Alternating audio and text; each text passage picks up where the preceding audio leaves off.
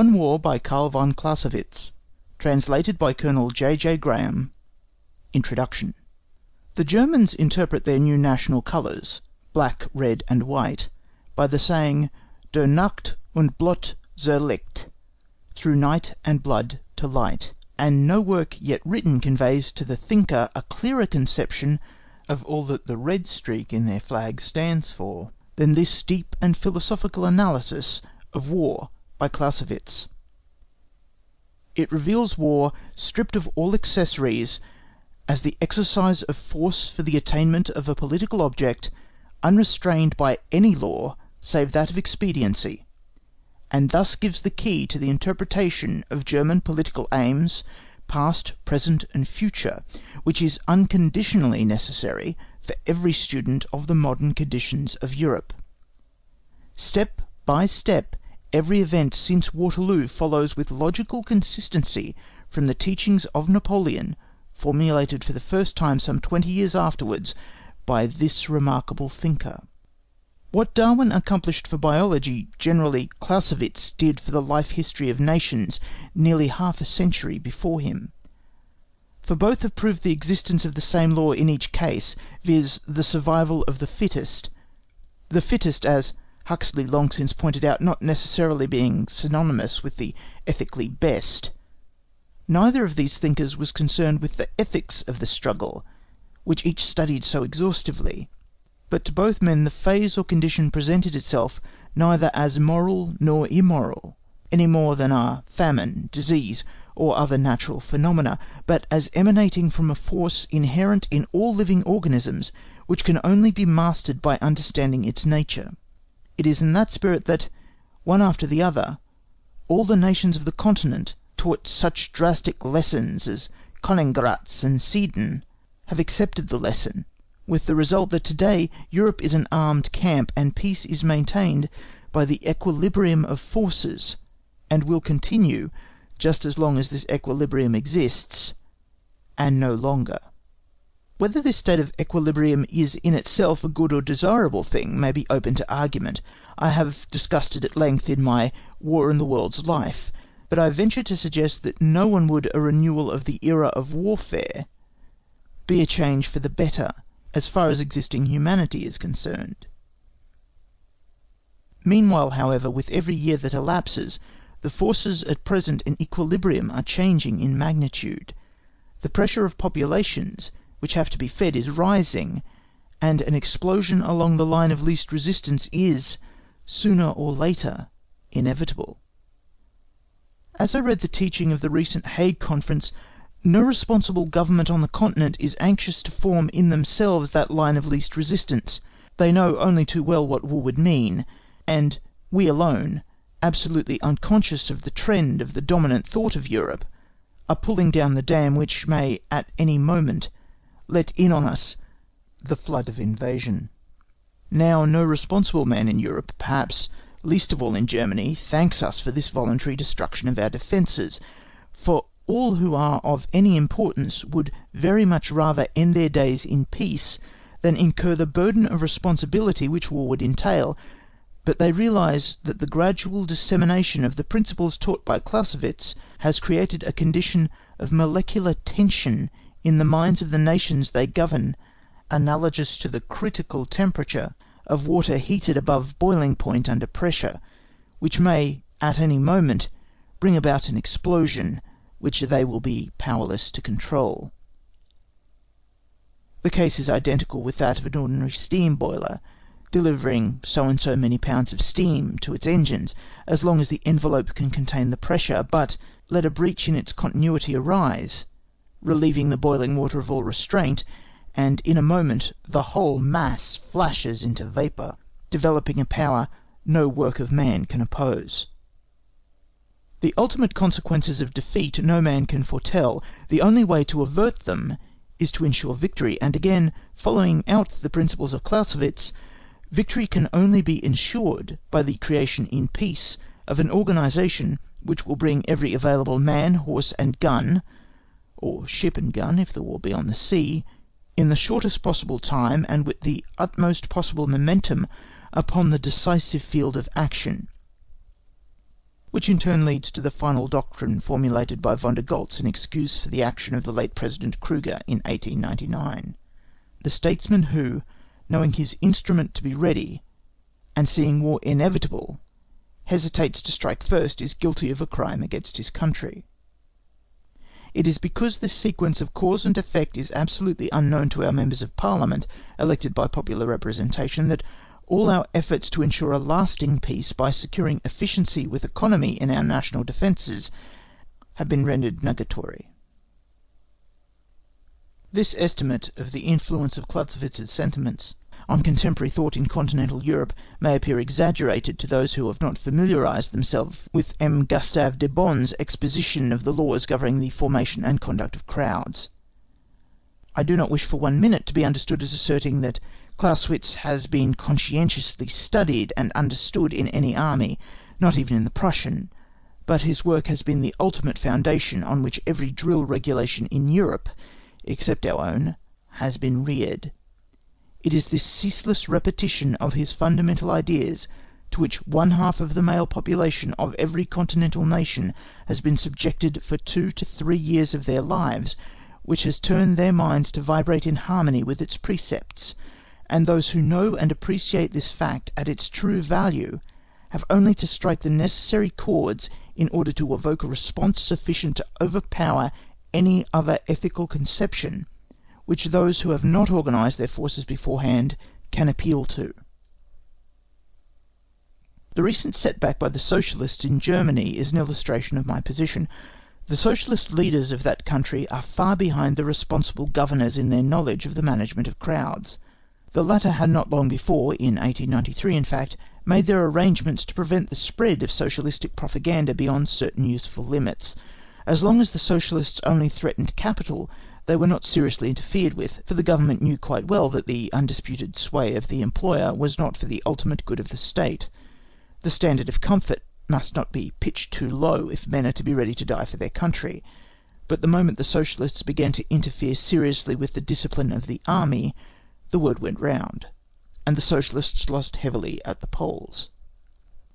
If this power of predetermined reaction to acquired ideas can be evoked successfully in a manner of internal interest only, in which the obvious interest of the majority of the population is so clearly on the side of the Socialist, it must be evident how enormously greater it will prove when set in motion against an external enemy, where the obvious interest of the people is, from the very nature of things, as manifestly on the side of the government, and the statesmen who failed to take into account the force of the resultant thought wave of a crowd of some 7 million men, all trained to respond to their ruler's call, would be guilty of treachery as grave as one who failed to strike when he knew the army to be ready for immediate action. As already pointed out, it is to the spread of Clausewitz's ideas that the present state of more or less immediate readiness for war of all European armies is due, and since the organisation of these forces is uniform, this more or less of readiness exists in precise proportion to the sense of duty which animates the several armies. Where the spirit of duty and self-sacrifice is low, the troops are unready and inefficient. Where, as in Prussia, these qualities, by the training of the whole century, have become instinctive, troops really are ready to the last button, and might be poured down upon any one of her neighbours with such rapidity that the very first collision must suffice to ensure ultimate success. A success by no means certain if the enemy, whoever he may be, is allowed breathing time in which to set his house in order. An example will make this clearer. In 1887, Germany was on the very verge of war with France and Russia. At that moment her superior efficiency, the consequence of this inborn sense of duty, surely one of the highest qualities of humanity, was so great that it is more than probable that less than 6 weeks should have sufficed to bring the French to their knees. Indeed, after the first fortnight it would have been possible to begin transferring troops from the Rhine to the Niemen. And the same case may arise again, but if France and Russia had been allowed even 10 days' warning, the German plan would have been completely defeated. France alone might then have claimed all the efforts that Germany could have put forth to defeat her. Yet there are politicians in England so grossly ignorant of the German reading of the Napoleonic lessons that they expect that nation to sacrifice the enormous advantage they have prepared by a whole century of self-sacrifice and practical patriotism by an appeal to a court of arbitration, and the further delays which must arise by going through the medieval formalities of recalling ambassadors and exchanging ultimatums. Most of our present-day politicians have made their money in business, a form of human competition greatly resembling war, to paraphrase Clausewitz. Did they, when in the throes of such competition, send formal notice to their rivals of their plans to get the better of them in commerce? Did Mr. Carnegie, the arch-priest of peace at any price, when he built the Steel Trust, notify his competitors when and how he proposed to strike the blows which successively made him master of millions? Surely the directors of a great nation may consider the interests of their shareholders, that is, the people they govern, as sufficiently serious not to be endangered by the deliberate sacrifice of the predominant position of readiness, which generations of self-devotion, patriotism, and wise forethought have won for them.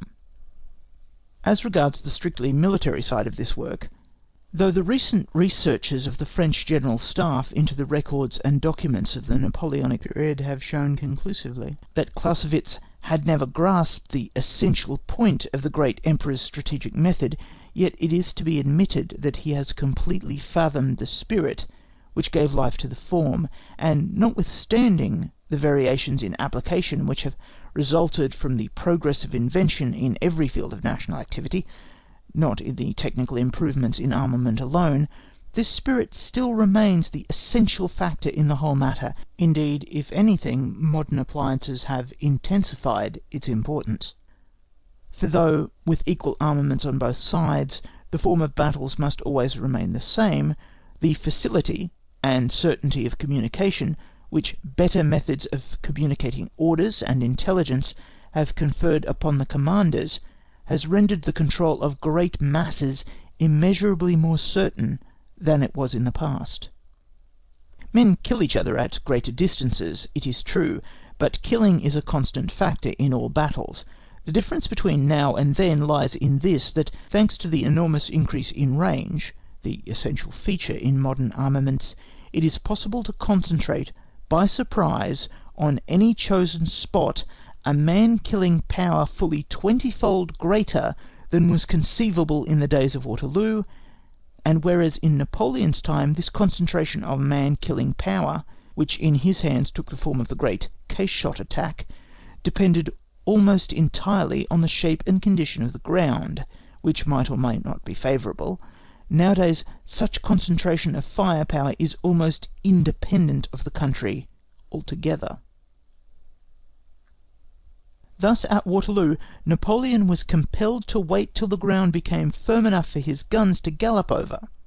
Nowadays, every gun at his disposal, and 5 times that number had he possessed them, might have been opened on any point in the British position he had selected, as soon as it became light enough to see. Or, to take a more modern instance, viz. the Battle of Saint-Privat-Gravelotte, 18 August 1870, where the Germans were able to concentrate on both wing batteries of 200 guns and upwards. It would have been practically impossible, owing to the section of the slopes of the French position, to carry out the old-fashioned case-shot attack at all.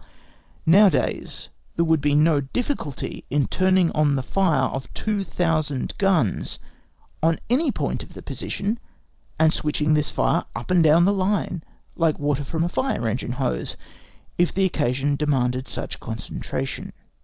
But these alterations in method make no difference in the truth of the picture of war which Clausewitz presents, with which every soldier, and above all every leader, should be saturated. Death, wounds, suffering, and privation remain the same, whatever the weapons employed, and their reaction on the ultimate nature of man is the same now as in the struggle a century ago. It is this reaction that the great commander has to understand and prepare himself to control, and the task becomes ever greater as, fortunately for humanity, the opportunities for gathering experience become more rare. In the end, and with every improvement in science, the result depends more and more on the character of the leader and his power of resisting the sensuous impressions of the battlefield. Finally, for those who would fit themselves in advance for such responsibility, I know of no more inspiring advice than that given by Krishna to Arjuna ages ago, when the latter trembled before the awesome responsibility of launching his army against the host of the Pandavs. This life within all living things, my prince, hides beyond harm.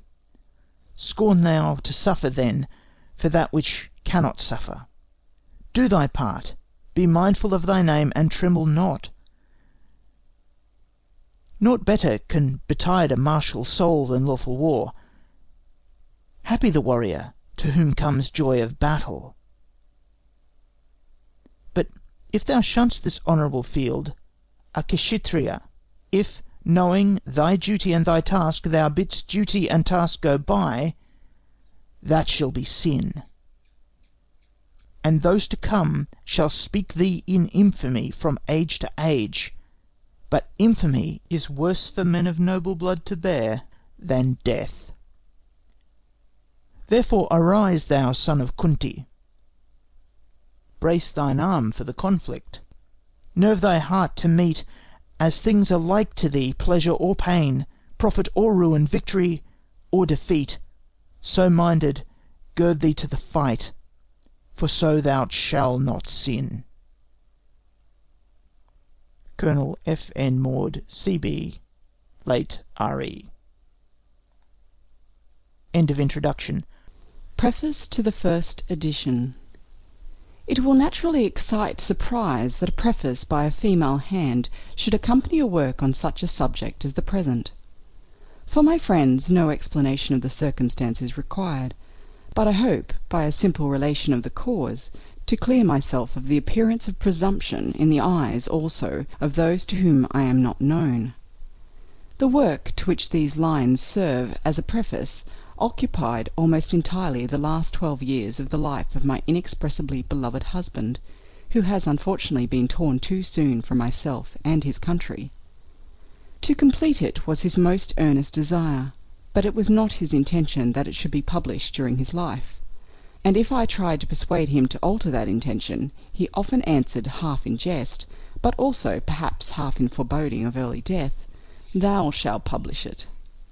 These words, which in those happy days often drew tears from me, little as I was inclined to attach a serious meaning to them, make it now, in the opinion of my friends, a duty incumbent on me to introduce the posthumous works of my beloved husband, with a few prefatory lines from myself, and although here may be a difference of opinion on this point, still I am sure there will be no mistake as to the feeling which has prompted me to overcome the timidity which makes any such appearance, even in a subordinate part, so difficult for a woman.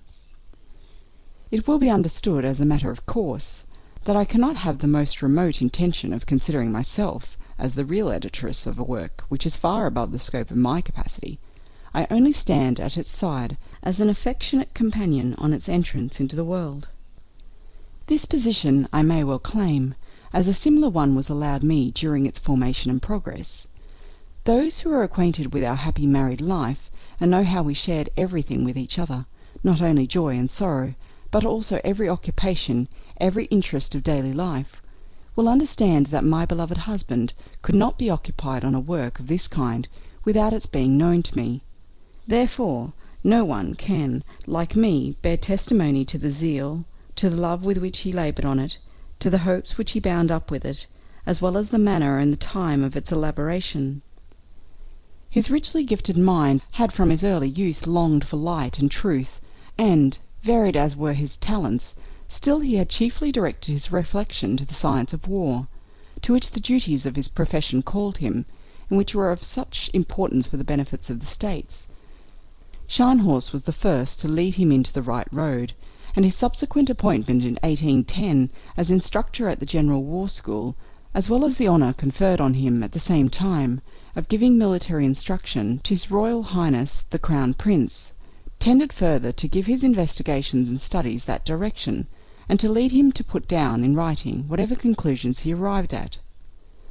A paper with which he finished the instruction of His Royal Highness the Crown Prince contains the germ of his subsequent work, but it was in the year 1816 at Koblenz that he first devoted himself again to scientific labours, and to collecting the fruits which his rich experience in those 4 eventful years had brought to maturity.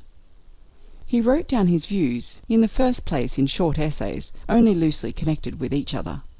The following, without date, which has been found amongst his papers, seems to belong to those early days. In the principles here committed to paper, in my opinion, the chief things which compose strategy, as it is called, are touched upon. I look upon them only as materials, and had just got to such a length towards the moulding them into a whole. These materials have been amassed without any regularly preconceived plan. My view was, at first, without regard to system and strict connection, to put down the results of my reflections upon the most important points in quite brief, precise, compact propositions. The manner in which Montesquieu has treated his subject floated before me in idea. I thought that concise, sententious chapters, which I proposed at first to call grains, would attract the attention of the intelligent, just as much by that which was to be developed from them as by that which they contained in themselves. I had, therefore, before me in idea intelligent readers already acquainted with the subject. But my nature, which always impels me to development and systematizing, at last worked its way out also in this instance. For some time I was able to confine myself to extracting only the most important results from the essays, which, to attain clearness and conviction in my own mind, I wrote upon different subjects, to concentrating in that manner their spirit in a small compass. But afterwards my peculiarity gained ascendancy completely. I have developed what I could, and thus naturally have supposed a reader not yet acquainted with the subject.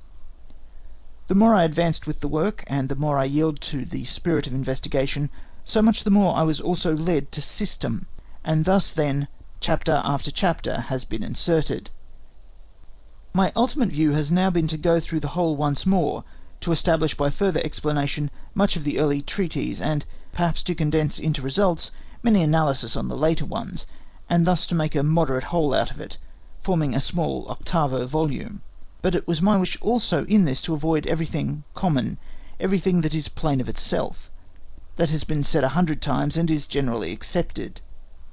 For my ambition was to write a book that would not be forgotten in 2 or 3 years, and which any one interested in the subject would, at all events, take up more than once.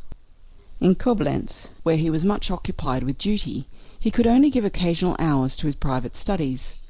It was not until 1818, after his appointment as director of the General Academy of War at Berlin, that he had the leisure to expand his work and enrich it from history of modern wars. This leisure also reconciled him to his new avocation, which, in other respects, was not satisfactory to him, as according to the existing organisation of the Academy, the scientific part of the course is not under the director, but conducted by a board of studies. Free as he was from all petty vanity, from every feeling of restless egotistical ambition, still he felt a desire to be really useful, and not to leave inactive the abilities with which God had endowed him. In active life he was not in a position in which this longing could be satisfied, and he had little hope of attaining to any such position.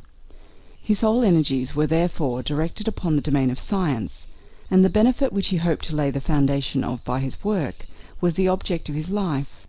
That notwithstanding this, the resolution not to let the work appear until after his death became more confirmed, is the best proof that no vain, paltry longing for praise and distinction, no particle of egotistical views, was mixed up with this noble aspiration for great and lasting usefulness.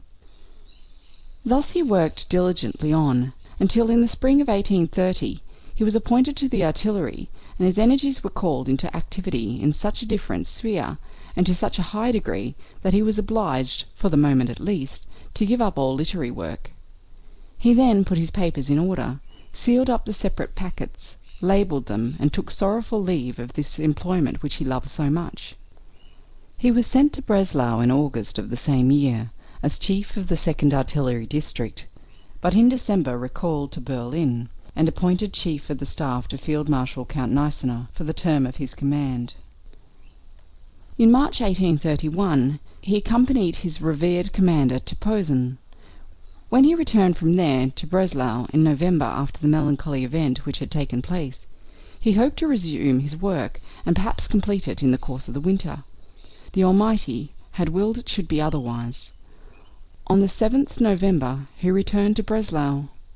On the 16th he was no more, and the packets sealed by himself were not opened until after his death. The papers thus left are those now made public in the following volumes, exactly in the condition in which they were found, without a word being added or erased.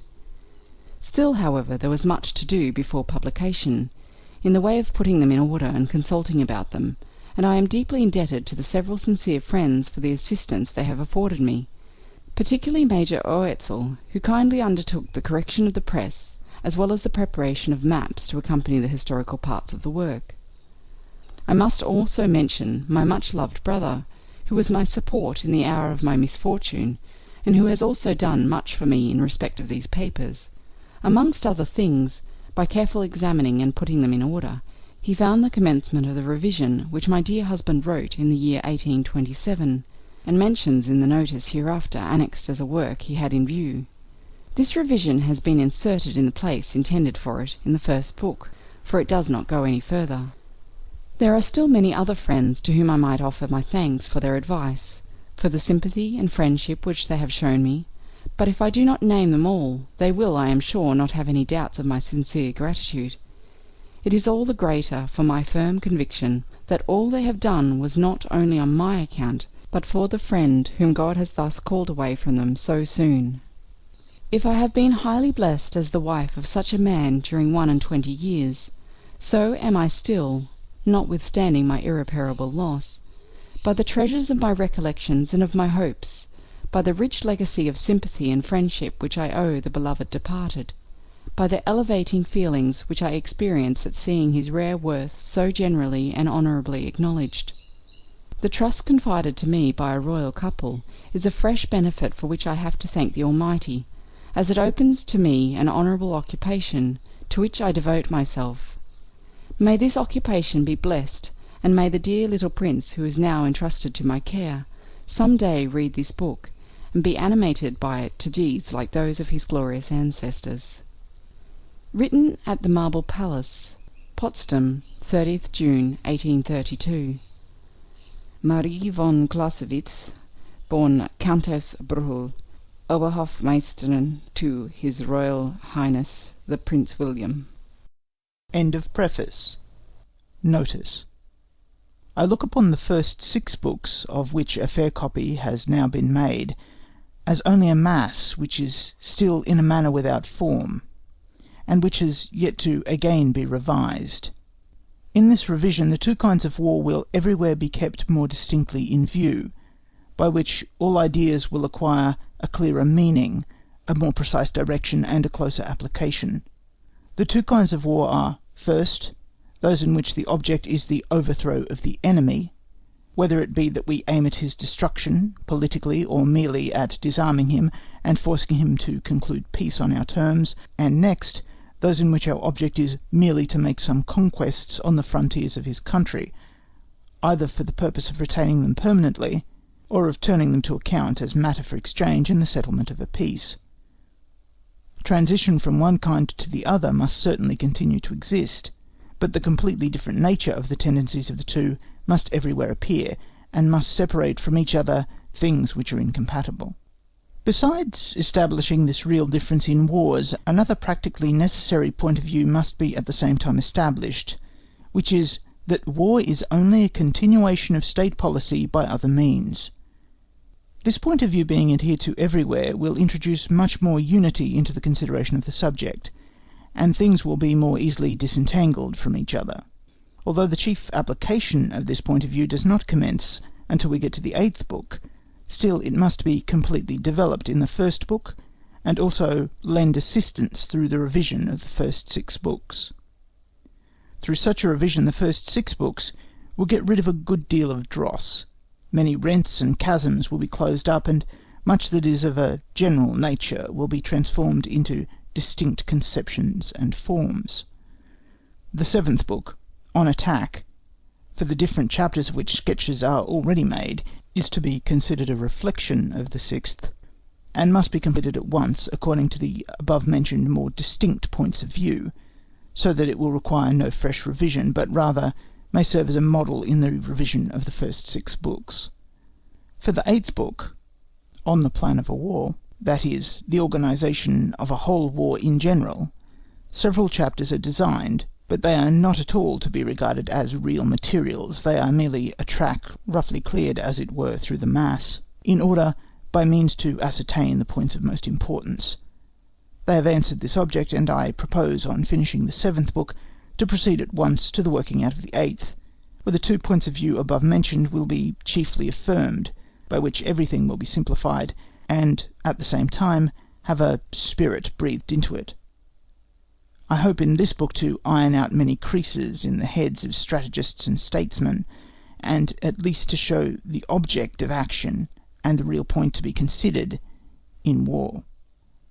Now, when I have brought my ideas clearly out by finishing this 8th book, and have properly established the leading features of war, it will be easier for me to carry the spirit of these ideas into the first 6 books, and to make these same features show themselves everywhere. Therefore, I shall defer till then the revision of the first 6 books. Should the work be interrupted by my death, then what is found can only be called a mass of conceptions not brought into form. But as these are open to endless misconceptions, they will doubtless give rise to a number of crude criticisms, for in these things everyone thinks, when he takes up his pen, that whatever comes into his head is worth saying in printing, and quite as incontrovertible as that 2 × 2 make 4. If such a one would take the pains, as I have done, to think over the subject for years, and to compare his ideas with military history, he would certainly be a little more guarded in his criticism. Still, notwithstanding this imperfect form, I believe that an impartial reader thirsting for truth and conviction will rightly appreciate in the first 6 books the fruits of several years' reflection and a diligent study of war, and that perhaps he will find in them some leading ideas which may bring about a revolution in the theory of war. Berlin, 10th of July, 1827. Besides this notice, among the papers left, the following unfinished memorandum was found, which appears to be of very recent date. The manuscript on the conduct of the Grand Guerre, which will be found after my death, in its present state can only be regarded as a collection of materials from which it is intended to construct a theory of war. With the greater part I am not yet satisfied, and the 6th book is to be looked at as a mere essay. I should have completely remodelled it, and have tried a different line.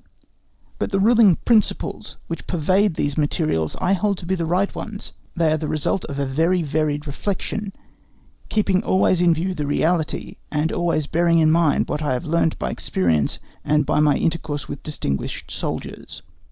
The 7th book is to contain the attack, the subjects of which are thrown together in a hasty manner. The 8th, the plan for a war, in which I would have examined war more especially in its political and human aspects. The first chapter of the first book is the only one which I consider as completed. It will at least serve to show the manner in which I propose to treat the subject throughout. The theory of the Grande Guerre, or strategy as it is called, is beset with extraordinary difficulties, and we may affirm that very few men have clear conceptions of the separate subjects, that is, conceptions carried up to their full logical conclusions. In real action most men are guided merely by the tact of judgment, which hits the object more or less accurately, according as they possess more or less genius. This is the way in which all great generals have acted, and therein partly lay their greatness and their genius, that they have always hit upon what was right by this tact. Thus also it will always be in action, and so far this tact is amply sufficient, but when it is a question of not acting oneself, but of convincing others in a consultation, then all depends on clear conceptions and demonstrations of the inherent relations, and so little progress has been made in this respect that most deliberations are merely a contention of words, resting on no firm basis, and ending either in everyone retaining his own opinion, or in a compromise from mutual considerations of respect, a middle course really without any value. Clear ideas on these matters are therefore not wholly useless. Besides, the human mind has a general tendency to clearness, and always wants to be consistent with the necessary order of things. Owing to the great difficulties attending a philosophical construction of the art of war, and the many attempts at it that have failed, most people have come to the conclusion that such a theory is impossible, because it concerns things which no standing law can embrace. We should also join in this opinion, and give up any attempt at theory, were it not that a great number of propositions make themselves evident without any difficulty, as, for instance, that the defensive form, with a negative object, is the stronger form, the attack, with the positive object, the weaker, that great results carry the little ones with them, that, therefore, strategic effects may be referred to certain centres of gravity, that a demonstration is a weaker application of force than a real attack, that, therefore, there must be some special reason for resorting to the former, that victory consists not merely in the conquest of the field of battle, but in the destruction of armed forces, physically and morally, which can only, in general, be effected by a pursuit after the battle is gained, that successes are always greatest at the point where the victory has been gained, that, therefore, the change from one line and object to another can only be regarded as a necessary evil, that a turning movement is only justified by a superiority of numbers generally, or by the advantage of our lines of communication and retreat over those of the enemy, that flank positions are only justifiable on similar grounds, that every attack becomes weaker as it progresses.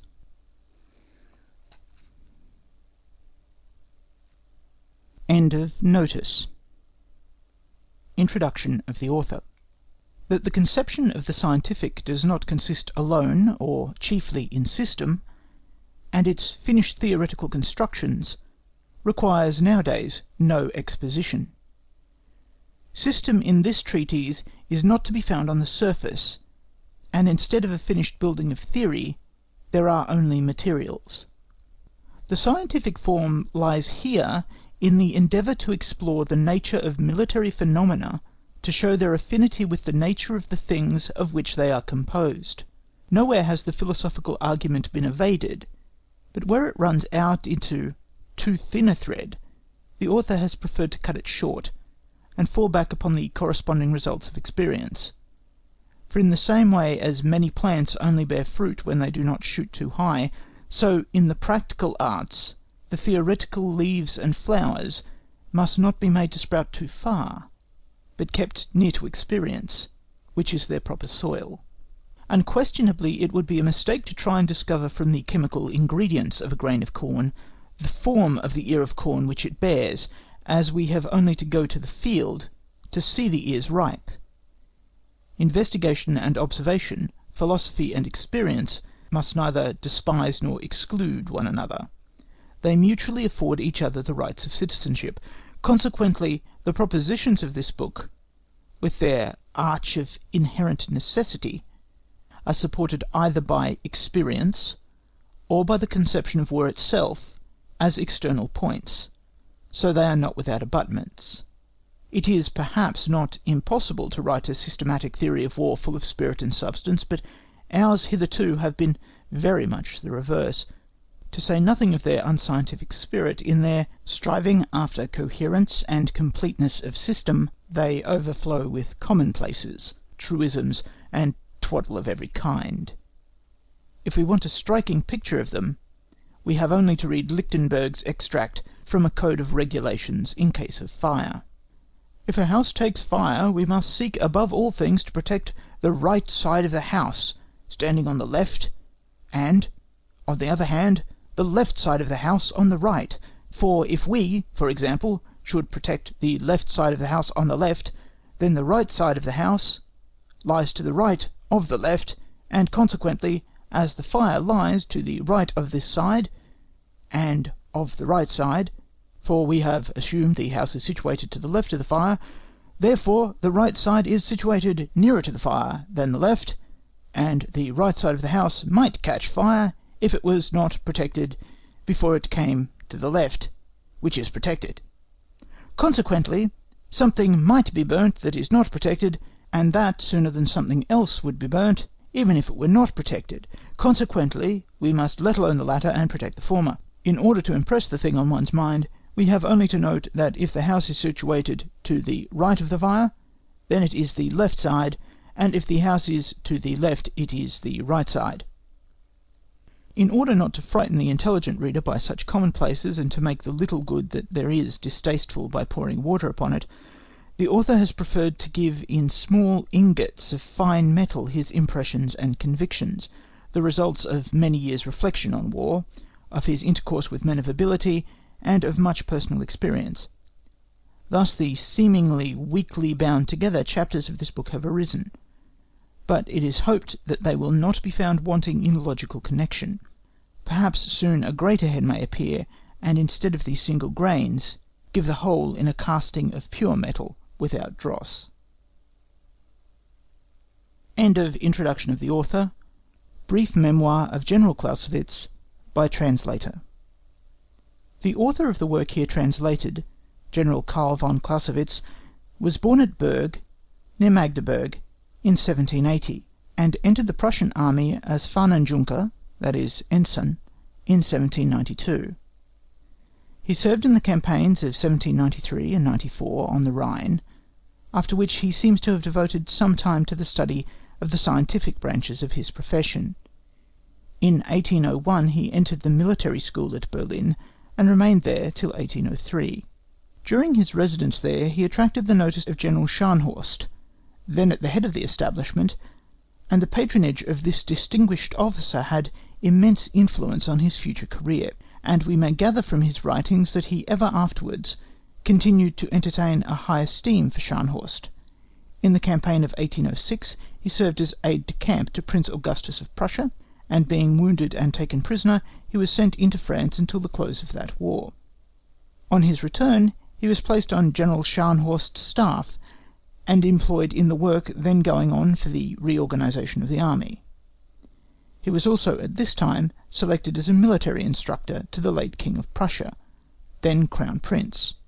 In 1812 Clausewitz, with several other Prussian officers, having entered the Russian service, his first appointment was as aide-de-camp to General Fuhl.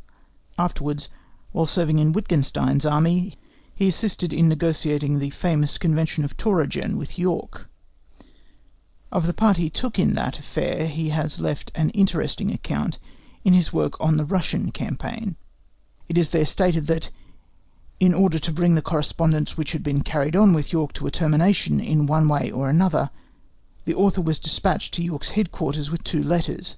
One was from General d'Auvray, the chief of staff of Wittgenstein's army, to General Diebitsch, showing the arrangements made to cut off York's corps from MacDonald. This was necessary in order to give York a plausible excuse for seceding from the French. The other was an intercepted letter from MacDonald to the Duke of Bassano. With regard to the former of these, the author says, "It would not have had weight with a man like York." But for a military justification, if the Prussian court should require one as against the French, it was important. The second letter was calculated, at the least, to call up in General York's mind all the feelings of bitterness which had, perhaps for some days past, had been diminished by the consciousness of his own behaviour towards the writer. As the author entered General York's chamber, the latter called out to him, "Keep off from me. I will have nothing more to do with you. Your damned Cossacks have let a letter of MacDonald's pass through them, which brings me an order to march to Pike-Tropoen, in order there to effect our junction. All doubt is now at an end. Your troops do not come up. You are too weak. March I must, and I must excuse myself from further negotiation, which may cost me my head." The author said that he would make no opposition to all this, but begged for a candle, as he had letters to show the general, and as the latter seemed still to hesitate, the author added, "Your Excellency will not, surely, place me in the embarrassment of departing without having executed my commission." The general ordered candles, and called in Colonel von Roeder, the chief of his staff, from the antechamber. The letters were read. After a pause of an instant, the general said, "Clausewitz, you are a Prussian. Do you believe that the letter of General d'Auvray is sincere, and that Wittgenstein's troops will really be at the points he mentioned on the 31st? The author replied, "I pledge myself for the sincerity of this letter. upon the knowledge I have of General d'Auvray and the other men of Wittgenstein's headquarters. Whether the dispositions he announces can be accomplished as he lays down, I certainly cannot pledge myself, for your Excellency knows that in war we must often fall short of the line we have drawn for ourselves." The General was silent for a few minutes of earnest reflection. Then he held out his hand to the author and said, "You have me. Tell General Diebitsch that we must confer early tomorrow at the mill of Poschenen, and that I am now firmly determined to separate myself from the French and their cause." The hour was fixed for 8 a.m. After this was settled, the General added, "But I will not do the thing by halves. I will get you Massenbach also." He then called in an officer, who was of Massenbach's cavalry, and who had just left them. Much like Schiller's Wallenstein, he asked, walking up and down the room the while, "What say your regiments?" The officer broke out with enthusiasm at the idea of a riddance from the French alliance, and said that every man of the troops in question felt the same. "You young ones may talk, but my older head is shaking on my shoulders," replied the General. After the close of the Russian campaign, Clausewitz remained in the service of that country, but was attached as a Russian staff officer to Blücher's headquarters till the armistice in 1813. In 1814 he became Chief of Staff of General Walmoden's Russo-German Corps, which formed part of the Army of the North under Bernadotte. His name is frequently mentioned with distinction in that campaign, particularly in connection with the affair of Goehrde. Clausewitz re-entered the Prussian service in 1815, and served as Chief of Staff to Thielmann's Corps, which was engaged with Grouchy at Wavre on the 18th of June. After the peace he was employed in a command on the Rhine. In 1818 he became Major General and Director of the military school, at which he had been previously educated. In 1830 he was appointed Inspector of Artillery at Breslau, but soon after nominated Chief of the Staff of the Army of Observation under Marshal Gneisenau on the Polish frontier. The latest notices of his life and services are probably to be found in the memoirs of General Brandt, who, from being on the staff of Nassau's army, was brought into daily intercourse with Clausewitz in matters of duty, and also frequently met him at the table of Marshal Gneisenau at Posen. Among other anecdotes, General Brandt relates, upon one occasion, the conversation at the Marshal's table turned upon a sermon preached by a priest, in which some great absurdities were introduced, and a discussion arose as to whether the bishop should not be made responsible for what the priest had said. This led to the topic of theology in general, when General Brandt, speaking of himself, says, "I expressed an opinion that theology is only to be regarded as an historical process, as a moment in the gradual development of the human race. This brought upon me an attack from all quarters, but more especially from Clausewitz, who ought to have been on my side, he having been an adherent and pupil of Kiesewetters, who had indoctrinated him in the philosophy of Kant, certainly diluted, I might even say in homeopathic doses." This anecdote is only interesting as the mention of Kiesewetter points to a circumstance in the life of Clausewitz that may have had an influence in forming those habits of thought which distinguish his writings. "The way," says General Brandt, "in which General Clausewitz judged things, drew conclusions from movements and marches, calculated the times of the marches, and the points where decisions would take place, was extremely interesting. Fate has unfortunately denied him an opportunity of showing his talents in high command, but I have a firm persuasion that as a strategist he would have greatly distinguished himself. As a leader on the field of battle, on the other hand, he would not have been so much in his right place. From a manque de habitude de commandement, he wanted the art de enlever les troupes." After the Prussian army of observation was dissolved, Clausewitz returned to Breslau, and, a few days after his arrival, was seized with cholera, the seeds of which he must have brought with him from the army on the Polish frontier. His death took place in November 1831. His writings are contained in 9 volumes, published after his death, but his fame rests most upon the 3 volumes forming his treatise on war. In the present attempt to render into English this portion of the works of Clausewitz, the translator is sensible of many deficiencies, but he hopes, at all events, to succeed in making this celebrated treatise better known in England, believing, as he does, that so far as the work concerns the interests of this country, it has lost none of the importance it possessed at the time of its first publication. J.J. Graham, Colonel. End of Brief Memoir of General Clausewitz, Book 1, On the Nature of War, Chapter 1, What is War? 1. Introduction. We propose to consider first the single elements of our subject, then each branch or part, and, last of all, the whole, in all its relations, therefore to advance from the simple to the complex.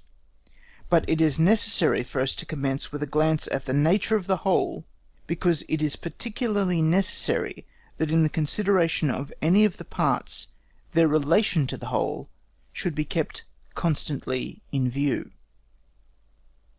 2. Definition.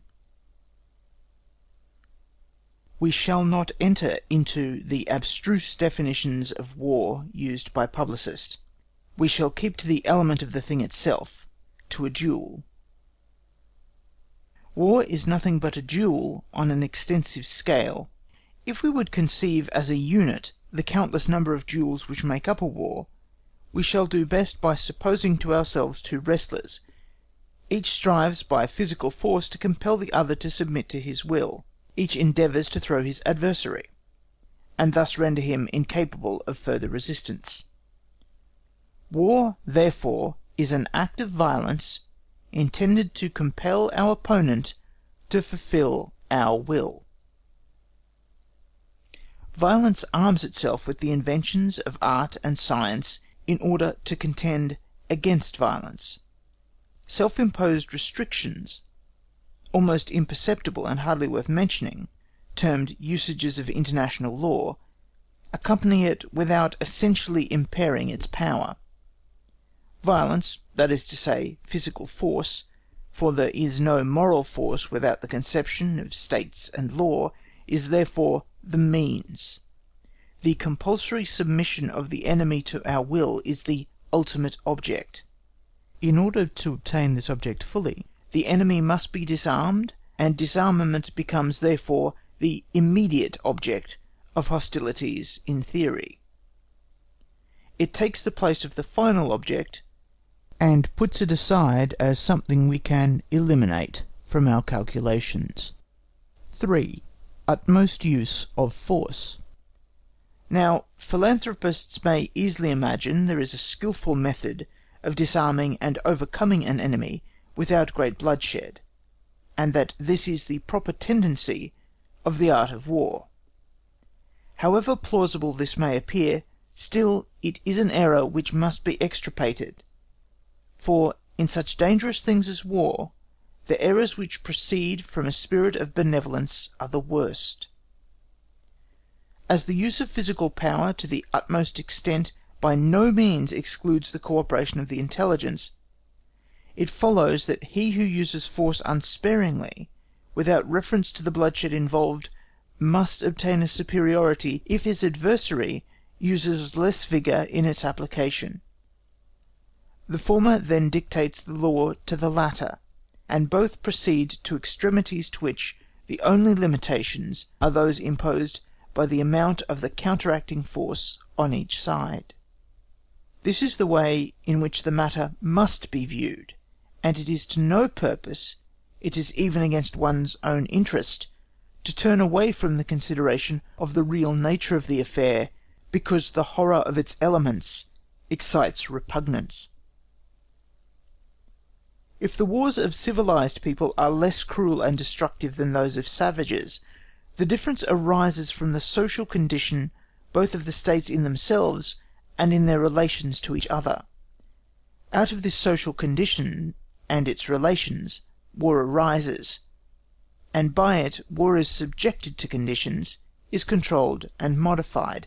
But these things do not belong to war itself, they are only given conditions, and to introduce into the philosophy of war itself a principle of moderation would be an absurdity. Two motives lead men to war: instinctive hostility and hostile intention. In our definition of war, we have chosen as its characteristic the latter of these elements, because it is the most general. It is impossible to conceive the passion of hatred of the wildest description, bordering on mere instinct, without combining with it the idea of a hostile intention. On the other hand, hostile intentions may often exist without being accompanied by any, or at all events by any extreme, hostility of feeling. Amongst savages, views emanating from the feelings; amongst civilized nations, those emanating from the understanding, have predominance. But this difference arises from the attendant circumstances, existing institutions, and such, and therefore is not to be found necessarily in all cases, although it prevails in the majority. In short, even the most civilized nations may burn with passionate hatred of each other.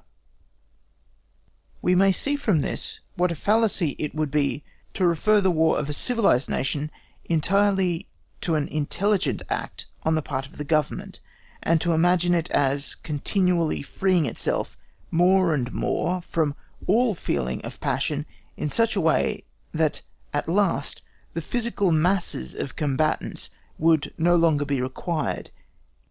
In reality their mere relations would suffice, a kind of algebraic action. Theory was beginning to drift in this direction until the facts of the last war taught it better. If war is an active force, it belongs necessarily also to the feelings. It does not originate in the feelings, it reacts more or less upon them, and the extent of this reaction depends not on the degree of civilization, but upon the importance and duration of the interests involved. Therefore, if we find civilized nations do not put their prisoners to death, do not devastate towns and countries, this is because their intelligence exercises greater influence on their mode of carrying on war, and has taught them more effectual means of applying force than these rude acts of mere instinct.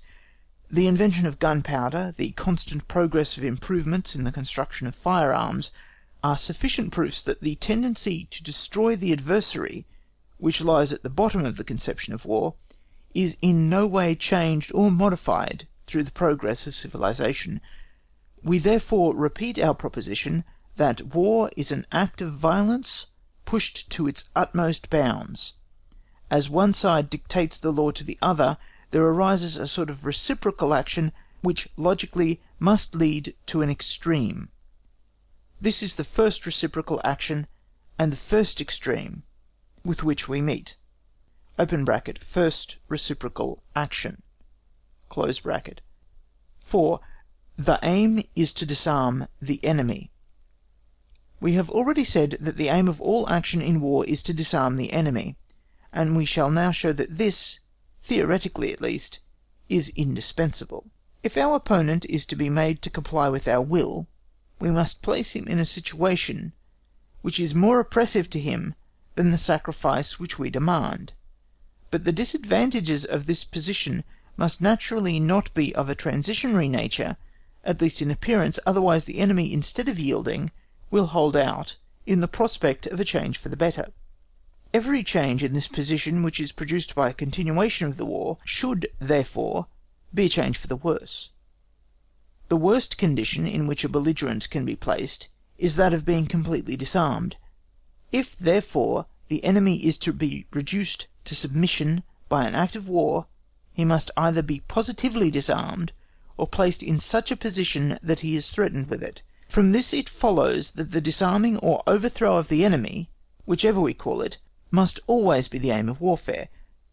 Now war is always the shock of two hostile bodies in collision, not the action of a living power upon an inanimate mass, because an absolute state of endurance would not be making war. Therefore, what we have just said as to the aim of action in war applies to both parties. Here, then, is another case of reciprocal action. As long as the enemy is not defeated, he may defeat me. Then I shall be no longer my own master, he will dictate the law to me, as I did to him. This is the second reciprocal action, and leads to a second extreme. open bracket, second reciprocal action, close bracket. 5. Utmost exertion of powers. If we desire to defeat the enemy, we must proportion our efforts to his powers of resistance. This is expressed by the product of two factors which cannot be separated, namely, the sum of available means and the strength of will. The sum of the available means may be estimated in a measure, as it depends, although not entirely, upon numbers. But the strength of volition is more difficult to determine, and can only be estimated to a certain extent by the strength of the motives. Granted we have obtained in this way an approximation of the strength of the power to be contended with, we can then take our own means, and either increase them so as to obtain a preponderance, or, in case we have not the resources to effect this, then do our best by increasing our means as far as possible. But the adversary does the same. Therefore there is a new mutual enhancement, which, in pure conception, must create a fresh effort towards an extreme. This is the third case of reciprocal action, and a third extreme with which we meet. Open bracket, third reciprocal action, close bracket. 6. Modification in the reality. Thus reasoning in the abstract, the mind cannot stop short of an extreme, because it has to deal with an extreme, with a conflict of forces left to themselves, and obeying no other but their own inner laws. If we should seek to deduce from the pure conception of war an absolute point for the aim which we shall propose, and for the means which we shall apply, this constant reciprocal action would involve us in extremes, which would be nothing but a play of ideas, produced by an almost invisible train of logical subtleties. If, adhering closely to the absolute, we try to avoid all difficulties by the stroke of the pen, and insist with logical strictness that in every case the extreme must be the object, and the utmost effort must be exerted in that direction, such a stroke of the pen would be a mere paper law, not by any means adapted to the real world. Even supposing this extreme tension of forces was an absolute which could be easily ascertained, still we must admit that the human mind would hardly submit itself to this kind of logical chimera. There would be in many cases an unnecessary waste of power, which would be in opposition to other principles of statecraft. An effort of will would be required disproportioned to the proposed object, which therefore it would be impossible to realise, for the human will does not derive its impulse from logical subtleties, but everything takes a different shape when we pass from abstractions to reality. In the former, everything must be subject to optimism. We must imagine the one side as well as the other, striving after perfection and even attaining it. Will this ever take place in reality? It will if 1. War becomes a completely isolated act which arises suddenly and is in no way connected with the previous history of the combatant states. 2. If it is limited to a single solution, or to several simultaneous solutions. 3. If it contains within itself the solution perfect and complete, free from any reaction upon it, through a calculation beforehand of the political situation which will follow from it. 7. War is never an isolated act. With regard to the first point, neither of the two opponents is an abstract person to the other, not even as regards that factor in the sum of resistance which does not depend on objective things, that is, the will. This will is not an entirely unknown quantity, it indicates what it will be tomorrow by what it is today. War does not spring up quite suddenly, it does not spread to the full in a moment. Each of the two opponents can, therefore, form an opinion of the other in a great measure, from what he is and what he does, instead of judging him according to what he, strictly speaking, should be or should do. But now, man with his incomplete organisation is always below the line of absolute perfection, and thus these deficiencies, having an influence on both sides, become a modifying principle. 8. War does not consist of a single instantaneous blow. The second point gives rise to the following considerations. If war ended in a single solution or a number of simultaneous ones, then naturally all the preparation for the same would have a tendency to the extreme, for an omission could not in any way be repaired. The utmost, then, that the world of reality could furnish as a guide for us would be the preparations of the enemy, as far as they are known to us. All the rest would fall into the domain of the abstract. But if the result is made up from several successive acts, then naturally that which precedes with all its phases may be taken as a measure for that which will follow, and in this manner the world of reality again takes the place of the abstract, and thus modifies the effort toward the extreme. Yet every war would necessarily resolve itself into a single solution, or a sum of simultaneous results, if all the means required for struggle were raised at once, or could at once be raised, for as one adverse result necessarily diminishes the means, then if all the means had been applied in the first, a second cannot properly be supposed. All hostile acts which might follow would belong essentially to the first, and form, in reality, only its duration. But we have already seen that even in the preparation for war, the real world steps into the place of mere abstract conception, a material standard into the place of the hypotheses of an extreme. That therefore, in that way both parties, by the influence of the mutual reaction, remain below the line of extreme effort, and therefore all forces are not at once brought forward. It lies also in the nature of these forces and their application that they cannot all be brought forward into activity at the same time. These forces are the armies actually on foot, the country with its superficial extent and population, and the Allies. In point of fact, the country with its superficial area and population, besides being the source of all military force, constitutes in itself an integral part of the efficient quantities in war, providing either the theatre of war, or exercising a considerable influence on the same. Now, it is possible to bring all movable military forces of a country into operation at once, but not all fortresses, rivers, mountains, people, and such, in short, not the whole country, unless it is so small that it may be completely embraced by the first act of the war. Further, the cooperation of allies does not depend on the will of the belligerents, and from the nature of the political relations of states to each other, this cooperation is frequently not afforded until after the war has commenced, or it may be increased to restore the balance of power. That this part of the means of resistance, which cannot at once be brought into activity in many cases, is a much greater part of the whole than might at first be supposed, and that it often restores the balance of power, seriously affected by the great force of the first decision, will be more fully shown hereafter. Here it is sufficient to show that a complete concentration of all available means in a moment of time is contradictory to the nature of war.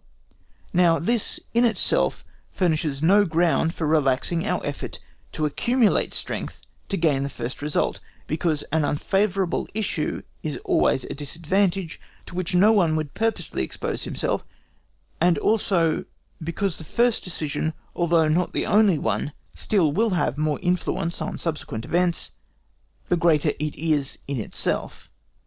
But the possibility of gaining a later result causes men to take refuge in that expectation, owing to the repugnance of the human mind to making excessive efforts, and therefore forces are not concentrated, and measures are not taken for the first decision with that energy which would otherwise be used. Whatever one belligerent emits from weakness becomes to the other a real objective ground for limiting his own efforts, and thus again, through this reciprocal action, extreme tendencies are brought down to efforts on a limited scale. 9. The result in war is never absolute. Lastly, even the final decision of a whole war is not always to be regarded as absolute.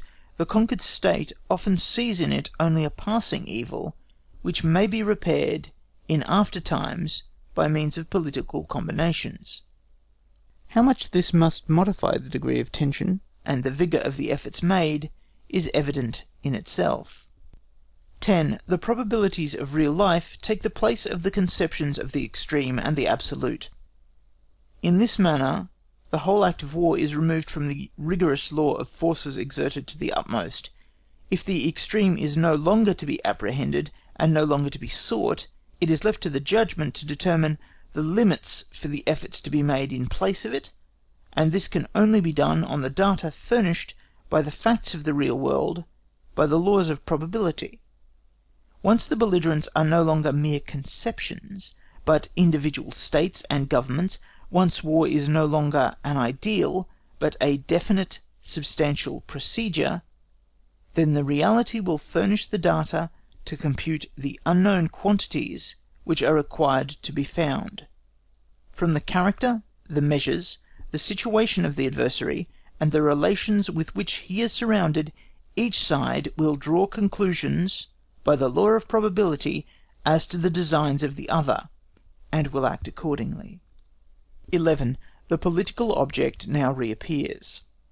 Here the question which we had laid aside forces itself again into consideration. See number 2, viz. The political object of the war. The law of the extreme, the view to disarm the adversary, to overthrow him, has hitherto to a certain extent usurped the place of this end or object. Just as this law loses its force, the political must again come forward. If the whole consideration is a calculation of probability based on definite persons and relations, then the political object, being the original motive, must be an essential factor in the product. The smaller the sacrifice we demand from ours, the smaller, it may be expected, will be the means of resistance which he will employ. But the smaller his preparation, the smaller ours will require to be. Further, the smaller our political object, the less value shall we set upon it, and the more easily shall we be induced to give it up altogether. Thus, therefore, the political object, as the original motive of the war, will be the standard for determining both the aim of the military force, and also the amount of effort to be made. This it cannot be in itself, but it is so in relation to both the belligerent states, because we are concerned with realities, not with mere abstractions.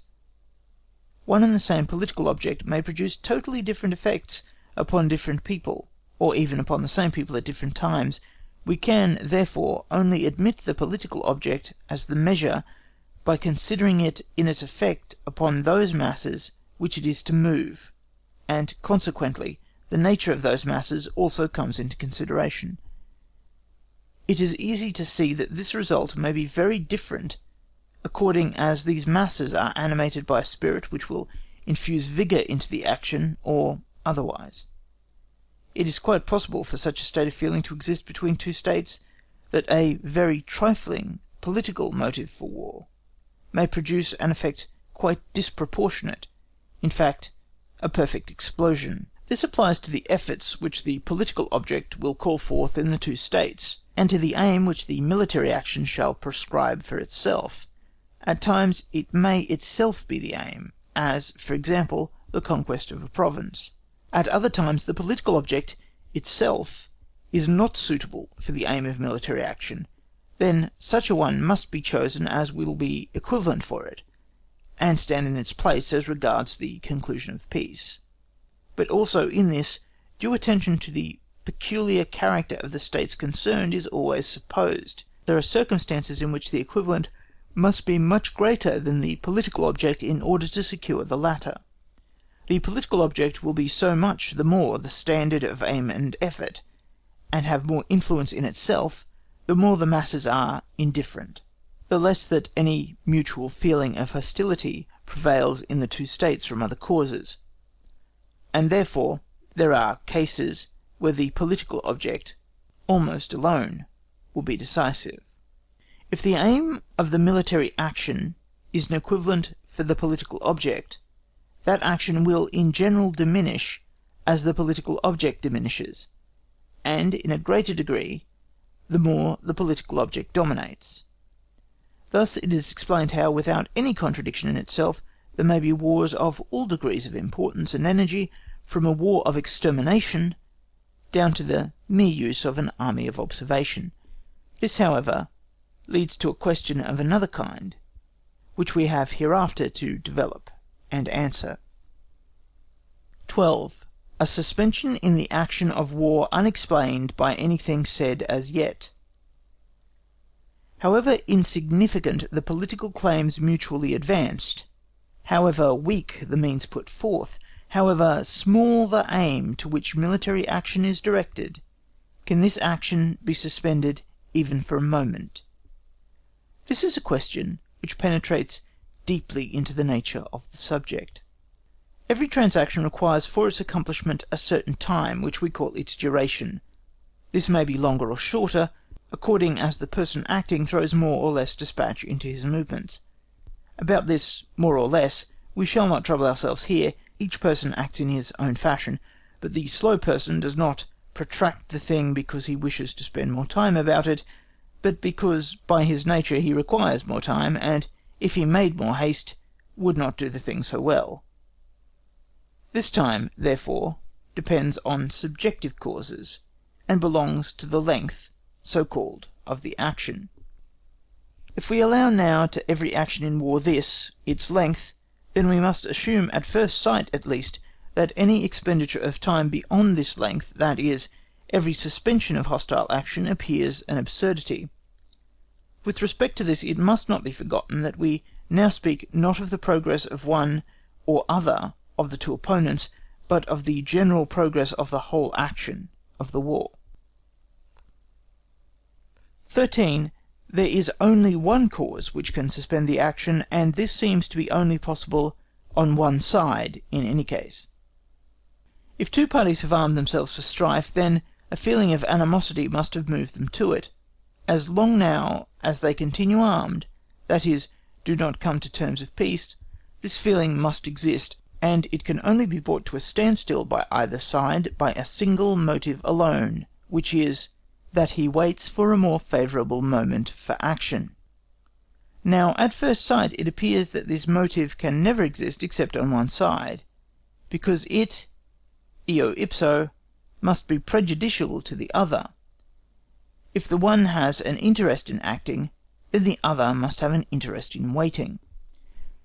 A complete equilibrium of forces can never produce a suspension of action, for during this suspension he who has the most positive object, that is, the assailant, must continue progressing, for if we should imagine an equilibrium in this way, that he who has the positive object, therefore the strongest motive, can at the same time only command the lesser means, so that the equation is made up by the product of the motive and the power, then we must say, if no alteration in this condition of equilibrium is to be expected, the two parties must make peace, but if an alteration is to be expected, then it can only be favourable to one side, and therefore the other has a manifest interest to act without delay.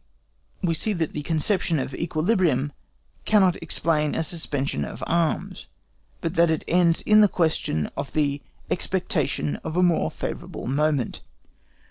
Let us suppose, therefore, that one of two states has a positive object, as, for instance, the conquest of one of the enemy's provinces, which is to be utilised in the settlement of peace. After this conquest, his political object is accomplished, the necessity for action ceases, and for him a pause ensues. If the adversary is also contented with this solution, he will make peace. If not, he must act. Now, if we suppose that in 4 weeks he will be in a better condition to act, then he has sufficient grounds for putting off the time of action. But from that moment, the logical course for the enemy appears to be to act that he may not give the conquered party the desired time. Of course, in this mode of reasoning, a complete insight into the state of circumstances on both sides is supposed. 14. Thus a continuance of action will ensure which will advance toward a climax. If this unbroken continuity of hostile operations really existed, the effect would be that everything would again be driven toward the extreme, for, irrespective of the effect of such incessant activity in inflaming the feelings, and infusing into the whole a greater degree of passion, a great elementary force, there would also follow from this continuance of action a stricter continuity, a closer connection between the cause and effect, and thus every single action would become of more importance and consequently more replete with danger. But we know that the course of action in war has seldom or never this unbroken continuity, and that there have been many wars in which action occupied by far the smallest portion of time employed, the whole of the rest being spent consumed in inaction. It is impossible that this should be always an anomaly. Suspension of action in war must therefore be possible. That is no contradiction in itself. We now proceed to show how this is. 15. Here, therefore, the principle of polarity is brought into requisition. As we have supposed the interest of one commander to be always antagonistic to those of the other, we have assumed a true polarity. We reserve a fuller explanation of this for another chapter, merely making the following observation on it at present. The principle of polarity is only valid when it can be conceived in one and the same thing, where the positive and its opposite, the negative, completely destroy each other. In a battle, both sides strive to conquer. That is true polarity, for the victory of the one side destroys that of the other. But when we speak of two different things, which have a common relation external to themselves, then it is not the things, but their relations, which have the polarity. 16. Attack and defence are things differing in kind and of unequal force. Polarity is therefore not applicable to them. If there was only one form of war, to wit, the attack of the enemy, therefore no defence, or in other words, if the attack was distinguished from the defence merely by the positive motive, which the one has and the other has not, but the methods of each were precisely one and the same, then in this sort of fight every advantage gained on the one side would be a corresponding disadvantage on the other, and true polarity would exist.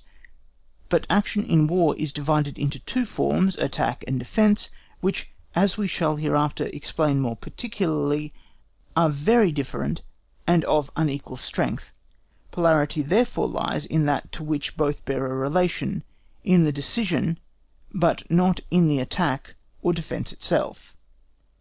If the one commander wishes the solution put off, the other must hasten to it, but only by the same form of action. If it is A's interest not to attack his enemy at present, but 4 weeks hence, then it is B's interest to be attacked not 4 weeks hence, but at the present moment. This is the direct antagonism of interests, but it by no means follows that it would be for B's interest to attack A at once.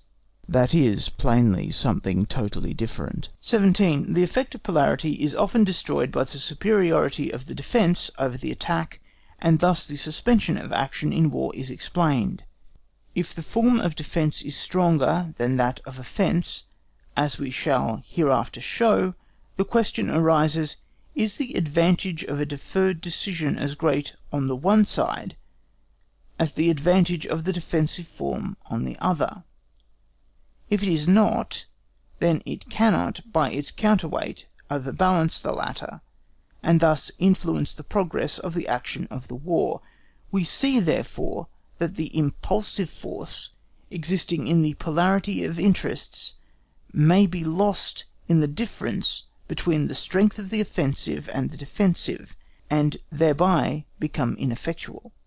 If, therefore, that side for which the present is favourable is too weak to be able to dispense with the advantage of the defensive, he must put up with the unfavourable prospects which the future holds out, for it may still be better to fight a defensive battle in the unpromising future than to assume the offensive or make peace at present.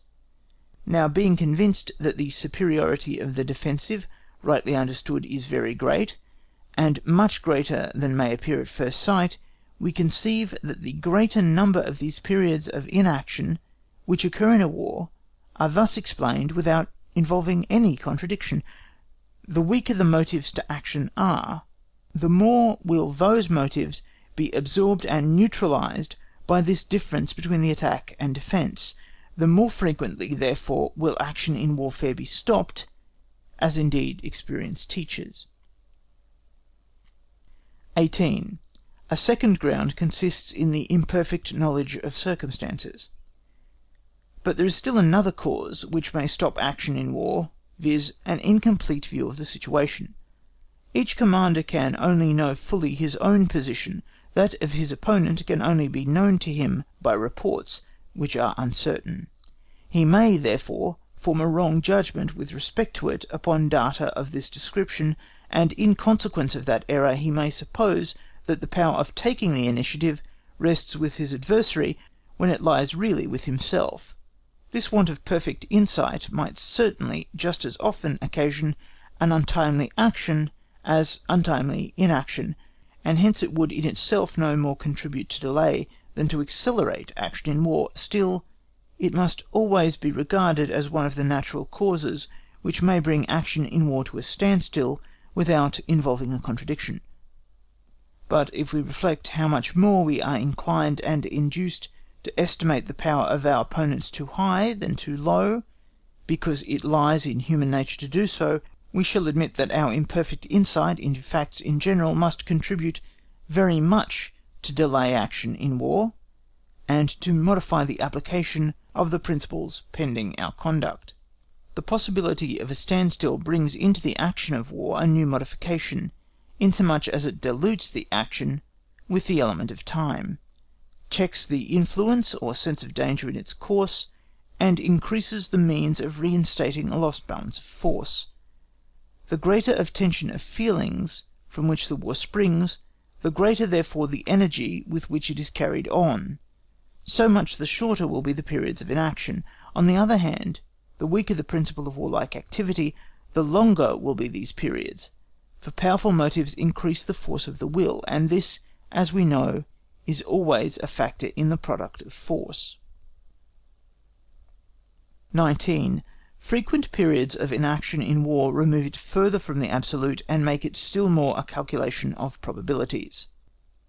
But the slower the action proceeds in war, the more frequent and longer the periods of inaction, so much the more easily can an error be repaired. Therefore, so much the bolder a general will be in his calculations, so much more readily will he keep them below the line of the absolute, and build everything upon probabilities and conjecture.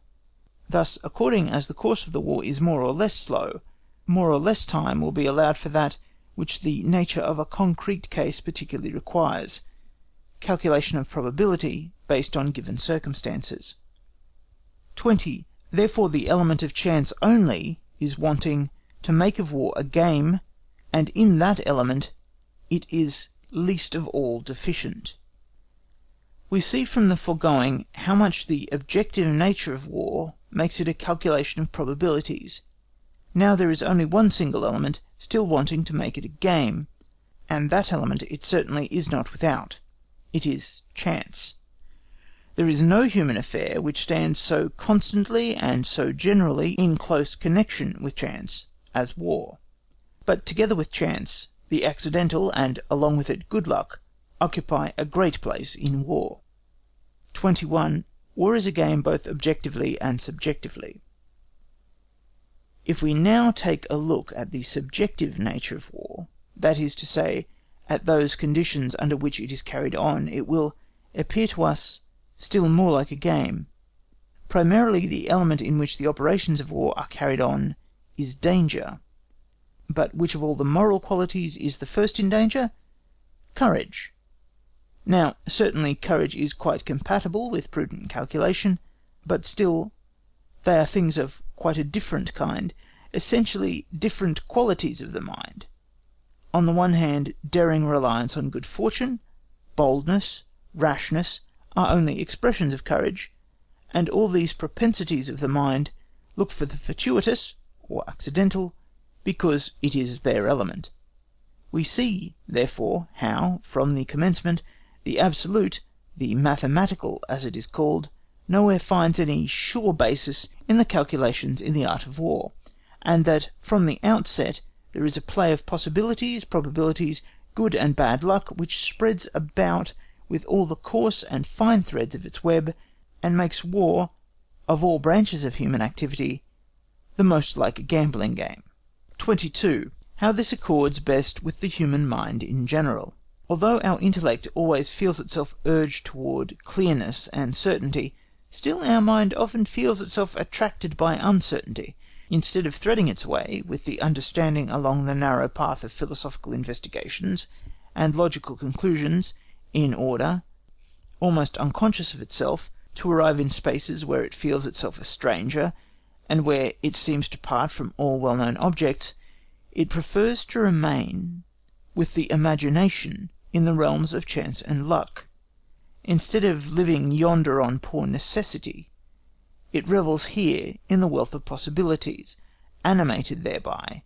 Courage then takes wings to itself, and daring and danger make the element into which it launches itself, as a fearless swimmer plunges into the stream. Shall theory leave it here, and move on, self-satisfied with absolute conclusions and rules? Then it is of no practical use. Theory must also take into account the human element. It must accord a place to courage, to boldness, even to rashness. The art of war has to deal with living and with moral forces, the consequence of which is that it can never attain the absolute and positive.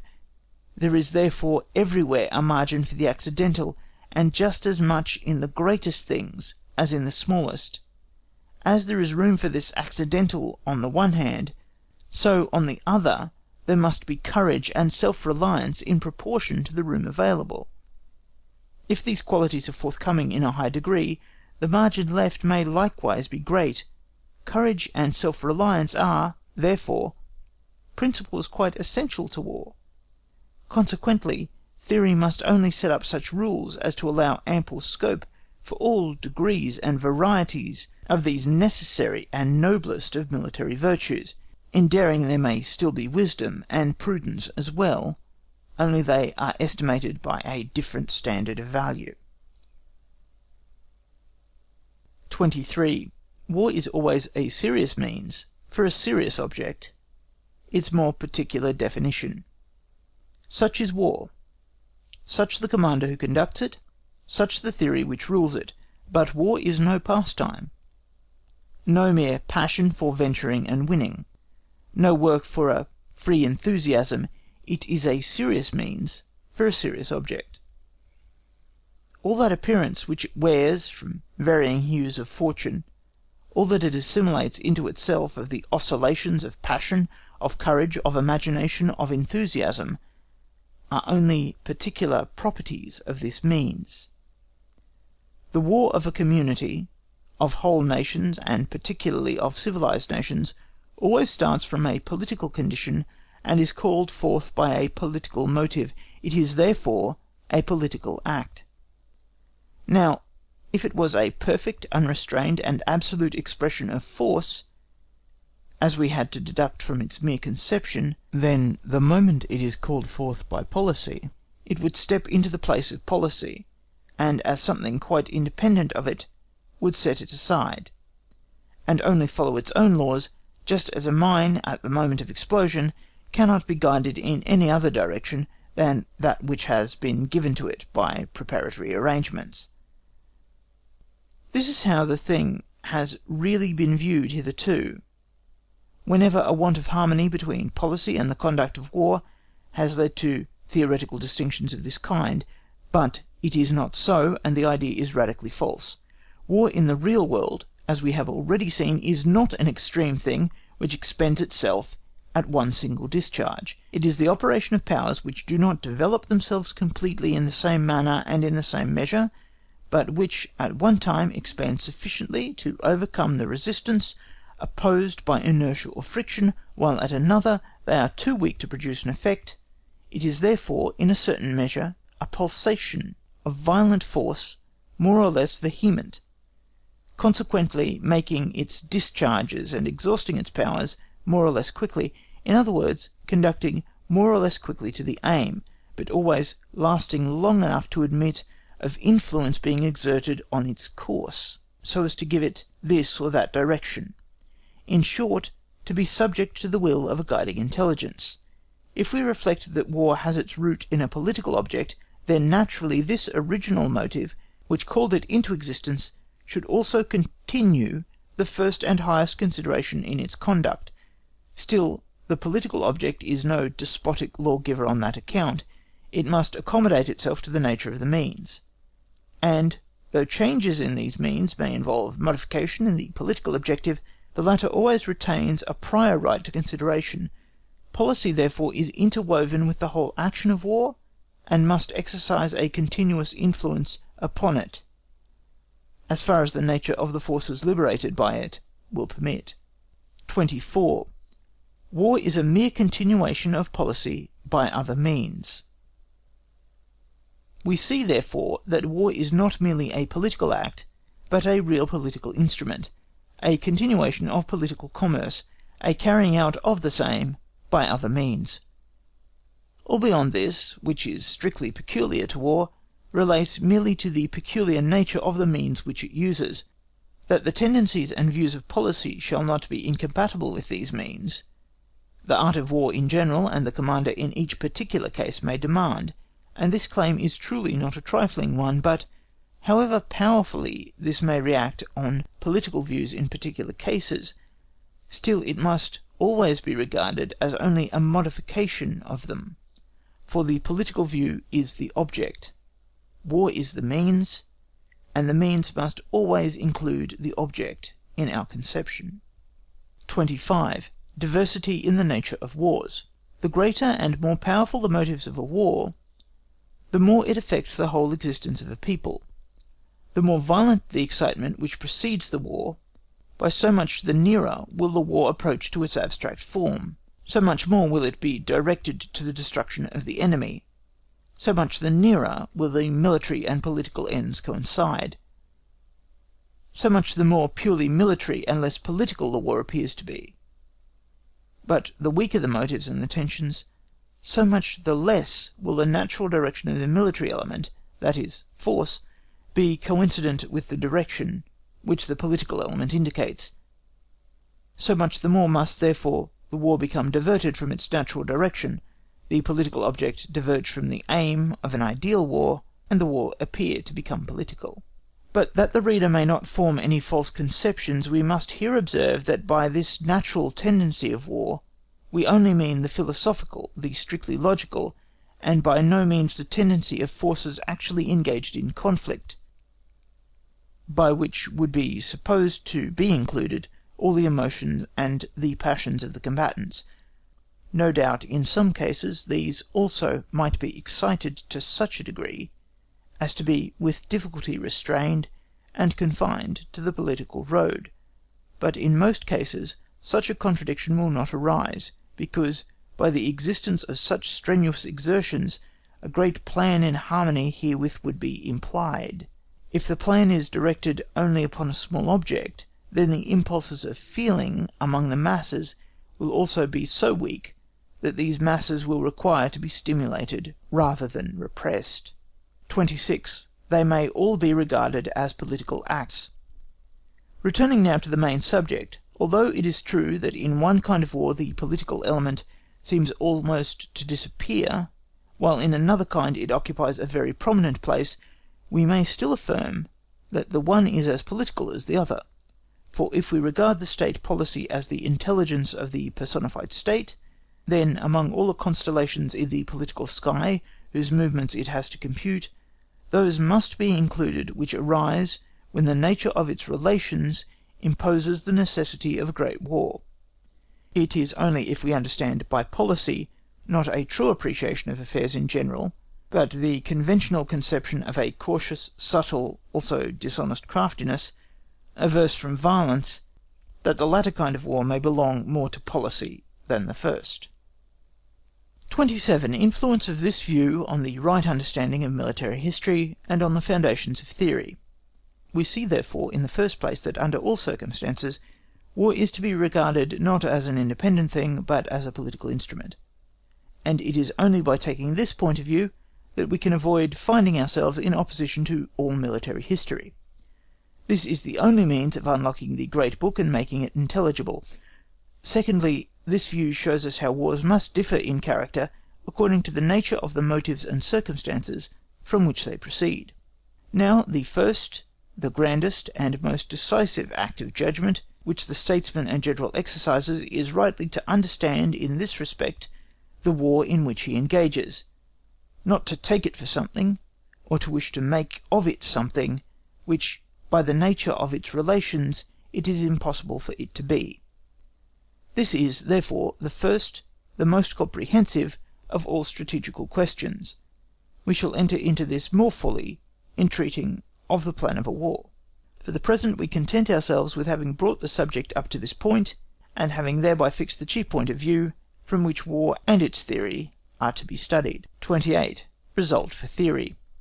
War is, therefore, not only chameleon-like in character, because it changes its colour in some degree in each particular case, but it is also, as a whole, in relation to the predominant tendencies which are in it, a wonderful trinity, composed of the original violence of its elements, hatred and animosity, which may be looked upon as blind instinct, of the play of probabilities and chance, which make it a free activity of the soul, and of the subordinate nature of a political instrument, by which it belongs purely to reason. The first of these three phases concerns more the people, the second more the general in his army, the third more the government. The passions which break forth in war must already have a latent existence in the peoples.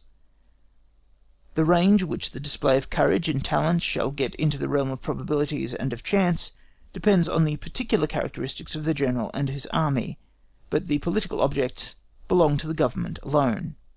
These three tendencies, which appear like so many different lawgivers, are deeply rooted in the nature of the subject, and at the same time variable in degree. A theory which would leave any one of them out of account, or set up any arbitrary relation between them, would immediately become involved in such a contradiction with reality that it might be regarded as destroyed at once by that alone. The problem is, therefore, that theory shall keep itself poised in a manner between these three tendencies, as between three points of attraction. The way in which alone this difficult problem could be solved we shall examine in the book on the theory of war. In every case the conception of war as here defined will be the first ray of light which shows us the true foundation of theory, and which first separates the great masses and allows us to distinguish them from one another. End of Book 1, Chapter 1. Book 1, Chapter 2, End and Means in War. Having in the foregoing chapter ascertained the complicated and variable nature of war, we shall now occupy ourselves in examining into the influence which this nature has upon the end and means in war. If we ask, first of all, for the object upon which the whole effort of war is to be directed, in order that it may suffice for the attainment of the political object, we shall find that it is just as variable as are the political object and the particular circumstances of the war. If in the next place we keep once more to the pure conception of war, then we must say that the political object properly lies out of its province, for if war is an act of violence to compel the enemy to fulfil our will, then in every case all depends on our overthrowing the enemy, that is, disarming him, and on that alone.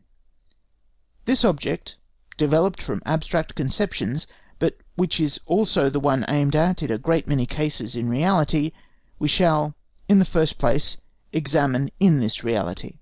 In connection with the plan of a campaign, we shall hereafter examine more closely into the meaning of disarming a nation, but here we must at once draw a distinction between three things, which, as three general objects, comprise everything else within them.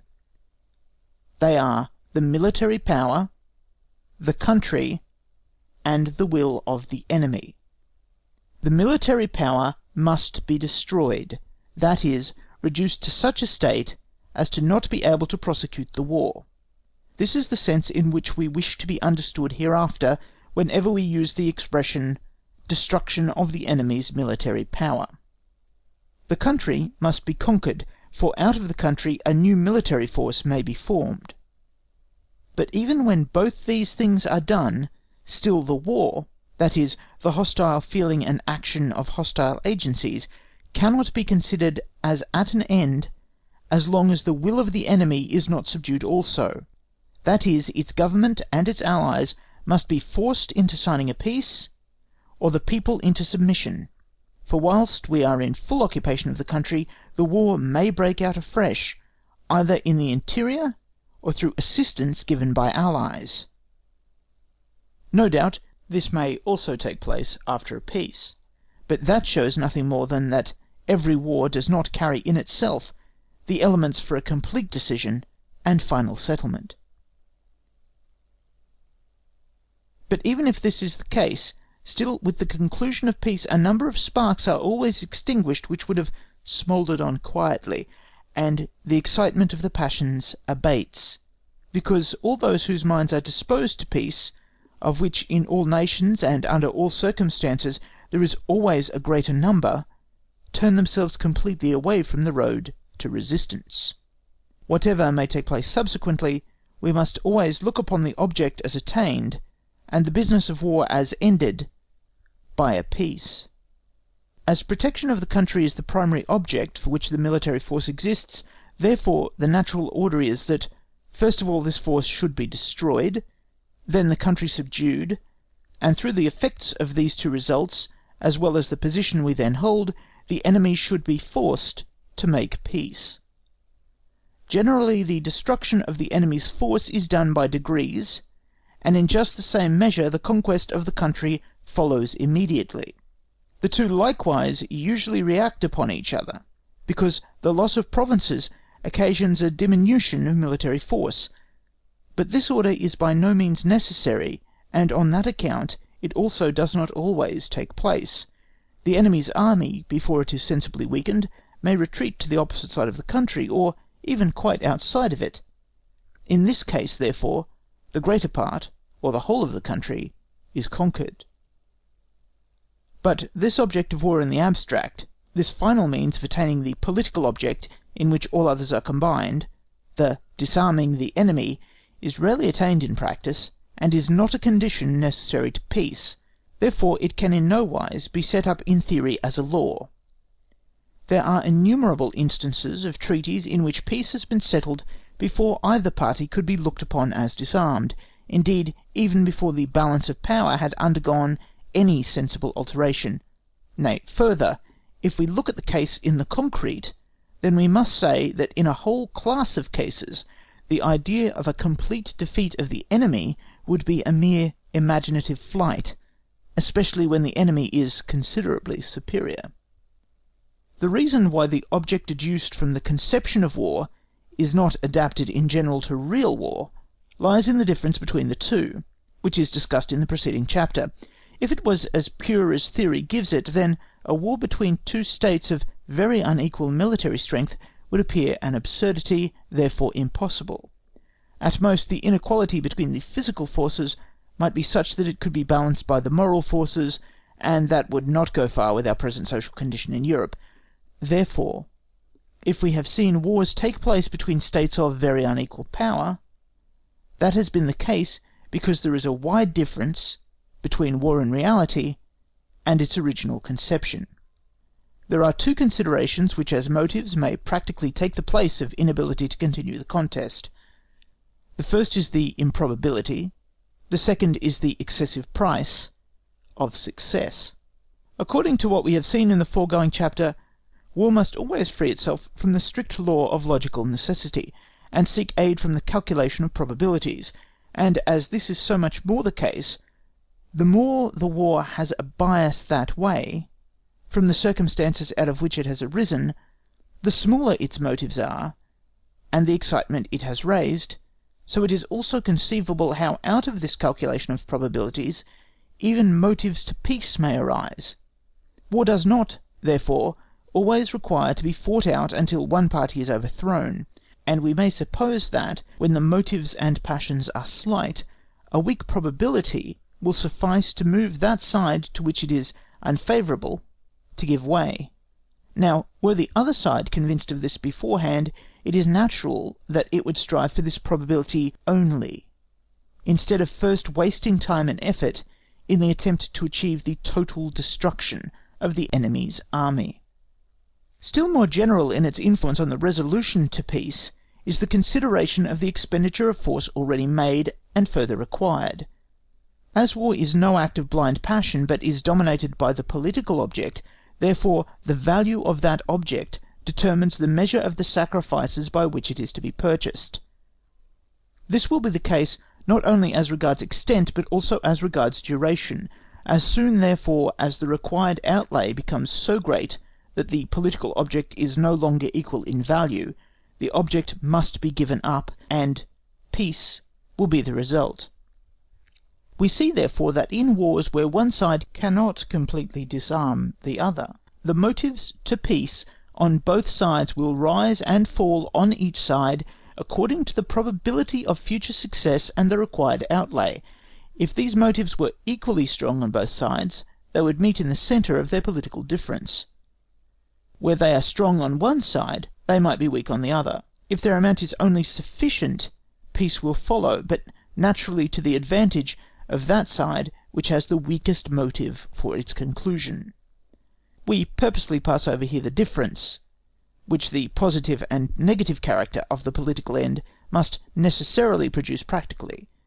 For although that is, as we shall hereafter show, of the highest importance, still we are obliged to keep here to a more general point of view, because the original political views in the course of the war change very much, and at last may become totally different, just because they are determined by results and probable events.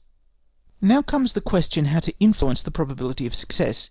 In the first place, naturally, by the same means which we use when the object is the subjugation of the enemy, by the destruction of his military force and the conquest of his provinces. But these two means are not exactly of the same import here as they would be in reference to that object.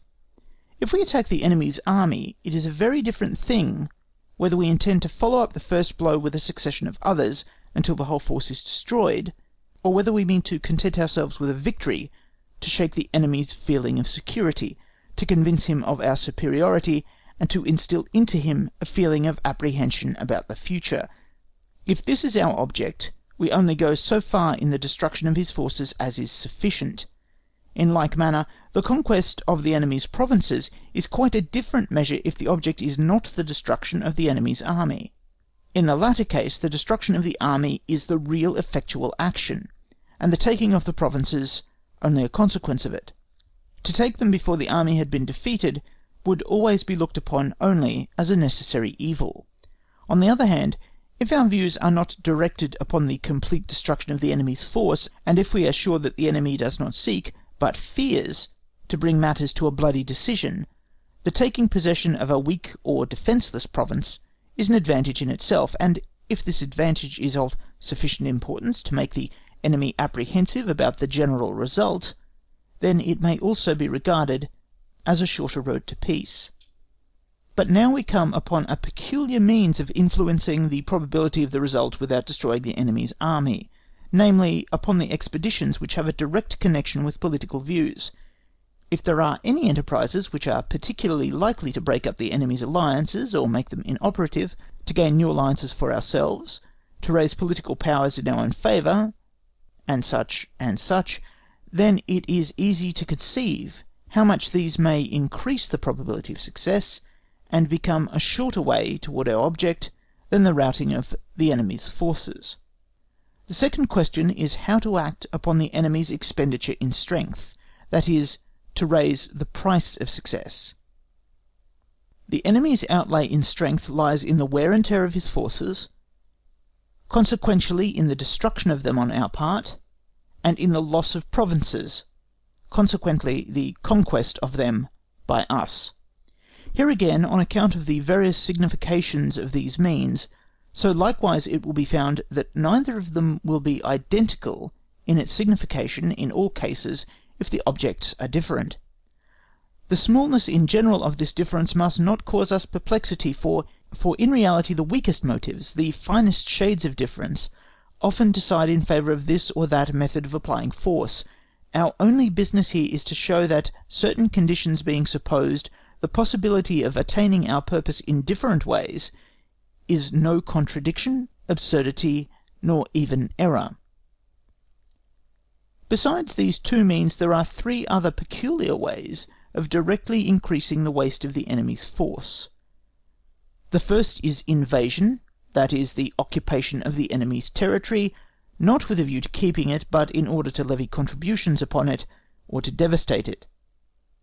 The immediate object here is neither the conquest of the enemy's territory, nor the defeat of his armed force, but merely to do him damage in a general way. The second way is to select for the object of our enterprises those points at which we can do the enemy most harm. Nothing is easier to conceive than two different directions in which our force may be employed, the first of which is to be preferred if our object is to defeat the enemy's army, while the other is more advantageous if the defeat of the enemy is out of the question. According to the usual mode of speaking, we should say that the first is primarily military, the other more political, but if we take our view from the highest point, both are equally military, and neither the one nor the other can be eligible unless it suits the circumstances of the case. The third, by far the most important, from the number of cases which it embraces, is the wearing out of the enemy.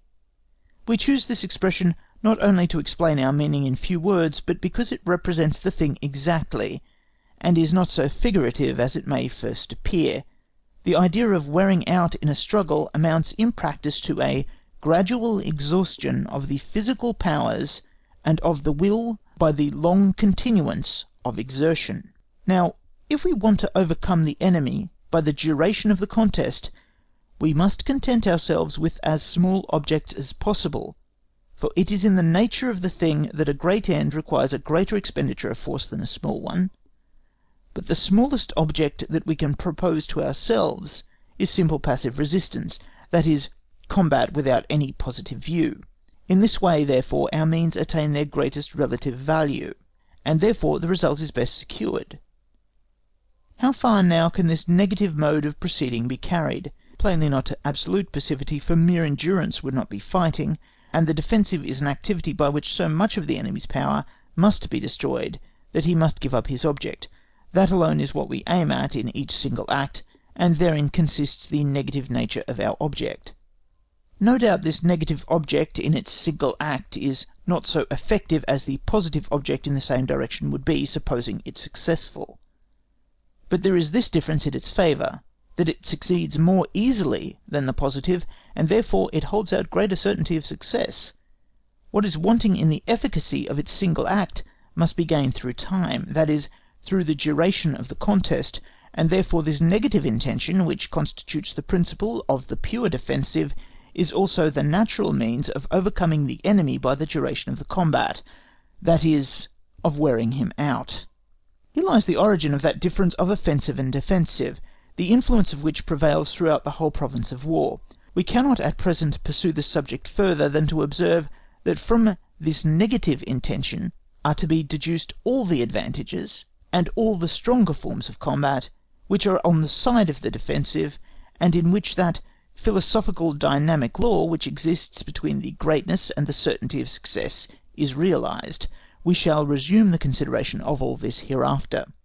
If then the negative purpose, that is, the concentration of all means into a state of pure resistance, affords a superiority in the contest, and if this advantage is sufficient to balance whatever superiority in numbers the adversary may have, then the mere duration of the contest will suffice gradually to bring the loss of force on the part of the adversary to the point at which the political object can no longer be an equivalent, a point at which, therefore, he must give up the contest. We see then that this class of means, the wearing out of the enemy, includes the great number of cases in which the weaker resists the stronger. Frederick the Great, during the 7 Years' War, was never strong enough to overthrow the Austrian monarchy, and if he had tried to do so after the fashion of Charles XII, he would inevitably have had to succumb himself. But after his skilful application of the system of husbanding his resources had shown the powers allied against him through a 7 years' struggle that the actual expenditure of strength far exceeded what they had at first anticipated, they made peace. We see then that there are many ways to one's object in war, that the complete subjugation of the enemy is not essential in every case, that the destruction of the enemy's military force, the conquest of the enemy's provinces, the mere occupation of them, the mere invasion of them, enterprises which are aimed directly at political objects, lastly, a passive expectation of the enemy's blow, are all means which, each in itself, may be used to force the enemy's will, according as the peculiar circumstances of the case lead us to expect more from the one or the other. We could still add to these a whole category of shorter methods of gaining the end, which might be called arguments ad hominem. What branch of human affairs is there in which these sparks of individual spirit have not made their appearance, surmounting all formal considerations? And least of all can they fail to appear in war, where the personal character of the combatants plays such an important part both in the cabinet and in the field. We limit ourselves to pointing this out, as it would be pedantry to attempt to reduce such influences into classes. Including these, we may say that the number of possible ways of reaching the object rises to infinity. To avoid underestimating these different short roads to one's purpose, either estimating them only as rare exceptions, or holding the difference which they cause in the conduct of war as insignificant, we must bear in mind the diversity of political objects which may cause a war, measuring at a glance the distance which there is between a death struggle for political existence and a war which a forced or tottering alliance makes a matter of disagreeable duty. Between the two innumerable gradations occur in practice. If we reject one of these gradations in theory, we might with equal right reject the whole, which would be tantamount to shutting the real world completely out of sight. These are the circumstances in general connected with the aim which we have to pursue in war. Now let us turn to the means. There is only one single means. It is the fight. However diversified this may be in form, however widely it may differ from a rough vent of hatred and animosity in a hand-to-hand encounter, whatever number of things may introduce themselves which are not actual fighting, still it is always implied in the conception of war that all the effects manifested have their roots in the combat. That this must always be so, in the greatest diversion and complication of the reality, is proved in a very simple manner. All that takes place in war takes place through armed forces, but where the forces of war, that is, armed men, are applied, there the idea of fighting must of necessity be at the foundation.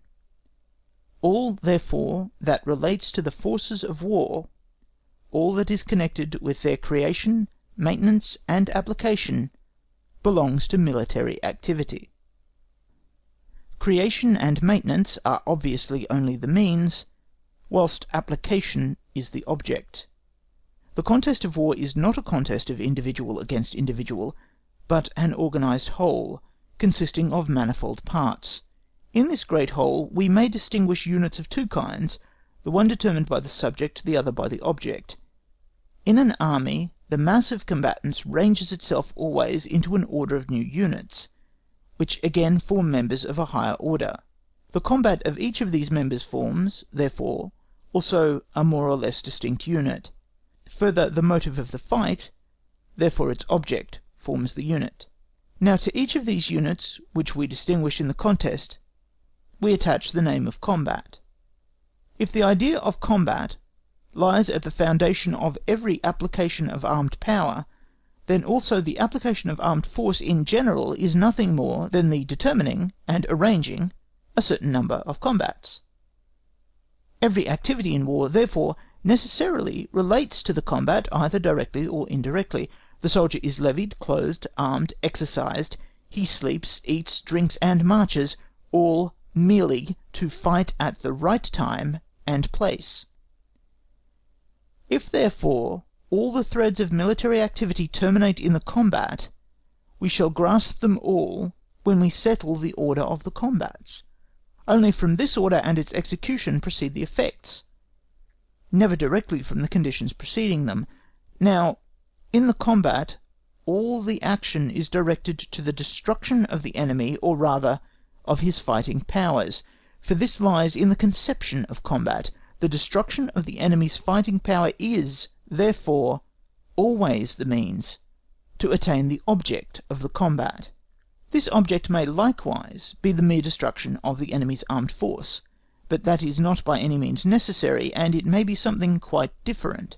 Whenever, for instance, as we have shown, the defeat of the enemy is not the only means to attain the political object, whenever there are other objects which may be pursued as the aim in a war, then it follows of itself that such other objects may become the object of particular acts of warfare, and therefore also the object of combats. But even those combats which as subordinate acts are in the strict sense devoted to the destruction of the enemy's fighting force, need not have that destruction itself as their first object.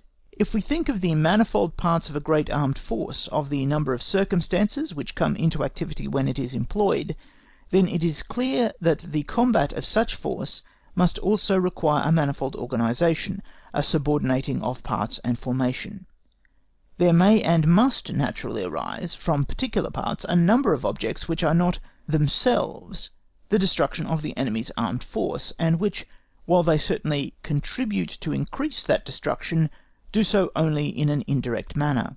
If a battalion is ordered to drive the enemy from rising ground, or a bridge and such, then, properly, the occupation of any such locality is the real object, the destruction of the enemy's armed force, which takes place, only the means or secondary matter.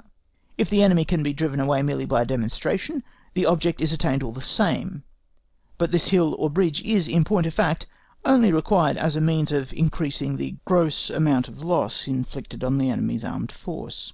It is the case on the field of battle, much more must it be so on the whole theatre of war, when not only one army is opposed to another, but one state, one nation, one whole country to another. Here the number of possible relations, and consequently possible combinations, is much greater, the diversity of measures increased, and by the gradation of objects, each subordinate to another, the first means employed is further apart from the ultimate object. It is therefore for many reasons possible that the object of a combat is not the destruction of the enemy's force, that is, of the force immediately opposed to us, but that this only appears as a means. But in all such cases it is no longer a question of complete destruction, for the combat is here nothing else but a measure of strength, has in itself no value except that of the present result, that is, of its decision. But a measuring of strength may be effected in cases where the opposing sides are very unequal, by a mere comparative estimate. In such cases no fighting will take place, and the weaker will immediately give way. If the object of the combat is not always the destruction of the enemy's force therein engaged, and if its object can often be attained as well without the combat taking place at all, by merely making a resolve to fight, and by the circumstances to which the resolution gives rise, then that explains how a whole campaign may be carried on with great activity without the actual combat playing any notable part in it. That this may be so, military history proves by 100 examples. How many of those cases can be justified, that is, without involving a contradiction, and whether some of the celebrities who rose out of them would stand criticism, we shall leave undecided, for all we have to do with the matter is to show the possibility of such a course of events in war. We have only one means in war, the battle, but this means, by the infinite variety of paths in which it may be applied, leads us into all the different ways which the multiplicity of objects allows of, so that we seem to have gained nothing, but that is not the case, for from this unity of means proceeds a thread which assists the study of the subject, as it runs through the whole web of military activity and holds it together. But we have considered the destruction of the enemy's force as one of the objects which may be pursued in war, and left undecided what relative importance should be given to it amongst other objects. In certain cases it will depend on circumstances, and as a general question we have left its value undetermined. We are once more brought back upon it, and we shall be able to get an insight into the value which must necessarily be accorded to it. The combat is the single activity in war. In the combat, the destruction of the enemy opposed to us is the means to the end. It is so even when the combat does not actually take place, because in that case there lies at the root of the decision the supposition, at all events, that this destruction is to be regarded as beyond doubt. It follows, therefore, that the destruction of the enemy's military force is the foundation stone of all action in war, the great support of all combinations which rest upon it, like the arch on its abutments. All action, therefore, takes place on the supposition that if the solution by force of arms which lies at its foundation should be realised, it will be a favourable one. The decision by arms is, for all operations in a war, great and small, what cash payment is in bill transactions. However remote from each other these relations, however seldom the realisation may take place, still it can never entirely fail to occur. If the decision by arms lies at the foundation of all combinations, then it follows that the enemy can defeat each of them by gaining a victory on the field, not merely in the one on which our combination directly depends, but also in any other encounter, if it is only important enough. For every important decision by arms, that is, destruction of the enemy's forces, reacts upon all preceding it, because, like a liquid element, they tend to bring themselves to a level.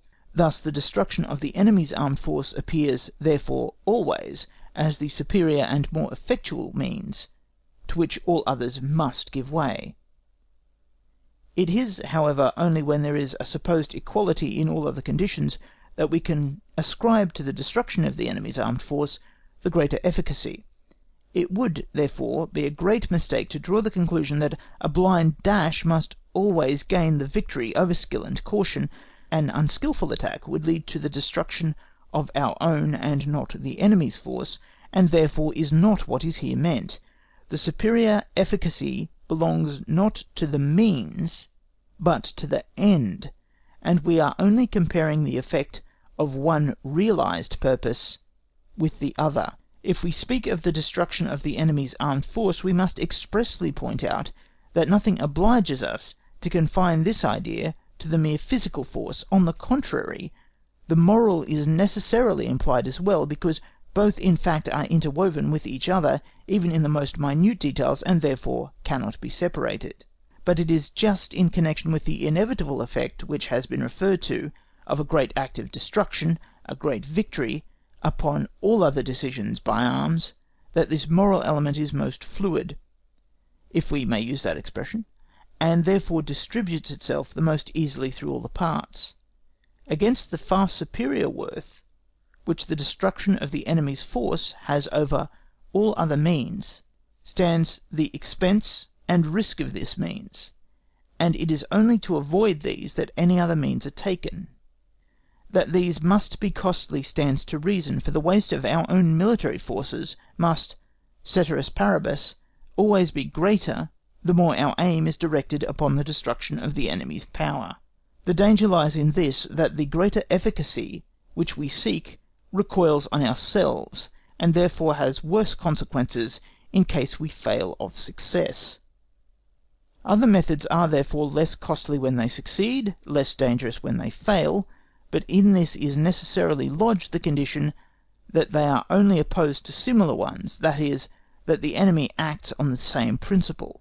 For if the enemy should choose the way of a great decision by arms, our means must on that account be changed against our will in order to correspond with his.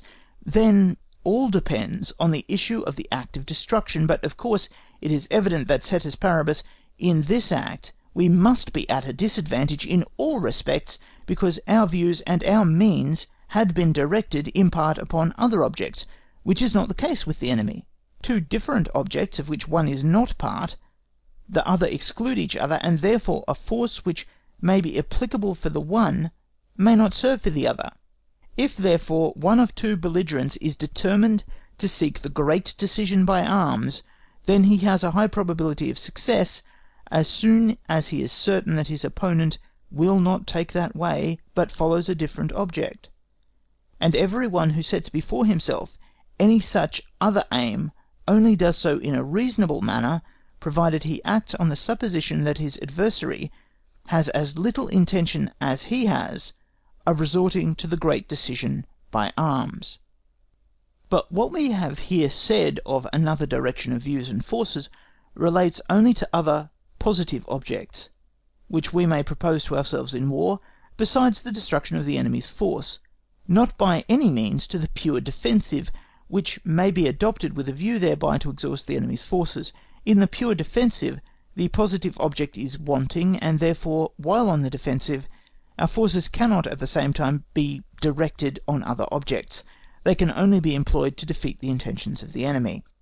We have now to consider the opposite of the destruction of the enemy's armed force, that is to say, the preservation of our own.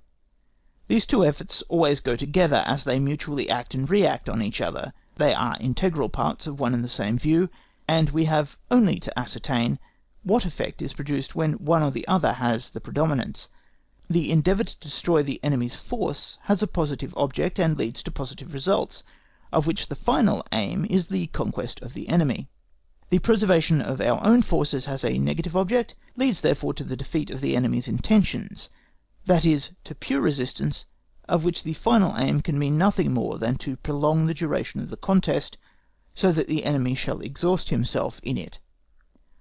The effort with a positive object calls into existence the act of destruction. The effort with the negative object awaits it.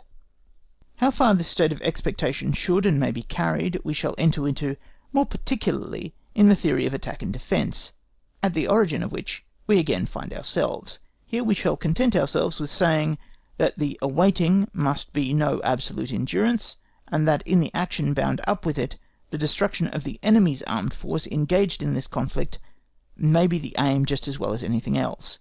It would therefore be a great error in the fundamental idea to suppose that the consequence of the negative course is that we are precluded from choosing the destruction of the enemy's military force as our object, and must prefer a bloodless solution. The advantage which the negative effort gives may certainly lead to that, but only at the risk of its not being the most advisable method, as the question is dependent on totally different conditions, resting not with ourselves but with our opponents. This other bloodless way cannot, therefore, be looked upon at all as the natural means of satisfying our great anxiety to spare our forces. On the contrary, when circumstances are not favourable, it would be the means of completely ruining them. Very many generals have fallen into this error and been ruined by it. The only necessary effect resulting from the superiority of the negative effort is the delay of the decision, so that the party acting takes refuge in that way, as it were, in the expectation of the decisive moment. The consequence of that is generally the postponement of the action as much as possible in time, and also in space, in so far as space is in connection with it. If the moment has arrived in which this can no longer be done without ruinous disadvantage, then the advantage of the negative must be considered as exhausted, and then comes forward unchanged the effort for the destruction of the enemy's force, which was kept back by a counterpoise, but never discarded. We have seen, therefore, in the foregoing reflections, that there are many ways to the aim, that is, to the attainment of the political object, but that the only means is the combat, and that consequently everything is subject to a supreme law, which is the decision by arms. That where this is really demanded by one, it is a redress which cannot be refused by the other, that therefore a belligerent who takes any other way must make sure that his opponent will not take this means of redress, or his cause may be lost in that supreme court. Hence, therefore, the destruction of the enemy's armed force, amongst all the objects which can be pursued in war, appears always as the one which overrules all others. What may be achieved by combinations of another kind in war, we shall only learn in the sequel, and naturally only by degrees. We content ourselves here with acknowledging in general their possibility as something pointing to the difference between reality and the conception, and to the influence of particular circumstances. But we could not avoid showing at once that the bloody solution of the crisis, the effort for the destruction of the enemy's force, is the firstborn son of war. If, when political objects are unimportant, motives weak, the excitement of forces small, a cautious commander tries in all kinds of ways, without great crises and bloody solutions, to twist himself skilfully into a peace through the characteristic weaknesses of his enemy in the field and in the cabinet, we have no right to find fault with him, if the premises on which he acts are well founded and justified by success.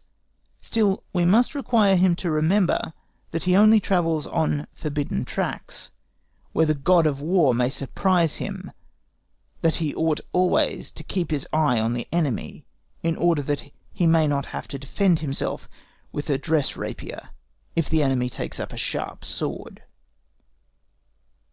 The consequences of the nature of war, how ends and means act in it, how in the modifications of reality it deviates sometimes more, sometimes less, from its strict conception, fluctuating backwards and forwards, yet always remaining under that strict conception as under a supreme law, all this we must retain before us and bear constantly in mind in the consideration of each of the succeeding subjects, if we would rightly comprehend their true relations and proper importance, and not become involved incessantly in the most glaring contradictions with the reality, and at last with our own selves.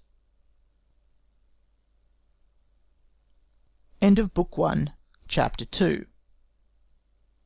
Book 1, Chapter 3. The Genius for War. Every special calling in life, if it is to be followed with success, requires peculiar qualifications of understanding and soul. Where these are of high order and manifest themselves by extraordinary achievements, the mind to which they belong is termed genius. We know very well that this word is used in many significations which are very different both in extent and nature, and that with many of these significations it is a very difficult task to define the essence of genius. But as we neither profess to be philosopher nor grammarian, we must be allowed to keep to the meaning usual in ordinary language, and to understand by genius a very high mental capacity for certain employments. We wish to stop for a moment over this faculty and dignity of the mind, in order to vindicate its title, and to explain more fully the meaning of the conception. But we shall not dwell on that, genius, which has obtained its title through a very great talent, on genius properly so called. That is a conception which has no defined limits.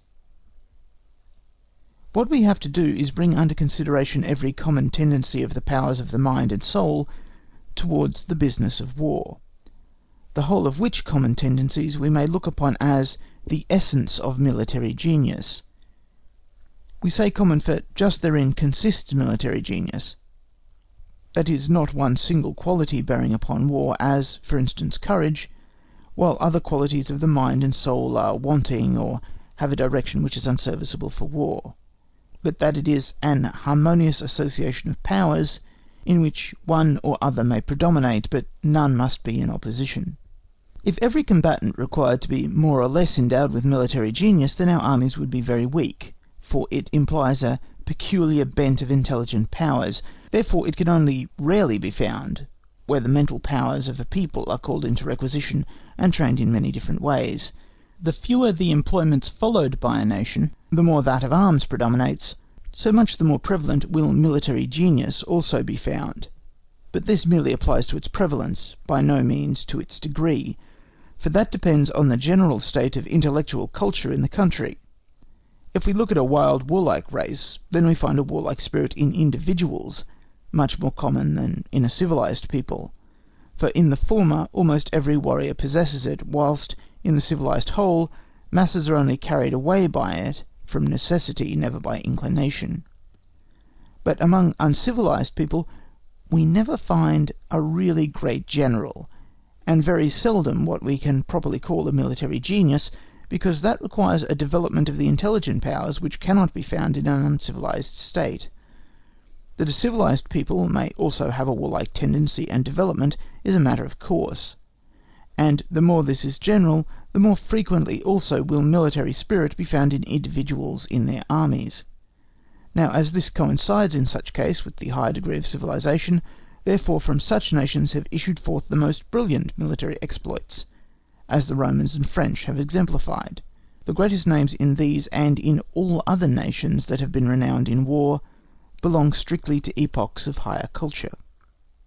From this we may infer how great a share the intelligent powers have in a superior military genius. We shall now look more closely into this point. War is the province of danger, and therefore courage above all things is the first quality of a warrior. Courage is of two kinds: the first, physical courage, or courage in the presence of danger to the person, and next, moral courage, or courage before responsibility, whether it be before the judgment seat of external authority, or of the inner power, the conscience. We only speak here of the first. Courage before danger to the person, again, is of two kinds. First, it may be indifference to danger, whether proceeding from the organism of the individual, contempt of death, or habit. In any of these cases it is to be regarded as a permanent condition. Secondly, courage may proceed from positive motives, such as personal pride, patriotism, enthusiasm of any kind. In this case, courage is not so much a normal condition as an impulse. We may conceive that the two kinds act differently. The first kind is more certain, because it has become a second nature, never forsakes the man. The second often leads him farther. In the first there is more of firmness, in the second of boldness. The first leaves the judgment cooler, the second raises its power at times, but often bewilders it. The two combined make up the most perfect kind of courage. War is the province of physical exertion and suffering. In order not to be completely overcome by them, a certain strength of body and mind is required, which, either natural or acquired, produces indifference to them. With these qualifications, under the guidance of simply a sound understanding, a man is at once a proper instrument for war, and these are the qualifications so generally to be met with amongst wild and half-civilized tribes. If we go further into the demands which war makes on it, then we find the powers of the understanding predominating. War is the province of uncertainty. 3/4 of those things upon which action in war must be calculated are hidden more or less in the clouds of great uncertainty. Here then, above all, a fine and penetrating mind is called for to search out the truth by the tact of its judgment. An average intellect may, at one time, perhaps hit upon this truth by accident, and extraordinary courage, at another, may compensate for the want of this tact, but in the majority of cases the average result will always bring to light the deficient understanding. War is the province of chance.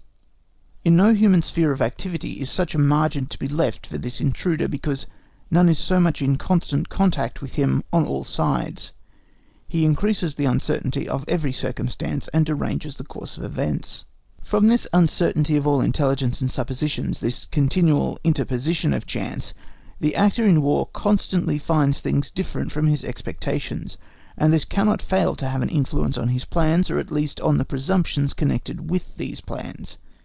If this influence is so great as to render the predetermined plan completely nugatory, then, as a rule, a new one must be substituted in its place, but at the moment the necessary data are often wanting for this, because in the course of action circumstances press for immediate decision, and allow no time to look about for fresh data, often not enough for mature consideration.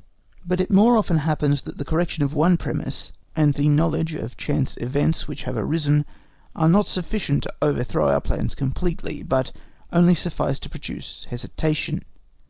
Our knowledge of circumstances has increased, but our uncertainty, instead of having been diminished, has only increased. The reason of this, that we do not gain all our experience at once, but by degrees, thus our determinations continue to be assailed incessantly by fresh experience, and the mind, if we may use that expression, must always be under arms. Now, if it is to get safely through this perpetual conflict with the unexpected, two qualities are indispensable. In the first place, an intellect which, even in the midst of this intense obscurity, is not without some traces of inner light, which lead to the truth, and then the courage to follow this light. The first is figuratively expressed by the French phrase coup d'œil. The other is resolution. As battle is the feature in war to which attention was originally chiefly directed, and as time and space are important elements in it, more particularly when cavalry with their rapid decisions were the chief arm, the idea of rapid and correct decision related in the first instance to the estimation of these two elements, and to denote the idea an expression was adopted which actually only points to a correct judgment by eye. Many teachers of the art of war then gave this limited signification as the definition of coup d'œil.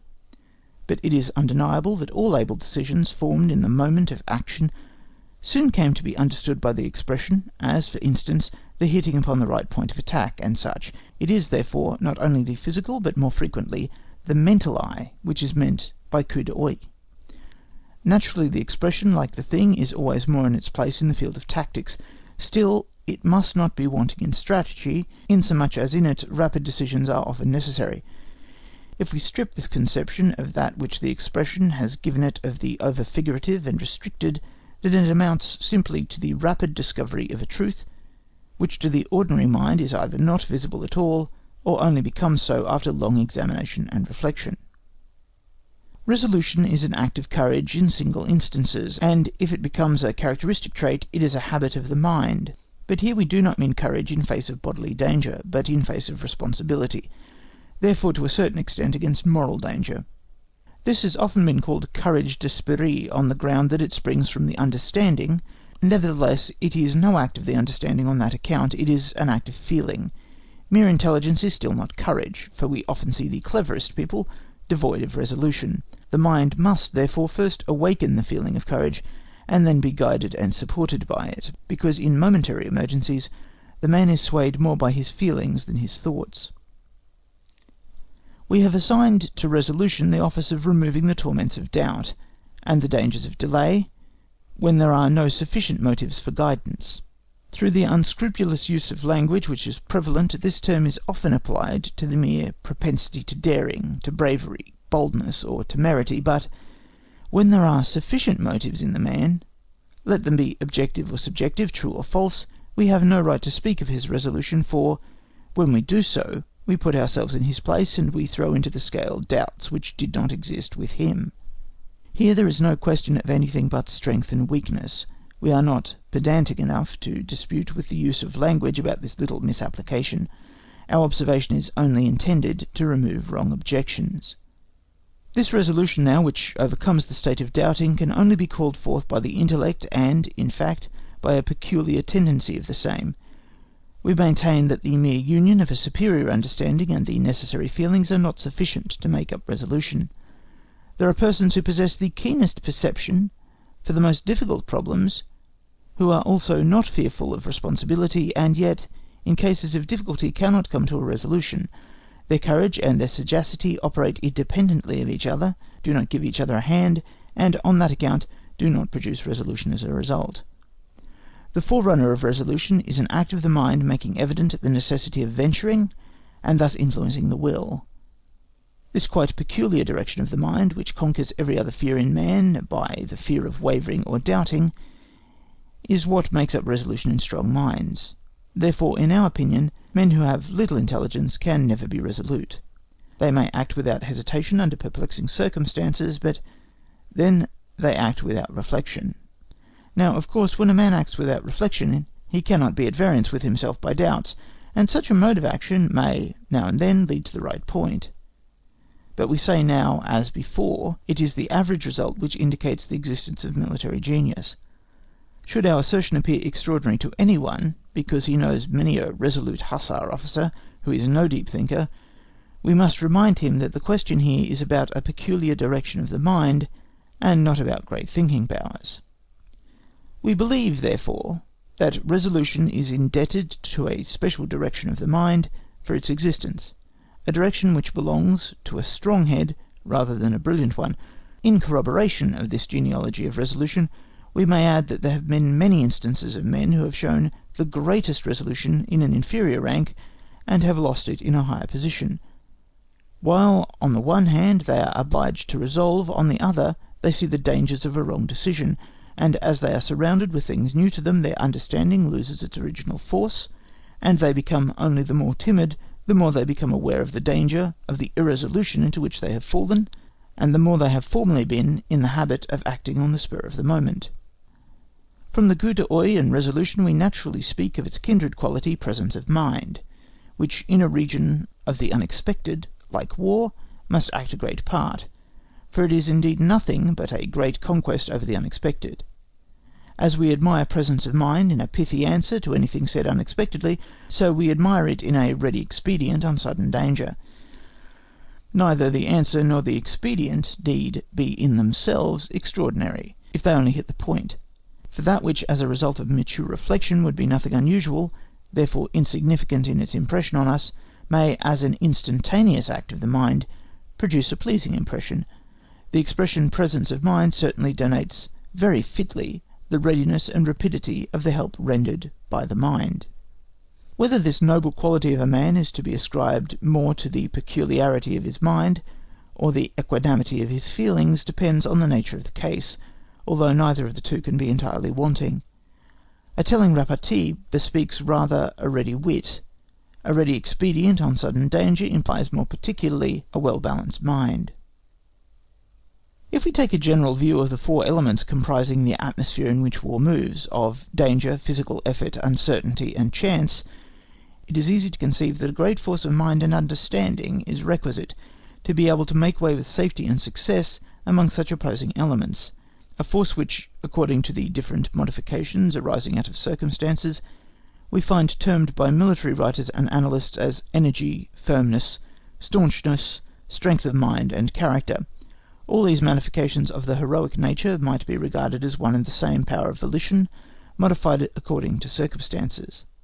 But nearly related as these things are to each other, still they are not one and the same, and it is desirable for us to distinguish here, a little more closely, at least, the action of the powers of the soul in relation to them.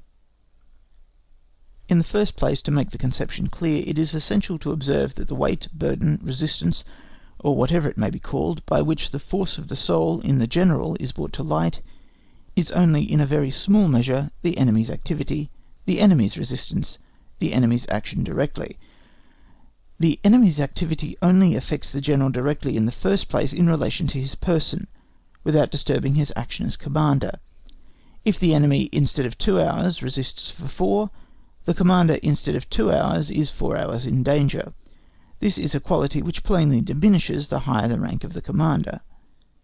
What is it for one in the post of commander-in-chief? It is nothing. Secondly, although the opposition offered by the enemy has a direct effect on the commander, through the loss of means arising from prolonged resistance, and the responsibility connected with that loss, and his force of will is first tested and called forth by these anxious considerations, still, we maintain, this is not the heaviest burden by far which he has to bear, because he has only himself to settle with. All the other effects of the enemy's resistance act directly upon the combatants under his command, and through them react upon him. As long as his men, full of good courage, fight with zeal and spirit, it is seldom necessary for the chief to show great energy of purpose in the pursuit of his object, but as soon as difficulties arise, and that must always happen when great results are at stake, then things no longer move on of themselves like a well-oiled machine. The machine itself begins to offer resistance, and to overcome this, the commander must have a great force of will. By this resistance we must not exactly suppose disobedience and murmurs, although these are frequent enough with particular individuals. It is the whole feeling of the dissolution of all physical and moral power. It is the heart-rending sight of the bloody sacrifice which the commander has to contend with in himself, and then in all others, who directly or indirectly transfer to him their impressions, feelings, anxieties, and desires. As the force in one individual after another becomes prostrated, and can no longer be excited and supported by an effort of his own will, the whole inertia of the mass gradually rests its weight on the will of the commander. By the spark in his breast, by the light of his spirit, the spark of purpose, the light of hope, must be kindled afresh in others.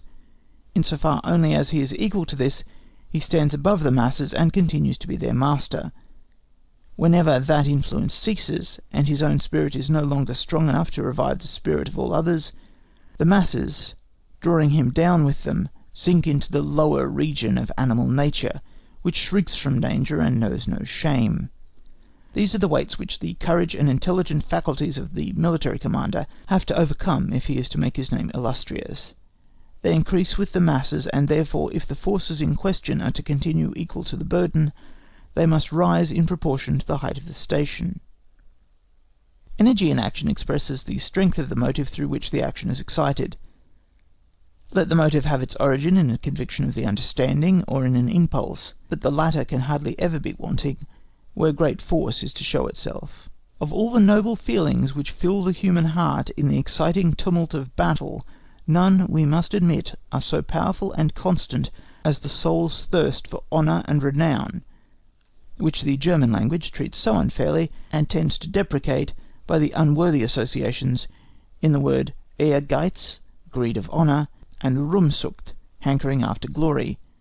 No doubt it is just in war that the abuse of these proud aspirations of the soul must bring upon the human race the most shocking outrages, but by their origin they are certainly to be counted amongst the noblest feelings which belong to human nature, and in war they are the vivifying principle which gives the enormous body a spirit, although other feelings may be more general in their influence, and many of them, such as love of country, fanaticism, revenge, enthusiasm of every kind, may seem to stand higher, the thirst for honour and renown still remains indispensable.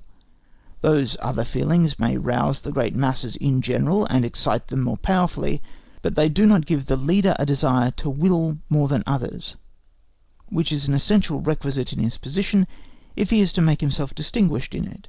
They do not, like the thirst for honour, make the military act specially the property of the leader, which he strives to turn to the best account, where he ploughs with toil, sows with care, that he may reap plentifully. It is through these aspirations we have been speaking of in commanders, from the highest to the lowest, this sort of energy, this spirit of emulation, these incentives, that the action of armies is chiefly animated and made successful. And now, as that which specially concerns the head of all, we ask, has there ever been a great commander destitute of the love of honour, or is such a character even conceivable?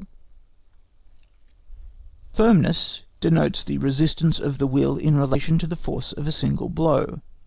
Staunchness in relation to a continuance of blows. Close as is the analogy between the two, and often as the one is used in place of the other, still there is a notable difference between them which cannot be mistaken, insomuch as firmness against a single powerful impression may have its root in the mere strength of a feeling, but staunchness must be supported rather by the understanding. For the greater duration of an action, the more systemic deliberation is connected with it, and from this staunchness partially derives its power. If we now turn to strength of mind, or soul, then the first question is, what are we to understand thereby?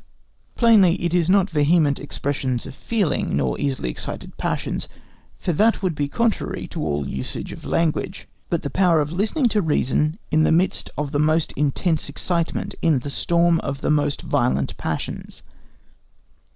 Should this power depend on the strength of understanding alone? We doubt it. The fact that there are men of the greatest intellect who cannot command themselves certainly proves nothing to the contrary, for we might say that it perhaps requires an understanding of a powerful rather than a comprehensive nature, but we believe we shall be nearer the truth if we assume that the power of submitting oneself to the control of the understanding, even in moments of the most violent excitement of the feelings, that power which we call self-command, has its root in the heart itself. It is, in point of fact, another feeling, which in strong minds balances the excited passions without destroying them, and it is only through this equilibrium that mastery of the understanding is secured. This counterpoise is nothing but a sense of the dignity of man, that noblest pride, that deep-seated desire of the soul always to act as a being endued with understanding and reason. We may therefore say that a strong mind is one which does not lose its balance, even under the most violent excitement. If we cast a glance at the variety to be observed in the human character in respect to feeling, we find, first, some people who have very little excitability, who are called phlegmatic or indolent; second, some very excitable, but whose feelings still never overstep certain limits, and who are therefore known as men full of feeling, but sober-minded. Thirdly, there are those very easily roused, whose feelings blaze up quickly and violently like gunpowder, but do not last. Fourthly and lastly, those who cannot be moved by slight causes, and who generally are not to be roused suddenly, but only gradually, but whose feelings become very powerful and are much more lasting. These are men with strong passions, lying deep and latent.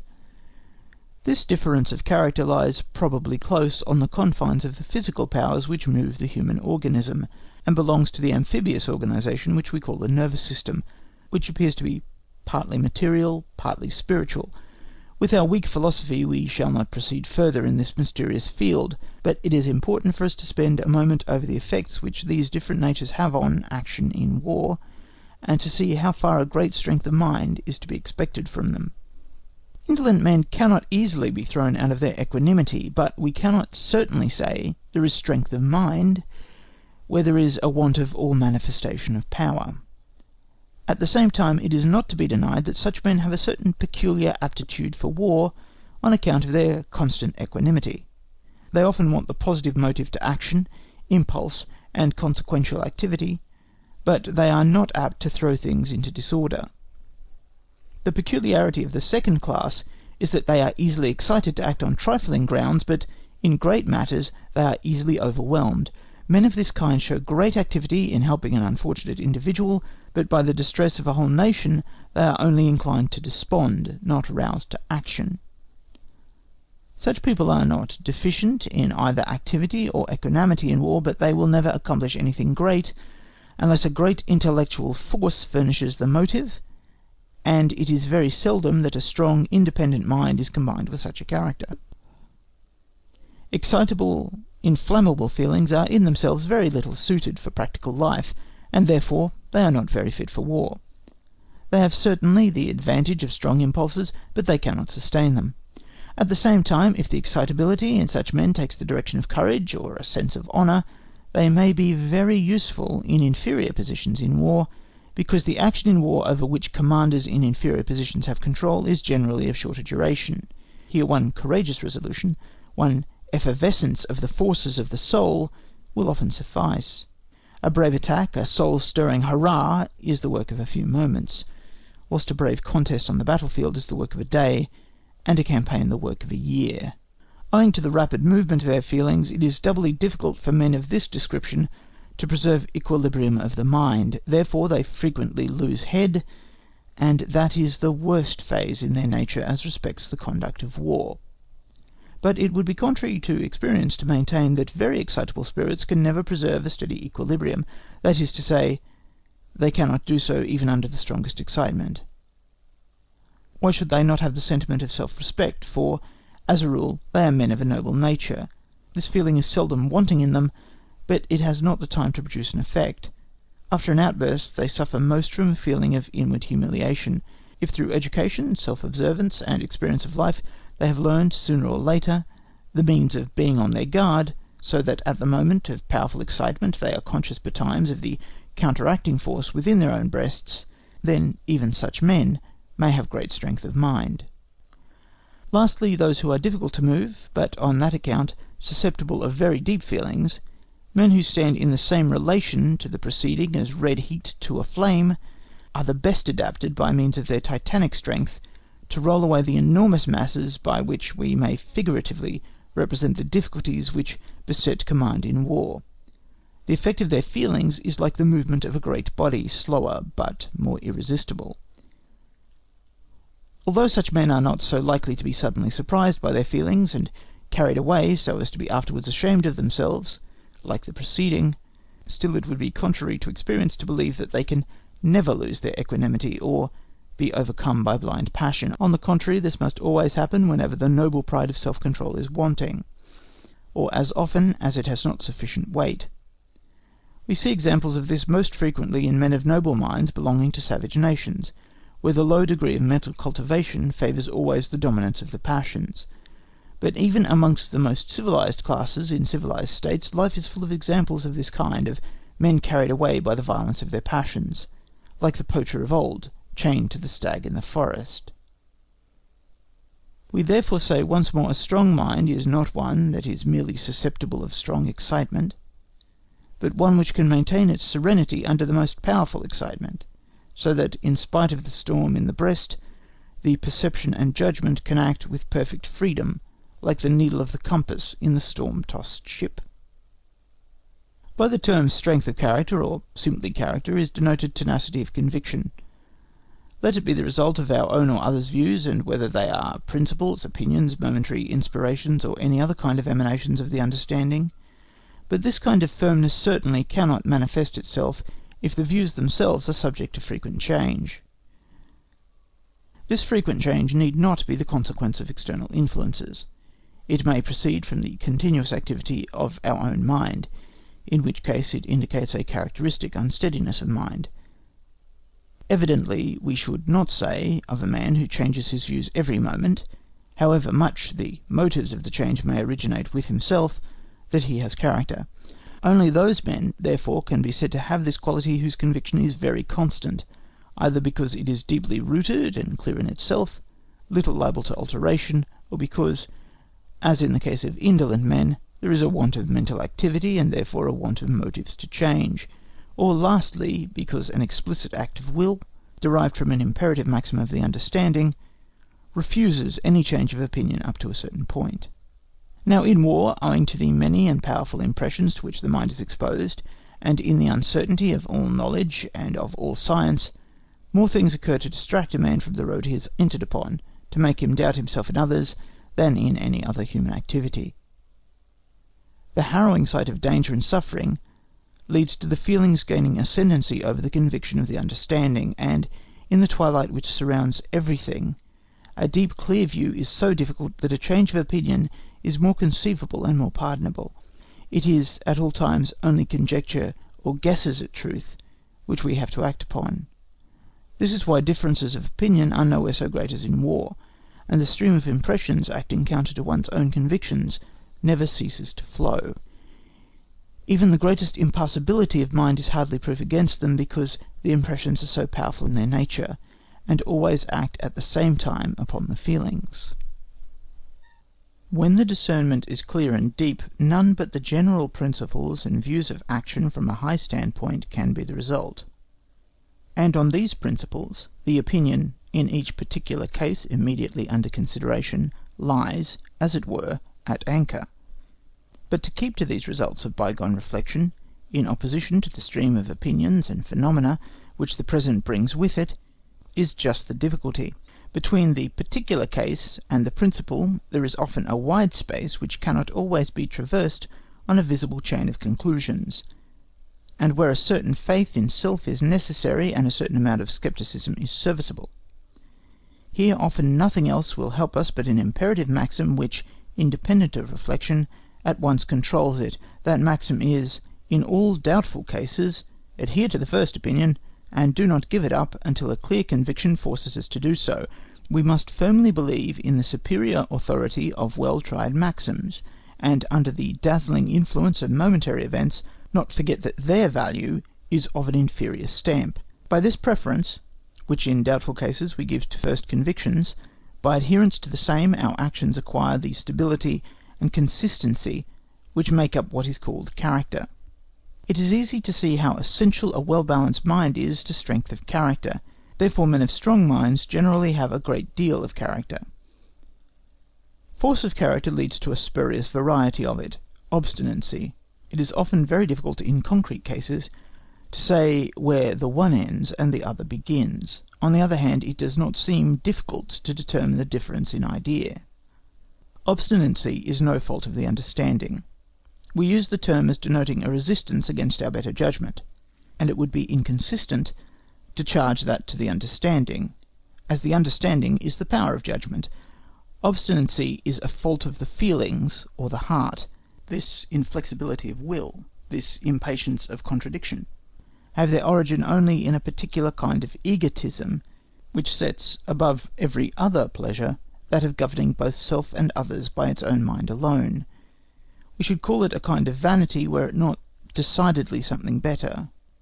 Vanity is satisfied with mere show, but obstinacy rests upon the enjoyment of the thing. We say, therefore, force of character degenerates into obstinacy whenever the resistance to opposing judgments proceeds not from better convictions or a reliance upon a trustworthy maxim, but from a feeling of opposition.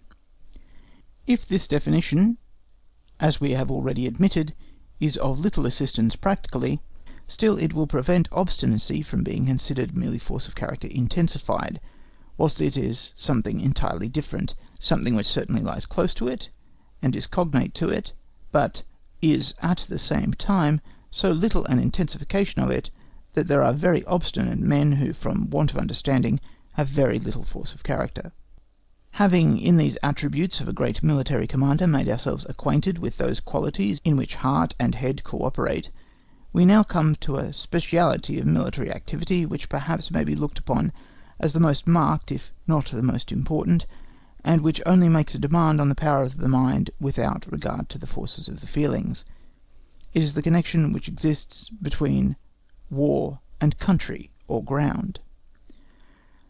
This connection is, in the first place, a permanent condition of war, for it is impossible to imagine our organised armies effecting any operation otherwise than in some given space. It is, secondly, of the most decisive importance, because it modifies, at times completely alters, the action of all forces. Thirdly, while on the one hand it often concerns the most minute features of locality, on the other it may apply to immense tracts of country. In this manner a great peculiarity is given to the effect of this connection of war with country and ground. If we think of other occupations of man which have a relation to these objects, on horticulture, agriculture, on building houses and hydraulic works, on mining, on the chase, and forestry, they are all confined within very limited spaces, which may be soon explored with sufficient exactness. But the commander in war must commit the business he has in hand to a corresponding space which his eye cannot survey, which the keenest zeal cannot always explore, and with which, owing to the constant changes taking place, he can also seldom become properly acquainted. Certainly the enemy generally is in the same situation. Still, in the first place, the difficulty, although common to both, is not the less a difficulty, and he who by talent and practice overcomes it will have a great advantage on his side. Secondly, this equality of the difficulty of both sides is merely an abstract supposition, which is rarely realized in the particular case, as one of the two opponents, the defensive, usually knows much more about the locality than his adversary. This very peculiar difficulty must be overcome by a natural mental gift of a special kind, which is known by the, too restricted term, of the Orison sense of locality. It is the power of quickly forming a correct geometrical idea of any portion of country, and consequently of being able to find one's place in it exactly at any time. This is plainly an act of the imagination. The perception no doubt is formed partially by means of the physical eye, partially by the mind, which fills up what is wanting with ideas derived from knowledge and experience, and out of the fragments visible to the physical eye forms a whole. But that this whole should present itself vividly to the reason, should become a picture, a mentally drawn map, that this picture should be fixed, that the details should never again separate themselves, all that can only be effected by the mental faculty which we call imagination.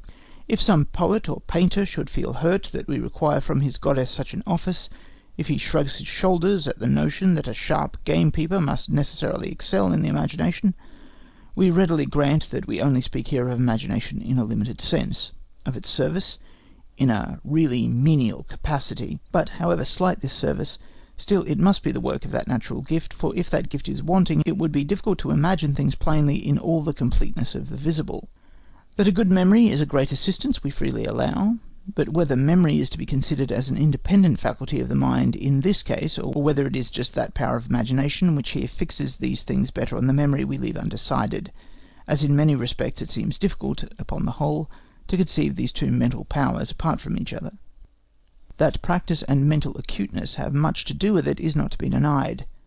Puysegur, the celebrated quartermaster general of the famous Luxembourg, used to say that he had very little confidence in himself in this respect at first, because if he had to fetch the parole from a distance, he always lost his way.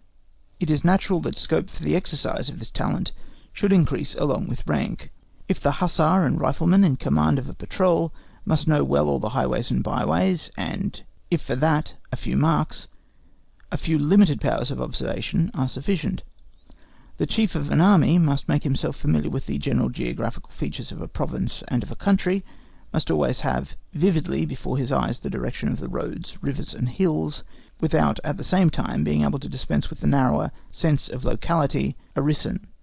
No doubt information of various kinds as to objects in general, maps, books, memoirs, and for details the assistance of his staff, are a great help to him, but it is nevertheless certain that if he has himself a talent for forming an ideal picture of a country quickly and distinctly, it lends to his action an easier and firmer step, saves him from a certain mental helplessness, and makes him less dependent on others.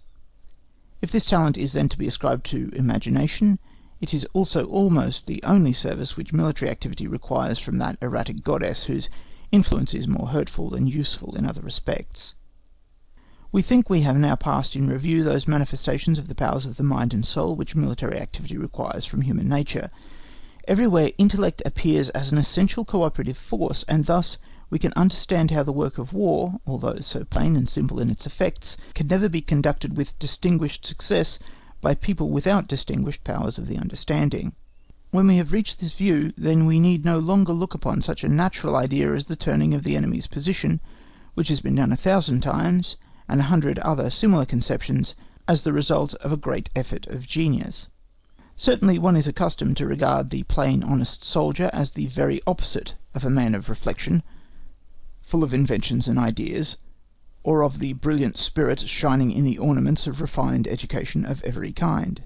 This antithesis is also by no means devoid of truth, but it does not show that the efficacy of the soldier consists only in his courage, and that there is no particular energy and capacity of the brain required in addition to make a man merely what is called a true soldier. We must again repeat that there is nothing more common than to hear of men losing their energy on being raised to a higher position, to which they do not feel themselves equal. But we must also remind our readers that we are speaking of preeminent services, of such as give renown in the branch of activity to which they belong. Each grade of command in war, therefore, forms its own stratum of requisite capability of fame and honour. An immense space lies between a general, that is, one who is at the head of a whole war, or theatre of a war, and his second in command, for the simple reason that the latter is in a more immediate subordination to a superior authority and supervision, consequently is restricted to a more limited sphere of independent thought. This is why common opinion sees no room for the exercise of high talent except in high places, and looks upon an ordinary capacity as sufficient for all beneath. This is why people are rather inclined to look upon a subordinate general, grown grey in the service, and in whom constant discharge of routine duties has produced a decided poverty of mind, as a man of failing intellect, and with all respect for his bravery to laugh at his simplicity. It is not our object to gain for these brave men a better lot. That would contribute nothing to their efficiency, and little to their happiness. We wish only to represent things as they are, and to expose the error of believing that a mere bravo without intellect can make himself distinguished in war. As we consider distinguished talents requisite for those who are to attain distinction, even in inferior positions, it naturally follows that we think highly of those who fill with renown the place of second in command of an army, and their seeming simplicity of character as compared with a polyhistor, with ready men of business, or with councillors of state, must not lead us astray as to the superior nature of their intellectual activity. It happens sometimes that men import the fame gained in an inferior position to a higher one, without in reality deserving it in the new position, and then, if they are not much employed, and therefore not much exposed to the risk of showing their weak points, the judgment does not distinguish very exactly what degree of fame is really due to them, and thus such men are often the occasion of too low an estimate being formed of the characteristics required to shine in certain situations. For each station, from the lowest upwards, to render distinguished services in war, there must be a particular genius, but the title of genius, history and the judgment of posterity only confer, in general, on those minds which have shone in the highest rank, that of commanders-in-chief. The reason is that here, in point of fact, the demand on reasoning and intellectual powers is much greater. To conduct a whole war, or its great acts, which we call campaigns, to a successful termination, there must be an intimate knowledge of state policy and its higher relations. The conduct of the war and the policy of state here coincide, and the general becomes, at the same time, the statesman. We do not give Charles XII the name of a great genius, because he could not make the power of his sword subservient to a higher judgment and philosophy, could not attain by it to a glorious object. We do not give that title to Henry IV. of France, because he did not live long enough to set at rest the relations of different states by his military activity, and to occupy himself in that higher field where noble feelings and a chivalrous disposition have less to do in mastering the enemy than in overcoming internal dissension. In order that the reader may appreciate all that must be comprehended and judged of correctly at a glance by a general, we refer to the first chapter. We say the general becomes a statesman, but he must not cease to be the general. He takes in view all the relations of the state on one hand, on the other he must know exactly what he can do with the means at his disposal. As the diversity and undefined limits of all the circumstances bring a great number of factors into consideration in war, as the most of these factors can only be estimated according to probability, therefore, if the chief of an army does not bring to bear upon them a mind with an intuitive perception of the truth, a confusion of ideas and views must take place, in the midst of which the judgment will become bewildered. In this sense, Bonaparte was right when he said that many of the questions which come before a general for decision would make problems for a mathematical calculation not unworthy of the powers of Newton or Euler. What is here required from the higher powers of the mind is a sense of unity, and a judgment raised to such a compass as to give the mind an extraordinary faculty of vision, which in its range allays and sets aside 1,000 dim notions which an ordinary understanding could only bring to light with great effort, and over which it would exhaust itself. But this higher activity of mind, this glance of genius, would still not become matter of history if the qualities of temperament and character of which we have treated did not give it their support. Truth alone is but a weak motive of action with men, and hence there is always a great difference between knowing and action, between science and art. The man receives the strongest impulse to action through the feelings, and the most powerful succour, if we may use that expression, through those faculties of heart and mind which we have considered under the terms of resolution, firmness, perseverance, and force of character.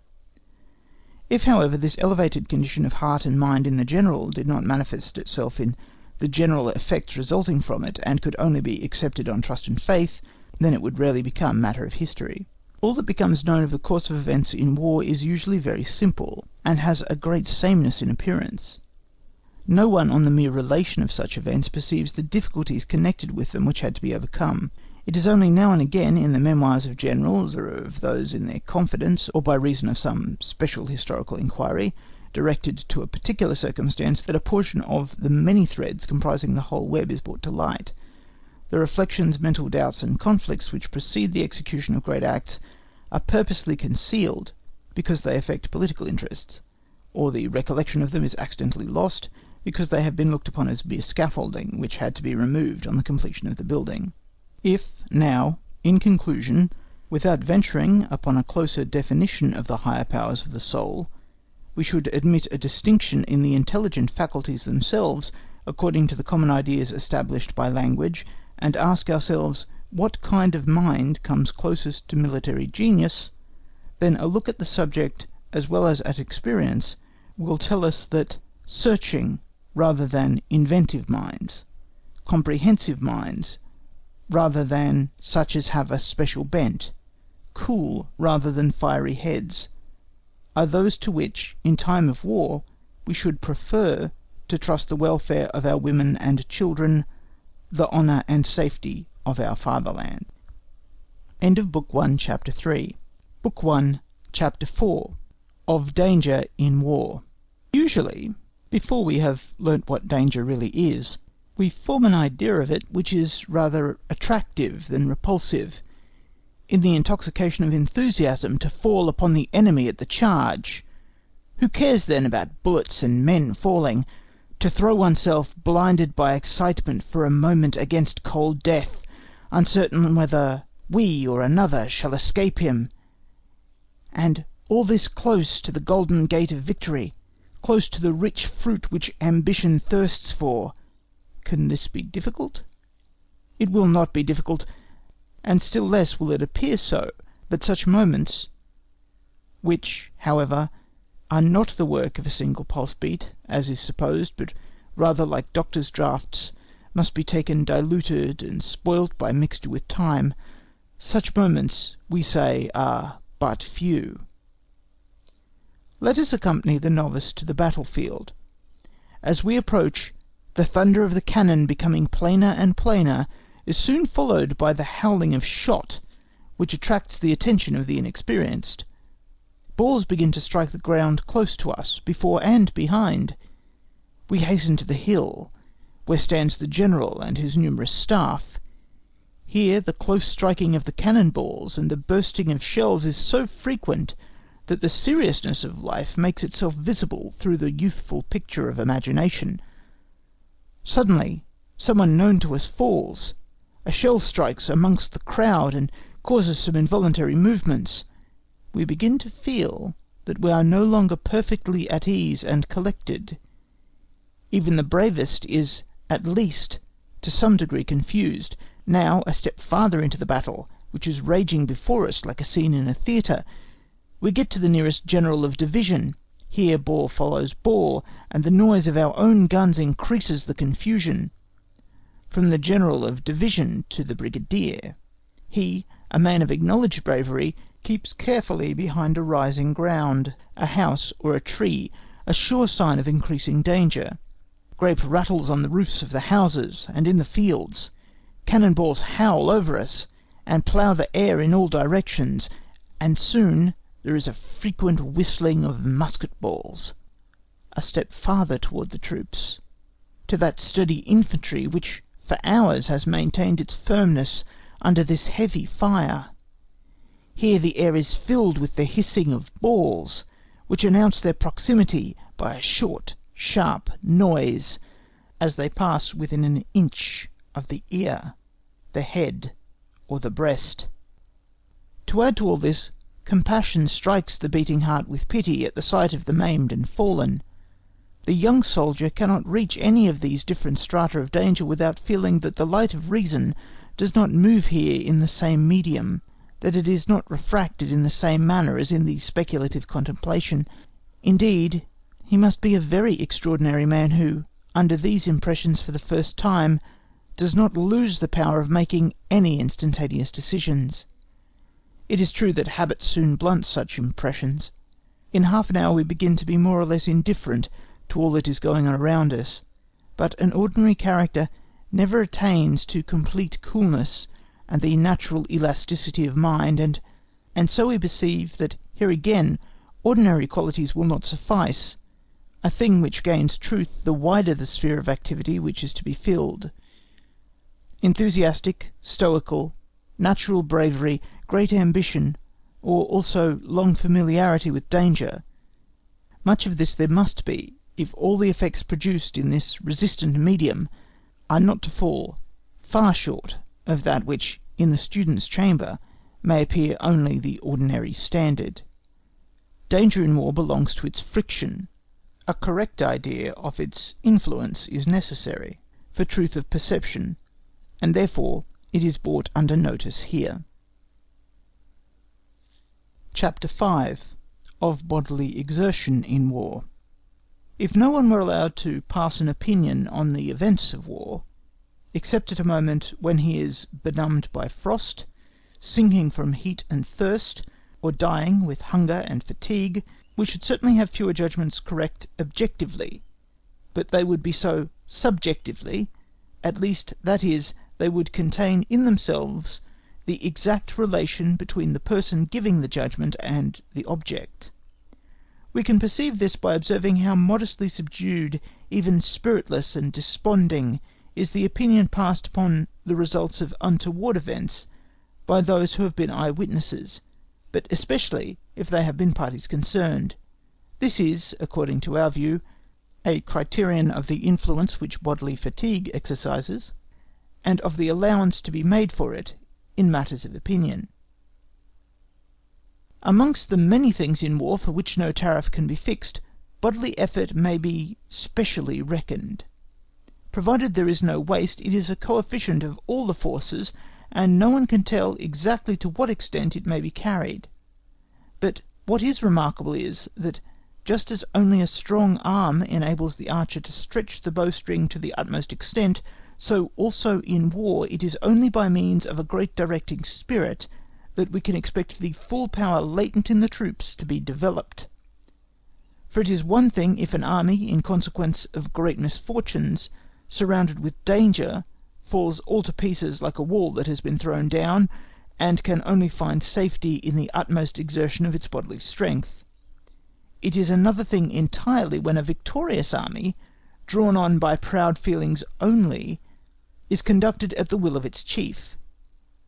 The same effort which in one case might at most excite our pity, must in the other call forth our admiration, because it is much more difficult to sustain. By this comes to light for the inexperienced eye one of those things which put fetters in the dark, as it were, on the action of the mind, and wear out in secret the powers of the soul. Although here the question is strictly only respecting the supreme effort required by a commander from his army, by a leader from his followers, therefore of the spirit to demand it, and of the art of getting it, still the personal physical exertion of generals and of the chief commander must not be overlooked. Having brought the analysis of war conscientiously up to this point, we could not but take account also of the weight of this small remaining residue. We have spoken here of bodily effort, chiefly because, like danger, it belongs to the fundamental causes of friction, and because its indefinite quantity makes it like an elastic body, the friction of which is well known to be difficult to calculate. To check the abuse of these considerations, of such a survey of things which might aggravate the difficulties of war, nature has given our judgment a guide in our sensibilities, just as an individual cannot with advantage refer to his personal deficiencies if he is insulted and ill-treated, but may well do so if he has successfully repelled the affront, or fully revenged it, so no commander or army will lessen the impression of a disgraceful defeat by depicting the danger, the distress, the exertions, things which would immensely enhance the glory of a victory. Thus our feeling, which after all is only a higher kind of judgment, forbids us to do what seems an act of justice to which our judgment would be inclined. Chapter 6. Information in War. By the word information we denote all the knowledge which we have of the enemy and his country, therefore, in fact, the foundation of all our ideas and actions. Let us consider the nature of this foundation, its want of trustworthiness, its changefulness, and we shall soon feel what a dangerous edifice war is, how easily it may fall to pieces and bury us in its ruins. For although it is a maxim in all books that we should trust only certain information, that we must always be suspicious, that is only a miserable book comfort, belonging to that description of knowledge in which writers of systems and compendiums take refuge for want of anything better to say. Great part of the information obtained in war is contradictory, a still greater part is false, and by far the greatest part is of a doubtful character. What is required of an officer is a certain power of discrimination, which only knowledge of men and things and good judgment can give. The law of probability must be his guide. This is not a trifling difficulty, even in respect of the first plans, which can be formed in the chamber outside the real sphere of war, but it is enormously increased when in the thick of war itself one report follows hard upon the heels of another. It is then fortunate if these reports, in contradicting each other, show a certain balance of probability, and thus call forth a scrutiny. It is much worse for the inexperienced when accident does not render him this service, but one report supports another, confirms it, magnifies it, finishes off the picture with fresh touches of colour, until necessity in urgent haste forces from us a resolution which will soon be discovered to be folly, all those results having been lies, exaggerations, errors, and such and such.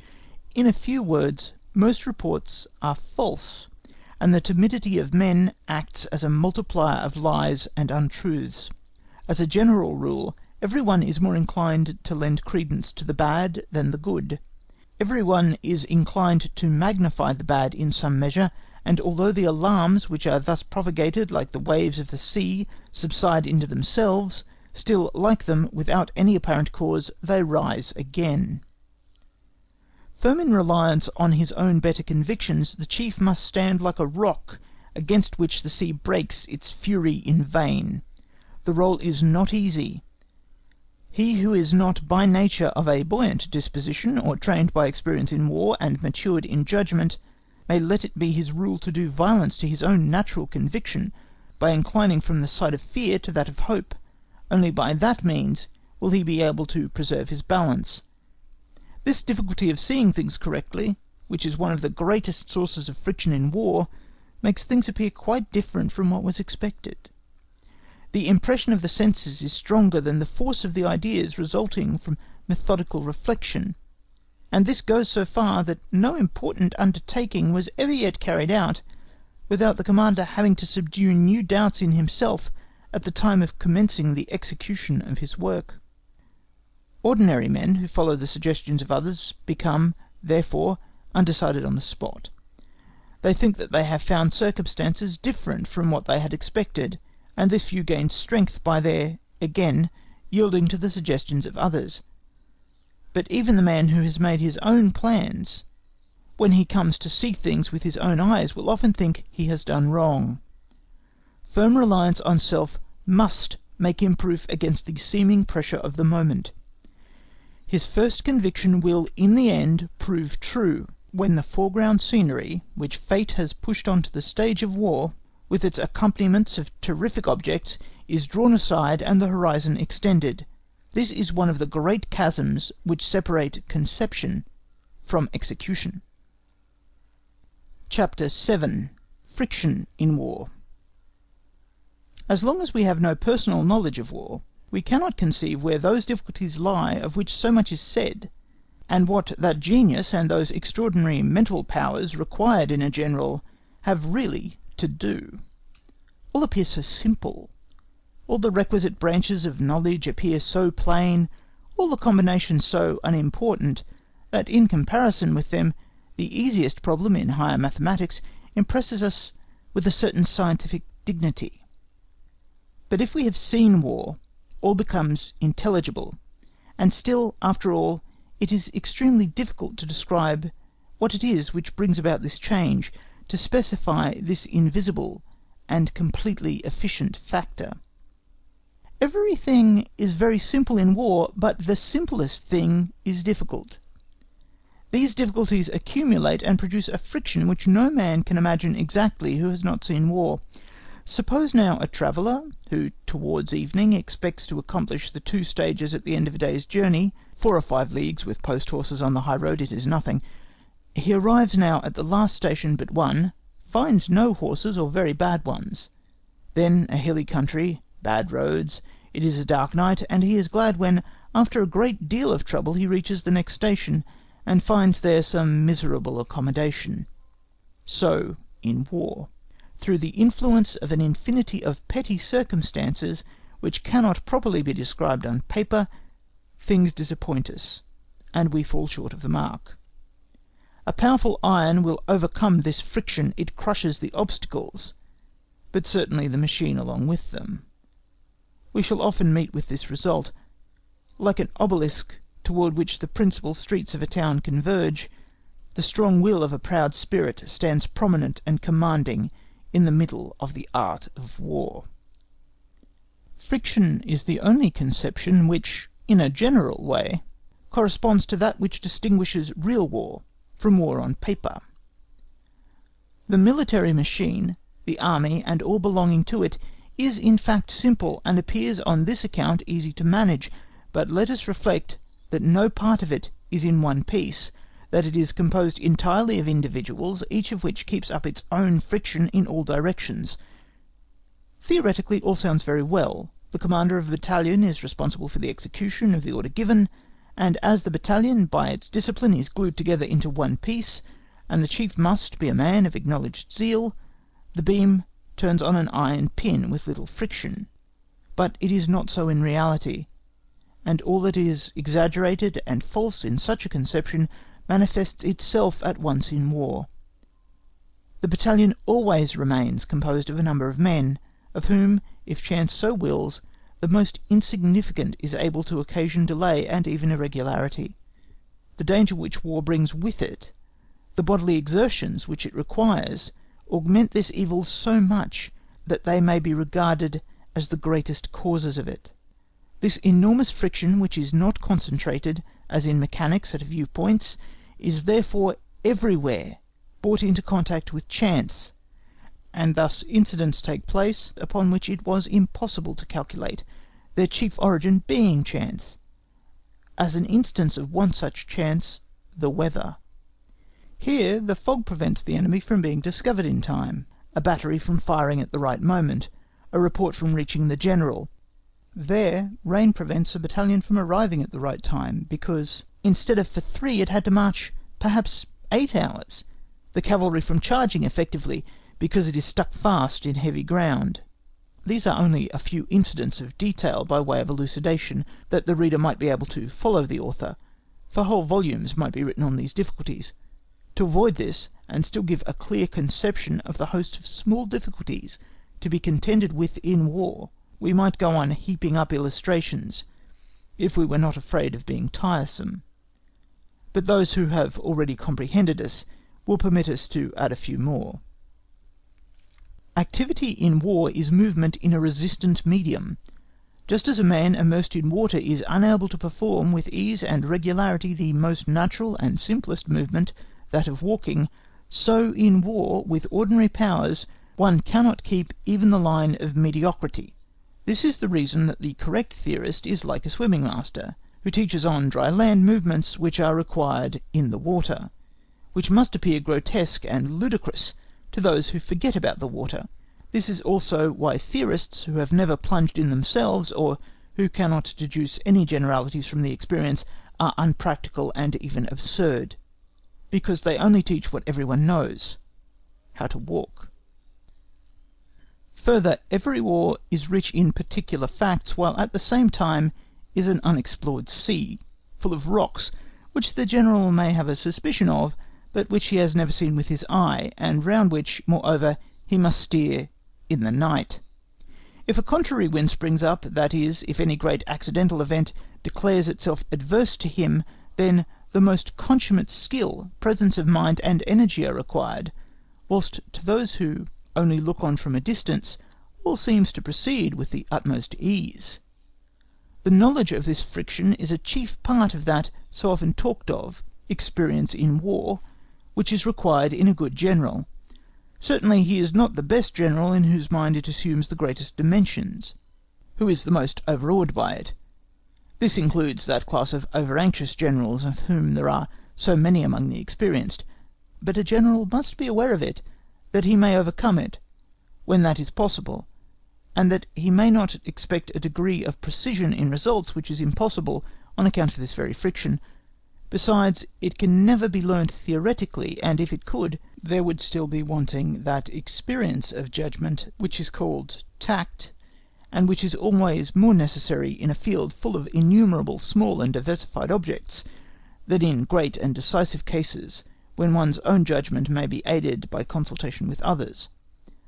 Just as the man of the world, through tact of judgment, which has become habit, speaks, acts, and moves only as suits the occasion, so the officer experienced in war will always, in great and small matters, at every pulsation of war, as we may say, decide and determine the suitability to the occasion.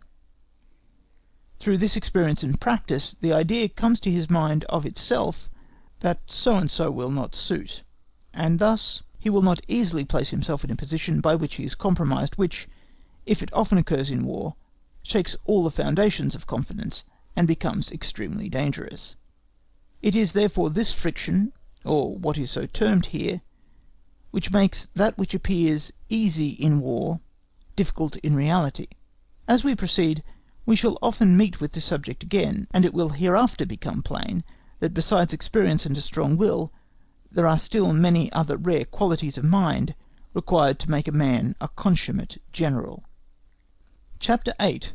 Concluding Remarks, Book 1. Those things which as elements meet together in the atmosphere of war, and make it a resistant medium for every activity, we have designated under the terms danger, bodily effort, exertion, information, and friction. In their impediment effects, they may therefore be comprehended again in the collective notion of a general friction. Now is there, then, no kind of oil which is capable of diminishing this friction, only one, and that one is not always available at the will of the commander or his army. It is the habituation of an army to war. Habit gives strength to the body in great exertion, to the mind in great danger, to the judgment against first impressions. By it a valuable circumspection is generally gained throughout every rank, from the hussar and rifleman up to the general of division, which facilitates the work of the chief commander. As the human eye in a dark room dilates its pupil, draws in the little light that there is, partially distinguishes objects by degrees, and at last knows them quite well, so it is in war with the experienced soldier, whilst the novice is only met by pitch-dark night. Habituation to war no general can give his army at once, and the camps of manoeuvre, peace exercises, furnish but a weak substitute for it, weak in comparison with real experience in war, but not weak in relation to other armies in which the training is limited to mere mechanical exercises of routine. So to regulate the exercises in peacetime as to include some of these causes of friction, that the judgment, circumspection, even resolution of the separate leaders may be brought into exercise, is of much greater consequence than those believe who do not know the thing by experience. It is of immense importance that the soldier, high or low, whatever rank he has, should not have to encounter in war those things which, when seen first time, set him in astonishment and perplexity, if he has only met with them one single time before. Even by that he is half acquainted with them. This relates even to bodily fatigues. They should be practised less to accustom the body to them than the mind. In war the young soldier is very apt to regard unusual fatigues as the consequence of faults, mistakes, and embarrassment in the conduct of the whole, and to become distressed and despondent as a consequence. This would not happen if he had been prepared for this beforehand by exercises in peace. Another less comprehensive but still very important means of gaining habituation to war in time of peace is to invite into the service officers of foreign armies who have had experience in war. Peace seldom reigns over all Europe, and never in all quarters of the world. A state which has been long at peace should, therefore, always seek to procure some officers who have done good service at the different scenes of warfare, or to send some of their own, that they may get a lesson in war. However small the number of officers of this description may appear in proportion to the mass, still their influence is very sensibly felt. Their experience, the bent of their genius, the stamp of their character, influence their subordinates and comrades. And besides that, if they cannot be placed in positions of superior command, they may always be regarded as men acquainted with the country, who may be questioned on many special occasions. End of Book 1, Chapters 4 through 8. Book 2, On the Theory of War, Chapter 1, Branches of the Art of War. War in its literal meaning is fighting, for fighting alone is the efficient principle in the manifold activity which in a wide sense is called war. But fighting is a trial of strength of the moral and physical forces by means of the latter. That the moral cannot be omitted is evident of itself, for the condition of the mind has always been the most decisive influence on the forces employed in war. The necessity of fighting very soon led men to special inventions to turn the advantage in it in their own favour. In consequence of these, the mode of fighting has undergone great alterations. But in whatever way it is conducted, its conception remains unaltered, and fighting is that which constitutes war. The inventions have been from the first weapons and equipments for the individual combatants. These have to be provided, and the use of them learnt before the war begins. They are made suitable to the nature of the fighting, consequently are ruled by it, but plainly the activity engaged in these appliances is a different thing from the fight itself. It is only the preparation for the combat, not the conduct of the same. That arming and equipping are not essential to the conception of fighting is plain, because mere wrestling is also fighting. Fighting has determined everything appertaining to arms and equipment, and these in turn modify the mode of fighting. There is, therefore, a reciprocity of action between the two. Nevertheless, the fight itself, remains still an entirely special activity, more particularly because it moves in an entirely special element, namely in the element of danger. If then there is anywhere a necessity for drawing a line between two different activities, it is here, and in order to see clearly the importance of this idea, we need only just to call to mind how often eminent personal fitness in one field has turned out nothing but the most useless pedantry in the other. It is also in no way difficult to separate in idea the one activity from the other. If we look at the combatant forces fully armed and equipped as a given means, the profitable use of which requires nothing more than a knowledge of the general results. The art of war is, therefore, in its proper sense, the art of making use of the given means in fighting, and we cannot give it a better name than the conduct of war. On the other hand, in a wider sense, all activities which have their existence on account of war, therefore the whole creation of troops, that is, levying them, arming, equipping, and exercising them, belong to the art of war. To make a sound theory, it is most essential to separate these two activities, for it is easy to see that if every act of war is to begin with the preparation of the military forces, and to presuppose forces so organised as a primary condition for conducting war, then theory will only be applicable in the few cases to which the force available happens to be exactly suited. If, on the other hand, we wish to have a theory which shall suit most cases, and will not be wholly useless in any case, it must be founded on those means which are in most general use, and in respect to these, only on the actual results springing from them. The conduct of war is, therefore, the formation and conduct of the fighting. If this fighting was a single act, there would be no necessity for any further subdivision, but the fight is composed of a greater or less number of single acts, complete in themselves, which we call combats, as we have shown in the first chapter of the book, and which form new units. From this arises the totally different activities, that of the formation and conduct of these single combats in themselves, and the combination of them with one another, with a view to the ultimate object of the war. The first is called tactics, the other strategy. This division into tactics and strategy is now in almost general use, and every one knows tolerably well under which head to place any single fact, without knowing very distinctly the grounds on which the classification is founded.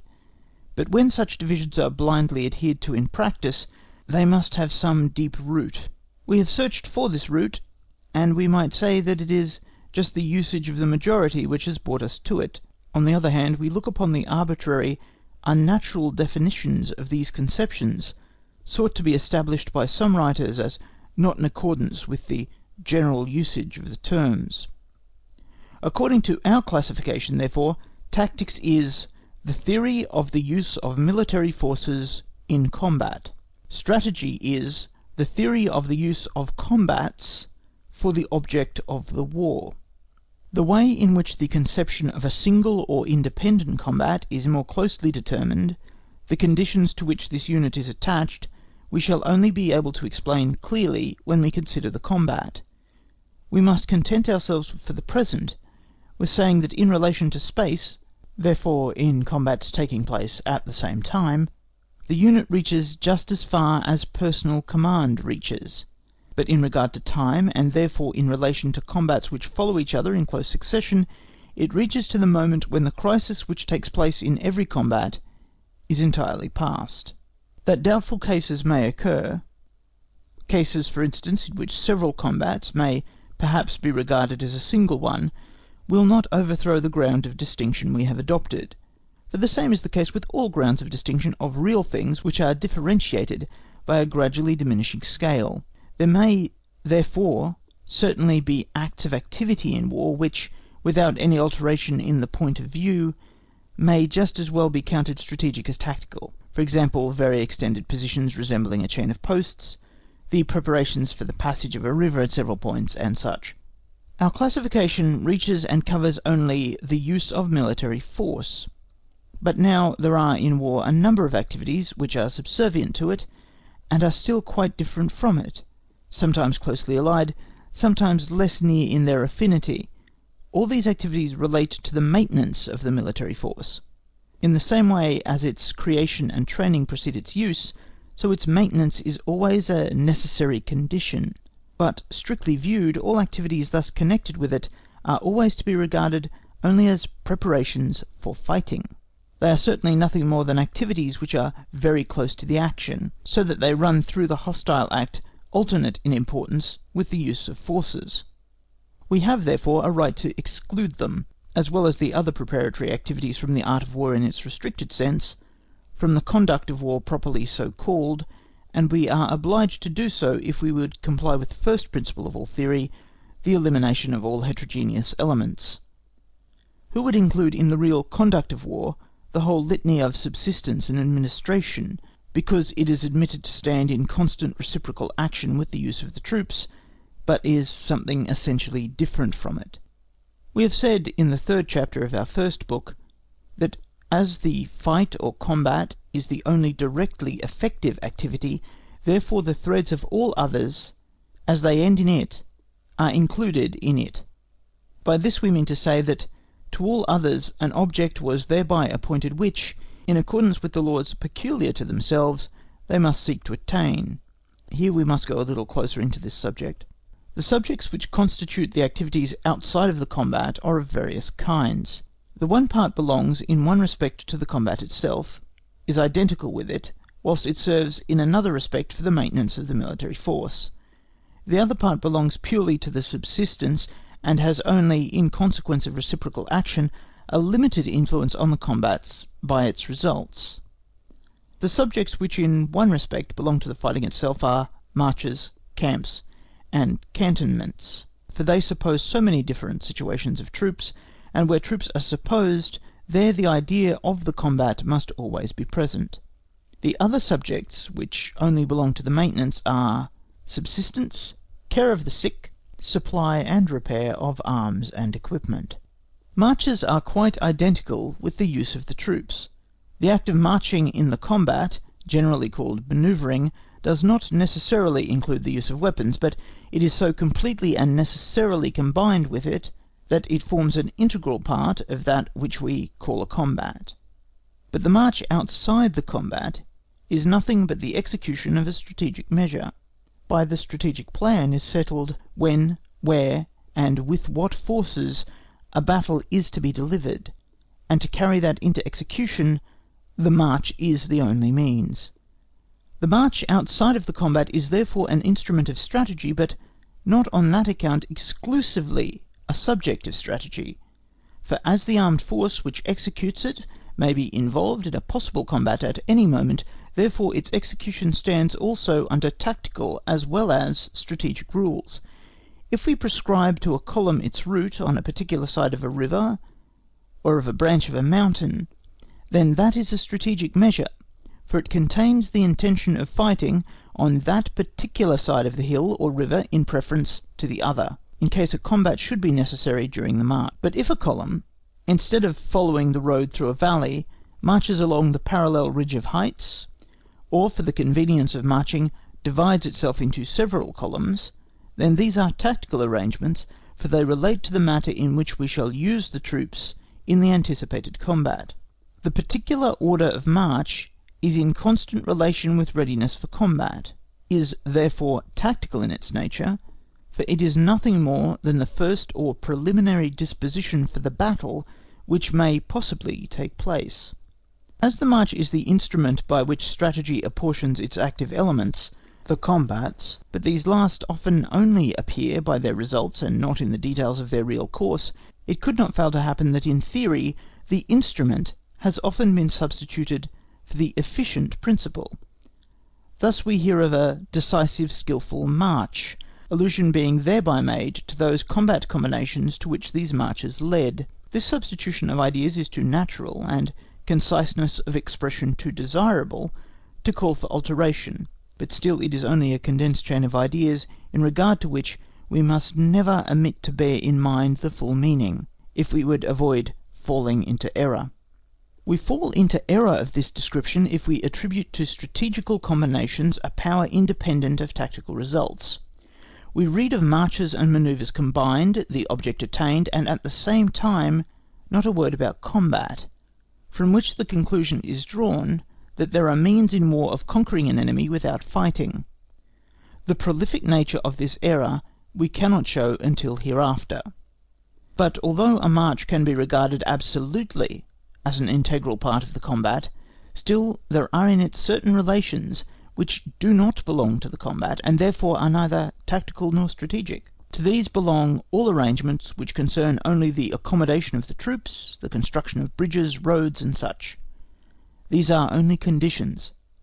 Under many circumstances they are in very close connection, and may almost identify themselves with the troops, as in the building of a bridge in the presence of the enemy, but in themselves they are always activities, the theory of which does not form part of the theory of the conduct of war. Camps, by which we mean every disposition of troops in concentrated, therefore in battle order, in contradistinction to cantonments or quarters, are a state of rest, therefore of restoration, but they are at the same time also the strategic appointment of a battle on the spot chosen, and by the manner in which they are taken up they contain the fundamental lines of a battle, a condition from which every defensive battle starts. They are therefore essential parts of both strategy and tactics. Cantonments take the place of camps for the better refreshment of the troops. They are therefore, like camps, strategic subjects as regards position and extent, tactical subjects as regards internal organisation, with a view to readiness to fight. The occupation of camps and cantonments no doubt usually combines with the recuperation of the troops another object also, for example, the covering of a district of country, the holding of a position, but it can very well be only the first. We remind our readers that strategy may follow a great diversity of objects, for everything which appears an advantage may be the object of a combat, and the preservation of the instrument with which war is made must necessarily very often become the object of its partial combinations. If, therefore, in such a case, strategy ministers only to the maintenance of the troops, we are not on that account out of the field of strategy, for we are still engaged with the use of the military force, because every disposition of that force upon any point whatever of the theatre of war is such a use. But if the maintenance of the troops in camp or quarters calls forth activities which are no employment of the armed force, such as the construction of huts, pitching of tents, subsistence and sanitary service in camps or quarters, then such belong neither to strategy nor tactics. Even entrenchments, the site and preparation of which are plainly part of the order of battle, therefore tactical subjects, do not belong to the theory of the conduct of war so far as respects the execution of their construction, the knowledge and skill required for such work being, in point of fact, qualities inherent in the nature of an organised army. The theory of the combat takes them for granted. Among the subjects which belong to the mere keeping up of an armed force, because none of the parts are identified with the combat, the victualling of the troops themselves comes first, as it must be done almost daily and for each individual. Thus it is that it completely permeates military action in the parts constituting strategy. We say parts constituting strategy because during a battle the subsistence of troops will rarely have any influence in modifying the plan, although the thing is conceivable enough. The care for the subsistence of the troops comes therefore into reciprocal action chiefly with strategy, and there is nothing more common than for the leading strategic features of a campaign and war to be traced out in connection with a view to this supply. But however frequent and however important these views of supply must be, the subsistence of the troops always remains a completely different activity from the use of the troops, and the former has only an influence on the latter by its results. The other branches of administrative activity which have been mentioned stand much farther apart from the use of the troops.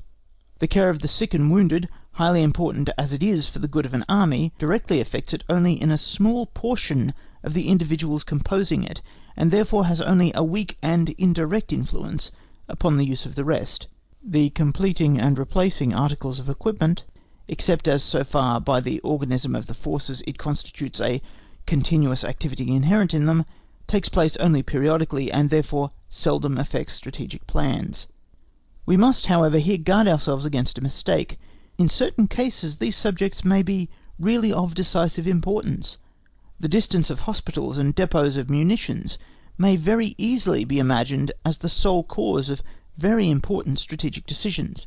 We do not wish either to contest that point or to throw it into the shade, but we are at present occupied not with the particular facts of a concrete case, but with the abstract theory, and our assertion therefore is that such an influence is too rare to give the theory of sanitary measures and the supply of munitions and arms an importance in the theory of the conduct of war, such as to make it worthwhile to include in the theory of the conduct of war the consideration of the different ways and systems which the above theories may furnish, in the same way as is certainly necessary in regard to victualling troops. If we have clearly understood the results of our reflections, then the activities belonging to war divide themselves into two principal classes, into such as are only preparations for war, and into the war itself.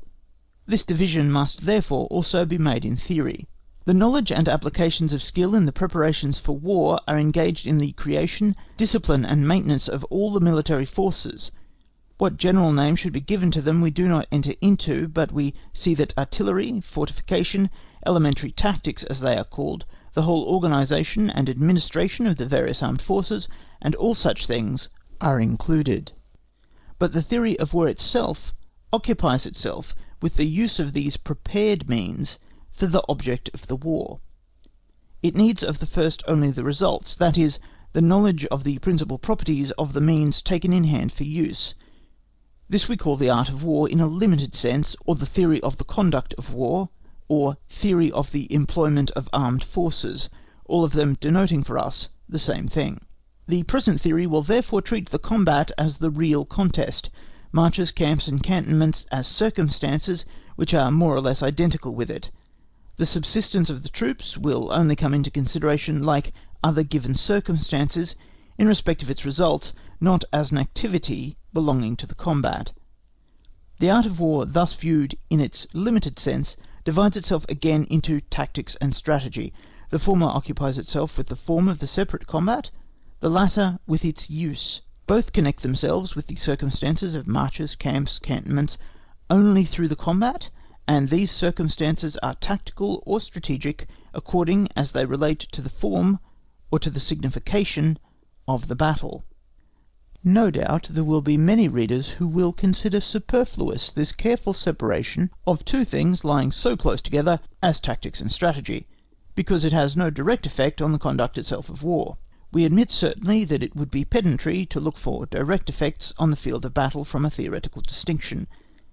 But the first business of every theory is to clear up conceptions and ideas which have been jumbled together, and, we may say, entangled and confused, and only when a right understanding is established as to the names and conceptions can we hope to progress with clearness and facility, and be certain that author and reader will always see things from the same point of view.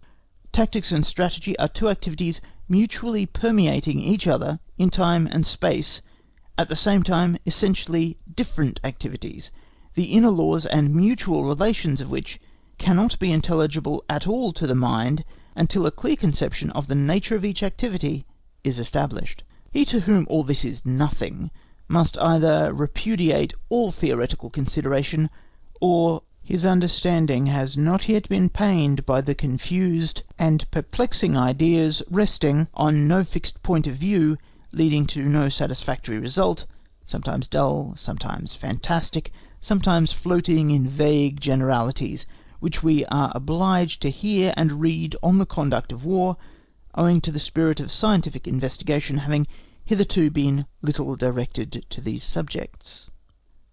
End of Book 2, Chapter 1. Book 2, Chapter 2. On the Theory of War. 1. The first conception of the art of war was merely the preparation of the armed forces. Formerly, by the term art of war or science of war, nothing was understood but the totality of those branches of knowledge and those appliances of skill occupied with material things. The pattern and preparation and mode of using arms, the construction of fortifications and entrenchments, the organism of an army and the mechanism of its movements were the subject. These branches of knowledge and skill above referred to, and the end and aim of them all, was the establishment of an armed force, fit for use in war. All this concerned merely things belonging to the material world, and a one-sided activity only, and it was in fact nothing but an activity advancing by gradations from the lower occupations to a finer kind of mechanical art. The relation of all this to war itself was very much the same as the relation of the art of the sword cutler to the art of using the sword.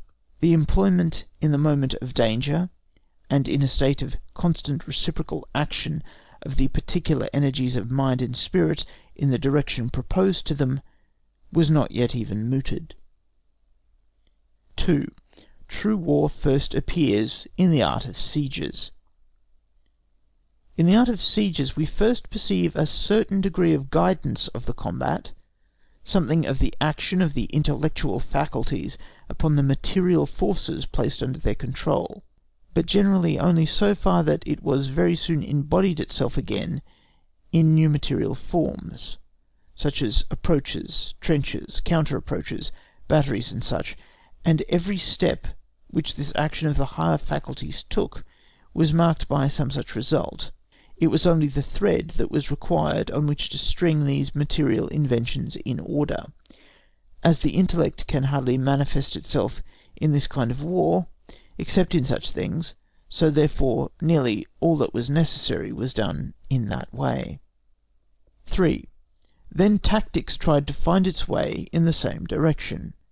Afterwards tactics attempted to give to the mechanism of its joints the character of a general disposition, built upon the peculiar properties of the instrument, which character leads indeed to the battlefield, but instead of leading to the free activity of mind, leads to an army made like an automaton by its rigid formation and orders of battle, which, movable only by the word of command, is intended to unwind its activities like a piece of clockwork. 4. The real conduct of war only made its appearance incidentally and incognito. The conduct of war properly so called, that is, the use of a prepared means, adapted to the most special requirements, was not considered as any suitable subject for theory, but one which should be left to natural talents alone.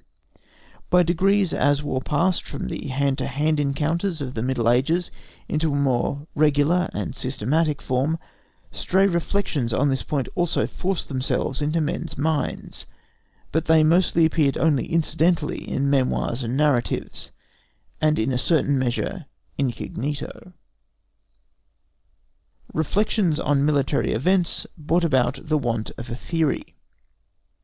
As contemplation on war continually increased, and its history every day assumed more of a critical character, the urgent want appeared of the support of fixed maxims and rules, in order that, in the controversies naturally arising about military events, the war of opinions might be brought to some one point.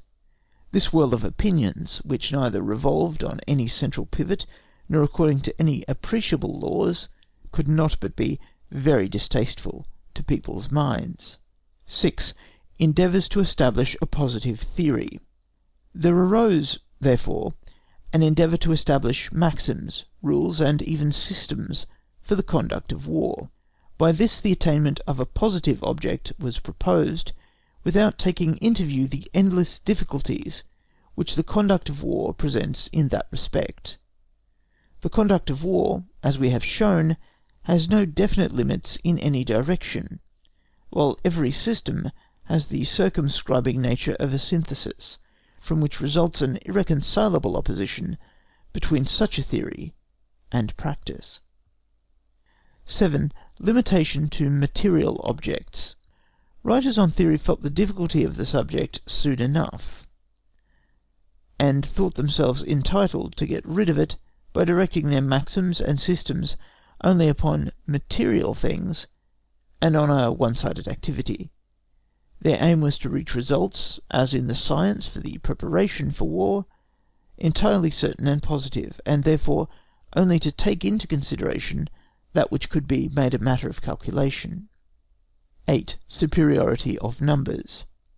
The superiority in numbers being a material condition, it was chosen from amongst all the factors required to produce victory, because it could be brought under mathematical laws through combinations of time and space.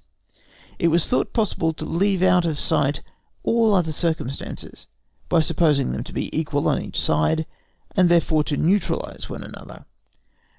This would have been very well if it had been done to gain a preliminary knowledge of this one factor according to its relations, but to make it a rule for ever to consider a superiority of numbers as the sole law, to see the whole secret of the art of war in the formula, in a certain time, at a certain point, to bring up superior masses, was a restriction overruled by the force of realities. 9. Victualling of troops.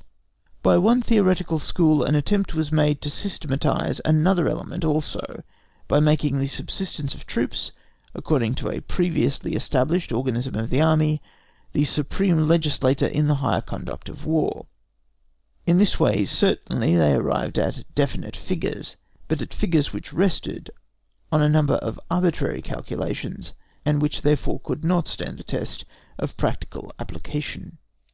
10. Base.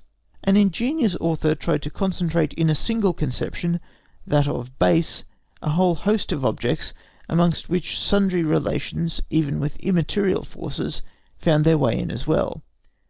This list comprised the subsistence of the troops, the keeping them complete in numbers and equipment, the security of communications from the home country, lastly, the security of retreat, in case it became necessary, and first of all he proposed to substitute this conception of a base for all these things, then for the base itself to substitute its own length, extent, and, last of all, to substitute the angle formed by the army with this base. All this was done to obtain a pure geometrical result, utterly useless.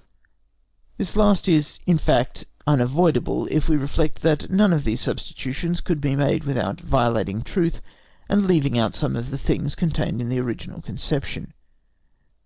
The idea of a base is a real necessity for strategy, and to have it conceived is meritorious, but to make such a use of it as we have depicted is completely inadmissible, and could not but lead to partial conclusions, which have forced these theorists into a direction opposed to common sense, namely a belief in the decisive effect of the enveloping form of attack. 11. Interior lines. As a reaction against this false direction, another geometrical principle, that of the so-called interior lines, was then elevated to the throne. Although this principle rests on a sound foundation, on the truth that the combat is the only effectual means in war, still it is, just on account of its purely geometrical nature, nothing but another case of one-sided theory which can never gain ascendancy in the real world. 12. All these attempts are open to objection. All these attempts at theory are only to be considered in their analytical part as progress in the province of truth, but in their synthetical part, in their precepts and rules, they are quite unserviceable. They strive after determinate quantities, whilst in war all is undetermined, and the calculation has always to be made with varying quantities. They direct the attention only upon material forces, while the whole military action is penetrated throughout by intelligent forces and their effects. They only pay regard to activity on one side, whilst war is a constant state of reciprocal action, the effects of which are mutual. 13. As a rule they exclude genius. All that was not attainable by such miserable philosophy, the offspring of partial views, lay outside the precincts of science, and was the field of genius, which raises itself above rules. Pity the warrior who is contented to crawl about in this beggardom of rules, which are too bad for genius, over which it can set itself superior, over which it can perchance make merry. What genius does must be the best of all rules, and the theory cannot do better than to show how and why it is so. Pity the theory which sets itself in opposition to the mind. It cannot repair this contradiction by any humility, and the humbler it is, so much the sooner will ridicule and contempt drive it out of real life. 14. The difficulty of theory as soon as moral quantities come into consideration. Every theory becomes infinitely more difficult from the moment that it touches on the province of moral quantities. Architecture and painting know quite well what they are about as long as they have only to do with matter. There is no dispute about mechanical or optical construction. But as soon as the moral activities begin their work, as soon as moral impressions and feelings are produced, the whole set of rules dissolves into vague ideas. The science of medicine is chiefly engaged with bodily phenomena only. Its business is with the animal organism, which, liable to perpetual change, is never exactly the same for 2 moments. This makes its practice very difficult, and places the judgment of the physician above his science. How much more difficult is the case if a moral effect is added, and how much higher must we place the physician of the mind. 15. The moral quantities must not be excluded in war. But now the activity in war is never directed solely against matter. It is always at the same time directed against the intelligent force which gives life to this matter, and to separate the two from each other is impossible. But the intelligent forces are only visible to the inner eye, and this is different in each person, and often different in the same person at different times. As danger is the general element in which everything moves in war, it is also chiefly by courage, the feeling of one's own power, that the judgment is differently influenced. It is to a certain extent the crystalline lens through which all appearances pass before reaching the understanding. And yet we cannot doubt that these things acquire a certain objective value simply through experience. Everyone knows the moral effect of a surprise, of an attack in flank or rear. Everyone thinks less of the enemy's courage as soon as he turns his back, and ventures much more in pursuit than one pursued. Everyone judges of the enemy's general by his reputed talents, by his age and experience, and shapes his course accordingly. Everyone casts a scrutinizing glance at the spirit and feeling of his own and the enemy's troops. All these and similar effects in the province of the moral nature of man have established themselves by experience, are perpetually recurring, and therefore warrant our reckoning them as real qualities of their kind. What could we do with any theory which should leave them out of consideration? Certainly experience is an indispensable title for these truths. With psychological and philosophical sophistries no theory, no general, should meddle. 16. Principal difficulty of a theory for the conduct of war. In order to comprehend clearly the difficulty of the proposition which is contained in a theory for the conduct of war, and thence to deduce the necessary characteristics of such a theory, we must take a closer view of the chief particulars which make up the nature of the activity in war. 17. First speciality: moral forces and their effects, hostile feeling. The first of these specialities consists in the moral forces and effects. The combat is, in its origin, the expression of hostile feeling. But in our great combats, which we call wars, the hostile feeling frequently resolves itself into merely a hostile view, and there is usually no innate hostile feeling residing in individual against individual. Nevertheless, the combat never passes off without such feelings being brought into activity. National hatred, which is seldom wanting in our wars, is a substitute for personal hostility in the breast of individual opposed to individual. But where this is also wanting, and at first no animosity of feeling subsists, a hostile feeling is kindled by the combat itself. For an act of violence which anyone commits upon us, by order of his superior, will excite in us a desire to retaliate and be revenged on him, sooner than on the superior power at whose command the act was done. This is human, or animal if we will, still it is so. We are very apt to regard the combat in theory as an abstract trial of strength, without any participation on the part of the feelings, and that is one of the 1,000 errors which theorists deliberately commit because they do not see its consequences. Besides the excitation of feelings naturally arising from the combat itself, there are others also which do not essentially belong to it, but which, on account of their relationship, easily unite with it: ambition, love of power, enthusiasm of every kind, and such and such. 18. The impressions of danger, courage. Finally, the combat begets the element of danger, in which all activities of war must live and move, like the bird in the air or the fish in the water. But the influences of danger all pass into the feelings, either directly, that is, instinctively, or through the medium of the understanding. The effect in the first case would be a desire to escape from danger, and, if that cannot be done, fright and anxiety. If this effect does not take place, then it is courage, which is a counterpoise to that instinct. Courage is, however, by no means an act of the understanding, but likewise a feeling, like fear. The latter looks to the physical preservation, courage to the moral preservation. Courage then is a nobler instinct, but because it is so, it will not allow itself to be used as a lifeless instrument, which produces its effects exactly according to prescribed measure. Courage is therefore no mere counterpoise to danger in order to neutralize the latter in its effects, but a peculiar power in itself. 19. The extent of the influence of danger. But to estimate exactly the influence of danger upon the principal actors in war, we must not limit its sphere to the physical danger of the moment.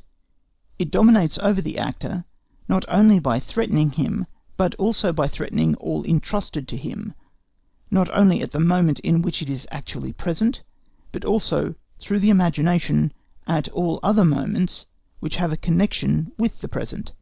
Lastly, but also indirectly by the responsibility which makes it bear with tenfold weight on the mind of the chief actor.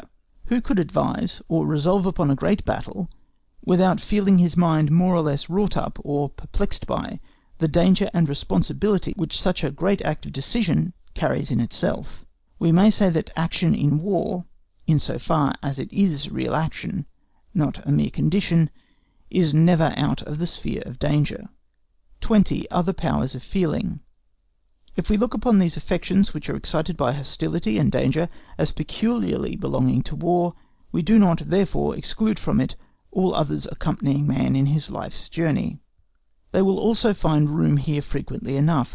Certainly we may say that many a petty action of the passions is silenced in this serious business of life, but that holds good only in respect to those acting in a lower sphere, who, hurried on from one state of danger and exertion to another, lose sight of the rest of the things of life, become unused to deceit, because it is of no avail with death, and so attain to that soldierly simplicity of character which has always been the best representative of the military profession.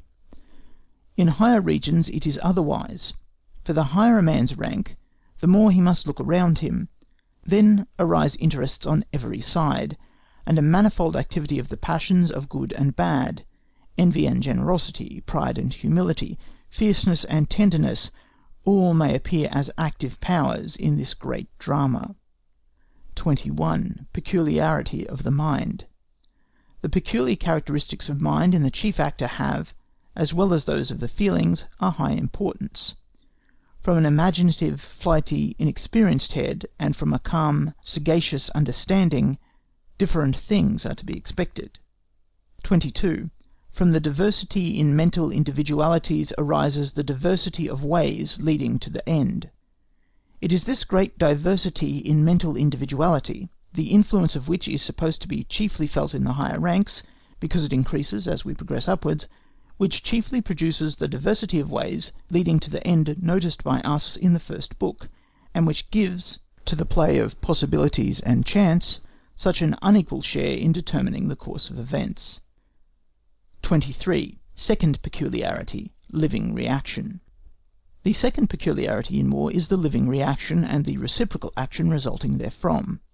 We do not here speak of the difficulty of estimating that reaction, for that is included in the difficulty before mentioned of treating the moral powers as quantities, but of this, that reciprocal action, by its nature, opposes anything like a regular plan.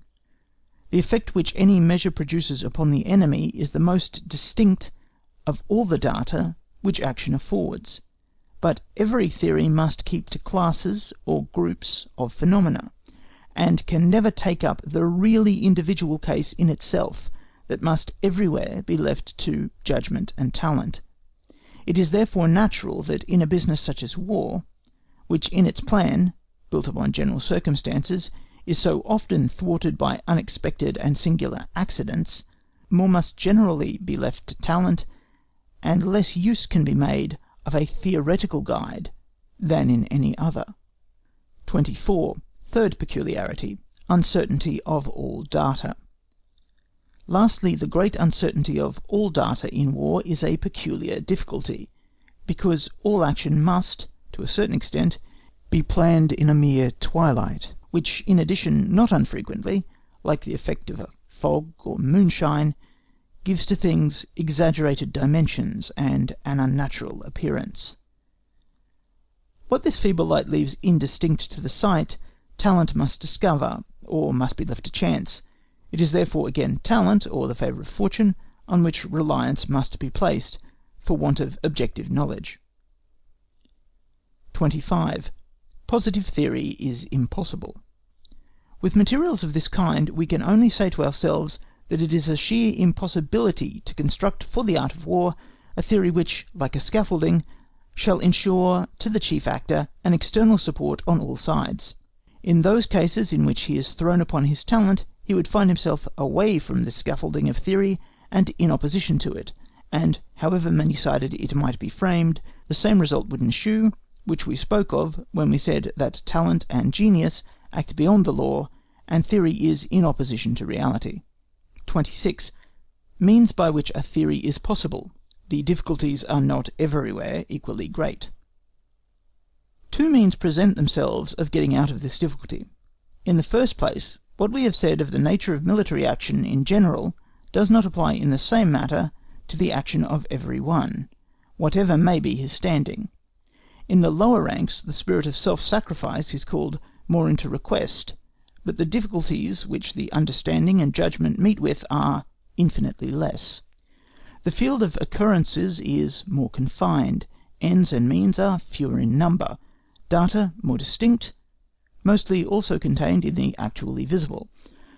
But the higher we ascend, the more the difficulties increase, until in the Commander-in-Chief they reach their climax, so that with him almost everything must be left to genius. Further, according to a division of the subject in agreement with its nature, the difficulties are not everywhere the same, but diminish the more results manifest themselves in the material world, and increase the more they pass into the moral, and become motives which influence the will. Therefore it is easier to determine by theoretical rules the order and conduct of a battle, than the use to be made of the battle itself. Yonder physical weapons clash with each other, and although mind is not wanting therein, matter must have its rights. But in the effects to be produced by battles, when the material results become motives, we have only to do with the moral nature. In a word, it is easier to make a theory for tactics than for strategy. 27. Theory must be of the nature of observations, not of doctrine.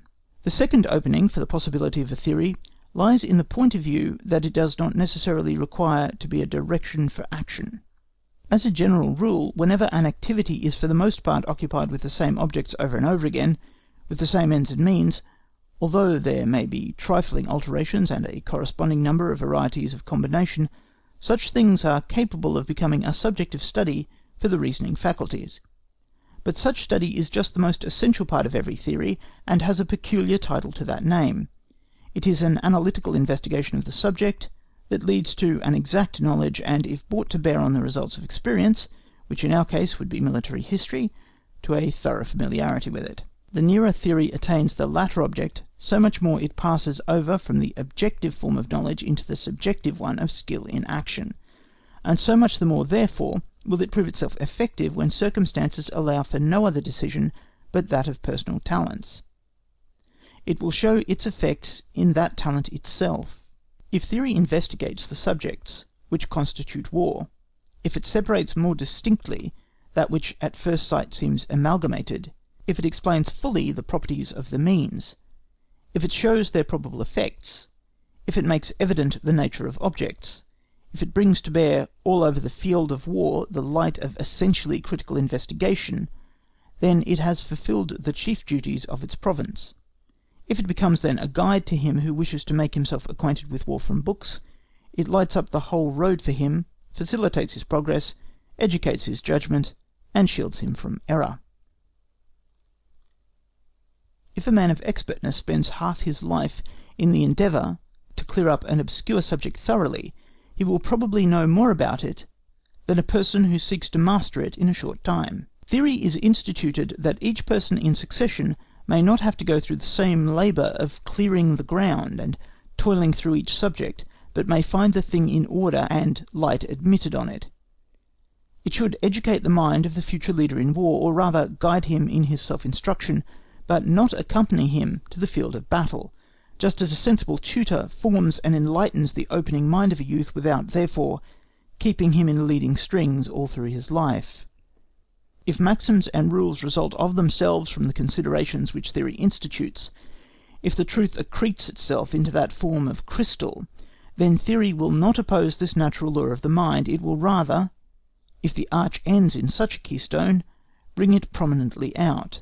But so does this only to satisfy the philosophical law of reason, in order to show distinctly the point to which the lines all converge, not to form out of it an algebraical formula for use upon the battlefield, for even these maxims and rules serve more to determine in the reflecting mind the leading outline of its habitual movements than as landmarks, indicating to it the way in the act of execution. 28. By this point of view, theory becomes possible and ceases to be in contradiction to practice. Taking this point of view, there is a possibility afforded of a satisfactory, that is, of a useful, theory of the conduct of war, never coming into opposition with the reality, and it will only depend on rational treatment to bring it so far into harmony with action that between theory and practice there shall no longer be that absurd difference which an unreasonable theory, in defiance of common sense, has often produced, but which, just as often, narrow-mindedness and ignorance have used as a pretext for giving way to their natural incapacity. 29. Theory therefore considers the nature of ends and means in tactics. Theory has therefore to consider the nature of means and ends. In tactics, the means are the disciplined armed forces which are to carry the contest. The object is victory. The precise definition of this conception can be better explained hereafter in the consideration of the combat. Here we content ourselves by denoting the retirement of the enemy from the field of battle as the sign of victory. By means of this victory, strategy gains the object for which it appointed the combat, and which constitutes its special signification. This signification has certainly some influence on the nature of the victory. A victory which is intended to weaken the enemy's armed forces is a different thing from one which is designed only to put us in possession of a position. The signification of a combat may, therefore, have a sensible influence on the preparation and conduct of it, consequently will be also a subject of consideration in tactics. 30. Circumstances which always attend the application of the means. As there are certain circumstances which attend the combat throughout, and have more or less influence upon its result, therefore these must be taken into consideration in the application of the armed forces. These circumstances are the locality of the combat, ground, the time of day, and the weather. 31. Locality. The locality, which we prefer leaving for solution under the head of country and ground, might, strictly speaking, be without any influence at all if the combat took place on a completely level and uncultivated plain. In a country of steppes such a case may occur, but in the cultivated countries of Europe it is almost an imaginary idea. Therefore, a combat between civilized nations, in which country and ground have no influence, is hardly conceivable. 32. Time of day. The time of day influences the combat by the difference between day and night, but the influence naturally extends further than merely to the limits of these divisions, as every combat has a certain duration, and great battles last for several hours. In the preparations for a great battle, it makes an essential difference whether it begins in the morning or the evening. At the same time, certainly many battles have been fought in which the question of the time of day is quite immaterial, and in the generality of cases its influence is only trifling. 33. Weather. Still more rarely has the weather any decisive influence, and it is mostly only by fogs that it plays a part. 34. End and means in strategy. Strategy has in the first instance only the victory, that is, the tactical result, as a means to its object, and ultimately those things which lead directly to peace. The application of its means to this object is at the same time attended by circumstances which have an influence thereon more or less. 35. Circumstances which attend the application of the means of strategy. These circumstances are country and ground, the former including the territory and inhabitants of the whole theatre of war, the next the time of day and the time of year as well, lastly the weather, particularly any unusual state of the same, severe frost and such. 36. These form new means.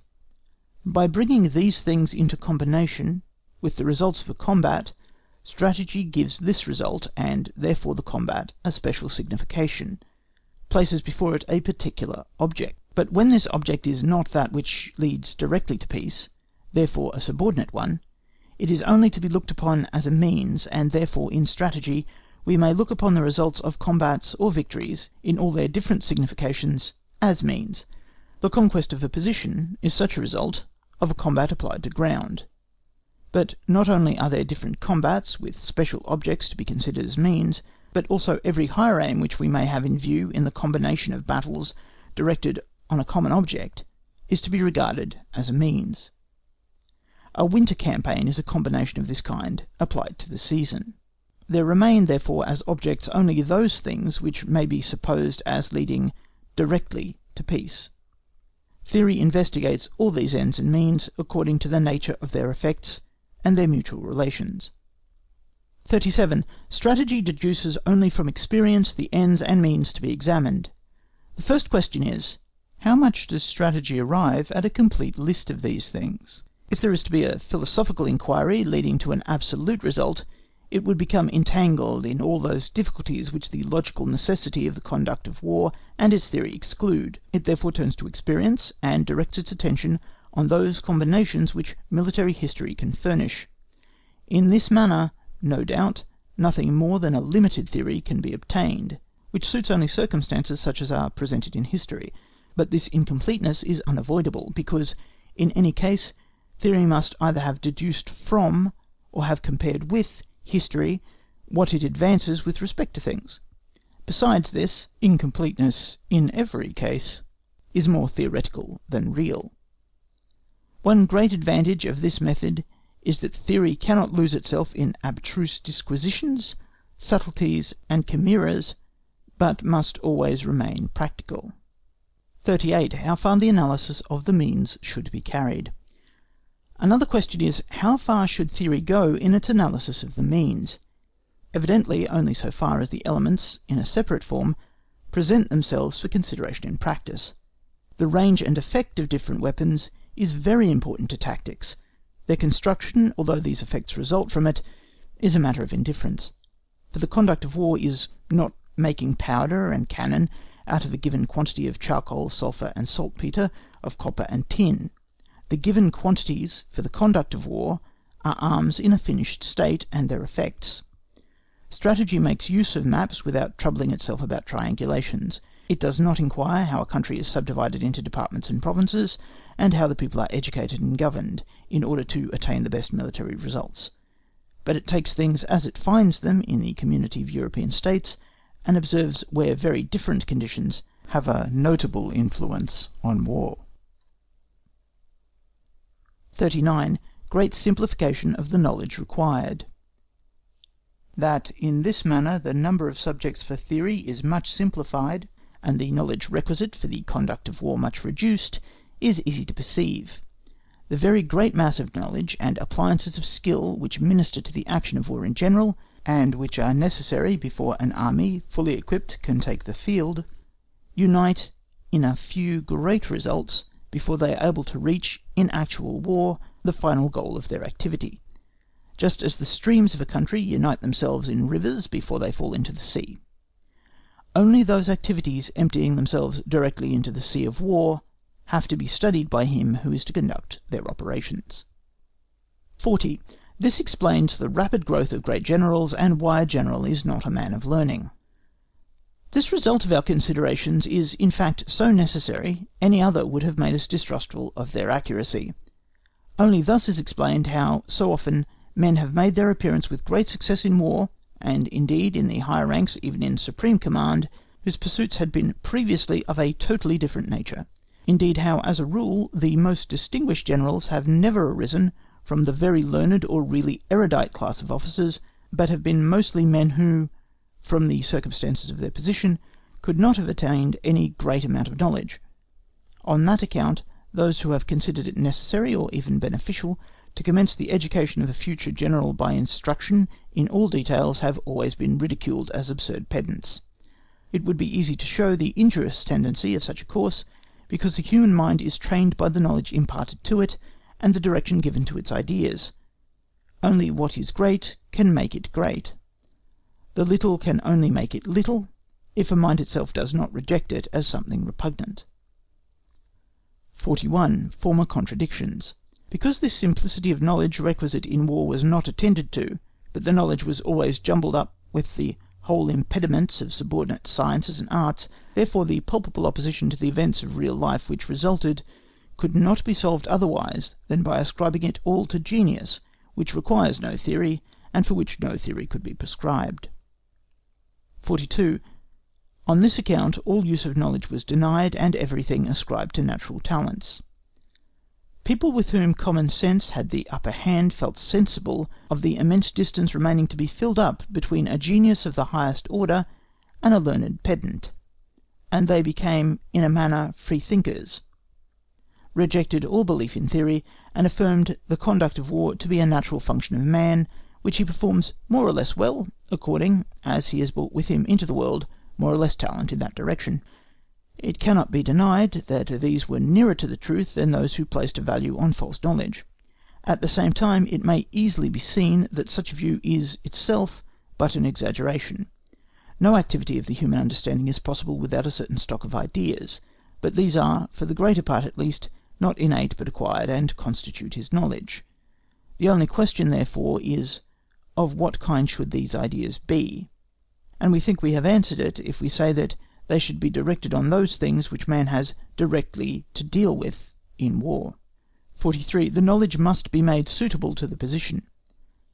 Inside this field itself of military activity, the knowledge required must be different according to the station of the commander. It will be directed on smaller and more circumscribed objects if he holds an inferior, upon greater and more comprehensive ones if he holds a higher situation. There are field marshals who would not have shone at the head of a cavalry regiment, and vice versa. 44.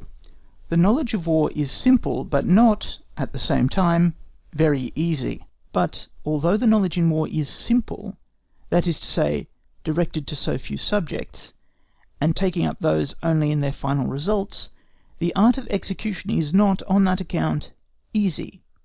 Of the difficulties to which activity in war is subject generally, we have already spoken in the first book. We here omit those things which can only be overcome by courage, and maintain also that the activity of a mind is only simple and easy in inferior stations, but increases in difficulty with increase in rank, and in the highest position, in that of Commander-in-Chief, is to be reckoned among the most difficult which there is for the human mind. 45. Of the nature of this knowledge. The commander of an army neither requires to be a learned explorer of history, nor a publicist, but he must be well versed in the higher affairs of state. He must know and be able to judge correctly of traditional tendencies, interests at stake, the immediate questions at issue, and the characters of leading persons. He need not be a close observer of men, a sharp dissector of human character, but he must know the character, the feelings, the habits, the peculiar faults and inclinations of those whom he is to command. He need not understand anything about the make of a carriage, or the harness of a battery horse, but he must know how to calculate exactly the march of a column under different circumstances, according to the time it requires. These are matters the knowledge of which cannot be forced out by an apparatus of scientific formula and machinery. They are only to be gained by the exercise of an accurate judgment in the observation of things and of men, aided by a special talent for the apprehension of both.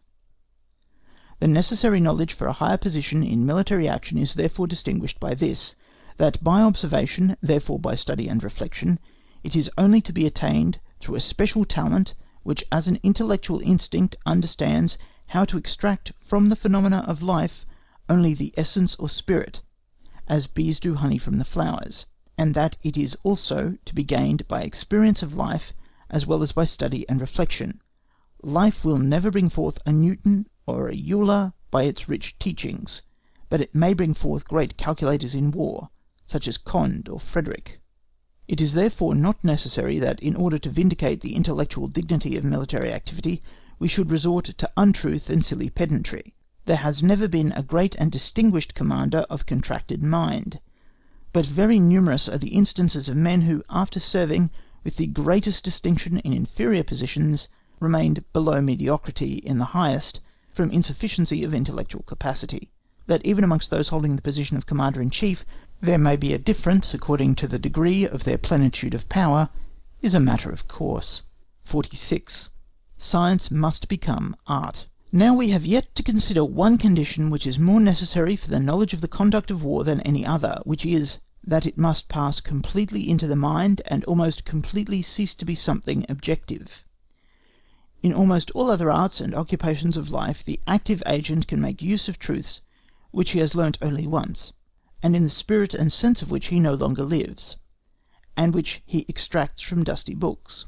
Even truths which he has had in hand and uses daily may continue something external to himself. If the architect takes up a pen to settle the strength of a pier by a complicated calculation, the truth found as a result is no emanation from his own mind. He had first to find the data with labour, and then to submit these to an operation of the mind, the rule of which he did not discover, the necessity of which he is perhaps at the moment only partially conscious of, but which he applies, for the most part, as if by mechanical dexterity. But it is never so in war. The moral reaction, the ever-changing form of things, makes it necessary for the chief actor to carry in himself the whole mental apparatus of his knowledge, that anywhere and at every pulse beat he may be capable of giving the requisite decision from himself. Knowledge must, by this complete assimilation with his own mind and life, be converted into real power. This is the reason why everything seems so easy with men distinguished in war, and why everything is ascribed to natural talent. We say natural talent in order thereby to distinguish it from that which is formed and matured by observation and study. We think that by these reflections we have explained the problem of a theory of the conduct of war, and pointed out the way to its solution. Of the two fields into which we have divided the conduct of war, tactics and strategy, the theory of the latter contains unquestionably, as before observed, the greatest difficulties, because the first is almost limited to a circumscribed field of objects, but the latter, in the direction of objects leading directly to peace, opens itself an unlimited field of possibilities. Since for the most part the Commander-in-Chief has only to keep these objects steadily in view, therefore the part of the strategy in which he moves is also that which is particularly subject to this difficulty.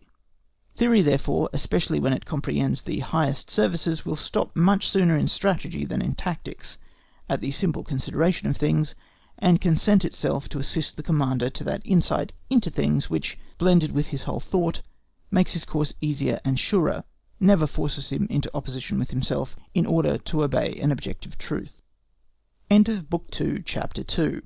Book 2, Chapter 3. Art or Science of War. 1. Usage still unsettled. Power and knowledge, science when mere knowing, art when doing, is the object. The choice between these terms seems to be still unsettled, and no one seems to know rightly on what grounds it should be decided, and yet the thing is simple. We have already said elsewhere that knowing is something different from doing. The two are so different that they should not easily be mistaken the one for the other. The doing cannot properly stand in any book, and therefore also art should never be the title of a book. But because we have once accustomed ourselves to combine in conception, under the name of theory of art, or simply art, the branches of knowledge, which may be separately pure sciences, necessary for the practice of an art, therefore it is consistent to continue this ground of distinction, and to call everything art when the object is to carry out the doing, being able, as for example, art of building. Science, when merely knowledge is the object, as science of mathematics, of astronomy. That in every art certain complete sciences may be included is intelligible of itself, and should not perplex us. But still it is worth observing that there is also no science without a mixture of art. In mathematics, for instance, the use of figures and of algebra is an art, but this is only one amongst many instances. The reason is that however plain and palpable the difference is between knowledge and power in the composite results of human knowledge, yet it is difficult to trace out their line of separation in man himself. 2. Difficulty of separating perception from judgment. Art of war. All thinking is indeed art. Where the logician draws the line, where the premises stop which are the result of cognition, where judgment begins, there art begins. But more than this even, the perception of the mind is judgment again, and, consequently, art. And at last, even the perception by the senses as well. In a word, if it is impossible to imagine a human being possessing merely the faculty of cognition, devoid of judgment, or the reverse, so also art and science can never be completely separated from each other. The more these subtle elements of light embody themselves in the outward forms of the world, so much the more separate appear their domains. And now once more, where the object is the creation and production, there is the province of art. Where the object is investigation and knowledge, science holds sway. After all this, it results of itself that it is more fitting to say art of war than science of war. So much for this, because we cannot do without these conceptions. But now we come forward with the assertion that war is neither an art nor a science in the real signification, and that it is just the setting out from the starting point of ideas which has led to a wrong direction being taken, which has caused war to be put on par with other arts and sciences, and has led to a number of erroneous analogies. This has indeed been felt before now, and on that it was maintained that war is a handicraft, but here there was more loss than gained by that, for a handicraft is only an inferior art, and as such is also subject to definite and rigid laws. In reality, the art of war did go on for some time in the spirit of a handicraft. We allude to the times of the condottieri. But then it received that direction not from intrinsic, but from external causes, and military history shows how little it was at that time in accordance with the nature of the thing. 3. War is part of the intercourse of the human race. We say, therefore, war belongs not to the province of arts and sciences, but to the province of social life. It is a conflict of great interests, which is settled by bloodshed, and only in that is it different from others. It would be better, instead of comparing it with any art, to liken it to business competition, which is also a conflict of human interests and activities, and it is still more like state policy, which again, on its part, may be looked upon as a kind of business competition on a great scale. Besides, state policy is the womb in which war is developed, in which its outlines lie hidden in a rudimentary state, like the qualities of living creatures in their germs. 4. Difference. The essential difference consists in this, that war is no activity of the will, which exerts itself upon inanimate matter, like the mechanical arts, or upon a living but still passive and yielding subject, like the human mind and the human feelings in the ideal arts, but against a living and reacting force. How little the categories of arts and sciences are applicable to such an activity strikes us at once, and we can understand at the same time how the constant seeking and striving after laws, like those which may be developed out of the dead material world, could not but lead to constant errors. And yet it is just the mechanical arts that some people would imitate in the art of war. The imitation of the ideal arts was quite out of the question, because these themselves dispense too much with laws and rules, and those hitherto tried, always acknowledged as insufficient and one-sided, are perpetually undermined and washed away by the current of opinions, feelings, and customs. Whether such a conflict of the living as takes place and is settled in war is subject to general laws, and whether these are capable of indicating a useful line of action, will be partly investigated in this book, but so much is evident in itself, that this, like every other subject which does not surpass our powers of understanding, may be lighted up and be made more or less plain in its inner relations by an inquiring mind, and that alone is sufficient to realise the idea of a theory. Chapter 4. Methodicism. In order to explain ourselves clearly as to the conception of method and method of action, which plays such an important part in war, we must be allowed to cast a hasty glance at the logical hierarchy through which, as through regularly constituted official functionaries, the world of action is governed.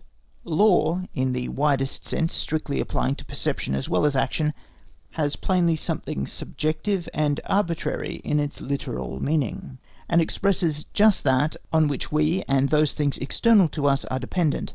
As a subject of cognition, law is the relation of things and their effects to one another.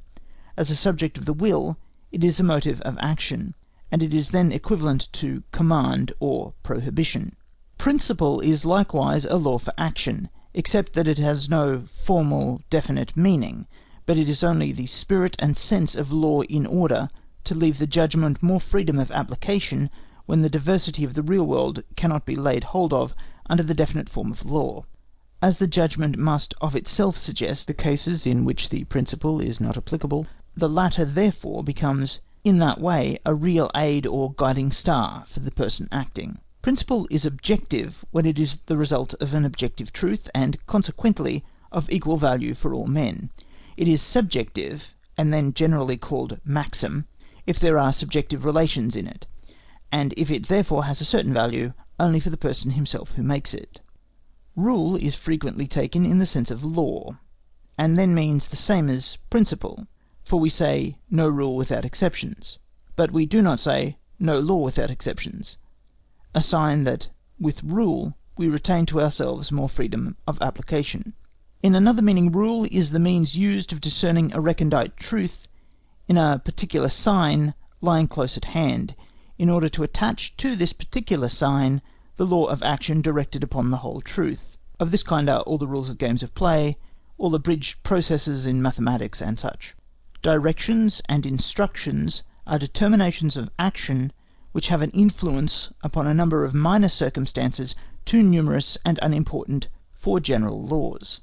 Lastly, method mode of acting is an always recurring proceeding selected out of several possible ones, and methodicism, methodismus, is that which is determined by methods instead of by general principles or particular prescriptions.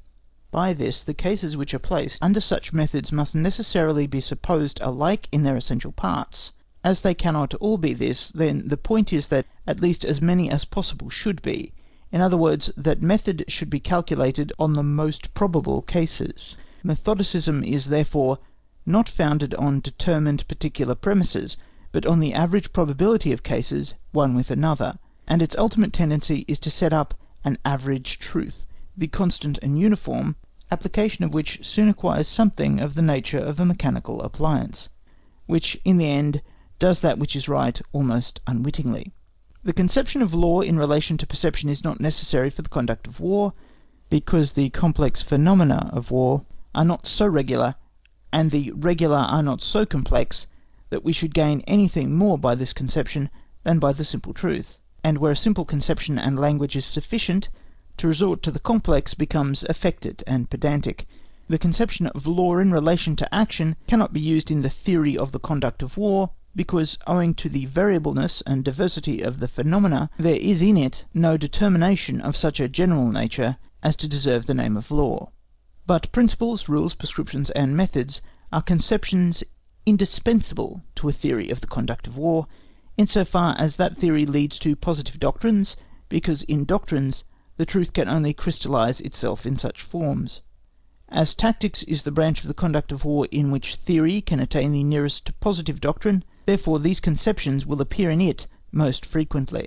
Not to use cavalry against unbroken infantry, except in some case of special emergency, only to use firearms within effective range in the combat, to spare the forces as much as possible for the final struggle, these are tactical principles. None of them can be applied absolutely in every case, but they must be present to the mind of the chief, in order that the benefit of the truth contained in them may not be lost in cases where that truth can be of advantage. If from the unusual cooking by an enemy's camp his movement is inferred, if the intentional exposure of troops in a combat indicates a false attack, then this way of discerning the truth is called a rule, because from a single visible circumstance that conclusion is drawn which corresponds with the same.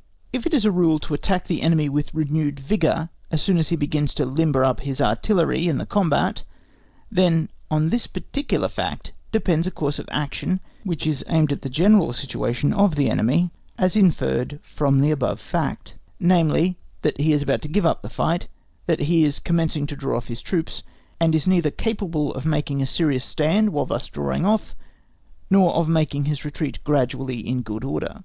Regulations and methods bring preparatory theories into the conduct of war, in so far as disciplined troops are inoculated with them as active principles. The whole body of instructions for formations, drill, and field service are regulations and methods.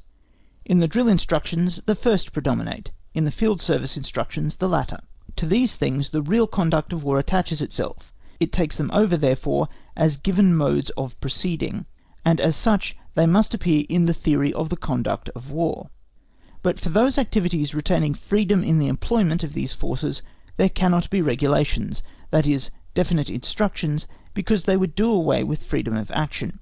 Methods, on the other hand, as a general way of executing duties as they arise, calculated, as we have said, on an average of probability, or as a dominating influence of principles and rules carried through to application, may certainly appear in the theory of the conduct of war, provided only they are not represented as something different from what they are, not as the absolute and necessary modes of action, systems, but as the best of general forms, which may be used as shorter ways in place of a particular disposition for the occasion at discretion. But the frequent application of methods will be seen to be most essential and unavoidable in the conduct of war, if we reflect how much action proceeds on mere conjecture, or in complete uncertainty, because one side is prevented from learning all the circumstances which influence the dispositions of the other, or because, even if these circumstances which influence the decisions of the one were really known, there is not, owing to their extent and the dispositions they would entail, sufficient time for the other to carry out all the necessary counteracting measures, that therefore measures in war must always be calculated on a certain number of possibilities. If we reflect how numberless are the trifling things belonging to any single event, and which therefore should be taken into account along with it, and that therefore there is no other means to suppose the one counteracted by the other, and to base our arrangements only upon what is of a general nature and probable, if we reflect lastly, owing to the increasing numbers of officers as we descend the scale of rank, less must be left to the true discernment and ripe judgment of individuals, the lower the sphere of action, and that when we reach those ranks where we can look for no other notions but those which the regulations of the service and experience afford, we must help them with the methodic forms bordering on those regulations. This will serve both as a support to their judgment and a barrier against those extravagant and erroneous views which are so especially to be dreaded in a sphere where experience is so costly. Besides this absolute need of method in action, we must also acknowledge that it has a positive advantage, which is that through the constant repetition of a formal exercise, a readiness, precision, and firmness is attained in the movement of troops, which diminishes the natural friction and makes the machine move easier. Method will, therefore, be the more generally used, become the more indispensable, the farther down the scale of rank the position of the active agent, and on the other hand its use will diminish upwards until in the highest position it quite disappears. For this reason it is more in its place in tactics than in strategy. War in its highest aspects consists not of an infinite number of little events, the diversities in which compensate each other, and which therefore by a better or worse method are better or worse governed, but of separate great decisive events which must be dealt with separately.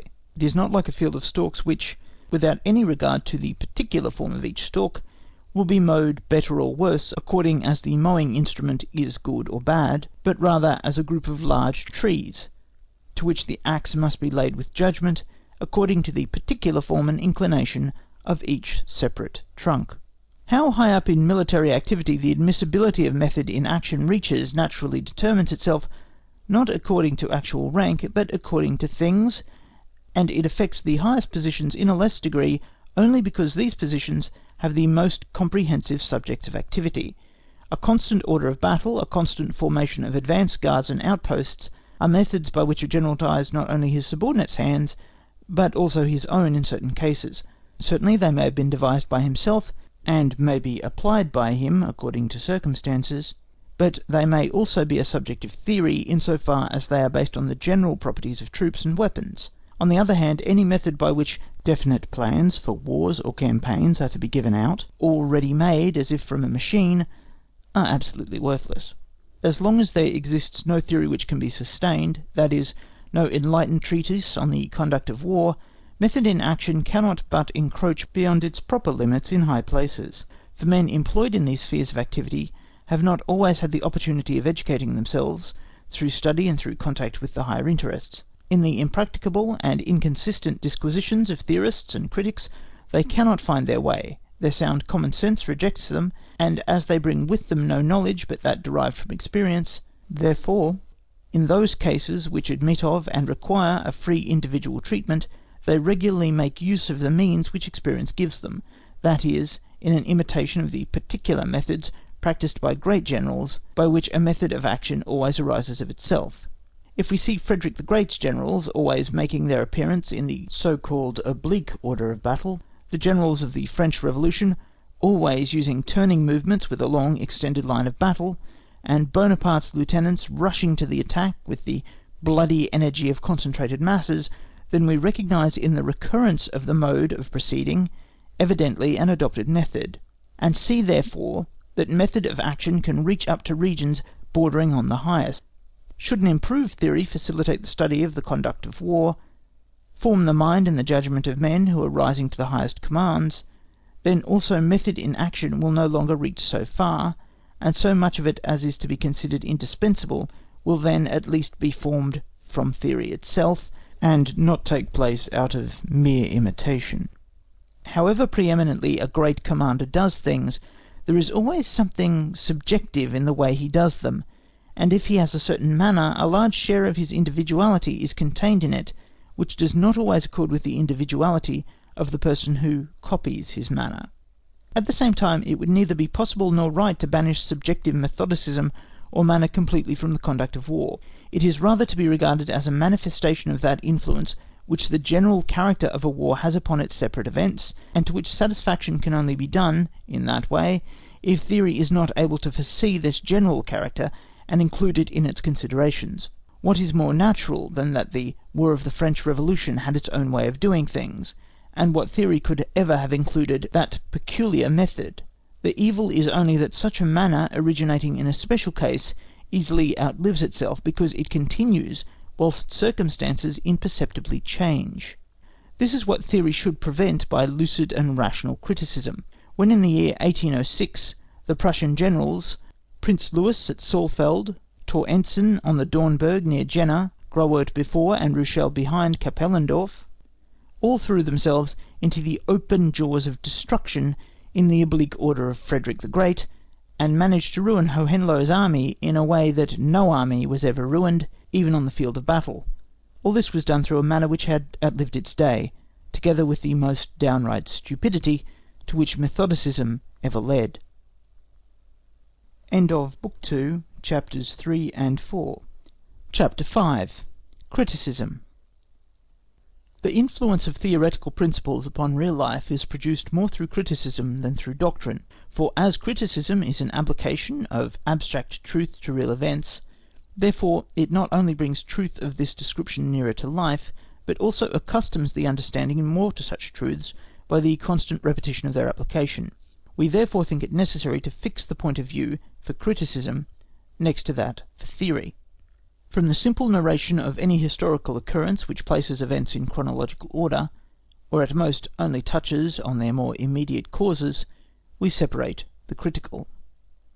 In this critical, three different operations of the mind may be observed. First, the historical investigation and determining of doubtful facts. This is properly historical research, and has nothing in common with theory. Secondly, the tracing of effects to causes. This is the real critical inquiry. It is indispensable to theory, for everything in which theory is to be established, supported, or even merely explained by experience can only be settled in this way. Thirdly, the testing of the means employed. This is criticism properly speaking, in which praise and censure is contained. This is where theory helps history, or rather, the teaching to be derived from it. In these two last strictly critical parts of historical study, all depends on tracing things to their primary elements, that is to say, up to undoubted truths, and not, as is so often done, resting halfway, that is, on some arbitrary assumption or supposition. As respects the tracing of effect to cause, that is often attended with the insuperable difficulty that the real causes are not known. In none of the relations of life does this so frequently happen as in war, where events are seldom fully known, and still less motives, as the latter have been, perhaps purposely, concealed by the chief actor, or have been of such a transient and accidental character that they have been lost for history. For this reason, critical narration must, generally, proceed hand in hand with historical investigation, and still, such a want of connection between cause and effect will often present itself that it does not seem justifiable to consider effects as the necessary results of known causes. Here therefore must occur, that is, historical results which cannot be made use of for teaching.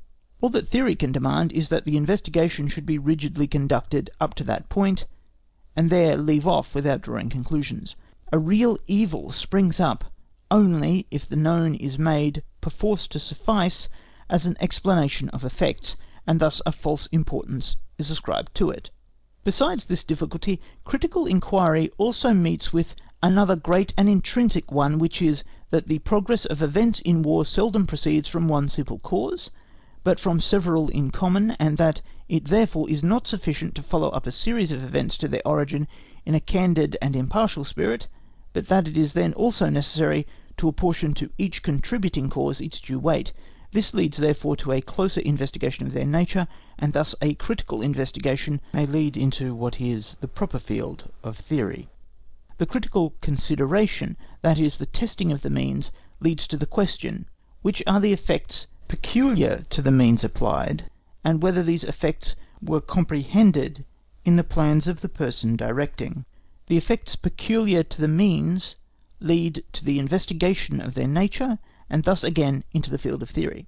We have already seen that in criticism all depends upon attaining to positive truth, therefore that we must not stop at arbitrary propositions which are not allowed by others, and to which other, perhaps equally arbitrary assertions may again be opposed, so that there is no end to pros and cons. The whole is without result, and therefore without instruction.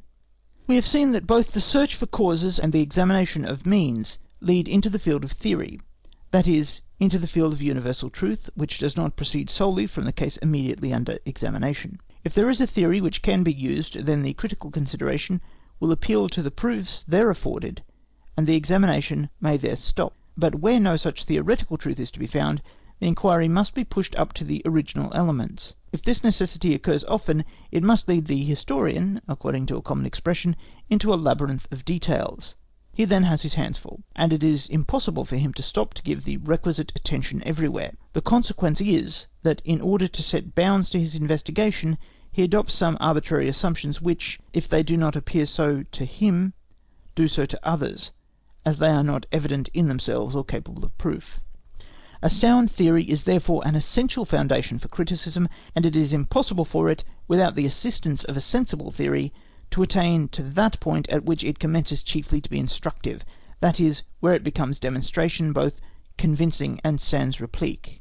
But it would be a visionary hope to believe in the possibility of a theory applicable to every abstract truth, leaving nothing for criticism to do but place the case under its appropriate law. It would be ridiculous pedantry to lay down as a rule for criticism that it must always halt and turn round on reaching the boundaries of sacred theory. The same spirit of analytical inquiry which is the origin of theory must also guide the critic in his work, and it can and must therefore happen that he strays beyond the boundaries of the province of theory and elucidates those points with which he is more particularly concerned. It is more likely, on the contrary, that criticism would completely fail in its object if it degenerated into a mechanical application of theory. All positive results of theoretical inquiry, all principles, rules, and methods, are the more wanting in generality and positive truth, the more they become positive doctrine. They exist to offer themselves for use as required, and it must always be left for judgment to decide whether they are suitable or not. Such results of theory must never be used in criticism as rules or norms for a standard, but in the same way as the person acting should use them, that is, merely as aids to judgment.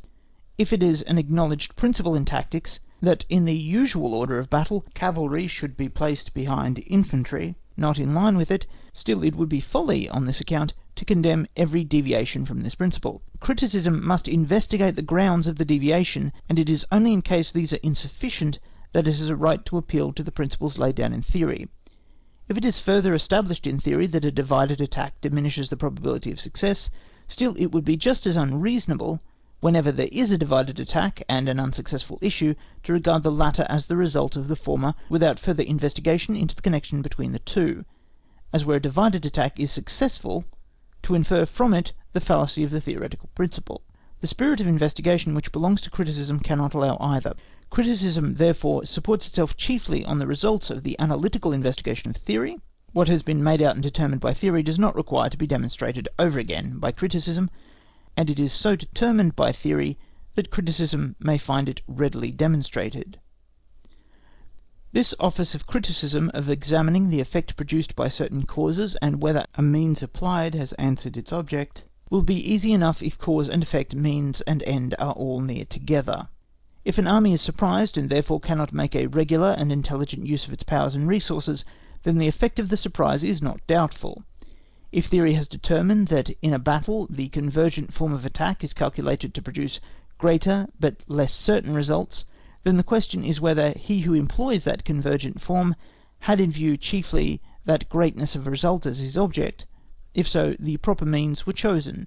But if by this form he intended to make the result more certain, and that expectation was founded not on some exceptional circumstances in this case, but on the general nature of the convergent form, as has happened 100 times, then he mistook the nature of the means, and committed an error. Here the work of military investigation and criticism is easy, and it will always be so when confined to the immediate effects and objects. This can be done quite at option if we abstract the connection of the parts with the whole, and only look at the things in that relation. But in war, as generally in the world, there is a connection between everything which belongs to a whole, and therefore, however small a cause may be in itself, its effects reach to the end of the act of warfare, and modify or influence the final result in some degree, let that degree be ever so small. In the same manner, every means must be felt up to the ultimate object. We can, therefore, trace the effects of a cause as long as events are worth noticing, and in the same way we must not stop at the testing of a means for the immediate object, but test also this object as a means to a higher one, and thus ascend the series of facts in succession until we come to one so absolutely necessary in its nature as to require no examinational proof. In many cases, particularly in what concerns great and decisive measures, the investigation must be carried to the final aim, to that which leads immediately to peace.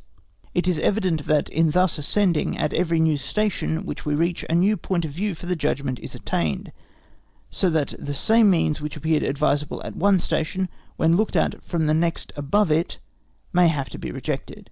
The search for the causes of events, and the comparison of means with ends, must always go hand in hand in the critical review of an act, for the investigation of causes leads us first to the discovery of those things which are worth examining.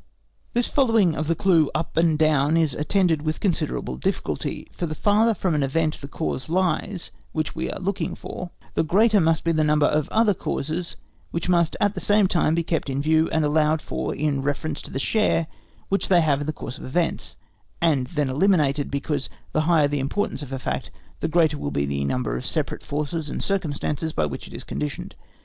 If we have unravelled the causes of a battle being lost, we have certainly also ascertained a part of the causes of the consequences which this defeat has upon the whole war, but only a part, because the effects of other causes, more or less according to circumstances, will flow into the final result. The same multiplicity of circumstances is presented also in the examination of the means the higher our point of view. For the higher the object is situated, the greater must be the number of means employed to reach it. The ultimate object of war is the object aimed at by all the armies simultaneously, and it is therefore necessary that the consideration should embrace all that each has done or could have done.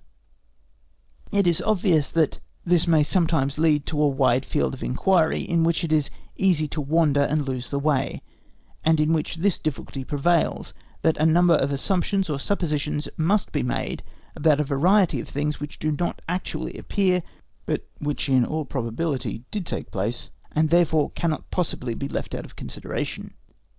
When Bonaparte, in 1797, at the head of the army of Italy, advanced from the Tagliamento against the Archduke Charles, he did so with a view to force that general to a decisive action before the reinforcements expected from the Rhine had reached him.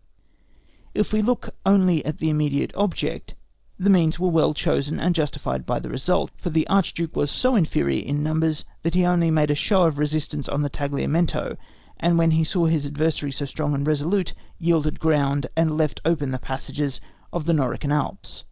Now, to what use could Bonaparte turn this fortunate event? To penetrate into the heart of the Austrian Empire itself, to facilitate the advance of the Rhine armies under Murat and Hoch, and open communication with them.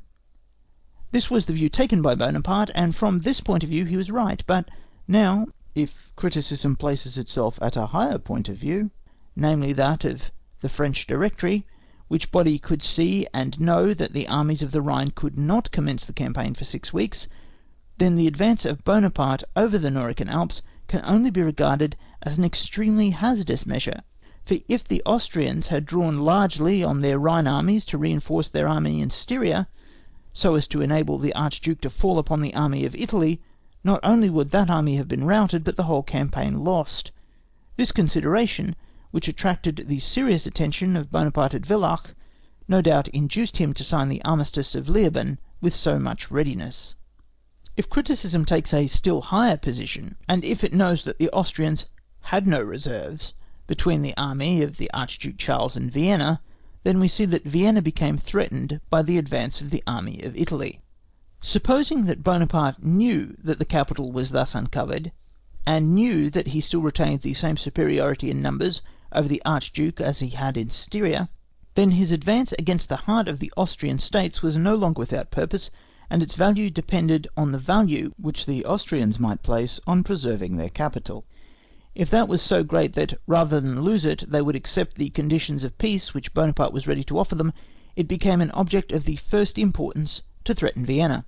If Bonaparte had any reason to know this, then criticism may stop there, but if this point was only problematical, then criticism must take a still higher position, and ask what would have followed if the Austrians had resolved to abandon Vienna and retire further into the vast dominions still left to them. But it is easy to see that this question cannot be answered without bringing into the consideration the probable movements of the Rhine armies on both sides. Through the decided superiority of numbers on the side of the French, 130,000 to 80,000, there could be little doubt of the result, but then next arises the question, what use would the Directory make of a victory? Whether they would follow up their success to the opposite frontiers of the Austrian monarchy, therefore to the complete breaking up or overthrow of that power, or whether they would be satisfied with the conquest of a considerable portion to serve as a security for peace. The probable result in each case must be estimated in order to come to a conclusion as to the probable determination of the Directory. Supposing the result of these considerations to be that the French forces were much too weak for the complete subjugation of the Austrian monarchy, so that the attempt might completely reverse the respective positions of the contending armies, and that even the conquest and occupation of a considerable district of country would place the French army in strategic relations to which they were not equal, then that result must naturally influence the estimate of the position of the army of Italy, and compel it to lower its expectations. And this it was which no doubt influenced Bonaparte, although fully aware of the helpless condition of the Archduke, still to sign the Peace of Campo Formio, which imposed no greater sacrifices on the Austrians than the loss of provinces which, even if the campaign took the most favourable turn for them, they could not have reconquered. But the French could not have reckoned on even the moderate treaty of Campo Formio, and therefore it could not have been their object in making their bold advance, if two considerations had not presented themselves to their view, the first of which consisted in the question, what degree of value the Austrians would attach to each of the above-mentioned results, whether, notwithstanding the probability of a satisfactory result in either of these cases, Would it be worthwhile to make the sacrifices inseparable from a continuance of the war, when they could be spared those sacrifices by a peace on terms not too humiliating? The second consideration is the question whether the Austrian government, instead of seriously weighing the possible results of a resistance pushed to extremities, would not prove completely disheartened by the impression of their present reverses. The consideration which forms the subject of the first is no idle piece of subtle argument, but a consideration of such decidedly practical importance that it comes up whenever the plan of pushing war to its utmost extremity is mooted, and by its weight in most cases restrains the execution of such plans. The second consideration is of equal importance, for we do not make war with an abstraction, but with a reality, which we must always keep in view, and we may be sure that it was not overlooked by the bold Bonaparte, that is, that he was keenly alive to the terror which the appearance of his sword inspired. It was reliance on that which led him to Moscow. There it led him into a scrape. The terror of him had been weakened by the gigantic struggles in which he had been engaged. In the year 797 it was still fresh, and the secret of a resistance pushed to extremities had not been discovered. Nevertheless, even in 1797, his boldness might have led to a negative result if, as already said, he had not with a sort of presentiment avoided it by signing the moderate peace of Campo Formio. We must now bring these considerations to a close. They will suffice to show the wide sphere, the diversity and embarrassing nature of the subjects embraced in a critical examination carried to the fullest extent, that is, to those measures of a great and decisive class which must necessarily be included. It follows from them that, besides a theoretical acquaintance with the subject, natural talent must also have a great influence on the value of critical examinations, for it rests chiefly with the latter to throw the requisite light on the interrelations of things, and to distinguish from amongst the endless connections of events those which are really essential. But talent is also called into requisition in another way. Critical examination is not merely the appreciation of those means which have been actually employed, but also of all possible means, which therefore must be suggested in the first place, that is, must be discovered, and the use of any particular means is not fairly open to censure until a better is pointed out. Now, however small the number of possible combinations may be in most cases, still it must be admitted that to point out those which have not been used is not a mere analysis of actual things, but a spontaneous creation which cannot be prescribed, and depends on the fertility of genius. We are far from seeing a field for great genius in a case which admits only of the application of a few simple combinations, and we think it exceedingly ridiculous to hold up, as is often done, the turning of a position as an invention showing the highest genius. Still, nevertheless, this creative self-activity on the part of the critic is necessary, and it is one of those points which essentially determine the value of critical examination. When Bonaparte, on the 30th of July, 1796, determined to raise the siege of Mantua, in order to march with his whole force against the enemy, advancing in separate columns to the relief of the place, and to beat them in detail, this appeared the surest way to the attainment of brilliant victories. These victories actually followed, and were afterwards again repeated on a still more brilliant scale, on the attempt to relieve the fortress being again renewed. We hear only one opinion on these achievements, that of unmixed admiration. At the same time, Bonaparte could not have adopted this course on the 30th of July without quite giving up on the idea of the siege of Mantua, because it was impossible to save the siege train, and it could not be replaced by another in this campaign. In fact, the siege was converted into a blockade, and the town, which if the siege had continued must have very shortly fallen, held out for 6 months in spite of Bonaparte's victories in the open field. Criticism has generally regarded this as an evil that was unavoidable, because critics have not been able to suggest any better course. Resistance to a relieving army within lines of circumvallation had fallen into such disrepute and contempt that it appears to have entirely escaped consideration as a means, and yet in the reign of Louis XIV that measure was so often used with success that we can only attribute to the force of fashion the fact that 100 years later it never occurred to any one even to propose such a measure. If the practicability of such a plan had ever been entertained for a moment, a closer consideration of circumstances would have shown that 40,000 of the best infantry in the world under Bonaparte, behind strong lines of circumvallation around Mantua, had so little to fear from the 50,000 men coming to relief under Wurmser, that it was very unlikely that any attempt even would have been made upon their lines. We shall not seek here to establish this point, but we believe enough has been said to show that this means was one which had a right to a share of consideration.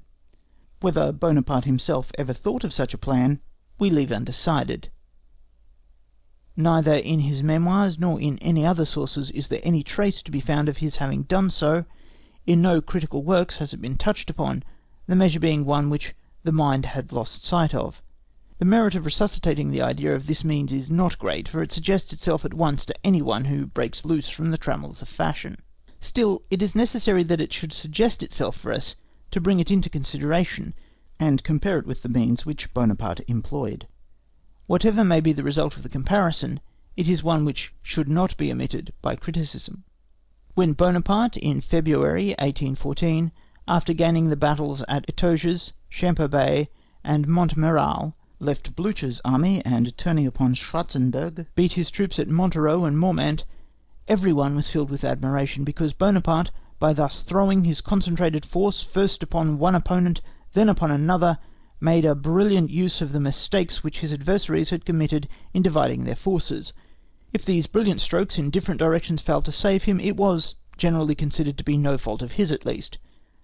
No one has yet asked the question, what would have been the result if, instead of turning from Blücher upon Schwarzenberg, he had tried another blow at Blücher and pursued him to the Rhine?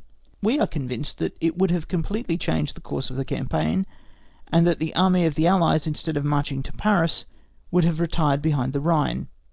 We do not ask others to share our conviction, but no one who understands the thing will doubt, at the mere mention of this alternative course, that it is one which should not be overlooked in criticism. In this case the means of comparison lie much more on the surface than in the foregoing, but they have been equally overlooked, because one-sided views have prevailed, and there has been no freedom of judgment. From the necessity of pointing out a better means, which might have been used in place of those which are condemned, has arisen the form of criticism almost exclusively in use, which contents itself with pointing out the better means without demonstrating in what the superiority consists. The consequence is that some are not convinced, that others start up and do the same thing, and that thus discussion arises which is without any fixed basis for the argument. Military literature abounds with matter of this sort. The demonstration we require is always necessary when the superiority of means propounded is not so evident as to leave no room for doubt, and consists in examination of each of the means on its own merits, and then of its comparison with the object desired. When once the thing is traced back to a simple truth, controversy must cease, or at all events a new result is obtained, whilst by the other plan the pros and cons go on for ever consuming each other. Should we, for example, not rest content with assertion, in the case before mentioned, and wish to prove that the persistent pursuit of Blücher would have been more advantageous than turning upon Schwarzenberg, we should support the arguments on the following simple truths. 1. In general, it is more advantageous to continue our blows in one and the same direction, because there is a loss of time in striking in different directions, and at a point where the moral power is already shaken by considerable losses, there is the more reason to expect fresh successes. Therefore, in that way, no part of the preponderance already gained is left idle. 2. Because Blücher, although weaker than Schwarzenberg, was, on account of his enterprising spirit, the more important adversary. In him, therefore, lay the centre of attraction, which drew the others along in the same direction. 3. Because the losses which Blücher had sustained almost amounted to a defeat, which gave Bonaparte such a preponderance over him as to make his retreat to the Rhine almost certain, and at the same time no reserves of any consequence awaited him there. 4. Because there was no other result which would be so terrific in its aspects, which would appear to the imagination in such gigantic proportions, an immense advantage in dealing with a staff so weak and irresolute as that of Schwarzenberg notoriously was at this time.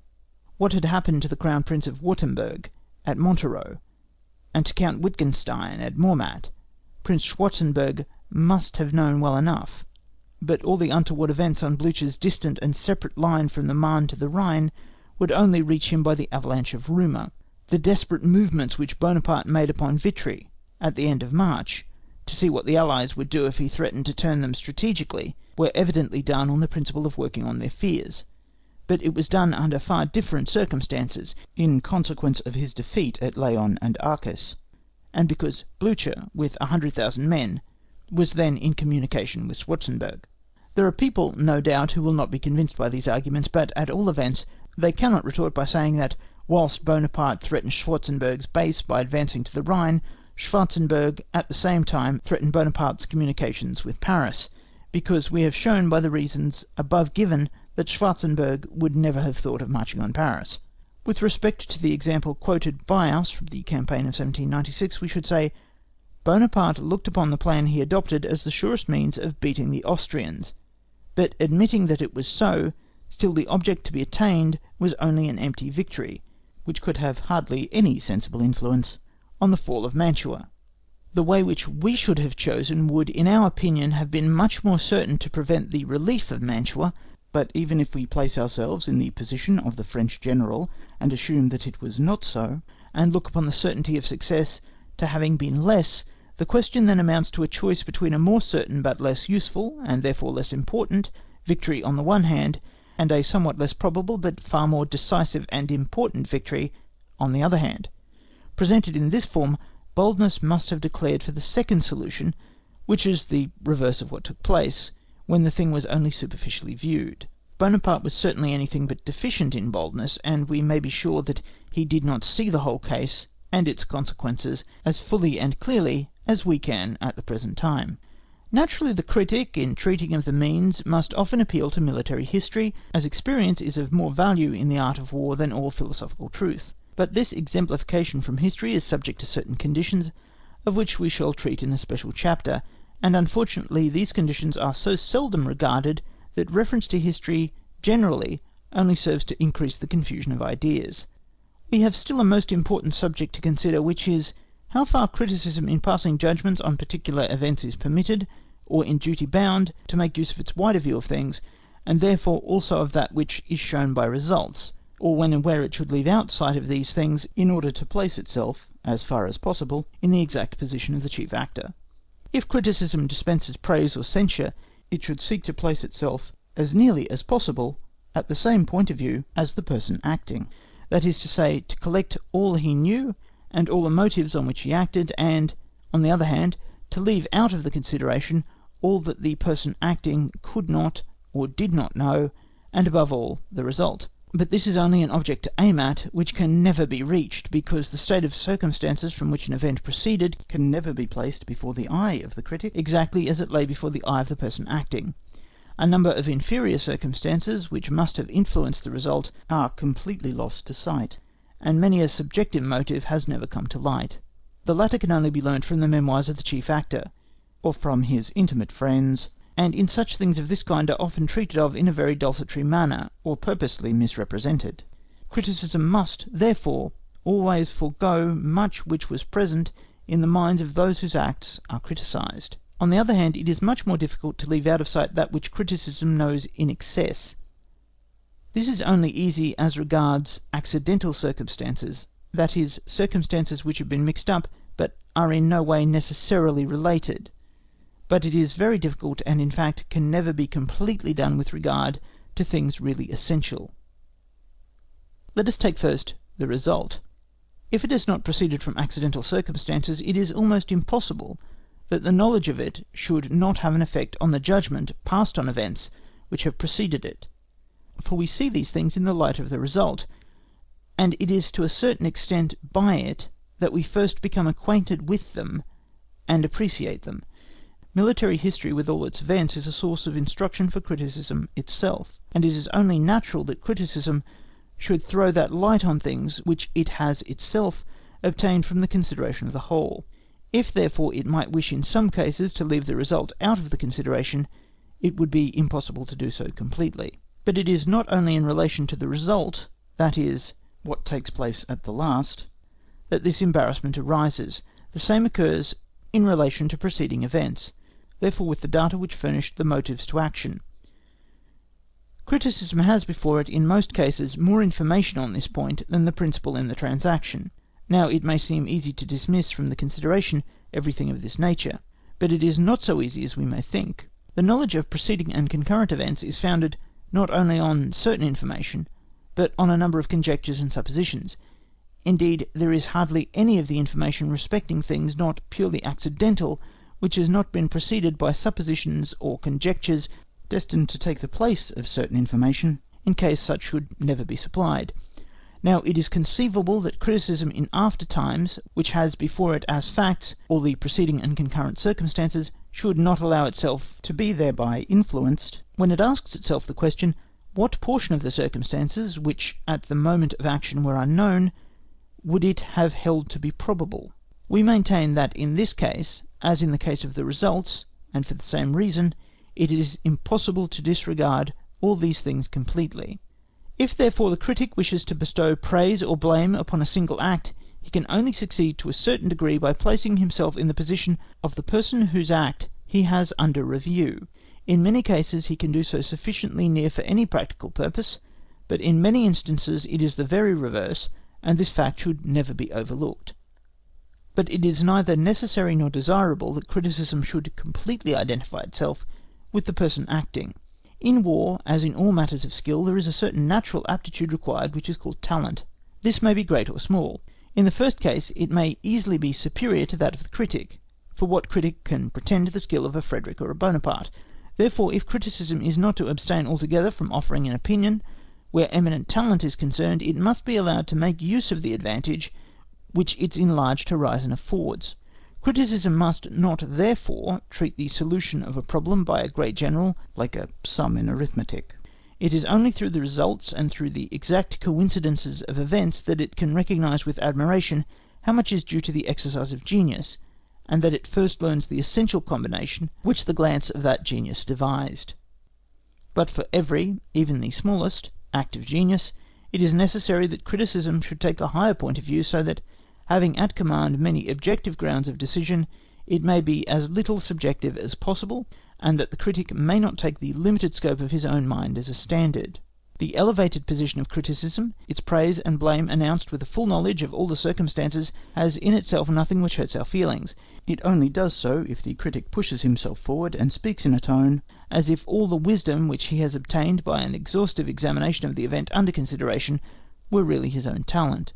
Palpable as is this deception, it is one which people may easily fall into through vanity, and one which is naturally distasteful to others. It very often happens that although the critic has no such arrogant pretensions, they are imputed to him by the reader, because he has not expressly disclaimed them, and then follows immediately a charge of a want of the power of critical judgment. If therefore a critic points out an error made by a Frederick or a Bonaparte, that does not mean that he who makes the criticism would not have committed the same error. He may even be ready to grant that, had he been in the place of one of these great generals, he might have made much greater mistakes. He merely sees this error from the chain of events, and he thinks that it should not have escaped the sagacity of the general. This is, therefore, an opinion formed through the connection of events, and, therefore, through the result.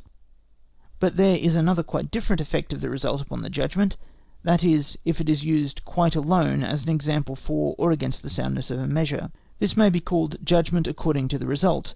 Such a judgment appears at the first sight inadmissible, yet it is not. When Bonaparte marched to Moscow in 1812, all depended upon whether the taking of the capital, and the events which preceded the capture, would force the Emperor Alexander to make peace, as he had been compelled to do after the Battle of Friedland in 1807, and the Emperor Francis in 1805 and 1809 after Austerlitz and Wagram. For if Bonaparte did not obtain a peace at Moscow, there was no alternative but to return. That is, there was nothing for him but a strategic defeat. We shall leave out the question what he did to get to Moscow, and whether in his advance he did not miss many opportunities of bringing the Emperor Alexander to peace. We shall also exclude all consideration of the disastrous circumstances which attended his retreat, and which perhaps had their origin in the general conduct of the campaign. Still, the question remains the same, for however much more brilliant the course of the campaign up to Moscow might have been, still there was always an uncertainty whether the Emperor Alexander would be intimidated into making peace, and then, even if a retreat did not contain in itself the seeds of such disasters as in fact did occur, still it could never be anything else than a great strategic defeat, If the Emperor Alexander agreed to a peace which was disadvantageous to him, the campaign of 1812 would have ranked with those of Austerlitz, Friedland, and Wagram, but these campaigns also, if they had not led to peace, would in all probability have ended in similar catastrophes. Whatever, therefore, of genius, skill, and energy the conqueror of the world applied to the task, this last question addressed to fate remains always the same. Shall we then discard the campaigns of 1805, 1807, 1809, and say that on account of the campaign of 1812, that they were acts of imprudence, and the results were against the nature of things, and that in 1812 strategic justice at last found vent for itself in opposition to blind chance?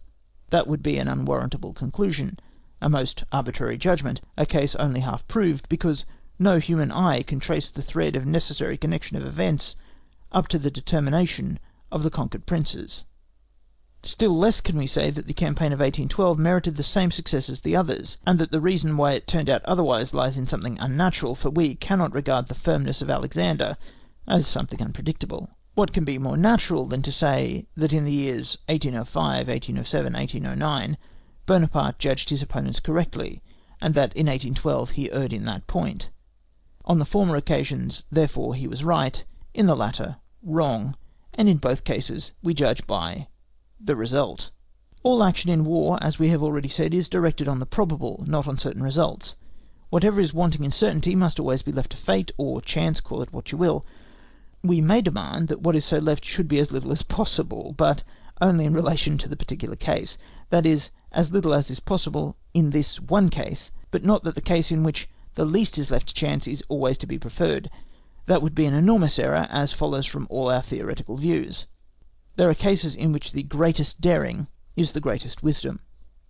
Now, in everything which is left to chance by the chief actor, his personal merit, and therefore his responsibility as well, seems to be completely set aside. Nevertheless, we cannot suppress an inward feeling of satisfaction whenever expectation realises itself, and if it disappoints us, our mind is dissatisfied, and more than this of right and wrong should not be meant by the judgment which we form from the mere result, or rather that we find there. Nevertheless, it cannot be denied that the satisfaction which our mind experiences at success, the pain caused by failure, proceed from a sort of mysterious feeling.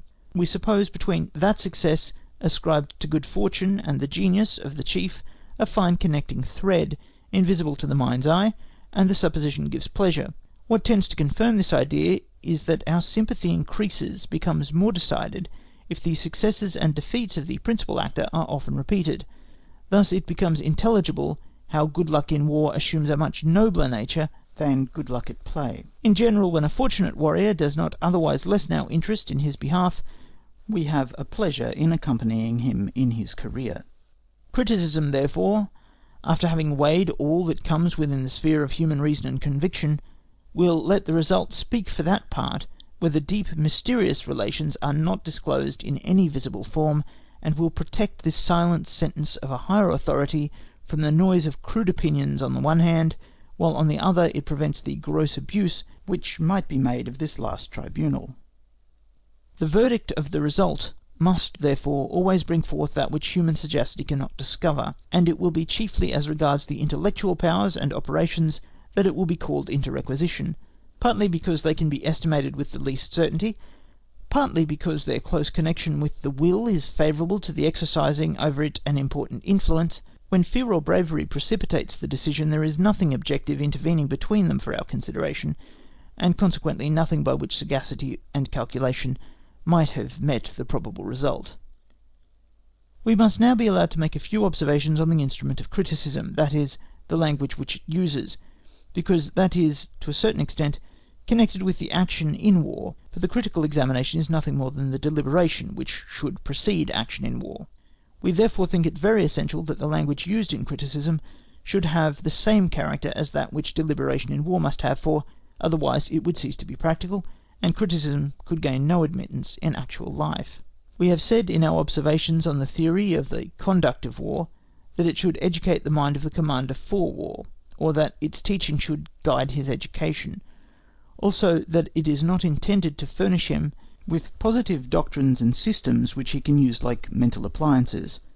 But if the construction of scientific formulae is never required, or even allowable, in war to aid the decision on the case presented, if truth does not appear there in a systematic shape, if it is not found in an indirect way, but directly by the natural perception of the mind, then it must be the same also in a critical review. It is true, as we have seen, that wherever complete demonstration of the nature of things would be too tedious, criticism must support itself on those truths which theory has established on the point. But just as in war the actor obeys these theoretical truths rather because his mind is imbued with them than because he regards them as objective inflexible laws, so criticism must also make use of them not as an external law or an algebraic formula, of which fresh proof is not required each time they are applied, but it must always throw light on the proof itself, leaving only to theory the more minute and circumstantial proof. Thus it avoids a mysterious, unintelligible phraseology, and makes its progress in plain language, that is, with a clear and always visible chain of ideas. Certainly this cannot always be completely attained, but it must always be the aim in critical expositions. Such expositions must use complicated forms of science as sparingly as possible, and never resort to the construction of scientific aids, as of a truth apparatus of its own, but always be guided by the natural and unbiased impressions of the mind. But this pious endeavour, if we may use that expression, has unfortunately seldom hitherto presided over critical examinations. The most of them have rather been emanations of a species of vanity, a wish to make a display of ideas. The first evil which we constantly stumble upon is a lame, totally inadmissible application of certain one-sided systems as a formal code of laws. But it is never difficult to show the one-sidedness of such systems, and this only requires to be done once to throw discredit for ever on critical judgments which are based on them. We have here to deal with a definite subject, and as the number of possible systems after all can be but small, therefore also they are themselves the lesser evil. Much greater is the evil which lies in the pompous retinue of technical terms, scientific expressions and metaphors, which these systems carry in their train, and which, like a rabble, like the baggage of an army broken away from its chief, hang about in all directions. Any critic who has not adopted a system, either because he has not found one to please him, or because he has not yet been able to make himself master of one, will at least occasionally make use of a piece of one, as one would use a ruler, to show the blunders committed by a general. The most of them are incapable of reasoning without using, as a help, here and there some shreds of scientific military theory. The smallest of these fragments, consisting in mere scientific words and metaphors, are often nothing more than ornamental flourishes of critical narration. Now it is in the nature of things that all technical and scientific expressions which belong to a system lose their propriety, if they ever had any, as soon as they are distorted and used as general axioms, or as small crystalline talismans, which have more power of demonstration than simple speech.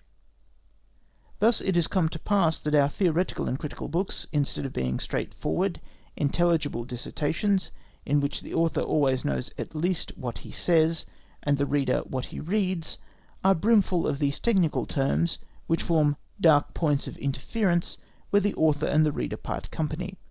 But frequently they are something worse, being nothing but hollow shells without any kernel. The author himself has no clear perception of what he means, contents himself with vague ideas, which if expressed in plain language would be unsatisfactory even to himself.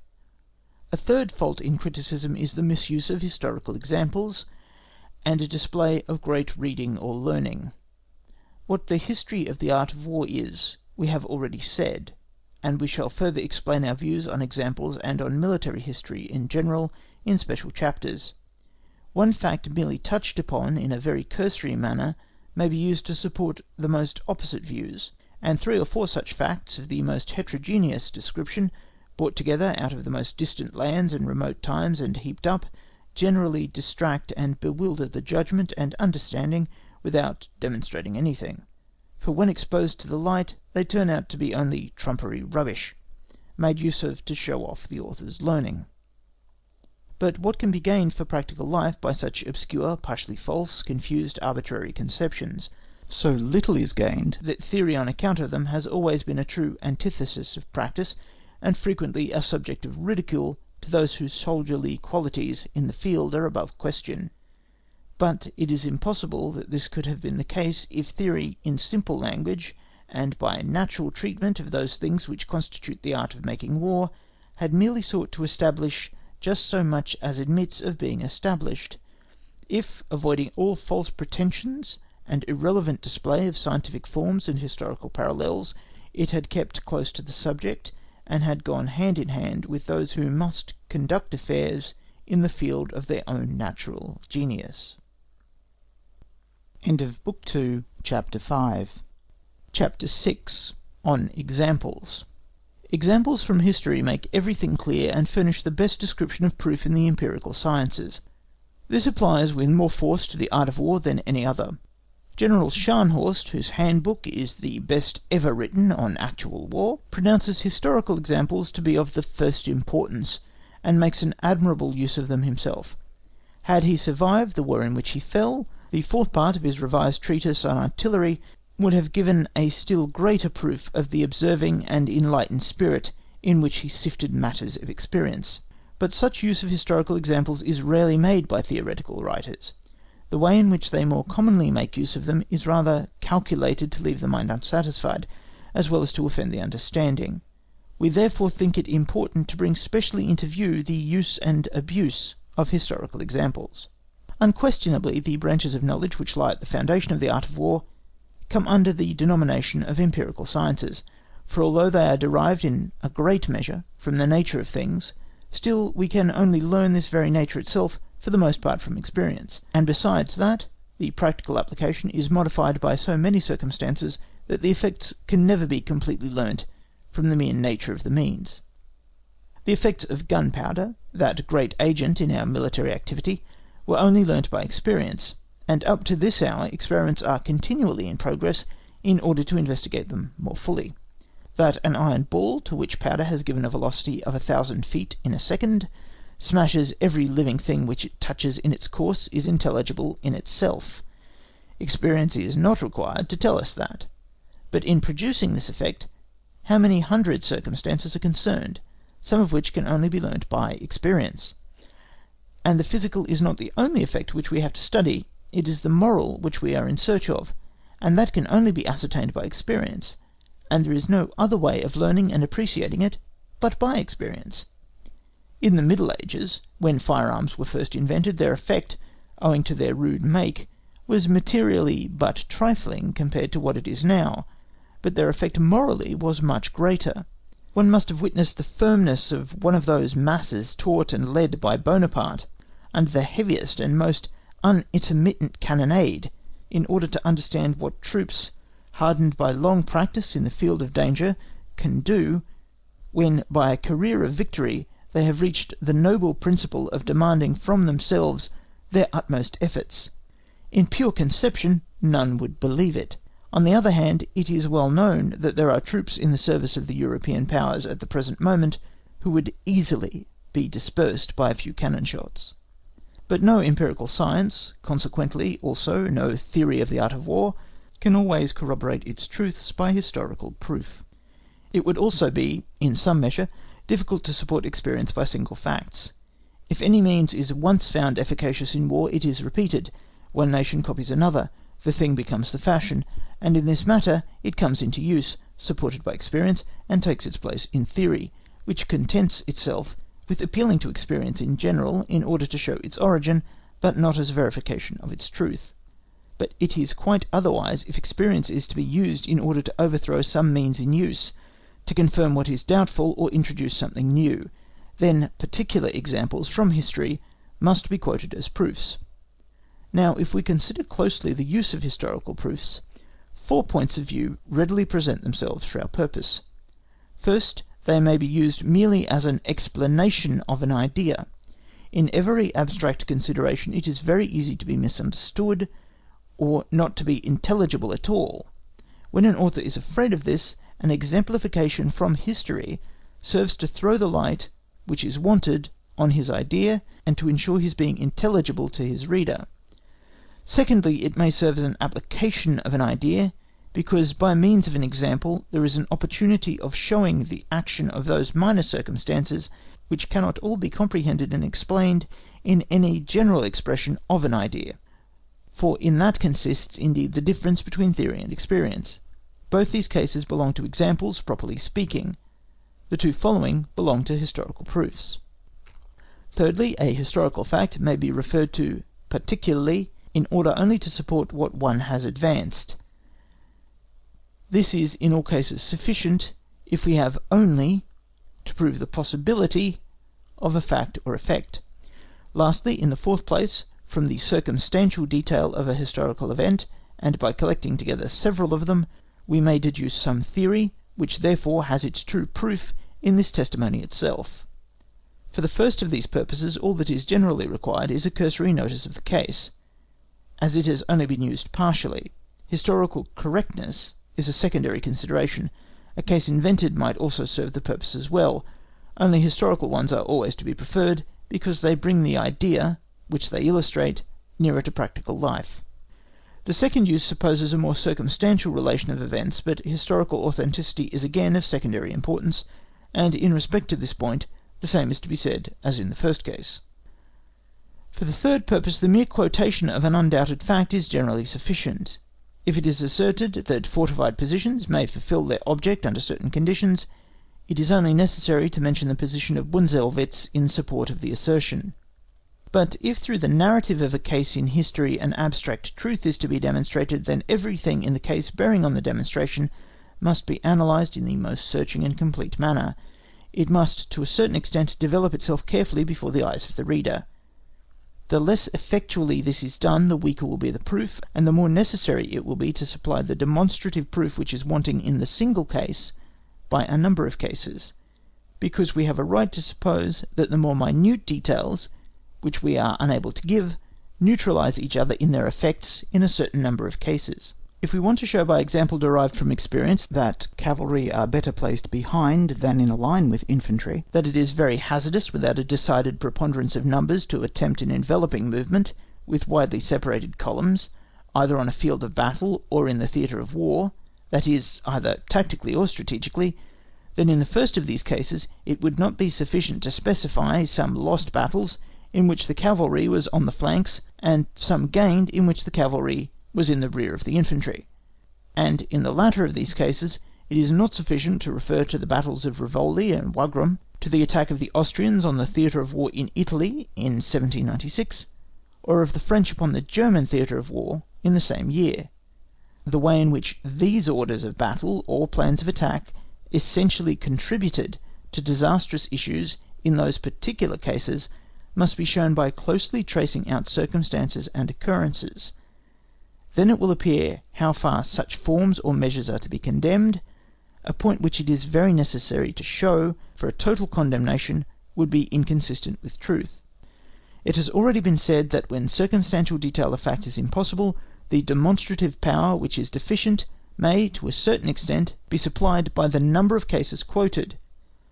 But this is a very dangerous method of getting out of the difficulty, and one which has been much abused.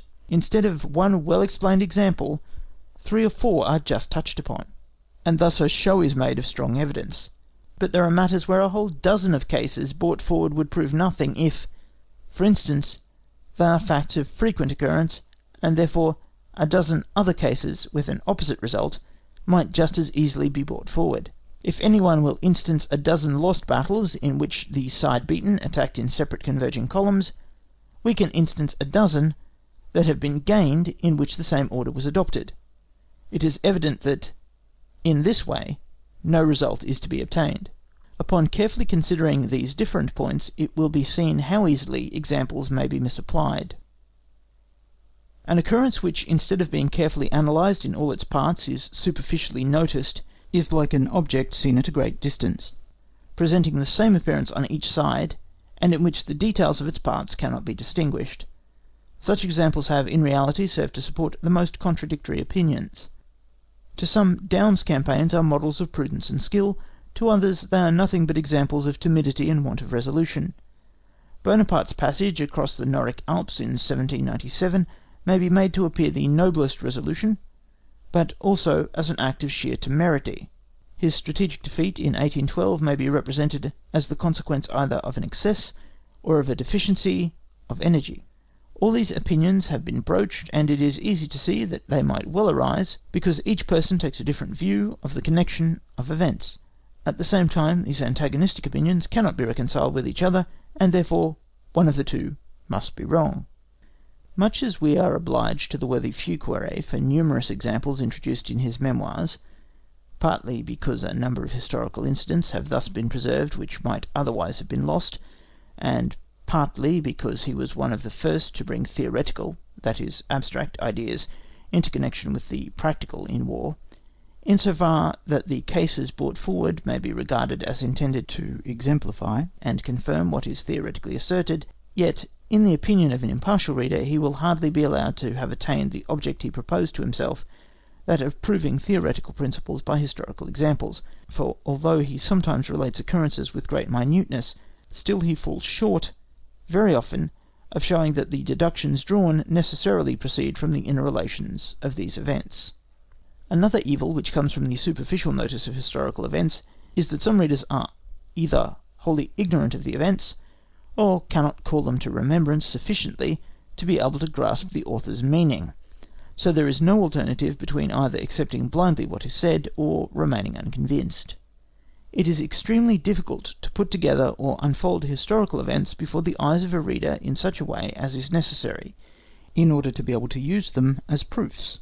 For the writer very often wants the means, and can neither afford the time nor the requisite space, but we maintain that, when the object is to establish a new or doubtful opinion, one single example thoroughly analysed is far more instructive than 10 which are superficially treated. The great mischief of these superficial representations is not that the writer puts his story forward as a proof, when it has only a false title, but that he has not made himself properly acquainted with the subject, and that from this sort of slovenly, shallow treatment of history, 100 false views and attempts at the construction of theories arise, which would never have made their appearance if the writer had looked upon it as his duty to deduce from the strict connection of events everything new which he brought to market, and sought to prove from history. When we are convinced of these difficulties in the use of historical examples, and at the same time of the necessity of making use of such examples, then we shall also come to the conclusion that the latest military history is naturally the best field from which to draw them, inasmuch as it alone is sufficiently authentic and detailed. In ancient times, circumstances connected with war, as well as the method of carrying it on, were different. Therefore, its events are of less use to us, either theoretically or practically, in addition to which military history, like every other, naturally loses in the course of time a number of small traits and lineaments originally to be seen, loses in colour and life like a worn-out or darkened picture, so that perhaps at last only the large masses and leading features remain, which thus acquire undue proportions. If we look at the present state of warfare, we should say that wars since that of the Austrian succession are almost the only ones which, at least as far as armament, have still a considerable similarity to the present, and which, notwithstanding the many important changes which have taken place, both great and small, are still capable of affording much instruction. It is quite otherwise with the War of the Spanish Succession, as the use of firearms had not then so far advanced towards perfection, and cavalry still continued the most important arm. The farther we go back, the less useful becomes military history, as it gets so much the more meagre and barren of detail. The most useless of all is that of the Old World. But this uselessness is not altogether absolute. It relates only to those subjects which depend on a knowledge of minute details, or on those things in which the method of conducting war has changed. Although we know very little about the tactics in the battles between the Swiss and the Austrians, the Burgundians and French, still we find in them unmistakable evidence that they were the first in which the superiority of a good infantry over the best cavalry was displayed. A general glance at the time of the Condottieri teaches us how the whole method of conducting war is dependent on the instrument used, for at no period have the forces used in war had so much the characteristics of a special instrument, and been a class so totally distinct from the rest of the national community. The memorable way in which the Romans in the Second Punic War attacked the Carthaginian possessions in Spain and Africa, while Hannibal still maintained himself in Italy, is a most instructive subject to study, as the general relations of the states and armies concerned in this indirect act of defence are sufficiently well known. But the more things descend into particulars, and deviate in character from the most general relations, the less we can look for examples and lessons of experience from very remote periods. For we have neither the means of judging properly of corresponding events, nor can we apply them to our completely different method of war. Unfortunately, however, it has always been the fashion with historical writers to talk about ancient times. We shall not say how far vanity and charlatanism may have had a share in this, but in general we fail to discover any honest intention and earnest endeavour to instruct and convince, and we can therefore only look upon such quotations and references as embellishments to fill up gaps and hide defects. It would be an immense service to teach the art of war entirely by historical examples, as Feuquieres proposed to do, but it would be full work for the whole life of a man, if we reflect that he who undertakes it must first qualify himself for the task by a long personal experience in actual war. Whoever, stirred by ambition, undertakes such a task, let him prepare himself for his pious undertaking as for a long pilgrimage. Let him give up his time, spare no sacrifice, fear no temporal rank or power, and rise above all feelings of personal vanity, of false shame, in order, according to the French code, to speak the truth, the whole truth, and nothing but the truth. End of Book 2, Chapter 6. Book 3, of Strategy in General, Chapter 1, Strategy. In the second chapter of the second book, strategy has been defined as the employment of the battle as the means towards the attainment of the object of the war. Properly speaking, it has to do with nothing but the battle, but its theory must include in this consideration the instrument of this real activity, the armed force, in itself and in its principal relations, for the battle is fought by it, and shows its effects upon it in turn. It must be well acquainted with the battle itself, as far as relates to its possible results, and those mental and moral powers which are the most important in the use of the same. Strategy is the employment of the battle to gain the end of the war. It must therefore give an aim to the whole military action, which must be in accordance with the object of the war.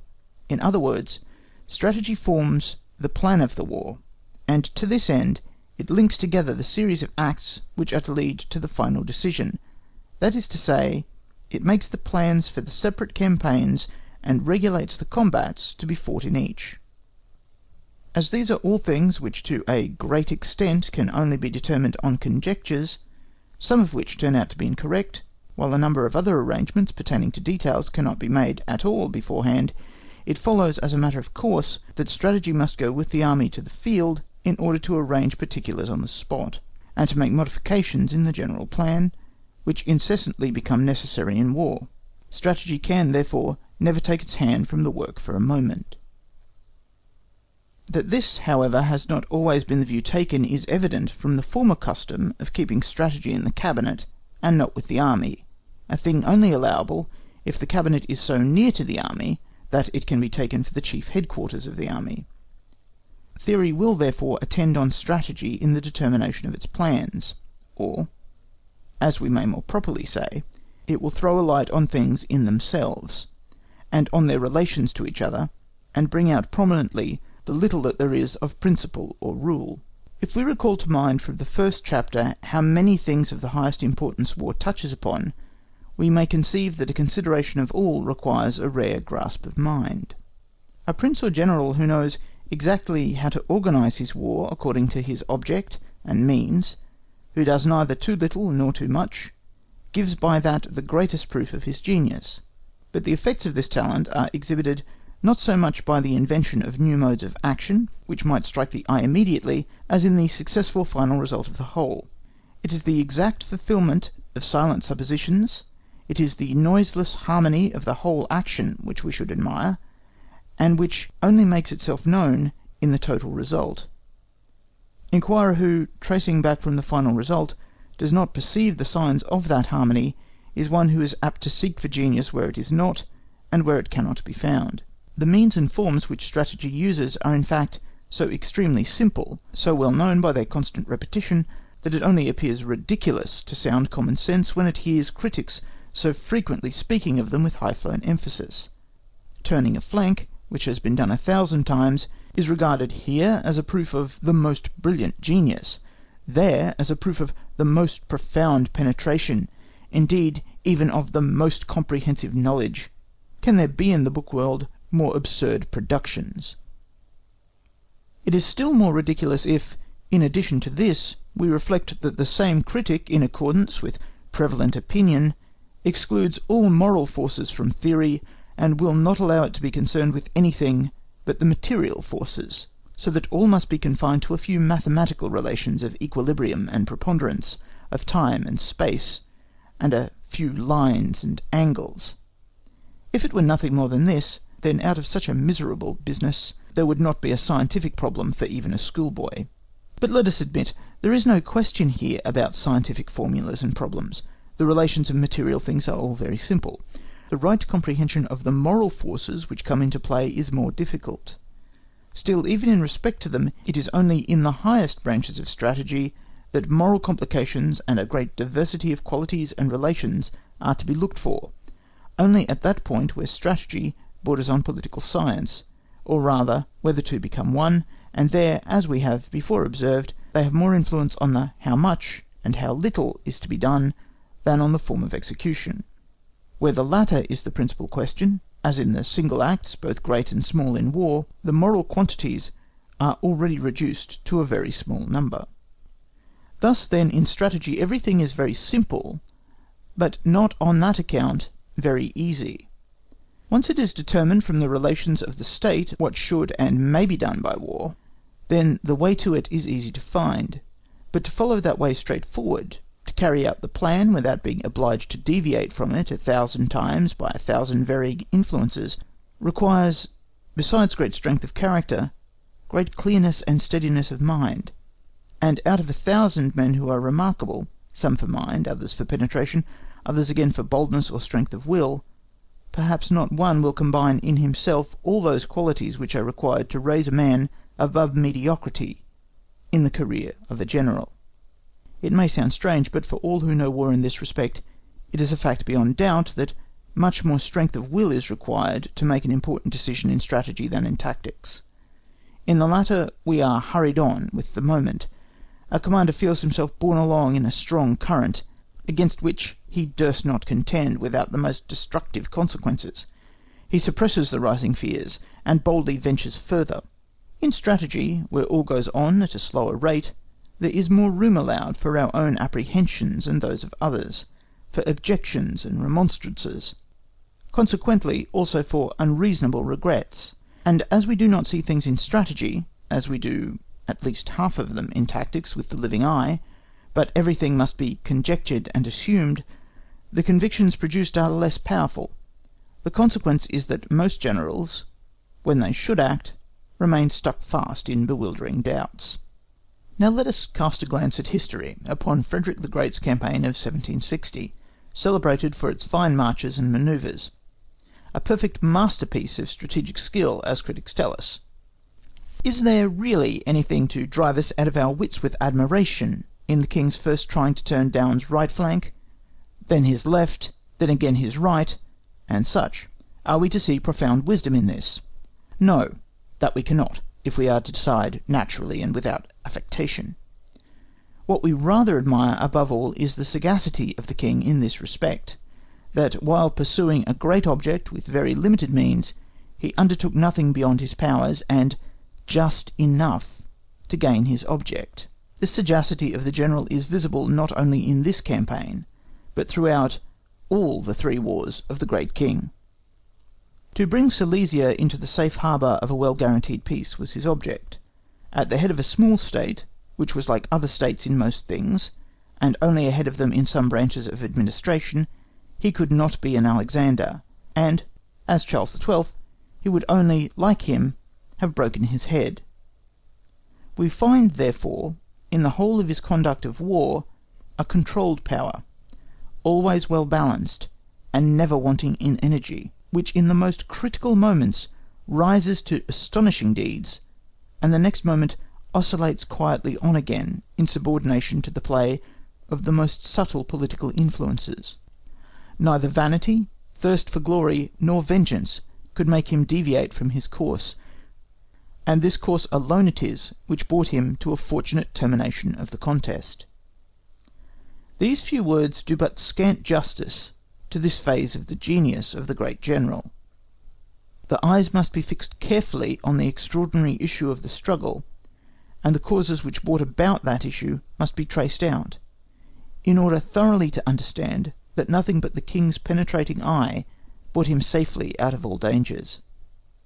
This is one feature in this great commander which we admire in the campaign of 1760, and in all others, but in this especially, because in none did he keep the balance even against such a superior hostile force with such a small sacrifice. Another feature relates to the difficulty of execution. Marches to turn a flank, right or left, are easily combined. The idea of keeping a small force always well concentrated, to be able to meet the enemy on equal terms at any point, to multiply a force by rapid movement, is as easily conceived as expressed. The mere contrivance in these points, therefore, cannot excite our admiration, and with respect to such things, there is nothing further than to admit that they are simple. But let a general try to do these things like Frederick the Great. Long afterwards, authors who were eyewitnesses have spoken of the danger, indeed of the imprudence of the king's camps, and doubtless at the time he pitched them the danger appeared 3 times as great as afterwards. It was the same with his marches.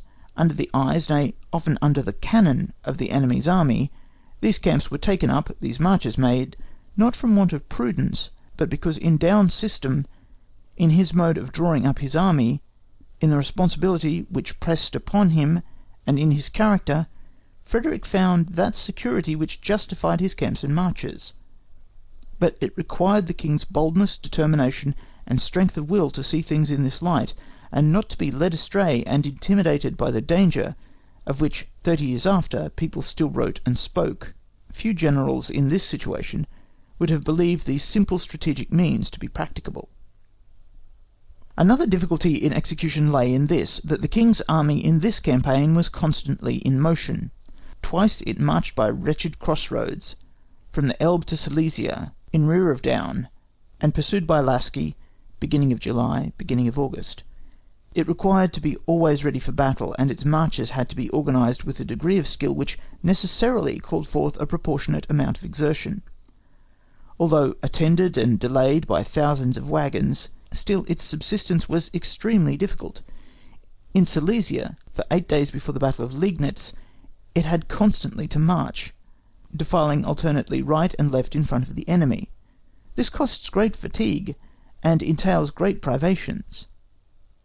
Is it to be supposed that all of this could have been done without producing great friction in the machine?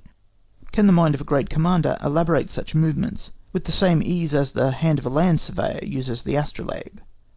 Does not the sight of the sufferings of their hungry, thirsty comrades pierce the hearts of the commander and his generals 1,000 times?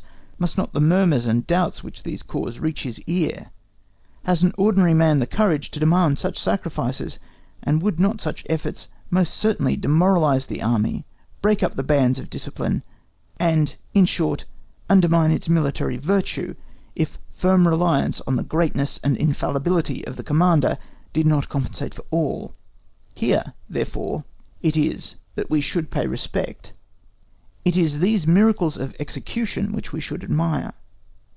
But it is impossible to realize all this in its full force without a foretaste of it by experience. He who only knows war from books, or the drill ground, cannot realize the whole effect of this counterpoise in action. We beg him, therefore, to accept from us, on faith and trust, all that he is unable to supply from any personal experiences of his own. This illustration is intended to give more clearness to the course of our ideas, and in closing this chapter we will only briefly observe that in our exposition of strategy we shall describe those separate subjects which appear to us the most important, whether of a moral or material nature, then proceed from the simple to the complex, and conclude with the inner connection of the whole act of war, in other words, with the plan for a war or campaign. Observation. In an earlier manuscript of the first book, are the following pages, endorsed by the author himself to be used for the first chapter of the second book. The projected revision of that chapter not having been made, the passages referred to are introduced here in full. By the mere assemblage of armed forces at a particular point, a battle there becomes possible, but does not always take place. Is that possibility now to be regarded as a reality, and therefore an effective thing? Certainly it is so by its results, and these effects, whatever they may be, can never fail. 1. Possible combats are, on account of their results, to be looked upon as real ones. If a detachment is sent away to cut off the retreat of a flying enemy, and the enemy surrenders in consequence without further resistance, still it is through the combat which is offered to him by this detachment sent after him that he is brought to his decision. If part of our army occupies an enemy's province, which was undefended, and thus deprives the enemy of very considerable means of keeping up the strength of his army, it is entirely through the battle which our detached body gives the enemy to expect, in case he seeks to recover the lost province, that we remain in possession of the same. In both cases, therefore, the mere possibility of a battle has produced results, and it is therefore to be classed amongst actual events. Suppose that in these cases the enemy has opposed our troops with others superior in force, and thus forced ours to give up their object without a combat, then certainly our plan has failed, but the battle which we offered at either of those points has not on that account been without effect, for it attracted the enemy's forces to that point, and in case our whole undertaking has done us harm, it cannot be said that these positions, these possible battles, have been attended with no results. Their effects, then, are similar to those of a lost battle. In this manner we may see that the destruction of the enemy's military forces, the overthrow of the enemy's power, is only to be done through the effect of battle, whether it be that it actually takes place, or that it is merely offered and not accepted. 2. Twofold object of the combat. But these effects are of two kinds, direct and indirect. They are of the latter if other things intrude themselves and become the object of the combat, things which cannot be regarded as the destruction of the enemy's force, but only leading up to it, certainly by a circuitous road, but with so much the greater effect. The possession of provinces, towns, fortresses, roads, bridges, magazines, and such, may be the immediate object of a battle, but never the ultimate one. Things of this description can never be looked upon as otherwise than a means of gaining greater superiority, so as at last to offer battle to the enemy in such a way that it will be impossible for him to accept it. Therefore, all these things must only be regarded as intermediate links, steps, as it were, leading up to the effectual principle, but never as the principle itself. 3. Example. In 1814, by the capture of Bonaparte's capital, the object of the war was attained. The political divisions which had their roots in Paris came into active operation, and an enormous split left the power of the Emperor to collapse of itself. Nevertheless, the point of view from which we must look at all this, that through these causes the forces and defensive means of Bonaparte were suddenly and very much diminished, the superiority of the Allies therefore just in the same measure increased, and any further resistance then became impossible. It was this impossibility which produced the peace with France. If we suppose the forces of the Allies at that moment diminished to a like extent through external causes, if the superiority vanishes, then at the same time vanishes also all the effect and importance of the taking of Paris. We have gone through this chain of argument in order to show that this is the natural and only true view of the thing from which it derives its importance. It leads always back to the question, what at any given moment of the war or campaign will be the probable result of the great or small combats which the two sides might offer to each other.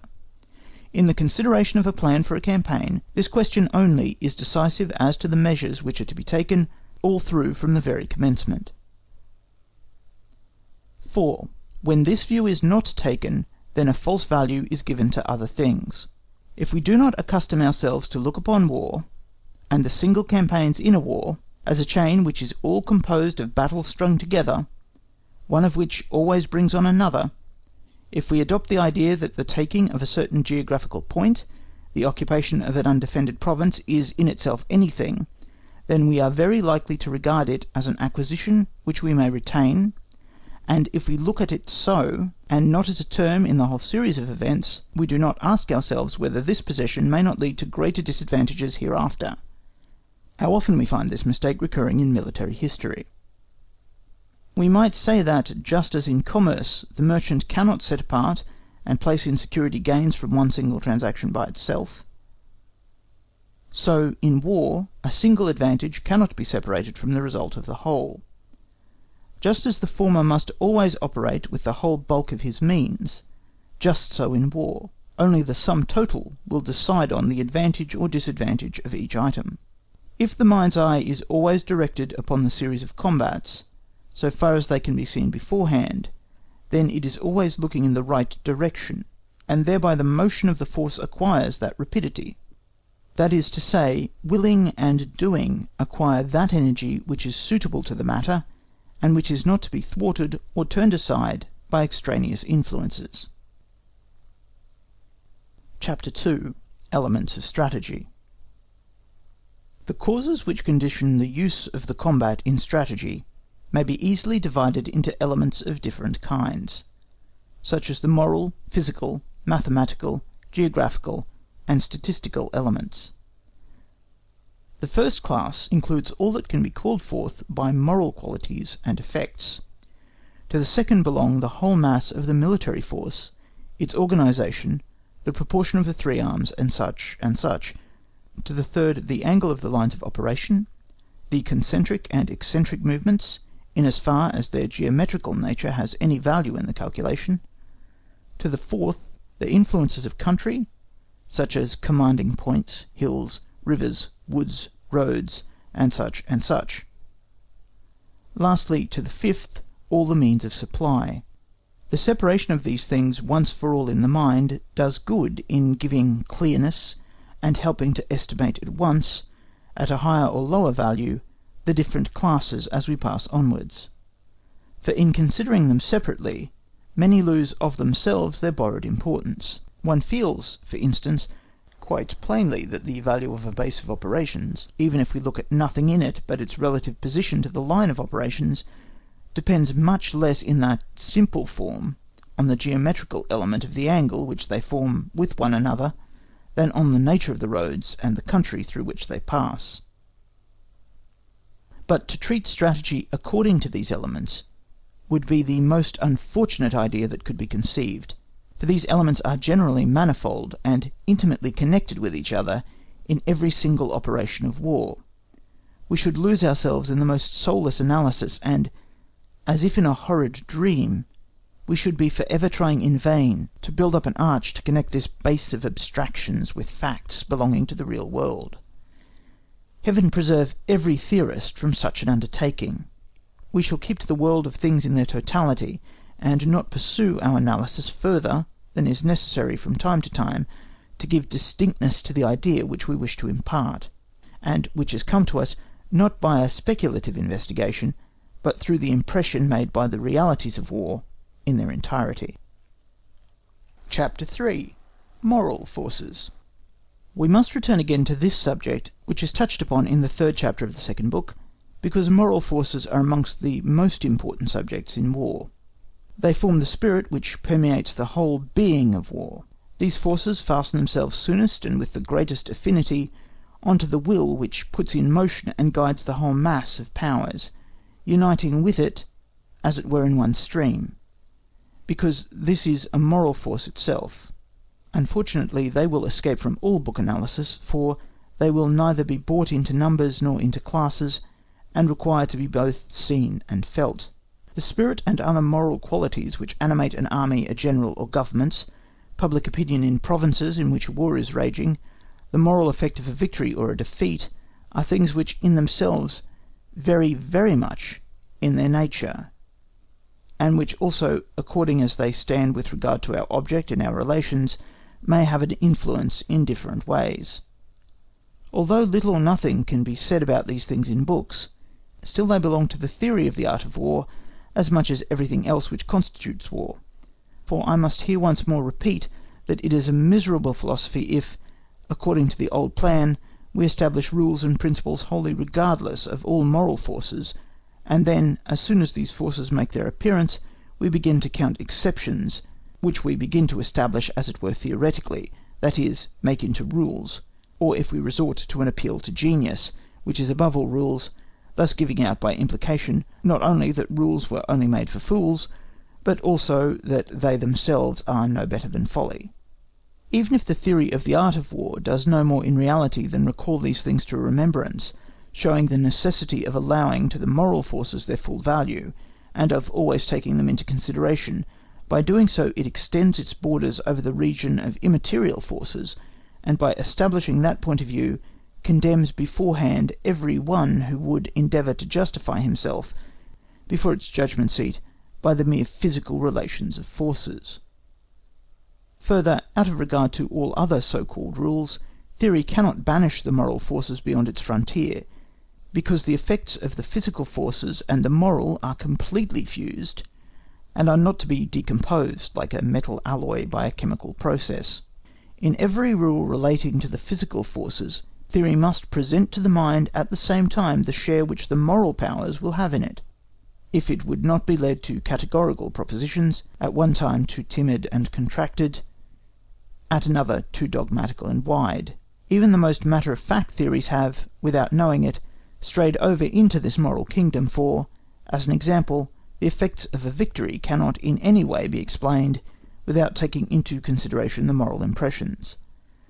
And therefore the most of the subjects, which we shall go through in this book, are composed half of physical, half of moral causes and effects, and we may say the physical are almost no more than the wooden handle, whilst the moral are the noble metal, the real bright polished weapon. The value of the moral powers and their frequently incredible influence are best exemplified by history, and this is the most generous and purest nourishment which the mind of the general can extract from it.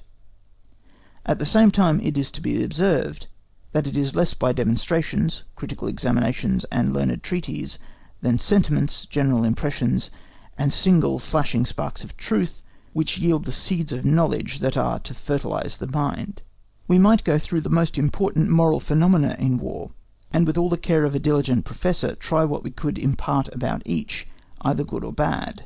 But as in such a method one slides too much into the commonplace and trite, whilst real mind quickly makes its escape in analysis, the end is that one gets imperceptibly to the relation of things which everybody knows.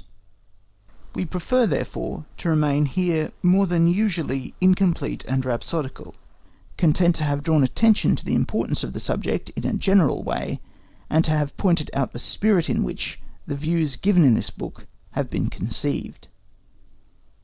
Chapter 4. The chief moral powers. These are the talents of the commander, the military virtue of the army, its national feeling. Which of these is the most important, no one can tell in a general way, for it is very difficult to say anything in general of their strength, and still more difficult to compare the strength of one with that of another. The best plan is not to undervalue any of them, a fault which human judgment is prone to, sometimes on one side, sometimes on another, in its whimsical oscillations. It is better to satisfy ourselves of the undeniable efficacy of these three things by sufficient evidence from history. It is true, however, that in modern times the armies of European states have arrived very much at a par as regards to discipline and fitness for service, and that the conduct of war has, as philosophers would say, naturally developed itself, thereby becoming a method common as it were to all armies, so that even from commanders there is nothing further to be expected in the way of application of special means of art, in the limited sense, such as Frederick II's oblique order. Hence it cannot be denied that, as matters now stand, greater scope is afforded for the influence of national spirit and habituation of an army to war. A long peace may again alter all this. The national spirit of an army, enthusiasm, fanatical zeal, faith, opinion, displays itself most in mountain warfare, where everyone down to the common soldier is left to himself. On this account a mountainous country is the best campaigning ground for popular levies. Expertness of an army through training, and that well-tempered courage which holds the ranks together as if they had been cast in a mould, show their superiority in an open country. The talent of a general has most room to display itself in a closely intersected, undulating country.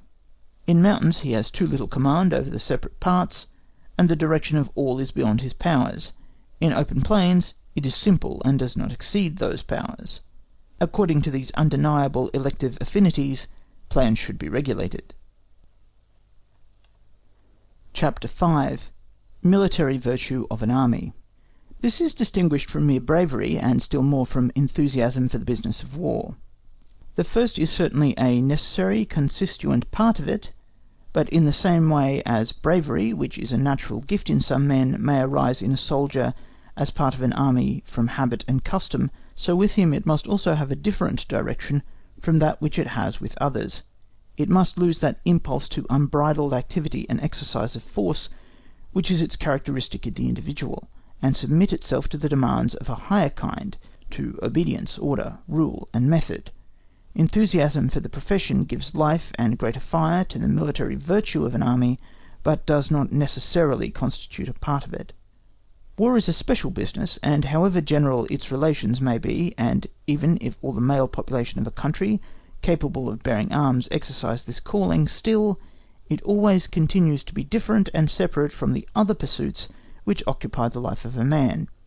To be imbued with a sense of the spirit and nature of this business, to make use of, to rouse, to assimilate into the system the powers which should be active in it, to penetrate completely into the nature of the business with the understanding, through exercise to gain confidence and expertness in it, to be completely given up to it, to pass out of the man into the part which is assigned to us to play in war, that is the military virtue of an army in the individual.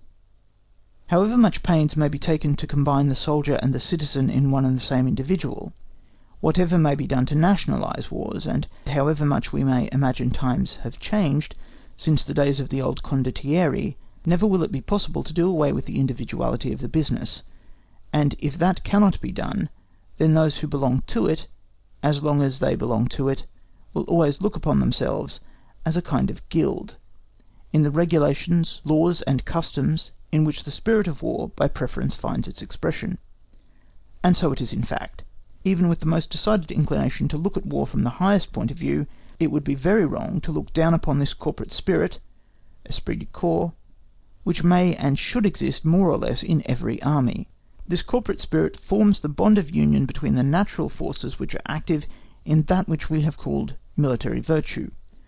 The crystals of military virtue have a greater affinity for the spirit of a corporate body than for anything else. An army which preserves its usual formations under the heaviest fire, which is never shaken by imaginary fears, and in the face of real danger disputes the ground inch by inch, which, proud in the feeling of its victories, never loses its sense of obedience, its respect for and confidence in its leaders, even under the depressing effects of defeat, an army with all its physical powers inured to privations and fatigue by exercise, like the muscles of an athlete, an army which looks upon all its toils as the means to victory, not as a curse which hovers over its standards, and which is always reminded of its duties and virtues by the short catechism of one idea, namely the honour of its arms, such an army is imbued with the true military spirit. Soldiers may fight bravely, like Vendeans, and do great things like the Swiss, the Americans, or Spaniards, without displaying this military virtue. A commander may also be successful at the head of standing armies, like Eugene and Marlborough, without enjoying the benefit of its assistance. We must not therefore say that a successful war without it cannot be imagined, and we draw special attention to that point in order the more to individualize the conception which is here brought forward, that the idea may not dissolve into a generalization, and that it may not be thought that military virtue is, in the end, everything. It is not so. Military virtue in an army is a definite moral power, which may be supposed wanting, and the influence of which may therefore be estimated, like any instrument the power of which may be calculated. Having thus characterized it, we proceed to consider what can be predicated of its influence, and what are the means of gaining its assistance. Military virtue is for the parts what the genius of the commander is for the whole. The general can only guide the whole, not each separate part, and where he cannot guide the part, there military virtue must be its leader. A general is chosen by the reputation of his superior talents, the chief leaders of large masses after careful probation, but this probation diminishes as we descend the scale of rank, and in just the same measure we may reckon less and less upon individual talents. But what is wanting in this respect, military virtue should supply. The natural qualities of a warlike people play just this part: bravery, aptitude, powers of endurance, and enthusiasm. These properties may therefore supply the place of military virtue, and vice versa, from which the following may be deduced. 1. Military virtue is a quality of standing armies only, but they require it the most. In national risings its place is supplied by natural qualities, which develop themselves more rapidly. 2. Standing armies opposed to standing armies can more easily dispense with it than a standing army opposed to a national insurrection, for in that case the troops are more scattered and the divisions left more to themselves. But where an army can be concentrated, the genius of the general takes a greater place, and supplies what is wanting in the spirit of the army. Therefore generally military virtue becomes more necessary the more the theatre of operations and other circumstances make the war complicated, and cause the forces to be scattered. From these truths the only lesson to be derived is this, that if an army is deficient in this quality, every endeavour should be made to simplify the operations of the war as much as possible, or to introduce double efficiency in the organisation of the army in some other respect, and not to expect, from the mere name of a standing army, that which only the veritable thing itself can give. The military virtue of an army is therefore one of the most important moral powers in war, and where it is wanting, we either see its place supplied by one of the others, such as the great superiority of generalship or popular enthusiasm, or we find the results not commensurate with the exertions made. How much that is great, this spirit, this sterling worth of an army, this refining of ore into polished metal, has already done, we see in the history of the Macedonians under Alexander, the Roman legions under Caesar, the Spanish infantry under Alexander Farnese, the Swedes under Gustavus Adolphus and Charles II, the Prussians under Frederick the Great, and the French under Bonaparte. We must purposely shut our eyes against all historical proof if we do not admit that the astonishing successes of these generals and their greatness in situations of extreme difficulty were only possible with armies possessing this virtue. This spirit can only be granted from two sources, and only by these two conjointly.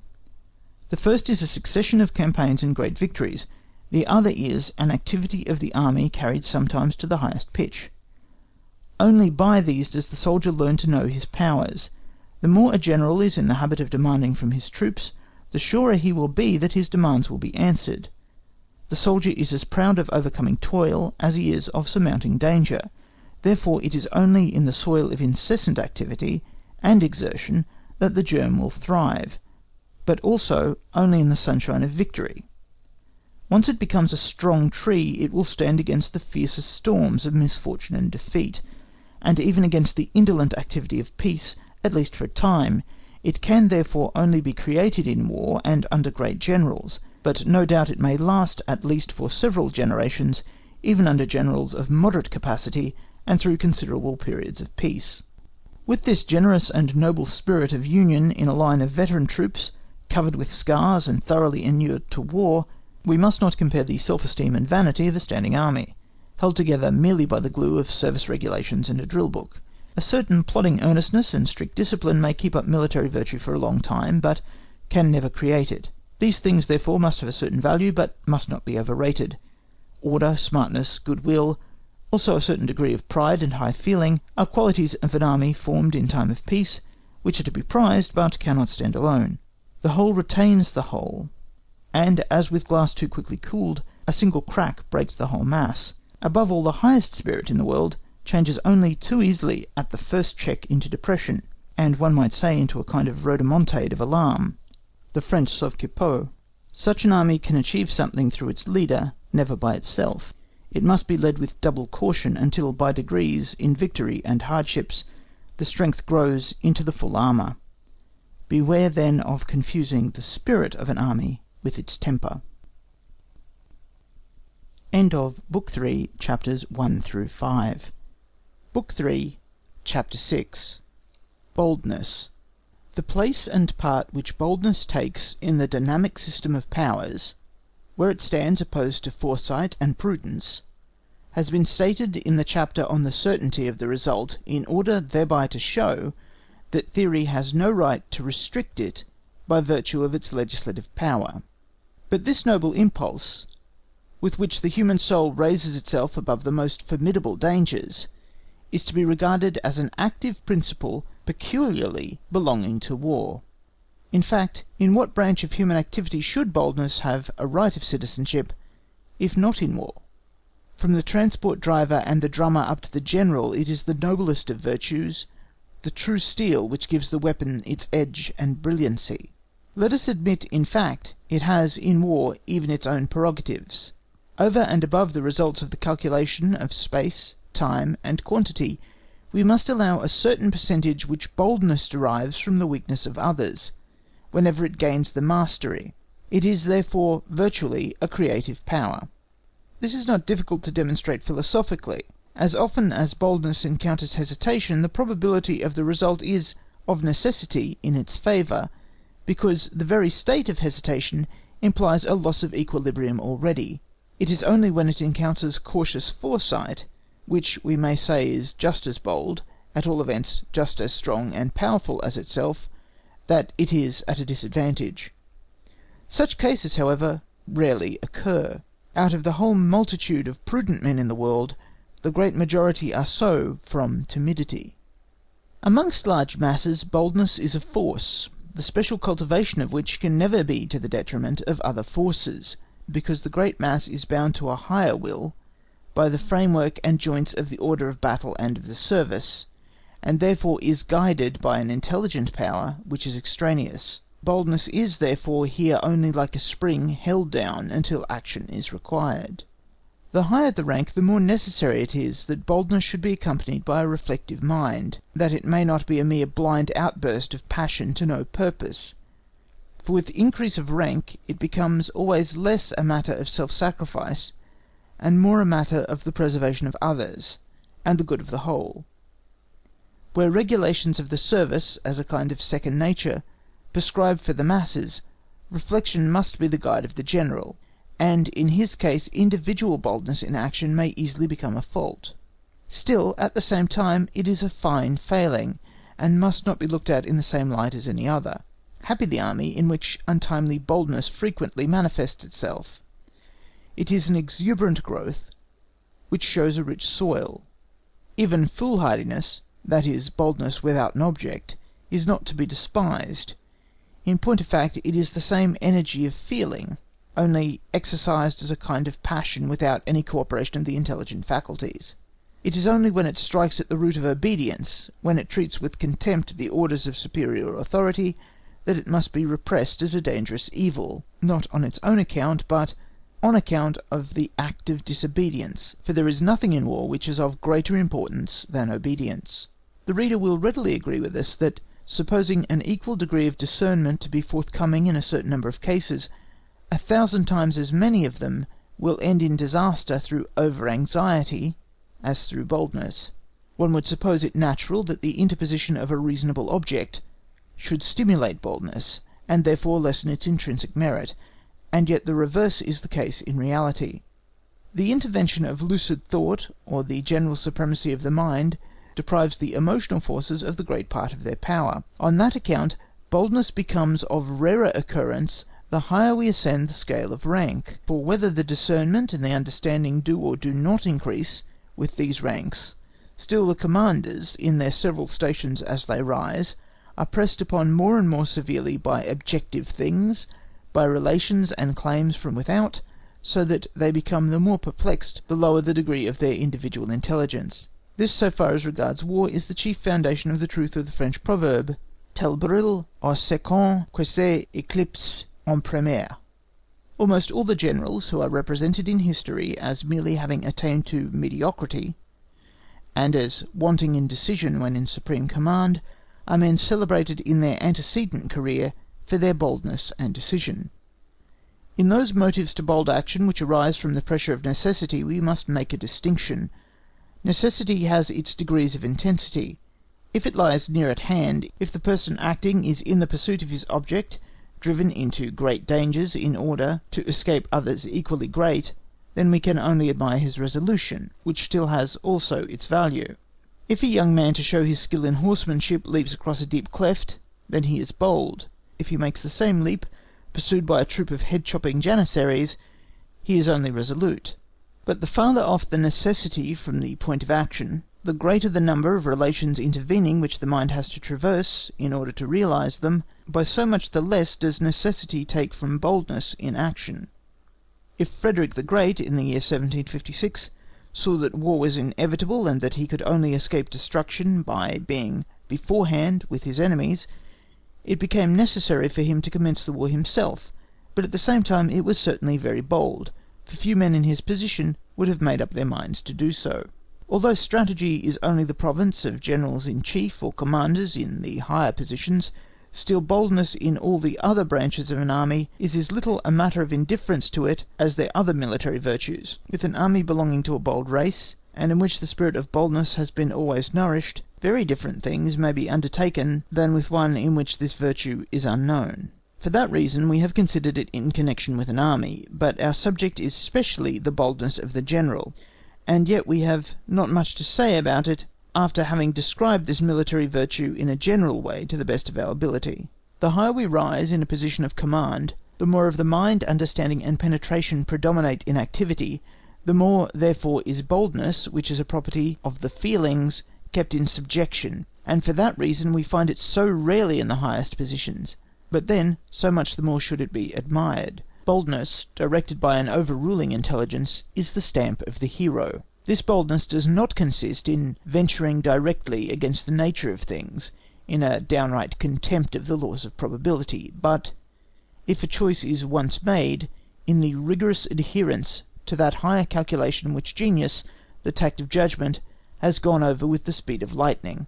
The more boldness lends wings to the mind and the discernment, so much the further will they reach in their flight, so much the more comprehensive will be the view, the more exact the result, but certainly always only in the sense that with greater objects greater dangers are connected.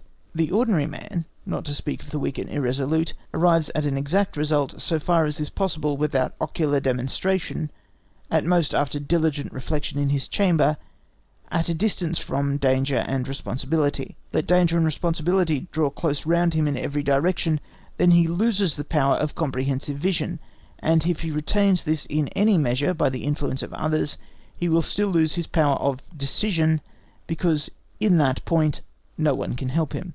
We think then it impossible to imagine a distinguished general without boldness, that is to say, no man can become one who is not born with this power of the soul, and we therefore look upon it as the first requisite for such a career. How much of this inborn power, developed and moderated through education and the circumstances of life, is left when the man has attained a high position, is the second question. The greater this power still is, the stronger will genius be on the wing, the higher will be its flight. The risks become always greater, but the purpose grows with them. Whether its lines proceed out of and get their direction from a distant necessity, or whether they converge to the keystone of a building which ambition has planned, whether Frederick or Alexander acts, is much the same as regards the critical view. If the one excites the imagination because it is bolder, the other pleases the understanding most, because it has in it more absolute necessity. We have still to advert to one very important circumstance. The spirit of boldness can exist in an army either because it is in the people, or because it has been generated in a successful war, conducted by able generals. In the latter case it must of course be dispensed with at the commencement. Now in our days there is hardly any other means of educating the spirit of a people in this respect, except by war, and that too under bold generals. By it alone can the effeminacy of feeling be counteracted, that propensity to seek for the enjoyment of comfort which cause degeneracy in a people, rising in prosperity, and immersed in an extremely busy commerce. A nation can hope to have a strong position in the political world only if its character and practice in actual war mutually support each other in constant reciprocal action. Chapter 7. Perseverance. The reader expects to hear of angles and lines, and finds, instead of these citizens of the scientific world, only people out of common life, such as he meets with every day in the street, and yet the author cannot make up his mind to become a hair's breadth more mathematical than the subject seems to him to require, and he is not alarmed at the surprise which the reader may show. In war, more than anywhere else in the world, things happen differently to what we had expected, and look differently when near to what they did at a distance. With what serenity the architect can watch his work gradually rising and growing into his plan. The doctor, although much more at the mercy of mysterious agencies and chances than the architect, still knows enough of the forms and effects of his means. In war, on the other hand, the commander of an immense whole finds himself in a constant whirlpool of false and true information, of mistakes committed through fear, through negligence, through precipitation, of contraventions of his authority, either from mistaken or correct motives, from ill will, true or false sense of duty, indolence or exhaustion, of accidents which no mortal could have foreseen. In short, he is the victim of 100,000 impressions, of which the most have an intimidating, the fewest an encouraging tendency. By long experience in war, the tact is acquired of readily appreciating the value of these incidents. High courage and stability of character stand proof against them, as the rock resists the beating of the waves. He who would yield to these impressions would never carry out an undertaking, and on that account, perseverance in the proposed object, as long as there is no decided reason against it, is the most necessary counterpoise.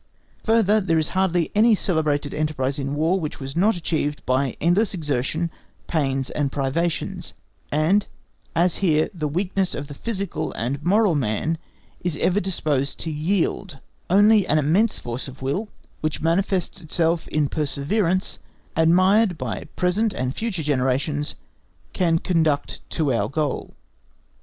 Chapter 8. Superiority of Numbers. This is in tactics, as well as in strategy, the most general principle of victory, and shall be examined by us first in its generality, for which we may be permitted the following exposition. Strategy fixes the point where, the time when, and the numerical force with which the battle is to be fought. By this triple determination it has therefore a very essential influence on the issue of the combat. If tactics has fought the battle, if the result is over, let it be victory or defeat, strategy makes such use of it as can be made in accordance with the great object of the war. This object is naturally often a very distant one. Seldom does it lie quite close at hand. A series of other objects subordinate themselves to it as means. These objects, which are at the same time means to a higher purpose, may be practically of various kinds. Even the ultimate aim of the whole war may be a different one in every case. We shall make ourselves acquainted with these things according as we come to know the separate objects which they come in contact with, and it is not our intention here to embrace the whole subject by a complete enumeration of them, even if that were possible. We therefore let the employment of the battle stand over for the present. Even those things through which strategy has an influence on the issue of the combat, inasmuch as it establishes the same, to a certain extent decrees them, are not so simple that they can be embraced in one single view, for as strategy appoints time, place, and force, it can do so in practice in many ways, each of which influences in a different manner the result of the combat as well as its consequences. Therefore we shall only get acquainted with this also by degrees, that is, through the subjects which more closely determine the application. If we strip the combat of all modifications which it may undergo according to its immediate purpose and the circumstance from which it proceeds, lastly, if we set aside the valour of the troops, because that is a given quantity, then there remains only the bare conception of the combat, that is, a combat without form, in which we distinguish nothing but the number of the combatants. This number will, therefore, determine victory. Now, from the number of things above deducted to get to this point, it is shown that the superiority in numbers in a battle is only one of the factors employed to produce victory, that therefore, so far from having with the superiority in number obtained all, or even only the principal thing, we have perhaps got very little by it, according as the other circumstances which co-operate happen to vary. But this superiority has degrees. It may be imagined as twofold, threefold, or fourfold, and everyone sees that by increasing it this way it must, at last, overpower everything else. In such an aspect we grant that the superiority in numbers is the most important factor in the result of a combat, only it must be sufficiently great to be a counterpoise to all the other cooperating circumstances. The direct result of this is, that the greatest possible number of troops should be brought into action at the decisive point. Whether the troops thus brought are sufficient or not, we have then done in this respect all that our means allowed. This is the first principle in strategy. Therefore, in general, as now stated, it is just as well suited for Greeks and Persians, or for Englishmen and Marathas, as for French and Germans. But we shall take a glance at our relations in Europe as respects war, in order to arrive at some more definite idea on this subject.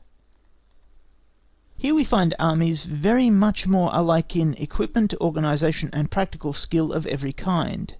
There only remains a difference in the military virtues of the armies, and in the talent of the generals, which may fluctuate with time from side to side. If we go through the military history of modern Europe, we find no example of a marathon. Frederick the Great beat 80,000 Austrians at Leuthen with about 30,000 men, and at Rossbach with 25,000, some 50,000 allies. These are, however, the only instances of victories gained against an enemy with double or more than double in numbers.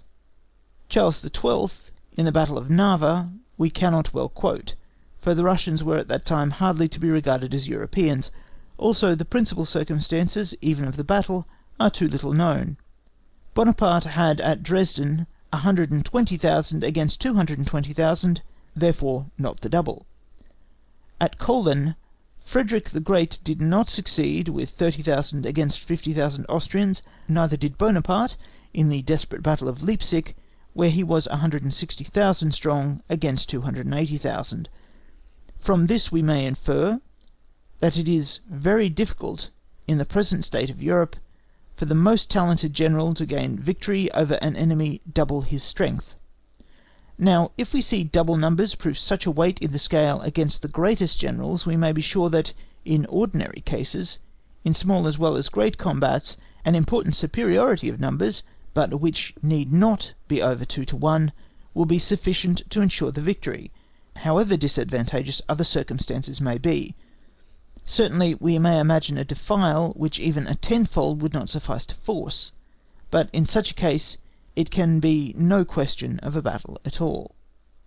We think therefore that under our conditions, as well as in all similar ones, the superiority at the decisive point is a matter of capital importance, and that this subject in the generality of cases is decidedly the most important of all. The strength at this decisive point depends on the absolute strength of the army and on the skill of making use of it. The first rule is therefore to enter the field with an army as strong as possible. This sounds like a commonplace, but still it is really not so.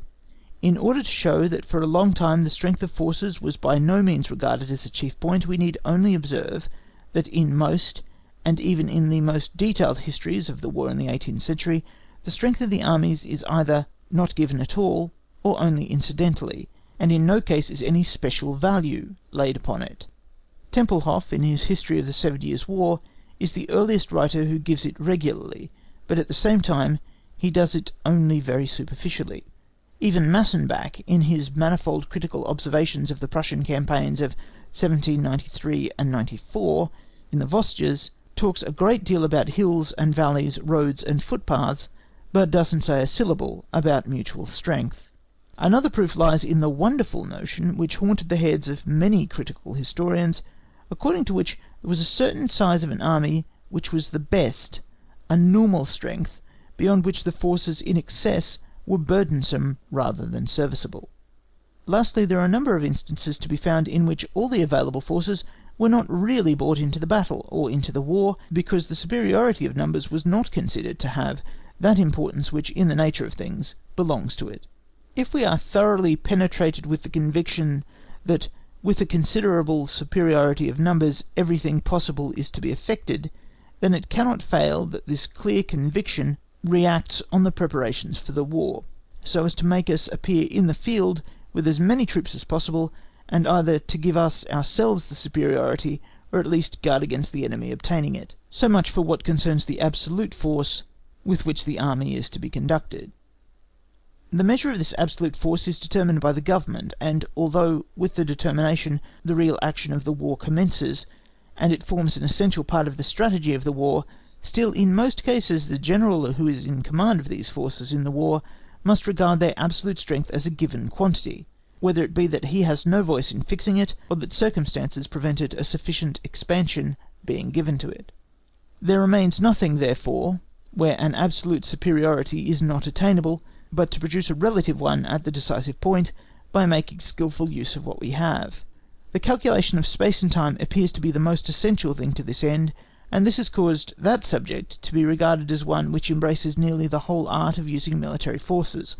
Indeed, some have gone so far as to ascribe to great strategists and tacticians a mental organ peculiarly adapted to this point. But the calculation of time and space, although it lies universally at the foundation of strategy, and is to a certain extent its daily bread, is still neither the most difficult nor the most decisive one. If we take an unprejudiced glance at military history, we shall find that the instances in which the mistakes in such a calculation have proved the cause of serious losses are very rare, at least in strategy. But if the conception of a skilful combination of time and space is fully to account for every instance of a resolute and active commander beating several separate opponents with one and the same army, Frederick the Great, Bonaparte, then we perplex ourselves unnecessarily with conventional language. For the sake of clearness and the profitable use of conceptions, it is necessary that things should always be called by their right names.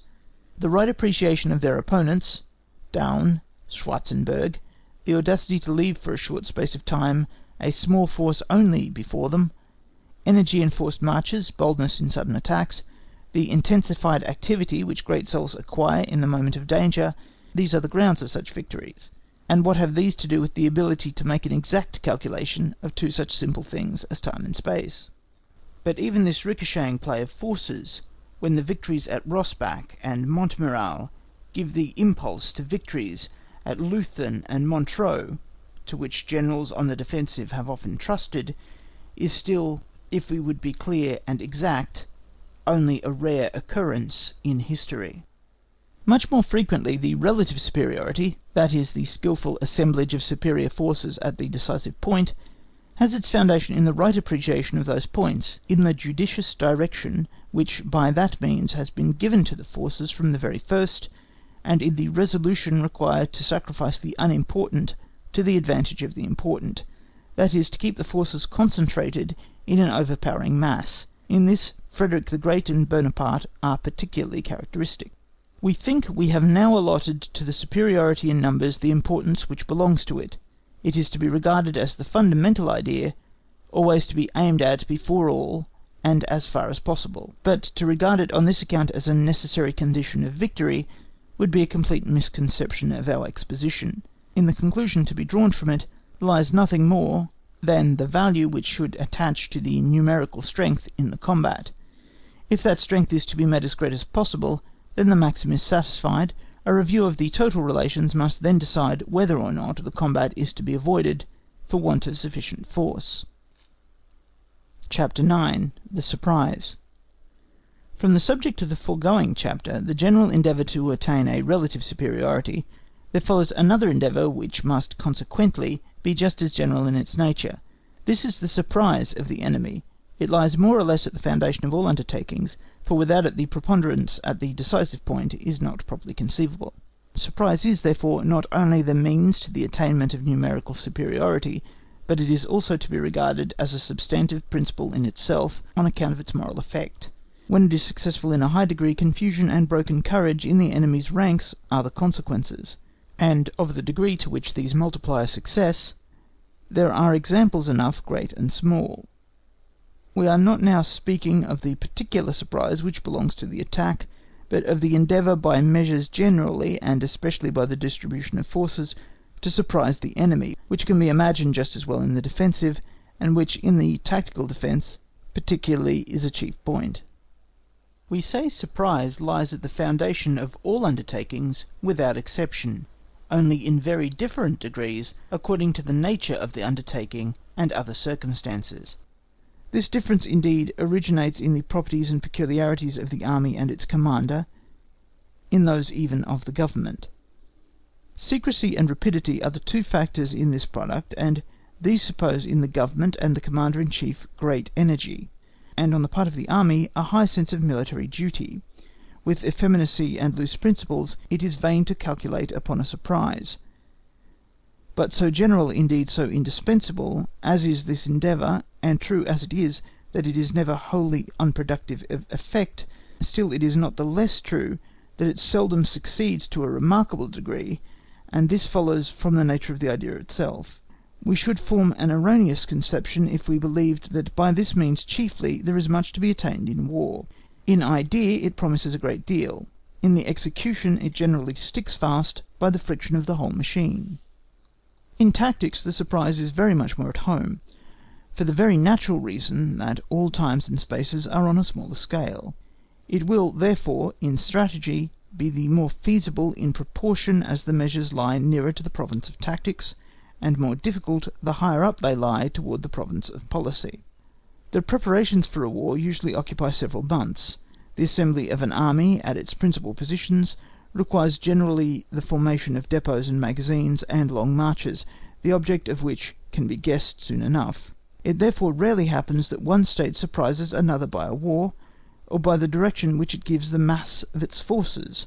In the 17th and 18th centuries, when war turned very much upon sieges, it was a frequent aim, and a peculiar and important chapter in the art of war, to invest a strong place unexpectedly, but even that only rarely succeeded. On the other hand, with things which can be done in a day or two, a surprise is much more conceivable, and therefore also it is often not difficult thus to gain a march upon the enemy, and thereby a position, a point of country, a road, and such. But it is evident that what surprise gains in this way in easy execution, it loses in the efficacy. As the greater the efficacy, the greater always the difficulty of execution. Whoever thinks that with such surprises on a small scale he may collect great results, as, for example, the gain of a battle, the capture of an important magazine, believes in something which is certainly very possible to imagine, but for which there is no warrant in history.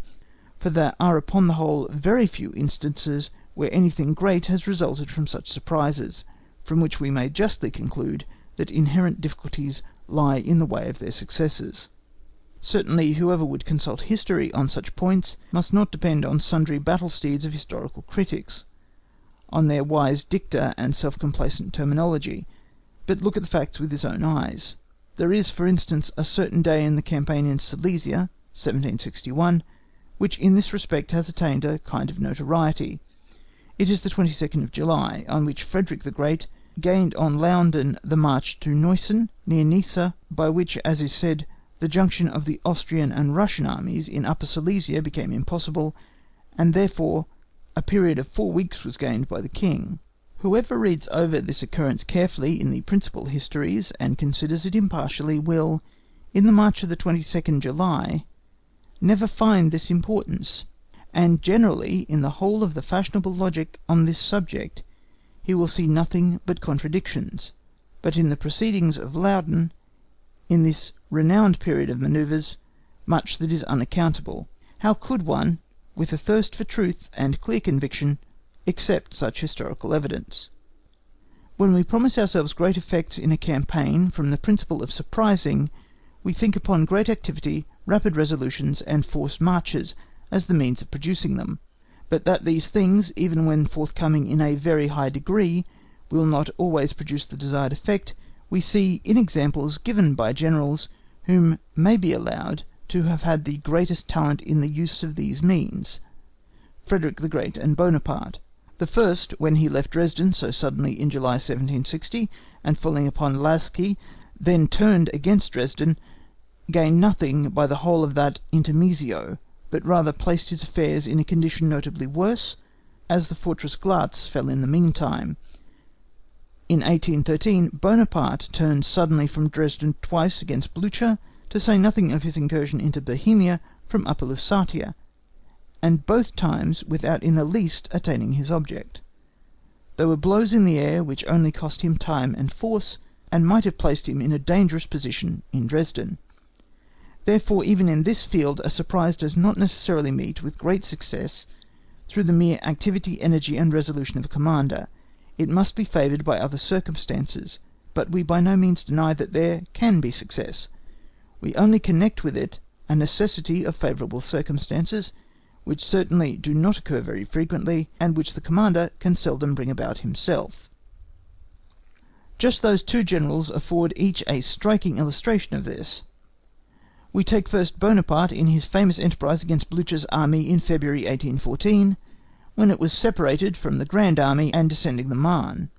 It would not be easy to find 2 days' march to surprise the enemy productive of greater results than this. Blücher's army, extended over a distance of 3 days' march, was beaten in detail, and suffered a loss nearly equal to that of a defeat in a great battle. This was completely the effect of a surprise, for if Blücher had thought of such a near possibility of an attack from Bonaparte, he would have organised his march quite differently.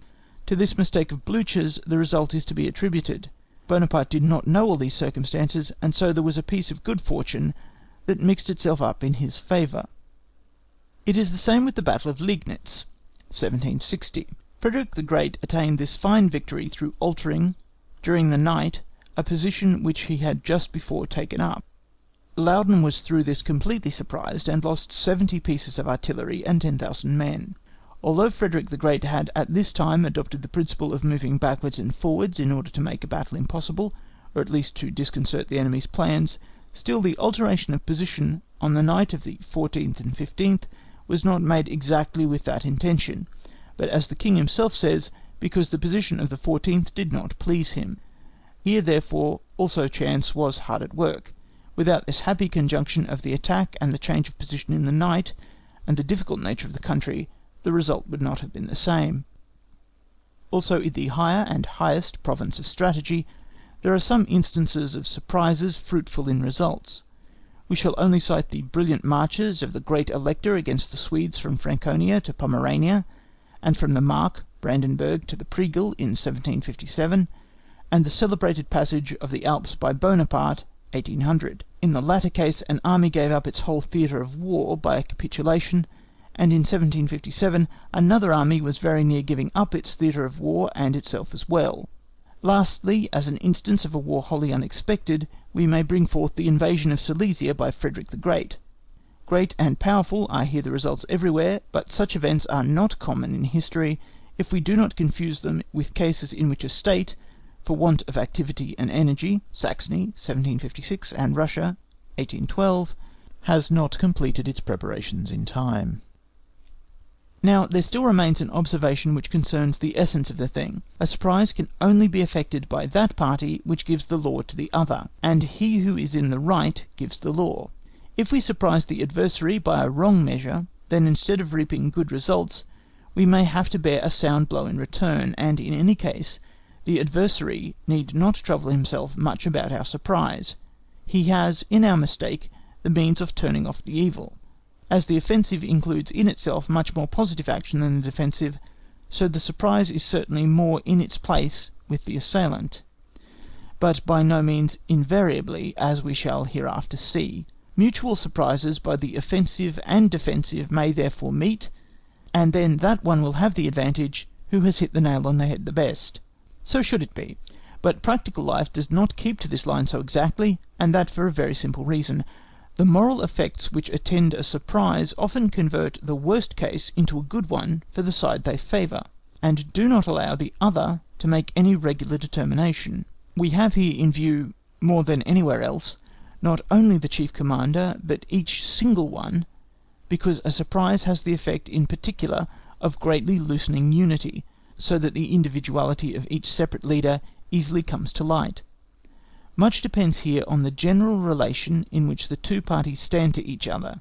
If the one side, through a general moral superiority, can intimidate and outdo the other, then he can make use of the surprise with more success, and even reap good fruit where properly he should come to ruin. Chapter 10. Stratagem. Stratagem implies a concealed intention, and therefore is opposed to straightforward dealing, in the same way as wit is the opposite of direct proof.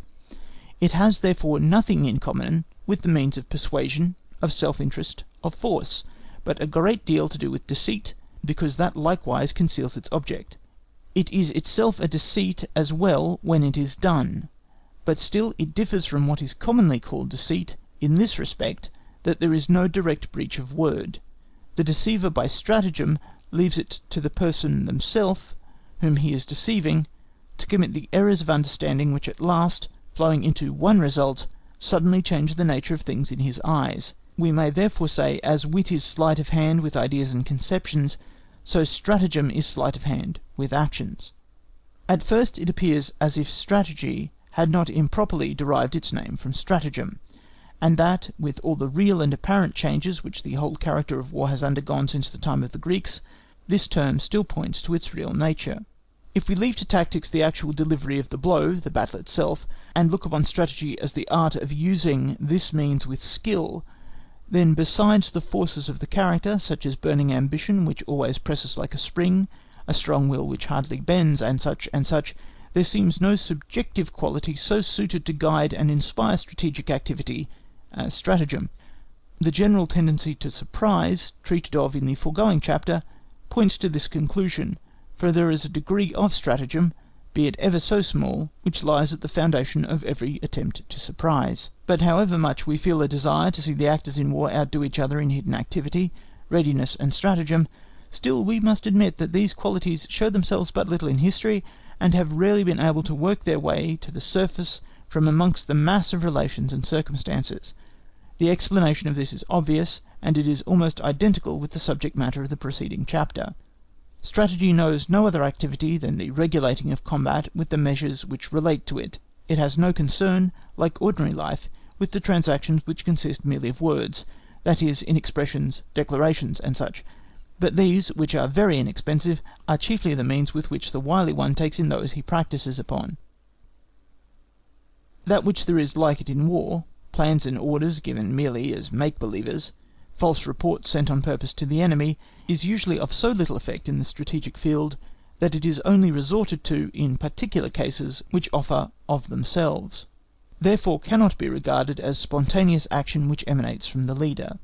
But such measures as carrying out the arrangements for a battle, so far as to impose upon the enemy, require a considerable expenditure of time and power. Of course, the greater the impression to be made, the greater the expenditure in these respects. And as this is usually not given for the purpose, very few demonstrations, so called, in strategy, effect the object for which they are designed. In fact, it is dangerous to detach large forces for any length of time merely for a trick, because there is always the risk of its being done in vain, and then these forces are wanted at the decisive point. The chief actor in war is always thoroughly sensible of this sober truth, and therefore he has no desire to play at tricks of agility. The bitter earnestness of necessity presses so fully into direct action that there is no room for that game. In a word, the pieces on the strategical chessboard want that mobility which is the element of stratagem and subtlety. The conclusion that we draw is that a correct and penetrating eye is a more necessary and more useful quality for a general than craftiness, although that also does no harm if it does not exist at the expense of necessary qualities of heart, which is only too often the case. But the weaker the forces which are under the command of strategy, so much the more they become adapted for stratagem, so that to the quite feeble and little, for whom no prudence, no sagacity is any longer sufficient, at the point where all art seems to forsake him, stratagem offers itself as a last resource. The more helpless his situation, the more everything presses toward one single desperate blow, the more readily stratagem comes to the aid of his boldness. Let loose from all further calculations, freed from all concern for the future, boldness and stratagem intensify each other, and thus collect at one point an infinitesimal glimmering of hope into a single ray, which may likewise serve to kindle a flame. End of Book 3, Chapters 6 through 10. Book 3, Chapter 11. Assembly of Forces in Space. The best strategy is always to be very strong, first generally, then at the decisive point. Therefore, apart from the energy which creates the army, a work which is not always done by the general, there is no more imperative and no simpler law for strategy than to keep the forces concentrated. No portion is to be separated from the main body unless called away by some urgent necessity. On this maxim we stand firm, and look upon it as a guide to be depended upon. What are the reasonable grounds on which a detachment of forces may be made, we shall learn by degrees. Then we shall also see that this principle cannot have the same general effects in every war, but that these are different according to the means and end. It seems incredible, and yet it has happened 100 times, that troops have been divided and separated merely through a mysterious feeling of conventional manner, without any clear perception of the reason. If the concentration of the whole force is acknowledged as the norm, and every division and separation as an exception which must be justified, then not only will that folly be completely avoided, but also many an erroneous ground for separating troops will be barred admission. Chapter 12. Assembly of Forces in Time. We have here to deal with a conception which in real life diffuses many kinds of illusory light. A clear definition and development of the idea is therefore necessary, and we hope to be allowed a short analysis. War is the shock of two opposing forces in collision with each other, from which it follows, as a matter of course, that the stronger not only destroys the other, but carries it forward with its movement. This fundamentally admits of no successive action of powers, but makes the simultaneous application of all forces intended for the shock appear as a primordial law of war. So it is in reality, but only so far as the struggle resembles also in practice a mechanical shock. But when it consists in a lasting mutual action of destructive forces, then we can certainly imagine a successive action of forces. This is the case in tactics, principally because firearms form the basis of all tactics, but also from other reasons as well. If in a fire combat 1,000 men are opposed to 500, then the gross loss is calculated from the amount of the enemy's force and our own. 1,000 men fire twice as many shots as 500, but no more shots will take effect on the 1,000 than on the 500, because it is assumed that they stand closer order than the other.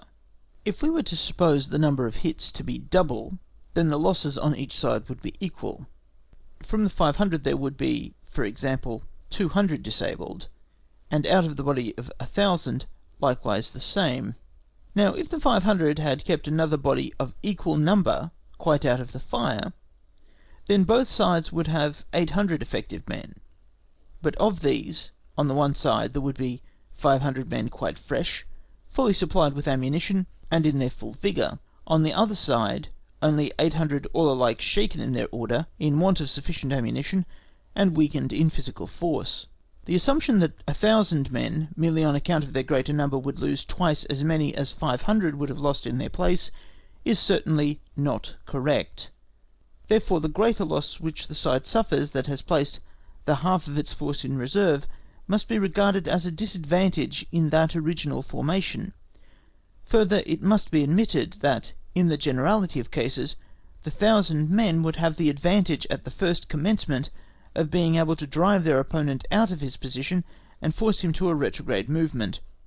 Now, whether these two advantages are a counterpoise to the disadvantage of finding ourselves with 800 men to a certain extent disorganized by the combat, opposed to an enemy who is not materially weaker in numbers, and who has 500 quite fresh troops, is one that cannot be decided by pursuing an analysis further.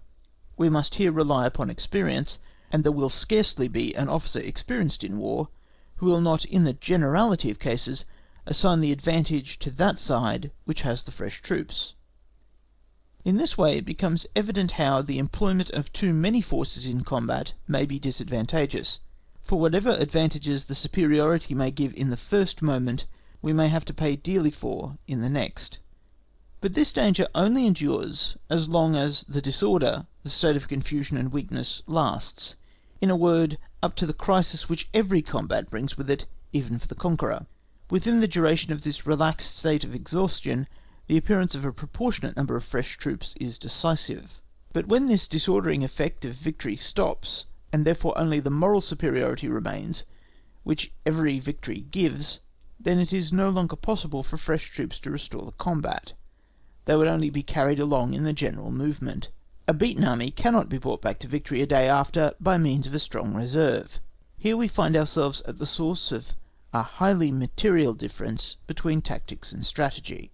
The tactical results, the results within the four corners of the battle and before its close, lie for the most part within the limits of that period of disorder and weakness, but the strategic result, that is to say, the result of the total combat, of the victories realized, let them be small or great, lies completely beyond, outside of that period. It is only when the results of partial combats have bound themselves together into an independent whole that the strategic result appears, but then the state of crisis is over, the forces have resumed their original form, and are now only weakened to the extent of those actually destroyed, placed hors de combat. The consequence of this difference is that tactics can make a continued use of forces, strategy only a simultaneous one. If I cannot, in tactics, decide all by the first success, if I have to fear the next moment, it follows of itself that I employ only so much of my force for that success of the first moment as appears sufficient for that object, and keep the rest beyond the reach of fire or conflict of any kind, in order to be able to oppose fresh troops to fresh, or with such to overcome those that are exhausted. But it is not so in strategy. Partly, as we have just shown, it has not so much reason to fear a reaction after a success realized, because with that success the crisis stops. Partly, all the forces strategically employed are not necessarily weakened. Only so much of them as have been tactically in conflict with the enemy's force, that is, engaged in partial combat, are weakened by it, consequently only so much as was unavoidably necessary, but by no means all which was strategically in conflict with the enemy, unless tactics has expended them unnecessarily, corps which, on account of the general superiority in numbers, have either been little or not at all engaged, whose presence alone has assisted in the result, are, after the decision, the same as they were before, and for new enterprises as efficient as if they had been entirely inactive. How greatly such corps, which thus constitute our excess, may contribute to the total success, is evident in itself. Indeed, it is not difficult to see how they may even diminish considerably the loss of the forces engaged in tactical conflict on our side. If, therefore, in strategy the loss does not increase with the number of troops employed, but is often diminished by it, and if, as a natural consequence, the decision in our favour is, by that means, the more certain, then it follows that in strategy we can never employ too many forces, and consequently also they must be applied simultaneously to the immediate purpose. But we must vindicate this proposition upon another ground. We have hitherto only spoken of the combat itself. It is the real activity in war, but men, time, and space, which appear as the elements of this activity, must at the same time be kept in view, and the results of their influence brought into consideration also. Fatigue, exertion, and privation constitute in war a special principle of destruction, not essentially belonging to contest, but more or less inseparably bound up with it, and certainly one which especially belongs to strategy. They no doubt exist in tactics as well, and perhaps there in the higher degree, but as the duration of the tactical acts is shorter, therefore the small effects of exertion and privation on them can come but little into consideration. But in strategy, on the other hand, where time and space are on a larger scale, their influence is not only always very considerable, but quite often decisive. It is not at all uncommon for a victorious army to lose many more by sickness than on the field of battle. If, therefore, we look at the sphere of destruction in strategy in the same manner as we have considered that of fire and close combat in tactics, then we may well imagine that everything which comes within its vortex will, at the end of the campaign or any other strategic period, be reduced to a state of weakness, which makes the arrival of a fresh force decisive. We might therefore conclude that there is a motive in the one case, as well as the other, to strive for the first success with as few forces as possible, in order to keep up this fresh force for the last. In order to estimate exactly this conclusion, which in many cases, in practice, will have a great appearance of truth, we must direct our attention to the separate ideas which it contains. In the first place, we must not confuse the notion of reinforcement with that of fresh unused troops. There are few campaigns, at the end of which an increase of force is not earnestly desired by the conqueror as well as the conquered, and indeed should appear decisive. But that is not the point here, for the increase of force could not be necessary if the force had been so much larger at the first. But it would be contrary to all experience to suppose that an army coming fresh into the field is to be esteemed higher in point of moral value than an army already in the field, just as a tactical reserve is more to be esteemed than a body of troops which has been already severely handled in the fight. Just as much as an unfortunate campaign lowers the courage and moral powers of an army, a successful one raises these elements in their value. In the generality of cases, therefore, these influences are compensated, and then there remains, over and above, as clear gain, the habituation of war. We should, besides, look more here to successful than to unsuccessful campaigns, because when the greater probability of the latter may be seen beforehand, without doubt forces are wanted, and therefore the reserving a portion for future use is out of the question. This point being settled, then the question is, do the losses which a force sustains through fatigues and privations increase in proportion to the size of the force, as in the case in combat? And to that we answer, no. The fatigues of war result in a great measure from the dangers with which every moment of the active war is more or less impregnated. To encounter these dangers at all points, to proceed onwards with security in the execution of one's plans, gives employment to a multitude of agencies which make up the tactical and strategic service of the army. This service is more difficult the weaker an army is, and easier as its numerical superiority over the enemy increases. Who can doubt this?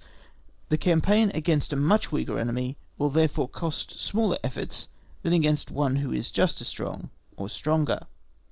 So much for the fatigues. It is somewhat different with the privations. They consist chiefly of two things, the want of food and the want of shelter for the troops, either in quarters or in suitable camps. Both these wants will no doubt be in greater proportion as the number of men on one spot is greater, but does not the superiority in force afford also the best means of spreading out and finding more room, and therefore more means of subsistence and shelter?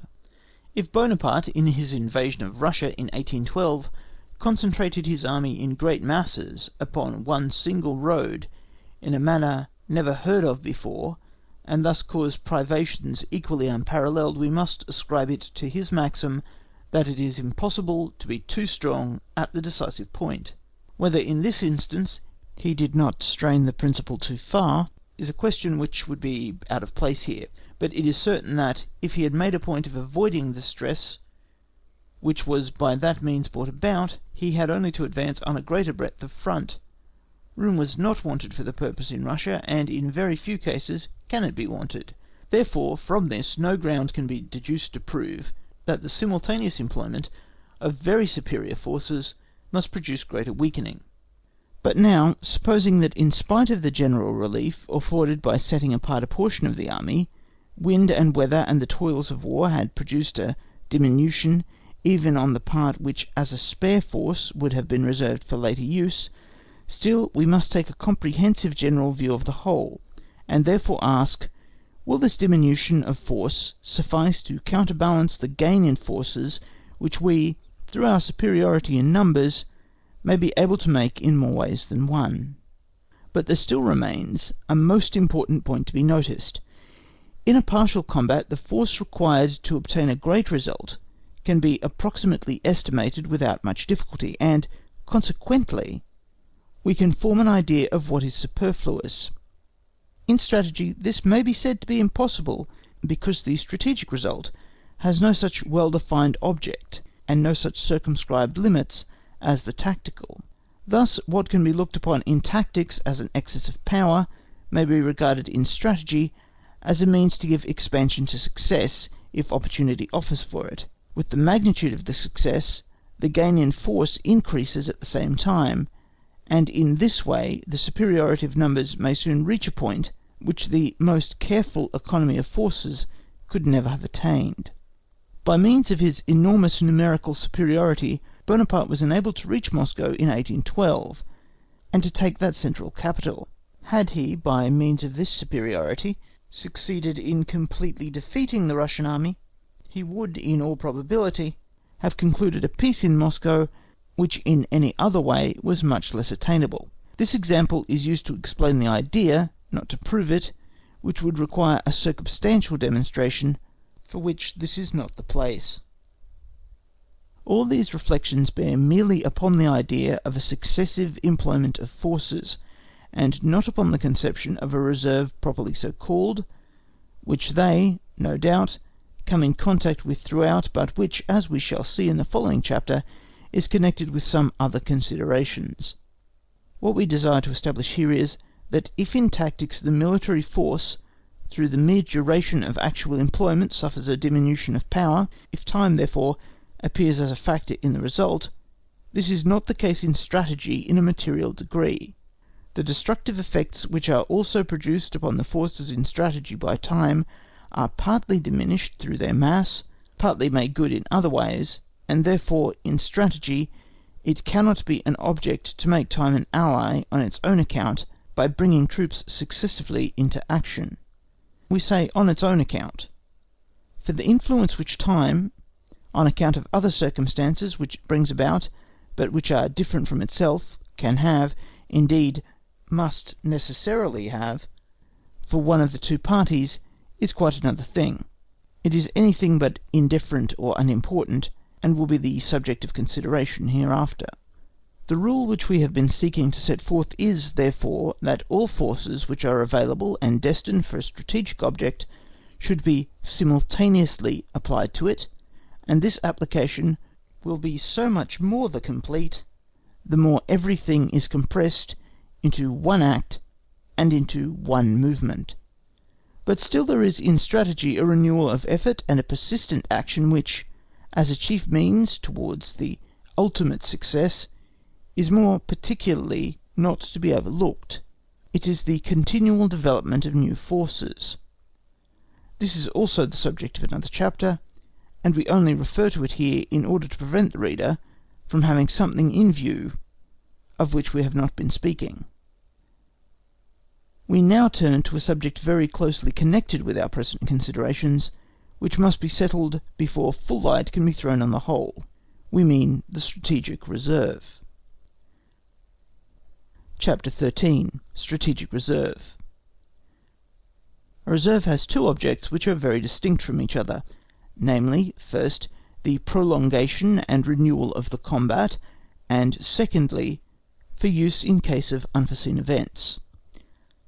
The first object implies the utility of a successive application of forces, and on that account cannot occur in strategy. Cases in which a corps is sent to succour a point which is supposed to be about to fall are plainly to be placed in the category of the second object, as the resistance which has to be offered here could not have been sufficiently foreseen.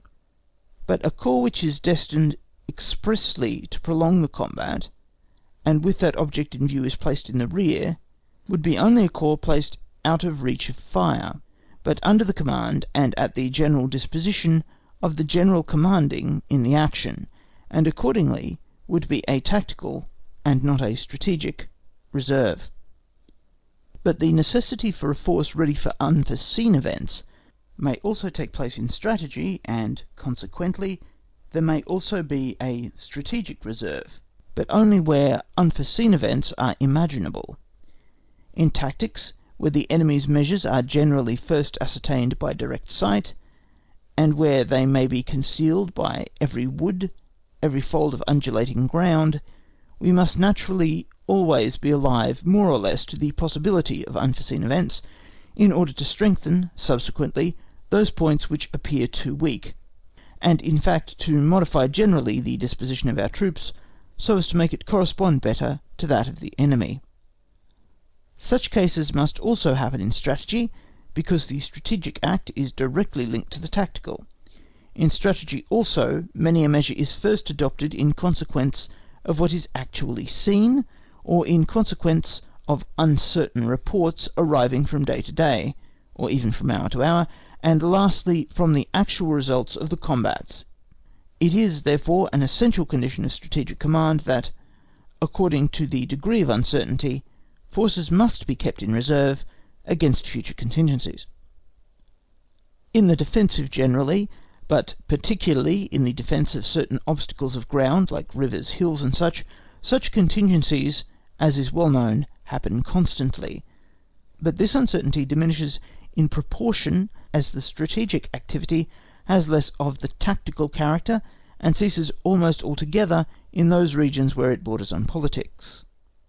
The direction in which the enemy leads his columns to the combat can be perceived by actual sight only. Where he intends to pass a river is learnt from a few preparations which are made shortly before. The line by which he proposes to invade our country is usually announced by all the newspapers before a pistol shot has been fired.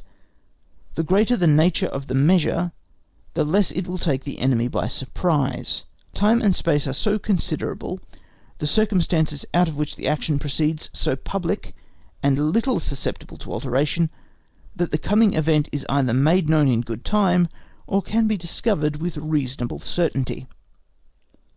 On the other hand, the use of a reserve in this province of strategy, even if one were available, will always be less efficacious, the more the measure has a tendency towards being one of a general nature. We have seen that the decision of a partial combat is nothing in itself, but that all partial combats only find their complete solution in the decision of the total combat. But even this decision of the total combat has only a relative meaning of many different gradations, according as the force over which the victory has been gained forms a more or less great and important part of the whole. The lost battle of a corps may be repaired by the victory of the army.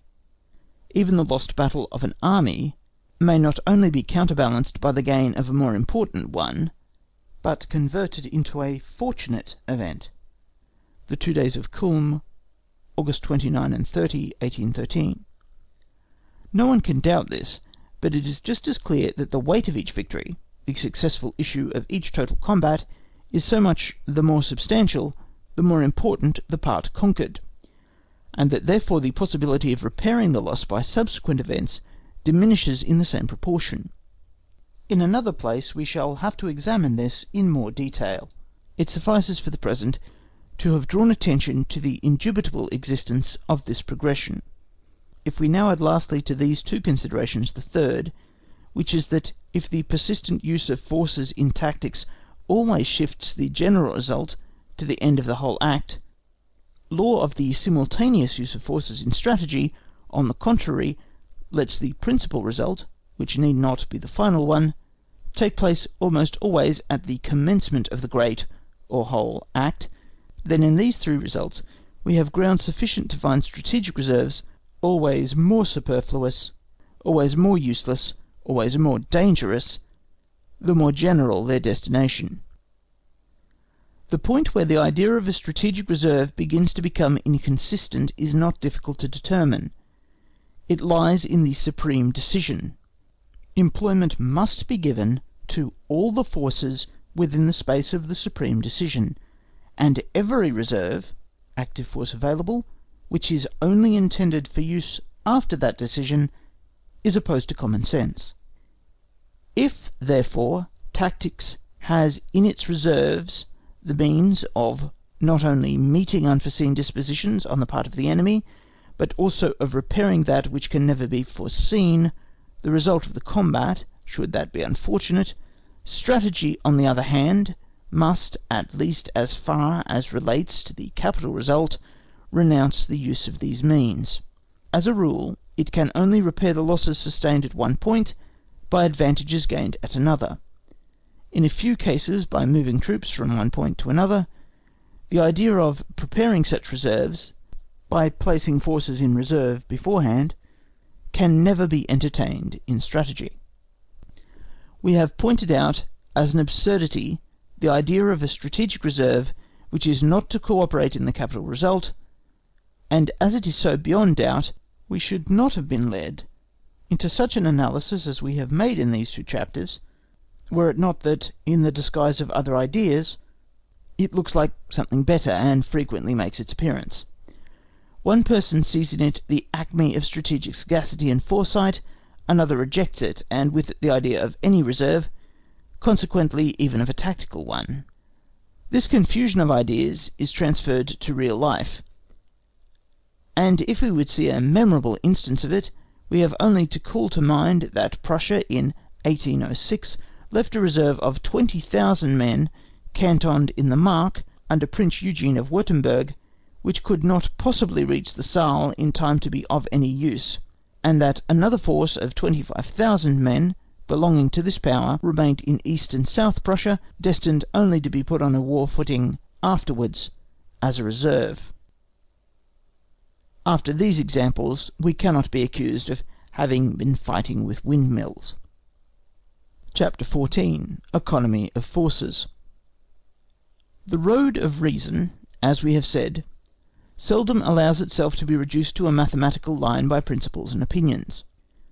There remains always a certain margin. But it is the same in all the practical arts of life. For the lines of beauty there are no abscissae and ordinates. Circles and ellipses are not described by means of their algebraical formulae. The actor in war, therefore, soon finds he must trust himself to the delicate tact of judgment which, founded on natural quickness of perception and educated by reflection, almost unconsciously seizes upon the right. He soon finds that at one time he must simplify the law by reducing it to some prominent characteristic points which form his rules, that at another the adopted method must become the staff on which he leans. As one of these simplified characteristic points as a mental appliance, we look upon the principle of watching continually over the cooperation of all forces, or in other words, of keeping constantly in view that no part of them should ever be idle. Whoever has forces where the enemy does not give them sufficient employment, whoever has part of his forces on the march, that is, allows them to lie dead, while the enemies are fighting, he is a bad manager of his forces.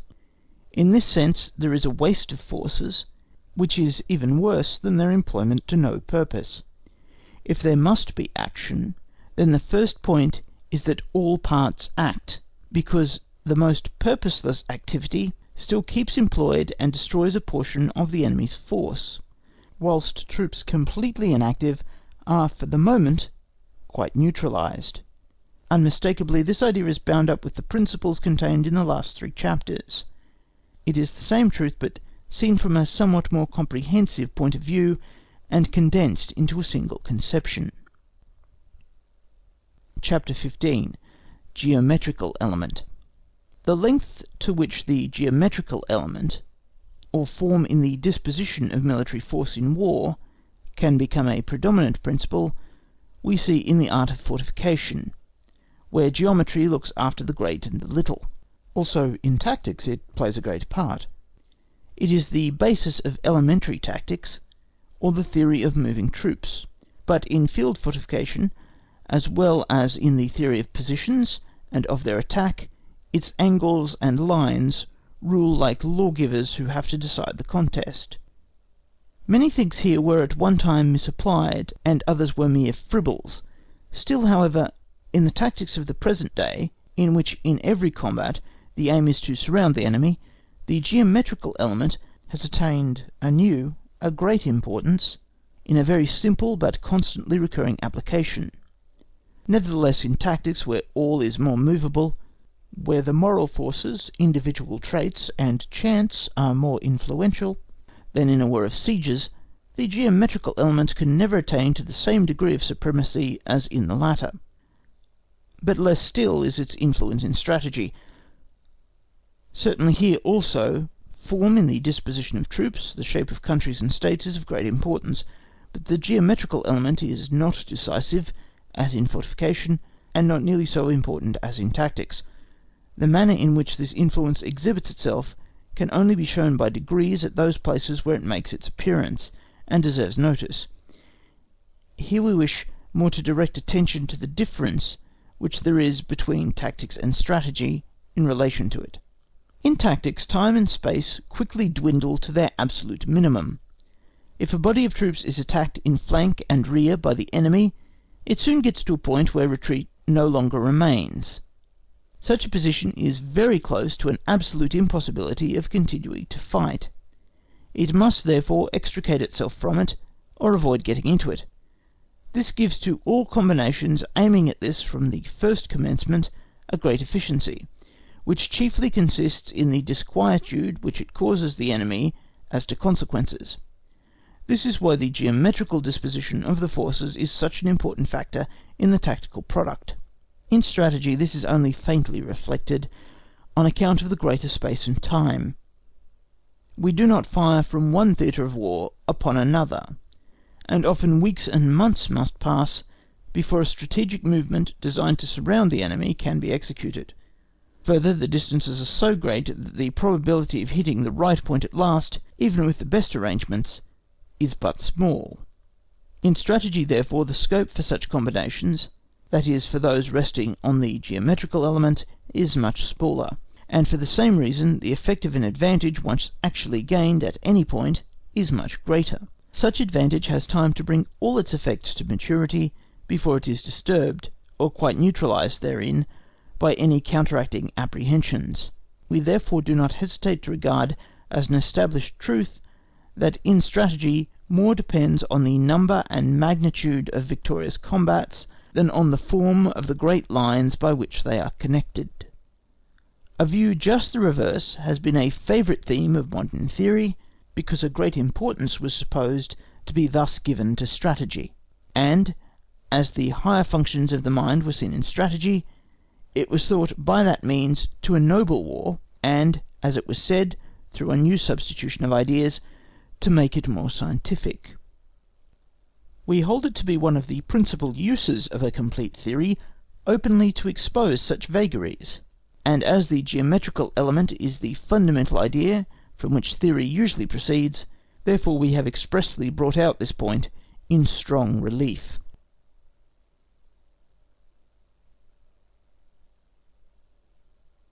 End of Book 3, Chapters 11 through 15.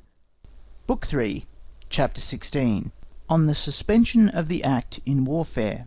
If one considers war as an act of mutual destruction, we must, of necessity, imagine both parties as making some progress.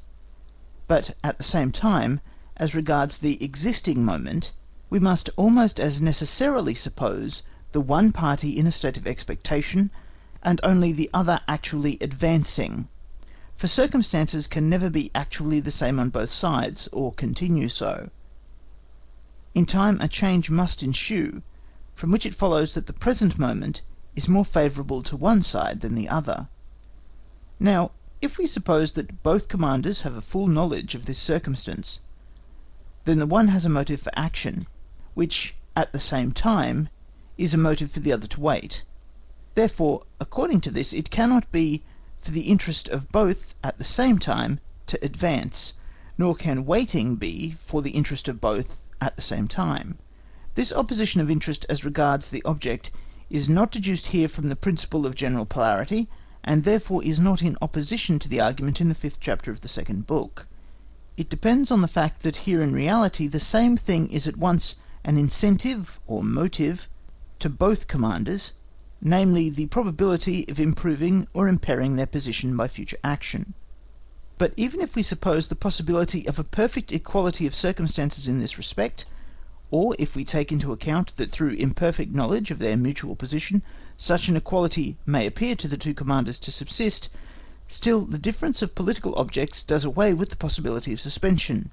One of the parties must of necessity be assumed politically to be the aggressor, because no war could take place from defensive intentions on both sides. But the aggressor has the positive object, the defender merely a negative one. To the first, then, belongs the positive action, for it is only by that means that he can attain the positive object. Therefore, in cases where both parties are in precisely similar circumstances, the aggressor is called upon to act by virtue of his positive object. Therefore, from this point of view, a suspension in the act of warfare, strictly speaking, is in contradiction with the nature of the thing, because two armies, being two incompatible elements, should destroy one another unremittingly, just as fire and water can never put themselves in equilibrium, but act and react one upon another until one quite disappears. What would be said of two wrestlers who remained clasped round each other for hours without making a movement. Action in war, therefore, like that of a clock which is wound up, should go on running down in regular motion. But wild as is the nature of war, it still wears the chains of human weakness, and the contradiction we see here, viz., that man seeks and creates dangers which he fears at the same time, will astonish no one. If we cast a glance at military history in general, we find so much the opposite of an incessant advance toward the aim, that standing still and doing nothing is quite plainly the normal condition of an army in the midst of war, acting the exception. This must almost raise a doubt as to the correctness of our conception, but if military history leads to this conclusion when viewed in the mass, the latest series of campaigns redeems our position. The War of the French Revolution shows too plainly its reality, and only proves too clearly its necessity. In these operations, and especially in the campaigns of Bonaparte, the conduct of the war attained to that unlimited degree of energy which we have presented as the natural law of the element. This degree is therefore possible, and if it is possible, then it is necessary. How could anyone, in fact, justify, in the eyes of reason, the expenditure of forces in war if acting was not the object? The baker only heats his oven if he has bread to put in it. The horse is only yoked to the carriage if we mean to drive. Why then make the enormous effort of a war if we look for nothing else by it but like efforts on the part of the enemy? So much in justification of the general principle. Now as to its modifications, as far as they lie in the nature of the thing and are independent of special cases. There are three causes to be noticed here, which appear as innate counterpoises and prevent the over-rapid or uncontrollable movement of the wheelwork.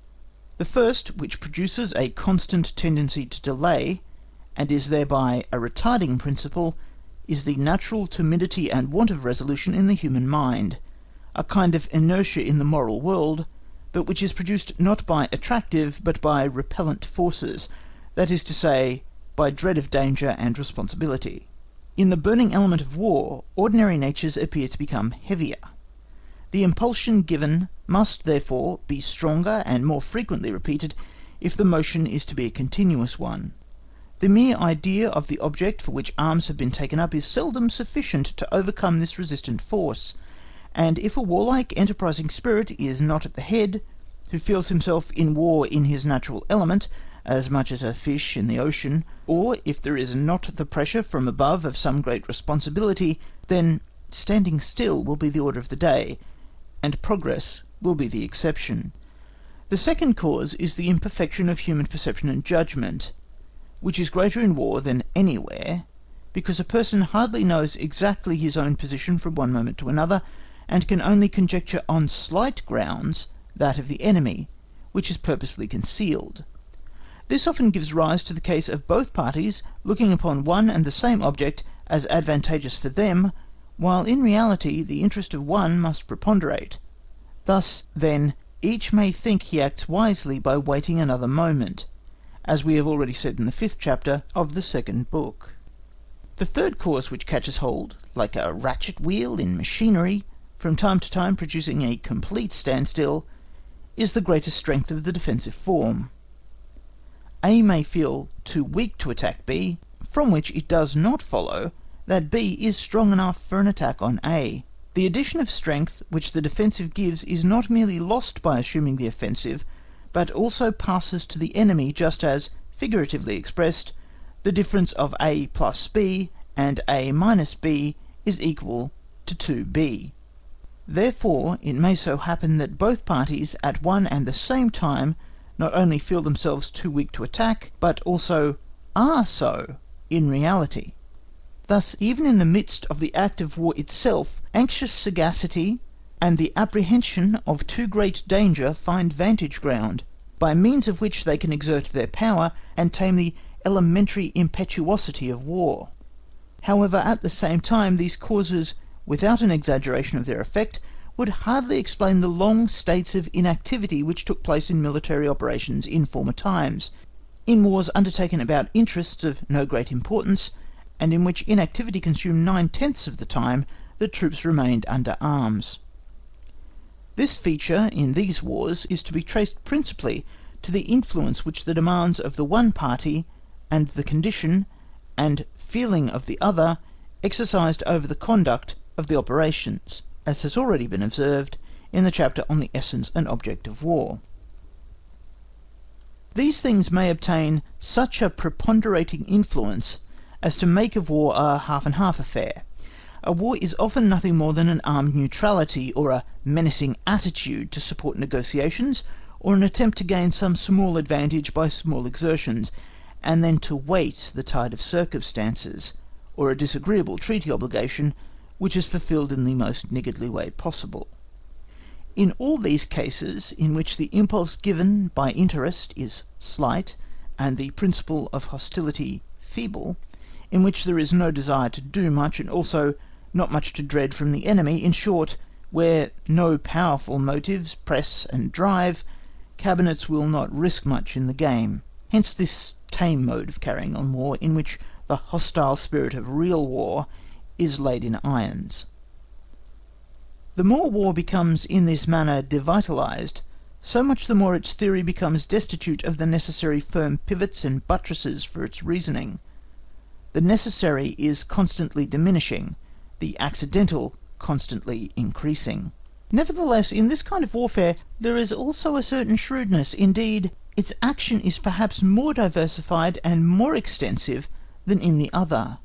Hazard played with rouleaux of gold seems changed into a game of commerce with groschen, and on this field, where the commander of war spins out the time with a number of small flourishes, with skirmishes at outposts, half in earnest, half in jest, with long dispositions which end in nothing, with positions and marches which afterwards are designated as skilful only because their infinitesimally small causes are lost, and common sense can make nothing of them, here on this very field many theorists find the real art of war at home.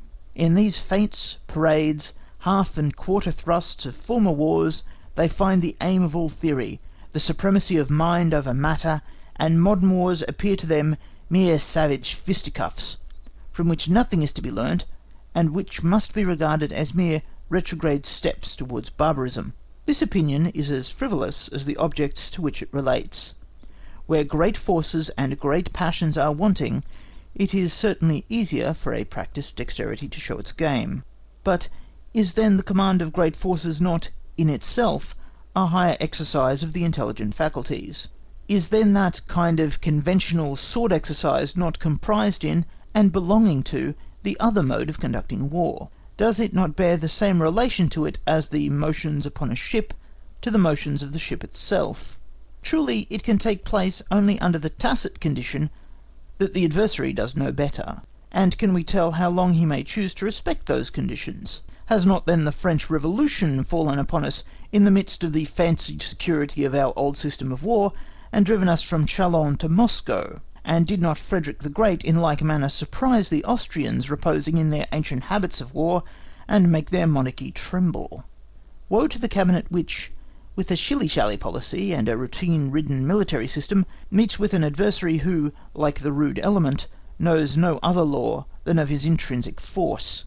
Every deficiency in energy and exertion is then a weight in the scales in favour of the enemy. It is not so easy then to change from the fencing posture into that of an athlete, and a slight blow is often sufficient to knock down the whole.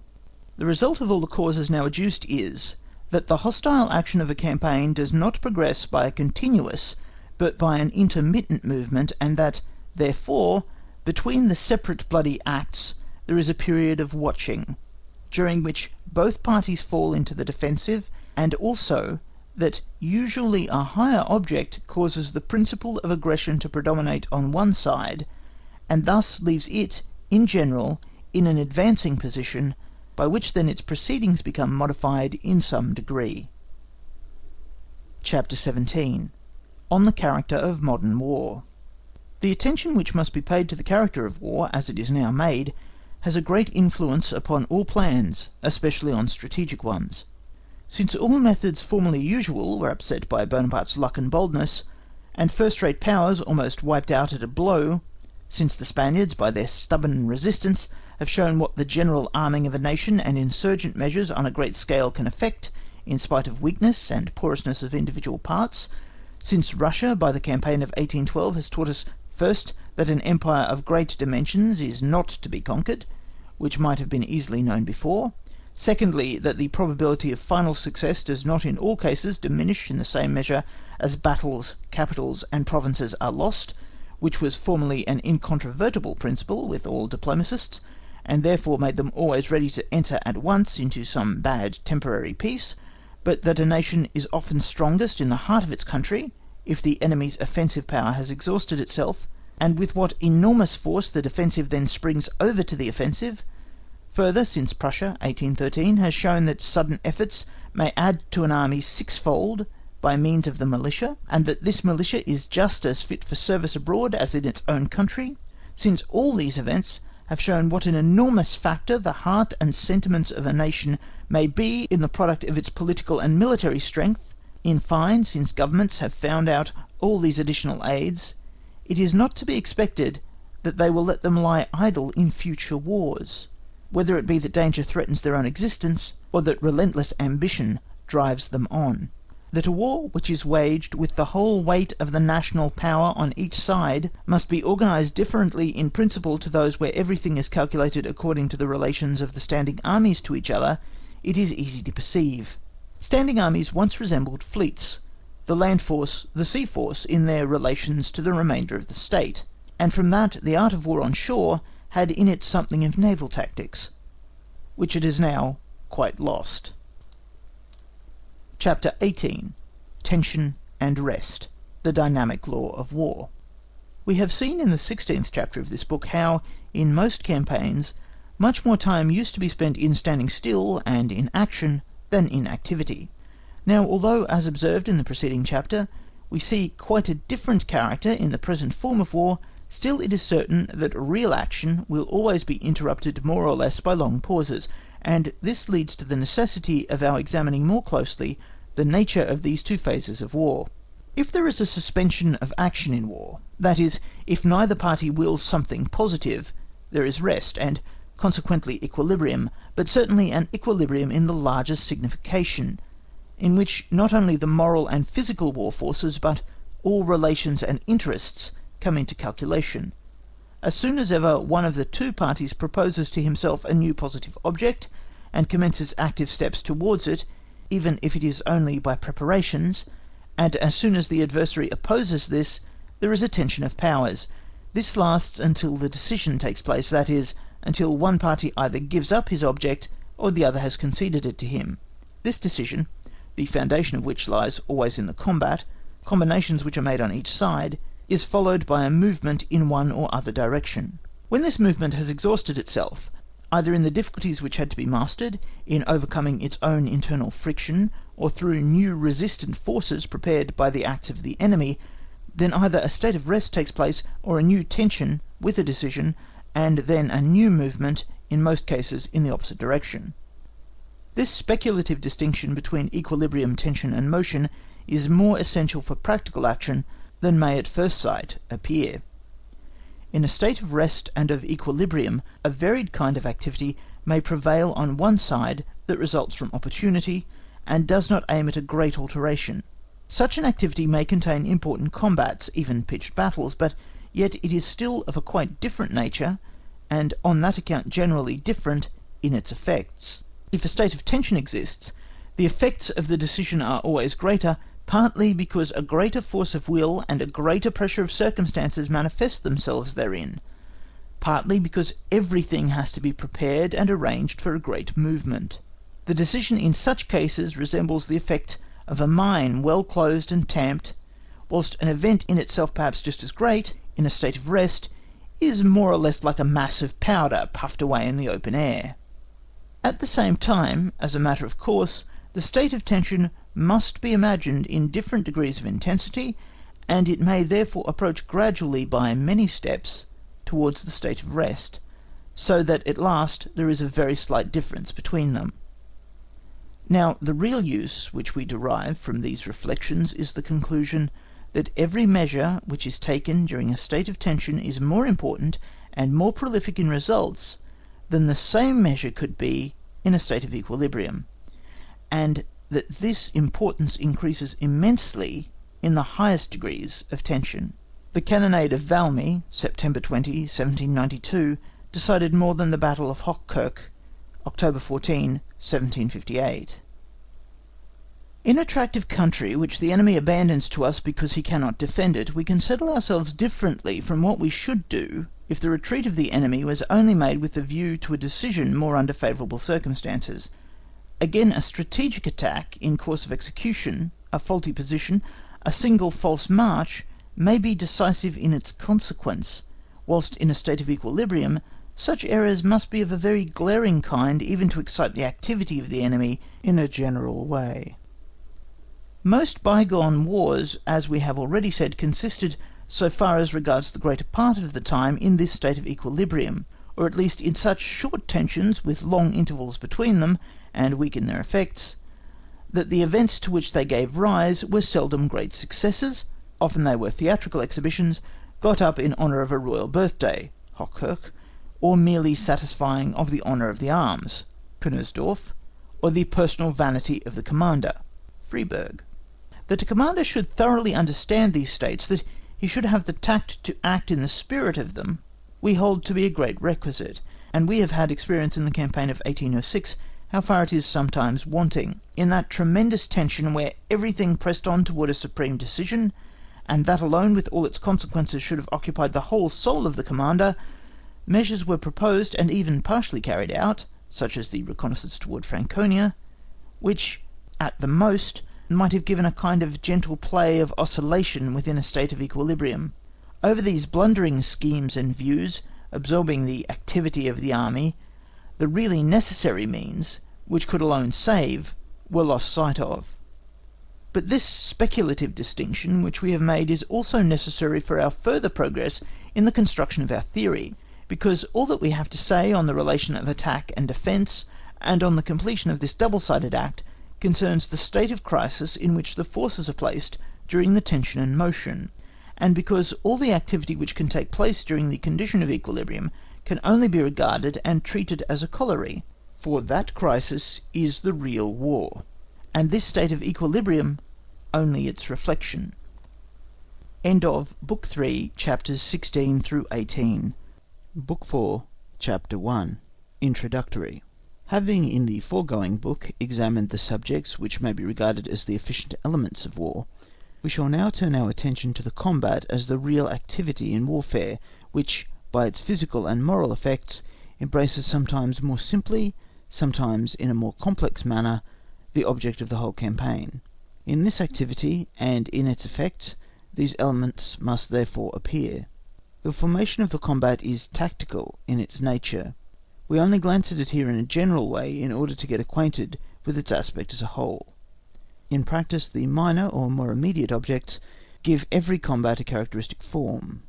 These objects we shall not discuss until hereafter, but these peculiarities are in comparison to the general characteristics of a combat mostly only insignificant, so that most combats are very like one another, and therefore, in order to avoid repeating that which is general at every stage, we are compelled to look into it here before taking up the subject of its more special applications. In the first place, therefore, we shall give in the next chapter, in a few words, the characteristics of the modern battle in its tactical course, because that lies at the foundation of our conception of what the battle really is. Chapter 2. Character of the modern battle. According to the notion we have formed of tactics and strategies, it follows, as a matter of course, that if the nature of the former is changed, that change must have an influence on the latter. If tactical facts in one case are entirely different from those in another, then the strategic must be also, if they are to continue consistent and reasonable. It is therefore important to characterize a general action in its modern form before we advance with the study of its employment in strategy. What do we do now usually in a great battle? We place ourselves quietly in great masses, arranged contiguous to and behind one another. We deploy relatively only a small portion of the whole, and let it ring itself out in a fire combat which lasts for several hours, only interrupted now and again, and removed hither and thither, by separate small shocks from charges with the bayonet and cavalry attacks. When this line has gradually exhausted part of its warlike ardour in this manner, and there remains nothing more than the cinders, it is withdrawn and replaced by another. In this manner the battle on a modified principle burns slowly away like wet powder, and if the veil of night commands it to stop, because neither party can any longer see, and neither chooses to run the risk of blind chance, then an account is taken by each side respectively of the masses remaining, which can be called still effective, that is, which are not yet quite collapsed like extinct volcanoes. Account is taken of the ground gained or lost, and of how stands the security of the rear. These results, with the special impressions as to bravery and cowardice, ability and stupidity, which are thought to have been observed in ourselves and in the enemy, are collected into one single total impression, out of which there springs the resolution to quit the field, or to renew the combat on the morrow.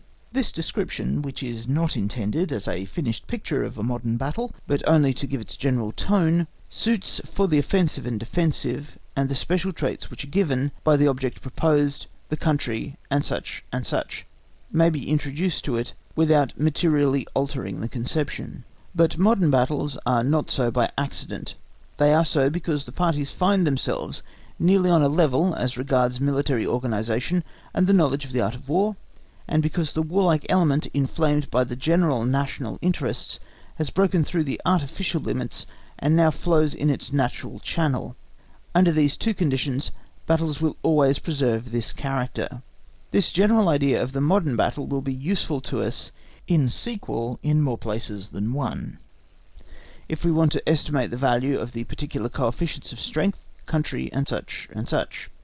It is only for general, great, and decisive combats, and such as come near to them, that this description stands good. Inferior ones have changed their character also in the same direction, but less than great ones. The proof of this belongs to tactics. We shall, however, have an opportunity hereafter of making this subject plainer by giving a few particulars. Chapter 3. The Combat in General.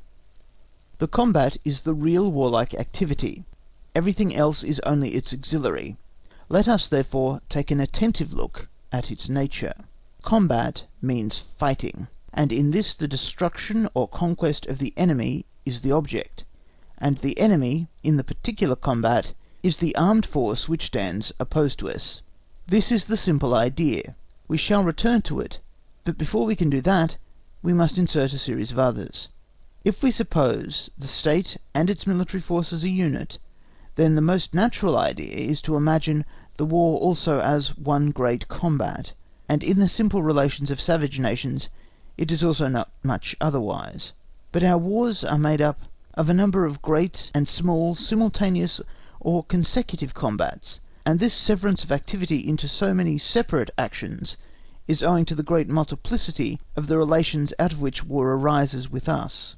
In point of fact, the ultimate object of our wars, the political one, is not always quite a simple one, and even were it so, still the action is bound up with such a number of conditions and considerations to be taken into account, that the object can no longer be attained by one single great act, but only through a number of greater or smaller acts which are bound up into a whole. Each of these separate acts is therefore a part of a whole, and has consequently a special object by which it is bound to this whole. We have already said that every strategic act can be referred to the idea of a combat, because it is an employment of the military force, and at the root of that there always lies the idea of fighting. We may therefore reduce every military activity in the province of strategy to the unit of the single combats, and occupy ourselves with the object of these only. We shall get acquainted with these special objects by degrees, as we come to speak of the causes which produce them. Here let us content ourselves with saying that every combat, great or small, has its own peculiar object in subordination to the main object. If this is the case, then, the destruction and conquest of the enemy is only to be regarded as the means of gaining this object, as it unquestionably is. But this result is true only in its form, and important only on account of the connection which the ideas have between themselves, and we have only sought it out to get rid of it at once. What is overcoming the enemy? Invariably the destruction of his military force, whether it be by death or wounds or any means, whether it be completely or only to such a degree that he can no longer continue the contest. Therefore, as long as we set aside all special objects of combats, we may look upon the complete or partial destruction of the enemy as the only object for all combats. Now we maintain that in the majority of cases, and especially in great battles, the special object by which the battle is individualized and bound up with the great whole is only a weak modification of that general object, or an ancillary object bound up with it, important enough to individualize the battle, but always insignificant in comparison with the general object, so that if that ancillary object alone should be obtained, only an unimportant part of the purpose of the combat is fulfilled. If this assertion is correct, then we see that the idea, according to which the destruction of the enemy's force is only the means, and something else always the object, can only be true in form, but that it would lead to false conclusions if we did not recollect that this destruction of the enemy's force is comprised in that object, and that this object is only a weak modification of it. Forgetfulness of this led to completely false views before the wars of the last period, and created tendencies, as well as fragments of systems, in which theory thought it raised itself so much the more above handcraft, the less it supposed itself to stand in need of the use of the real instrument, that is, the destruction of the enemy's force. Certainly such a system could not have arisen unless supported by other false suppositions, and unless in place of the destruction of the enemy, other things had been substituted to which an efficacy was ascribed which did not rightly belong to them. We shall attack these falsehoods whenever occasion requires, but we could not treat of the combat without claiming for it the real importance and value which belong to it, and giving warning against the errors to which merely formal truth might lead. But now how shall we manage to show that in most cases, and in those of most importance, the destruction of the enemy's army is the chief thing? How shall we manage to combat the extremely subtle idea which supposes it possible, through the use of a special artificial form, to effect by a small direct destruction of the enemy's forces a much greater destruction indirectly, or by means of small but extremely well directed blows to produce such paralysis in the enemy's forces, such command over the enemy's will, that this mode of proceeding is to be viewed as a great shortening of the road? Undoubtedly a victory at one point may be of more value than at another. Undoubtedly there is a scientific arrangement of battles amongst themselves, even in strategy, which is in fact nothing but the art of thus arranging them. To deny that is not our intention, but we assert that the direct destruction of the enemy's forces is everywhere predominant. We contend here for the overruling importance of this destructive principle, and nothing else. We must, however, call to mind that we are now engaged with strategy, not tactics. Therefore we do not speak of the means which the former have of destroying at a small expense a large body of the enemy's forces, but under direct destruction we understand the tactical results, and that therefore our assertion is that only great tactical results can lead to great strategical ones, or, as we have already once before more distinctly expressed it, the tactical successes are of paramount importance in the conduct of war. The proof of this assertion seems to us simple enough. It lies in the time which every complicated, artificial, combination requires. The question whether a simple attack, or one or more carefully prepared, that is, more artificial, will produce greater effects, may undoubtedly be decided in favour of the latter, as long as the enemy is assumed to remain quite passive. But every carefully combined attack requires time for its preparation, and if a counterstroke by the enemy intervenes, our whole design may be upset.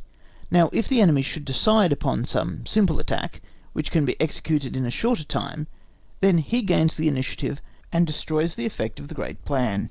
Therefore, together with the expediency of a complicated attack, we must consider all the dangers which we run during its preparation, and should only adopt it if there is no reason to fear that the enemy will disconcert our scheme.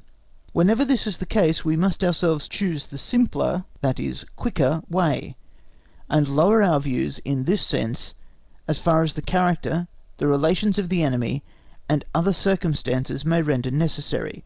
If we quit the weak impressions of abstract ideas, and descend to the region of practical life, then it is evident that a bold, courageous, resolute enemy will not let us have time for wide-reaching, skilful combinations, and it is just against such a one we should require skill the most. By this it appears to us that the advantage of simple and direct results over those that are complicated is conclusively shown. Our opinion is not on that account that the simple blow is the best, but that we must not lift the arm too far for the time given to strike, and that this condition will always lead more to direct conflict the more warlike our opponent is. Therefore, far from making it our aim to gain upon the enemy by complicated plans, we must rather seek to be beforehand with him by greater simplicity in our designs. If we seek for the lowest foundation stones of these converse propositions, we find that in the one it is ability, in the other courage. Now there is something very attractive in the notion that a moderate degree of courage, joined to great ability, will produce greater effects than a moderate ability with great courage. But unless we suppose these elements in a disproportionate relation, not logical, we have no right to assign to ability this advantage over courage in a field which is called danger, and which must be regarded as the true domain of courage. After this abstract view, we shall add only that experience, very far from leading to a different conclusion, is rather the sole cause which has impelled us in this direction, and given rise to such reflections. Whoever reads history with a mind free from prejudice cannot fail to arrive at a conclusion that of all military virtues, energy in the conduct of operations has always contributed the most to the glory and success of arms. How we make good our principle of regarding the destruction of the enemy's force as the principal object, not only in the war as a whole, but also in each separate combat, and how that principle suits all the forms and conditions necessarily demanded by the relations out of which war springs, the sequel will show. For the present all we desire is to uphold its general importance, and with this result we return again to the combat. Chapter 4. The Combat in General, Continuation. In the last chapter we showed the destruction of the enemy as the true object of the combat, and we have sought to prove by a special consideration of the point that this is true in the majority of cases and in respect to the most important battles, because the destruction of the enemy's army is always the preponderating object in war. The other objects which may be mixed up with this destruction of the enemy's force, and may have more or less influence, we shall describe generally in the next chapter, and become better acquainted with by degrees afterwards. Here we divest the combat of them entirely, and look upon the destruction of the enemy as the complete and sufficient object of any combat. What are we now to understand by the destruction of the enemy's army? A diminution of it relatively greater than that of our own side. If we have a great superiority in numbers over the enemy, then naturally the same absolute amount of loss on both sides is for us a smaller one than for him, and consequently may be regarded in itself as an advantage. As we are here considering the combat as divested from all other objects, we must also exclude from our consideration the case in which the combat is used only indirectly for a greater destruction of the enemy's force. Consequently also, only that direct gain which has been made in the mutual process of destruction is to be regarded as the object, for this is an absolute gain which runs through the whole campaign, and at the end of it will always appear as pure profit. But every other kind of victory over our opponent will either have its motive in other objects, which we have completely excluded here, or it will only yield a temporary relative advantage. An example will make this plain. If by a skilful disposition we have reduced our opponent to such a dilemma that he cannot continue the combat without danger, and after some resistance he retires, then we may say that we have conquered him at that point. But if in this victory we have expended just as many forces as the enemy, then in closing the account of the campaign, there is no gain remaining from this victory, if such a result can be called a victory. Therefore, the overcoming the enemy, that is, placing him in such a position that he must give up the fight, counts for nothing in itself, and for that reason cannot come under the definition of object. There remains, therefore, as we have said, nothing over except the direct gain which we have made in the process of destruction. But to this belong not only the losses which have taken place in the course of the combat, but also those which, after the withdrawal of the conquered part, take place as direct consequences of the same.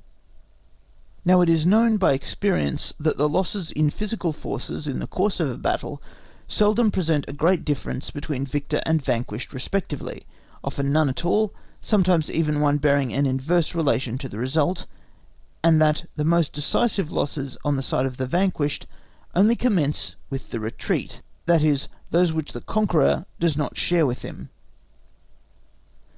The weak remains of battalions already in disorder are cut down by cavalry. Exhausted men strew the ground, disabled guns and broken caissons are abandoned. Others, in the bad state of the roads, cannot be removed quickly enough, and are captured by the enemy's troops. During the night numbers lose their way and fall defenceless into the enemy's hands, and thus the victory mostly gains bodily substance after it is already decided. Here would be a paradox if it did not solve itself in the following manner. The loss in physical force is not the only one which the two sides suffer in the course of the combat. The moral forces are also shaken, broken, and go to ruin. It is not only the loss in men, horses, and guns, but in order, courage, confidence, cohesion, and plan, which come into consideration when it is a question whether the fight can still be continued or not. It is principally the moral forces which decide here, and in all cases in which the conqueror has lost as heavily as the conquered, it is these alone. The comparative relation of the physical losses is difficult to estimate in a battle, but not so the relation of the moral ones. Two things principally make it known. The first is the loss of the ground on which the fight has taken place. The other, the superiority of the enemies. The more our reserves have diminished as compared with those of the enemy, the more force we have used to maintain the equilibrium. In this at once an evident proof of the moral superiority of the enemy is given, which seldom fails to stir up in the soul of the commander a certain bitterness of feeling, and a sort of contempt for his own troops. But the principal thing is, that men who have been engaged for a long continuance of time are more or less like burnt-out cinders. Their ammunition is consumed, they have melted away to a certain extent, physical and moral energies are exhausted, perhaps their courage is broken as well. Such a force, irrespective of the diminution in its number, if viewed as an organic whole, is very different from what it was before the combat, and thus it is that the loss of moral force may be measured by the reserves which have been used as if it were on a foot rule. Lost ground and want of fresh reserves are, therefore, usually the principal causes which determine a retreat, but at the same time we by no means exclude or desire to throw into the shade other reasons which may lie in the interdependence of the parts of the army, in the general plan, and such. Every combat is therefore the bloody and destructive measuring of the strength of forces, physical and moral. Whoever at the close has the greatest amount of both left is the conqueror. In the combat, the loss of moral force is the chief cause of the decision. After that is given, this loss continues to increase until it reaches its culminating point at the close of the whole act. This then is the opportunity the victor should seize to reap his harvest by the utmost possible restrictions of his enemy's forces, the real object of engaging in the combat. On the beaten side, the loss of all order and control often makes the prolongation of resistance by individual units, by the further punishment they are certain to suffer, more injurious than useful to the whole. The spirit of the mass is broken, the original excitement about losing or winning, through which danger was forgotten, is spent, and to the majority, danger now appears no longer an appeal to their courage, but rather the endurance of a cruel punishment. Thus the instrument in the first moment of the enemy's victory is weakened and blunted, and therefore no longer fit to repay danger by danger. This period, however, passes. The moral forces of the conquered will recover by degrees, order will be restored, courage will revive, and in the majority of cases there remains only a small part of the superiority obtained, often none at all. In some cases even, although rarely, the spirit of revenge and intensified hostility may bring about an opposite result.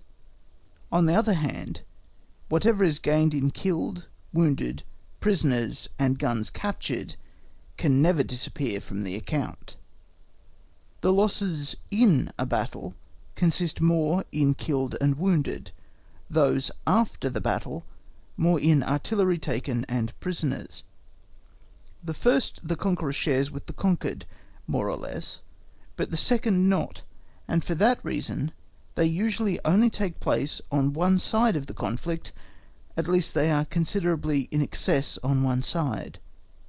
Artillery and prisoners are therefore at all times regarded as the true trophies of victory, as well as its measure, because through these things its extent is declared beyond a doubt. Even the degree of moral superiority may be better judged by them than by any other relation, especially if the number of killed and wounded is compared therewith, and here arises a new power increasing the moral effects. We have said that the moral forces, beaten to the ground in the battle and in the immediately succeeding movements, recover themselves gradually and often bear no traces of injury. This is the case with small divisions of the whole, less frequently with large divisions. It may, however, also be the case with the main army, but seldom or never in the state or government to which the army belongs. These estimate the situation more impartially, and from a more elevated point of view, and recognise in the number of trophies taken by the enemy, and their relation to the number of killed and wounded, only too easily and well the measure of their own weakness and inefficiency. In point of fact, the lost balance of moral power must not be treated lightly, because it has no absolute value, and because it does not of necessity appear in all cases in the amounts of the results at the final close. It may become of such excessive weight as to bring down everything with an irresistible force. On that account it may often become a great aim of the operation, of which we shall speak elsewhere. Here we have still to examine some of its fundamental relations. The moral effect of a victory increases not merely in proportion to the extent of the forces engaged, but in a progressive ratio, that is to say, not only in extent, but also in its intensity. In a beaten detachment, order is easily restored. As a single frozen limb is easily revived by the rest of the body, so the courage of a defeated detachment is easily raised again by the courage of the rest of the army as soon as it rejoins it. If, therefore, the effects of a small victory are not completely done away with, still they are partly lost to the enemy. This is not the case if the army itself sustains a great defeat, then one with the other fall together. A great fire attains quite a different heat from several small ones. Another relation which determines the moral value of a victory is the numerical relation of the forces which have been in conflict with each other. To beat many with few is not only a double success, but shows also a greater, especially a more general, superiority, which the conquered must always be fearful of encountering again. At the same time, this influence is in reality hardly observable in such a case. In the moment of real action, the notions of the actual strength of the enemy are generally so uncertain, the estimate of our own commonly so incorrect, that the party superior in numbers either does not admit the disproportion, or is very far from admitting the full truth, owing to which he evades almost entirely the moral disadvantages which would spring from it. It is only hereafter in history that the truth, long suppressed through ignorance, vanity, or a wise discretion, makes its appearance, and then it certainly casts a lustre on the army and its leader, but it can then do nothing more by its moral influence for events long past. If prisoners and captured guns are those things by which the victory principally gains substance, its true crystallizations, then the plan of the battle should have those things specially in view. The destruction of the enemy by death and wounds appears here merely as a means to an end. How far this may influence the dispositions in battle is not an affair of strategy, but the decision to fight the battle is in intimate connection with it, as is shown by the direction given to our forces and their general grouping, whether we threaten the enemy's flank or rear, or he threatens ours. On this point, the number of prisoners and captured guns depends very much, and it is a point which, in many cases, tactics alone cannot satisfy, particularly if the strategic relations are too much in opposition to it. The risk of having to fight on two sides, and the still more dangerous position of having no line of retreat left open, paralyse the movements and the power of resistance. Further, in case of defeat, they increase the loss, often raising it to its extreme point, that is, to destruction. Therefore, the rear being endangered makes defeat more probable, and at the same time more decisive. From this arises, in the whole conduct of the war, especially in great and small combats, a perfect instinct to secure our own line of retreat and to seize that of the enemy. This follows from the conception of victory, which, as we have seen, is something beyond mere slaughter. In this effort we see, therefore, the first immediate purpose in the combat, and one which is quite universal.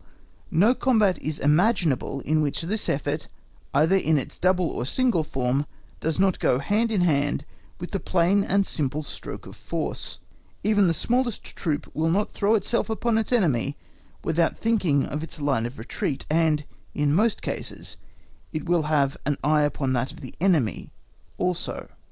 We should have to digress to show how often this instinct is prevented from going the direct road, how often it must yield to the difficulties arising from more important considerations. We shall, therefore, rest contented with affirming it to be a general natural law of the combat. It is, therefore, active, presses everywhere with its natural weight, and so becomes the pivot on which almost all tactical and strategic manoeuvres turn. If we now take a look at the conception of victory as a whole, we find in it three elements. 1. The greater loss of the enemy in physical power. 2. In moral power. 3. His open avowal of this by the relinquishment of his intentions.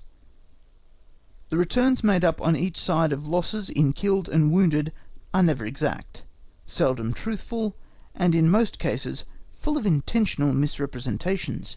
Even the statement of the number of trophies is seldom to be quite depended on. Consequently, when it is not considerable, it may also cast a doubt even on the reality of the victory. Of the loss in moral forces there is no reliable measure except in the trophies. Therefore, in many cases, the giving up the contest is the only real evidence of the victory. It is, therefore, to be regarded as a confession of inferiority, as the lowering of the flag, by which in this particular instance right and superiority are conceded to the enemy, and this degree of humiliation and disgrace, which, however, must be distinguished from all other moral consequences of the loss of equilibrium, is an essential part of the victory. It is this part alone which acts upon the public opinion outside the army, upon the people and the government in both belligerent states, and upon all others in any way concerned. But renouncement of the general object is not quite identical with quitting the field of battle, even when the battle has been very obstinate and long kept up. No one says of advanced posts, when they retire after an obstinate combat, that they have given up their object. Even in combats aimed at the destruction of the enemy's army, the retreat from the battlefield is not always to be regarded as a relinquishment of this aim, as for instance in retreats planned beforehand, in which the ground is disputed foot by foot. All this belongs to that part of our subject where we shall speak of the separate object of the combat. Here we only wish to draw attention to the fact that in most cases the giving up of the object is very difficult to distinguish from the retirement from the battlefield, and that the impression produced by the latter, both in and out of the army, is not to be treated lightly. For generals and armies whose reputation is not made, this is in itself one of the difficulties in many operations, justified by circumstances when a succession of combats, each ending in retreat, may appear as a succession of defeats, without being so in reality, and when that appearance may exercise a very depressing influence. It is impossible for the retreating general, by making known his real intentions, to prevent the moral effect spreading to the public and his troops, for to do that with effect he must disclose his plans completely, which, of course, would run counter to his principal interests to too great a degree. In order to draw attention to the special importance of this conception of victory, we shall only refer to the Battle of Soor, the trophies from which were not important, a few thousand prisoners and 20 guns, and where Frederick proclaimed his victory by remaining for 5 days after on the field of battle, although his retreat into Silesia had been previously determined on, and was a measure natural to his whole situation. According to his own account, he thought he would hasten a peace by the moral effect of his victory. Now, although a couple of other successes were likewise required, namely the Battle of Katholisch-Herensdorf in Lusitania, and the Battle of Kesseldorf, before this peace took place, still we cannot say that the moral effect of the Battle of Soor was nil. If it is chiefly the moral force which is shaken by defeat, and if the number of trophies reaped up by the enemy mounts up to an unusual height, then the lost combat becomes a rout. But this is not the necessary consequence of every victory. A rout only sets in when the moral force of the defeated is very severely shaken. Then there often ensues a complete incapability of further resistance, and the whole action consists of giving way, that is, of flight. Jena and Belle Alliance were routs, but not so Borodino. Although without pedantry we can give here no single line of separation, because the difference between the things is one of degrees, yet still the retention of the conception is essential as a central point to give clearness to our theoretical ideas, and it is a want in our terminology that for a victory over the enemy tantamount to a rout, and a conquest of the enemy only tantamount to a simple victory, there is only one and the same word to use. Chapter 5. On the signification of the combat. Having in the preceding chapter examined the combat in its absolute form, as the miniature picture of the whole war, we now turn to the relations which it bears to the other parts of the great whole. First we inquire, what is more precisely the signification of a combat? As war is nothing else but a mutual process of destruction, then the most natural answer in conception, and perhaps also in reality, appears to be that all the powers of each party unite in one great volume, and all results in one great shock of these masses. There is certainly much truth in this idea, and it seems to be very advisable that we should adhere to it, and should on that account look upon small combats at first only as necessary loss, like the shavings from a carpenter's plane. Still, however, the thing cannot be settled so easily. That a multiplication of combats should arise from a fractioning of forces is a matter of course, and the more immediate objects of separate combats will therefore come before us in the subject of a fractioning of forces. But these objects, and together with them the whole mass of combats, may in a general way be brought under certain classes, and the knowledge of these classes will contribute to make our observations more intelligible. Destruction of the enemy's military forces is in reality the object of all combats, but other objects may be joined thereto, and these other objects may be at the same time predominant. We must therefore draw a distinction between those in which the destruction of the enemy's forces is the principal object, and those in which it is more the means.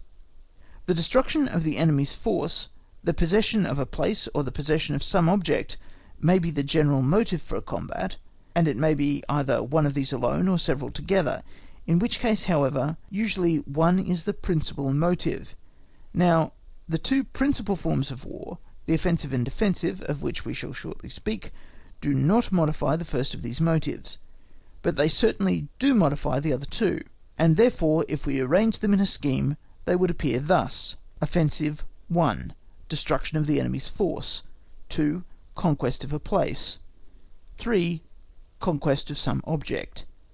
Defensive, 1. Destruction of enemy's force. 2. Defense of a place. 3. Defense of some object. These motives, however, do not seem to embrace completely the whole of the subject, if we recollect that there are reconnaissances and demonstrations in which plainly none of these 3 points is the object of the combat. In reality we must, therefore, on this account be allowed a 4th class. Strictly speaking, in reconnaissances in which we wish the enemy to show himself, in alarms by which we wish to wear him out, in demonstrations by which we wish to prevent his leaving some point, or to draw him off to another, the objects are all such as can only be attained indirectly, and under the pretext of one of the 3 objects specified in the table, usually of the second. For the enemy, whose aim it is to reconnoitre, must draw up his force as if he really intended to attack and defeat us, or drive us off, and such, but this pretended object is not the real one, and our present question is only as to the latter. Therefore we must, to the above 3 objects of the offensive, add a 4th, which is to lead the enemy to make a false conclusion. That offensive means are conceivable in connection with this object lies in the nature of the thing. On the other hand, we must observe that the defence of a place may be of 2 kinds, either absolute, if as a general question the point is not to be given up, or relative, if it is only required for a certain time. The latter happens perpetually in the combats of advanced posts and rear guards. That the nature of these different intentions of the combat must have an essential influence on the dispositions which are its preliminaries is a thing clear in itself. We act differently if our object is merely to drive an enemy's post out of its place from what we should if our object was to beat him completely. Differently if we mean to defend a place to the last extremity from what we should do if our design is only to detain the enemy for a certain time. In the first case we trouble ourselves little about the line of retreat, in the latter it is the principal point, and such.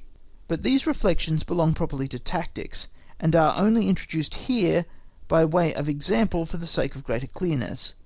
What strategy has to say on the different objects of the combat will appear in the chapters which touch upon these objects.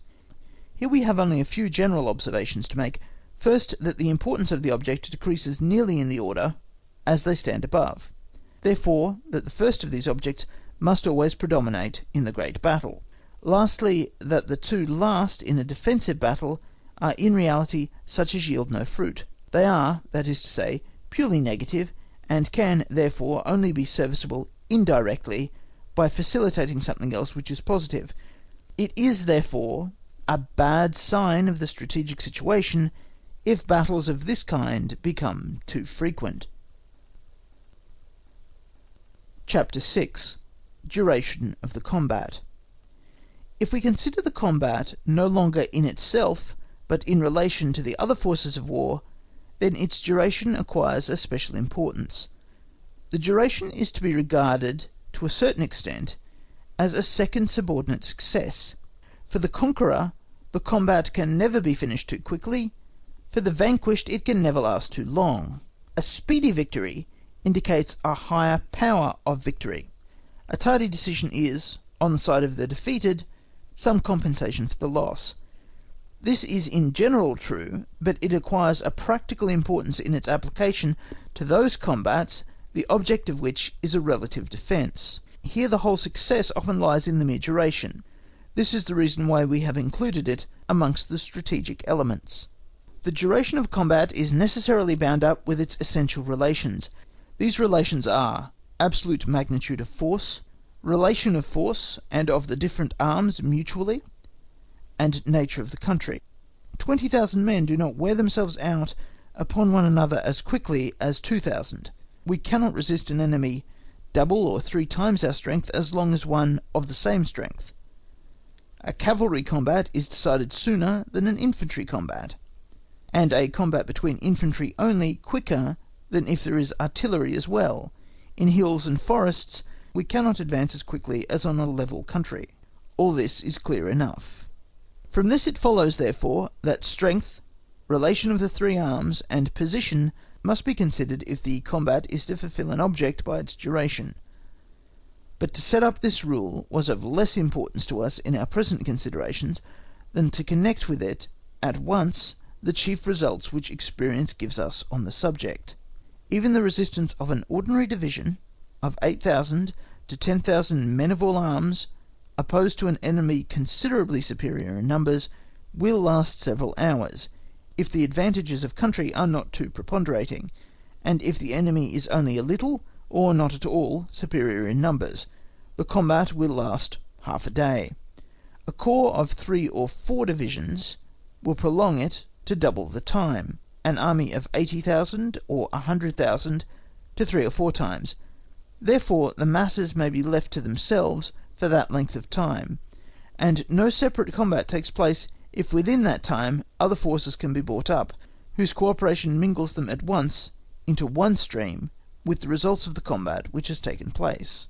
These calculations are the result of experience, but it is important for us at the same time to characterize more particularly the moment of the decision, and consequently the termination. End of Book 4, Chapter 6. Book 4, Chapter 7. Decision of the combat. No battle is decided in a single moment, although in every battle there arise moments of crisis, on which the result depends. The loss of a battle is, therefore, a gradual falling off the scale, but there is in every combat a point of time when it may be regarded as decided, in such a way that the renewal of the fight would be a new battle, not a continuation of the old one. To have a clear notion on this point of time is very important in order to be able to decide whether, with the prompt assistance of reinforcements, the combat can again be resumed with advantage. Often in combats which are beyond restoration, new forces are sacrificed in vain. Often through neglect, the decision has not been seized when it might easily have been secured. Here are 2 examples which could not be more to the point. When the Prince of Hohenlohe, in 1806, at Jena, with 35,000 men, opposed to from 60,000 to 70,000 under Bonaparte, had accepted battle and lost it, but lost it in such a way that the 35,000 may be regarded as dissolved, General Ruschel undertook to renew the fight with about 12,000. The consequence was that, in a moment, his force was scattered in like manner. On the other hand, on the same day at Auerstadt, the Prussians maintained a combat with 25,000 against Davoust, who had 28,000, until midday, without success, it is true, but still without the force being reduced to a state of dissolution, without even greater loss than the enemy, who was very deficient in cavalry. But they neglected to use the reserve of 18,000, under General Kalkreuth, to restore the battle which, under these circumstances, it would have been impossible to lose.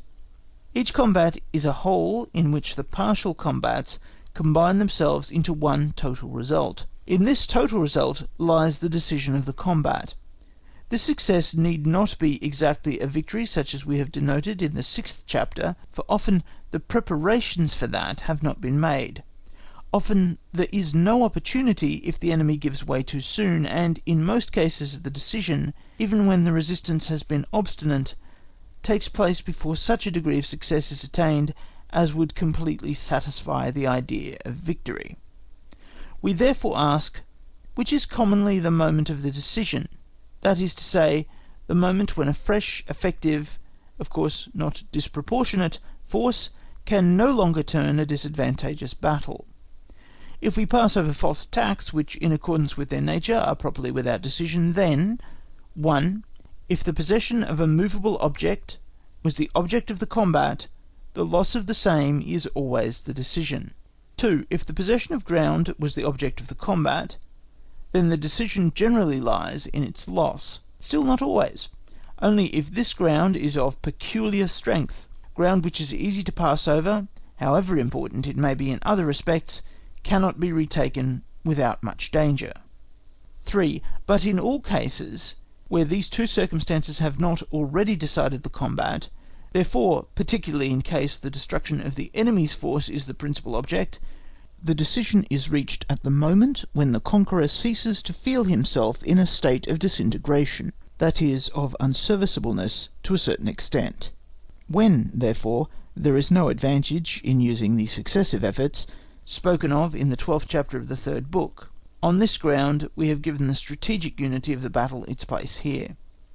A battle, therefore, in which the assailant has not lost his condition of order and perfect efficiency at all, or at least only in a small part of his force, whilst the opposing forces are more or less disorganized throughout, is only not to be retrieved, and just as little if the enemy has recovered his inefficiency.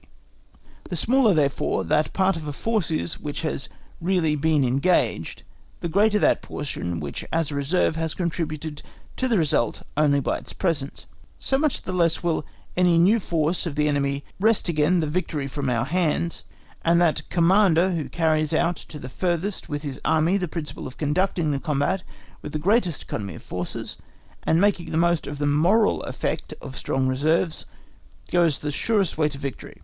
We must allow that the French, in modern times, especially when led by Bonaparte, have shown a thorough mastery in this.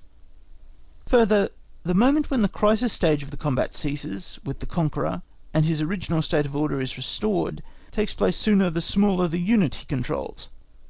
A picket of cavalry pursuing an enemy at full gallop will, in a few moments, resume its proper order, and the crisis ceases. A whole regiment of cavalry requires a longer time. It lasts still longer with infantry.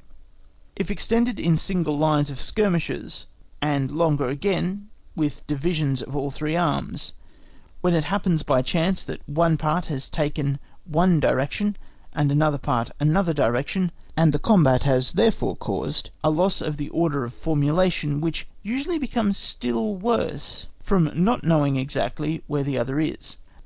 Thus, therefore, the point of time when the conqueror has collected the instruments he has been using, and which are mixed up and partly out of order, the moment when he has in some measure rearranged them and put them in their proper places, and thus brought the battle workshop into a little order. This moment, we say, is always later, the greater the total force. Again, this moment comes later if night overtakes the conqueror in the crisis, and lastly it comes later still if the country is broken and thickly wooded. But with regard to these 2 points, we must observe that night is also a great means of protection, and it is only seldom that circumstances favour the expectation of a successful result from a night attack, as on March 10th, 1814, at Laon, where York against Marmont gives us an example completely in place here. In the same way, a wooded and broken country will afford protection against the reaction of those who are engaged in the long crisis of victory. Both, therefore, the night as well as the wooded and broken country, are obstacles which make the renewal of the same battle more difficult instead of facilitating it. Hitherto we have considered assistance arriving for the losing side as a mere increase of force, therefore as a reinforcement coming up directly from the rear, which is the most usual case, but the case is quite different if these fresh forces come upon the enemy in flank or rear.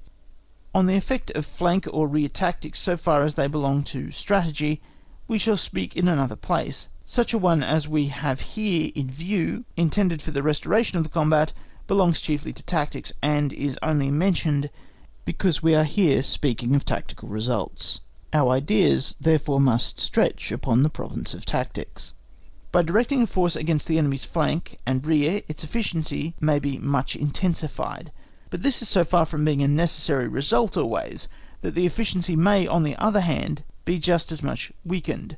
The circumstances under which the combat has taken place decide upon this part of the plan, as well as upon every other, without our being able to enter upon here.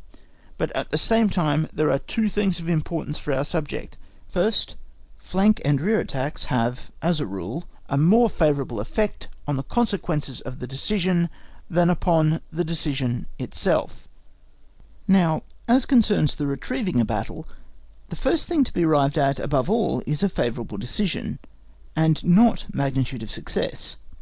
In this view one would therefore think that a force which comes to re-establish our combat is of less assistance if it falls upon the enemy in flank and rear, therefore separated from us, than if it joins itself to us directly. Certainly, cases are not wanting where it is so, but we must say that the majority are on the other side, and they are so on account of the second point, which is here important to us. This second point is the moral effect of the surprise, which, as a rule, a reinforcement coming up to re-establish combat has generally in its favour.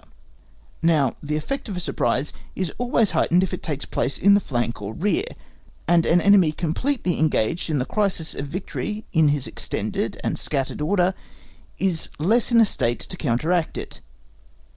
Who does not feel that an attack in flank or rear, which at the commencement of the battle, when forces are concentrated and prepared for such an event, would be of little importance, gains quite another weight in the last moment of the combat?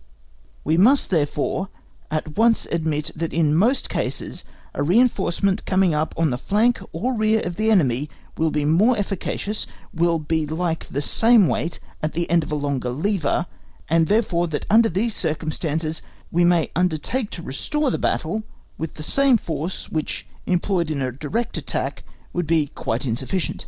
Here results almost defy calculation, because the moral forces gain completely the ascendancy. This is therefore the right field for boldness and daring. The eye must therefore be directed on all these objects. All these moments of cooperating forces must be taken into consideration when we have to decide in doubtful cases whether or not it is still possible to restore a combat which has taken an unfavourable turn. If the combat is to be regarded as not yet ended, then the new contest which is opened by the arrival of assistance fuses into the former. Therefore they flow together into one common result, and the first disadvantage vanishes completely out of the calculation. But this is not the case if the combat was already decided. Then there are two results separate from each other. Now, if the assistance which arrives is only of a relative strength, that is, if it is not in itself alone a match for the enemy, then a favourable result is hardly to be expected from this second combat. But if it is so strong that it can undertake the second combat without regard to the first, then it may be able, by a favourable issue, to compensate or even overbalance the first combat, but never to make it disappear altogether from the account. At the Battle of Kunersdorf, Frederick the Great at the first onset carried the left of the Russian position, and took 70 pieces of artillery. At the end of the battle both were lost again, and the whole result of the first combat was wiped out of the account. Had it been possible to stop at the first success, and to put off the second part of the battle to the coming day, then, even if the king had lost it, the advantages of the first would always have been a set-off to the second. But when a battle proceeding disadvantageously is arrested and turned before its conclusion, its minus result on our side not only disappears from the account, but also becomes the foundation of a greater victory. If, for instance, we picture to ourselves exactly the tactical course of the battle, we may easily see that until it is finally concluded, all successes in partial combats are only decisions in suspense, which by the capital decision may not only be destroyed, but changed into the opposite. The more our forces have suffered, the more the enemy will have expended on his side. The greater, therefore, will be the crisis for the enemy, and the more the superiority of our fresh troops will tell. If now the total result turns in our favour, if we wrest from the enemy the field of battle, and recover all the trophies again, then all the forces which he has sacrificed in obtaining them become sheer gain for us, and our former defeat becomes a stepping stone to a greater triumph. The most brilliant feats, which with victory the enemy would have so highly prized that the loss of forces which they cost would have been disregarded, leave nothing now behind but regret at the sacrifice entailed.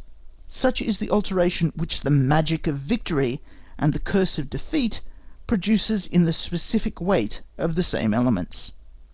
Therefore, even if we are decidedly superior in strength, and are able to repay the enemy his victory by a greater still, it is always better to forestall the conclusion of a disadvantageous combat, if it is of proportionate importance, so as to turn its course rather than to deliver a second battle. Field Marshal Daun attempted in the year 1760 to come to the assistance of General Leyden at Liegnitz, whilst the battle lasted. But when he failed, he did not attack the king the next day, although he did not want for the means to do so. For these reasons, serious combats of advanced guards which precede a battle are to be looked upon only as necessary evils, and when not necessary, they are to be avoided. We have still another conclusion to examine. If on a regular pitched battle the decision has gone against one, this does not constitute a motive for determining on a new one. The determination for this new one must proceed from other relations. This conclusion, however, is opposed by a moral force, which we must take into account. It is the feeling of rage and revenge. From the oldest field marshal to the youngest drummer boy, this feeling is general, and therefore troops are never in better spirits for fighting than when they have to wipe out a stain. This is, however, only on the supposition that the beaten portion is not too great in proportion to the whole, because otherwise the above feeling is lost in that of powerlessness. There is therefore a very natural tendency to use this moral force to repair the disaster on the spot, and on that account chiefly to seek another battle if other circumstances permit. It then lies in the nature of the case that this second battle must be an offensive one. In the catalogue of battles of second-rate importance there are many examples to be found of such retaliatory battles, but great battles have generally too many other determining causes to be brought on by this weaker motive. Such a feeling must undoubtedly have led the noble Blücher with his third corps to the field of battle on February the 14th, 1814, when the other two had been beaten 3 days before at Montmiral. Had he known that he would have come upon Bonaparte in person, then naturally preponderating reasons would have determined him to put off his revenge to another day, but he hoped to revenge himself on Marmont, and instead of gaining the reward of his desire for honourable satisfaction, he suffered the penalty for his erroneous calculation. On the duration of the combat and the movement of its decision depend the distances from each other at which those masses should be placed which are intended to fight in conjunction with each other. This disposition would be a tactical arrangement in so far as it relates to one and the same battle. It can, however, be regarded as such, provided the position of the troops is so compact that the two separate combats cannot be imagined, and consequently that the space which the whole occupies can be regarded strategically as a mere point. But in war, cases frequently occur where even those forces intended to fight in unison must be so far separated from each other that while their union for one common combat certainly remains the principal object, still the occurrence of separate combats remains possible. Such a disposition is therefore strategic. Dispositions of this kind are marches in separate masses and columns, the formation of advanced guards and flanking columns, also the grouping of reserves intended to serve as supports for more than one strategic point, the concentration of several corps from widely extended cantonments, and such and such. We can see that the necessity for these arrangements may constantly arise, and may consider them something like the small change in the strategic economy, whilst the capital battles, and all that rank with them, are the gold and silver pieces. Chapter 8. Mutual Understanding as to a Battle. No battle can take place unless by mutual consent, and in this idea, which constitutes the whole basis of a duel, is the root of a certain phraseology used by historical writers, which leads to many indefinite and false conceptions. According to the view of the writers to whom we refer, it has frequently happened that one commander has offered battle to the other, and the latter has not accepted it. But the battle is a very modified duel, and its foundation is not merely in the mutual wish to fight, that is, in consent, but in the objects which are bound up with the battle. These belong always to a greater whole, and that so much more, as even the whole war, considered as a combat unit, has political objectives and conditions which belong to a higher standpoint. The mere desire to conquer each other therefore falls into quite a subordinate relation, or rather it ceases completely to be anything of itself, and only becomes the nerve which conveys the impulse of action from the higher will. Amongst the ancients, and then again during the early period of standing armies, the expression that we had offered battle to the enemy in vain had more sense in it than it has now. By the ancients everything was constituted with a view to measuring each other's strength in the open field, free from anything in the nature of a hindrance, and the whole art of war consisted in the organisation and formation of the army, that is, in the order of battle. Now, as their armies regularly entrenched themselves in their camps, therefore the position in a camp was regarded as something unassailable, and a battle did not become possible until the enemy left his camp, and placed himself in a practicable country, as it were, entered the lists. If, therefore, we hear about Hannibal having offered battle to Fabius in vain, that tells us nothing more as regards the latter than that a battle was not part of his plan, and in itself neither proves the physical nor moral superiority of Hannibal, but with respect to him the expression is still correct enough in the sense that Hannibal really wished a battle.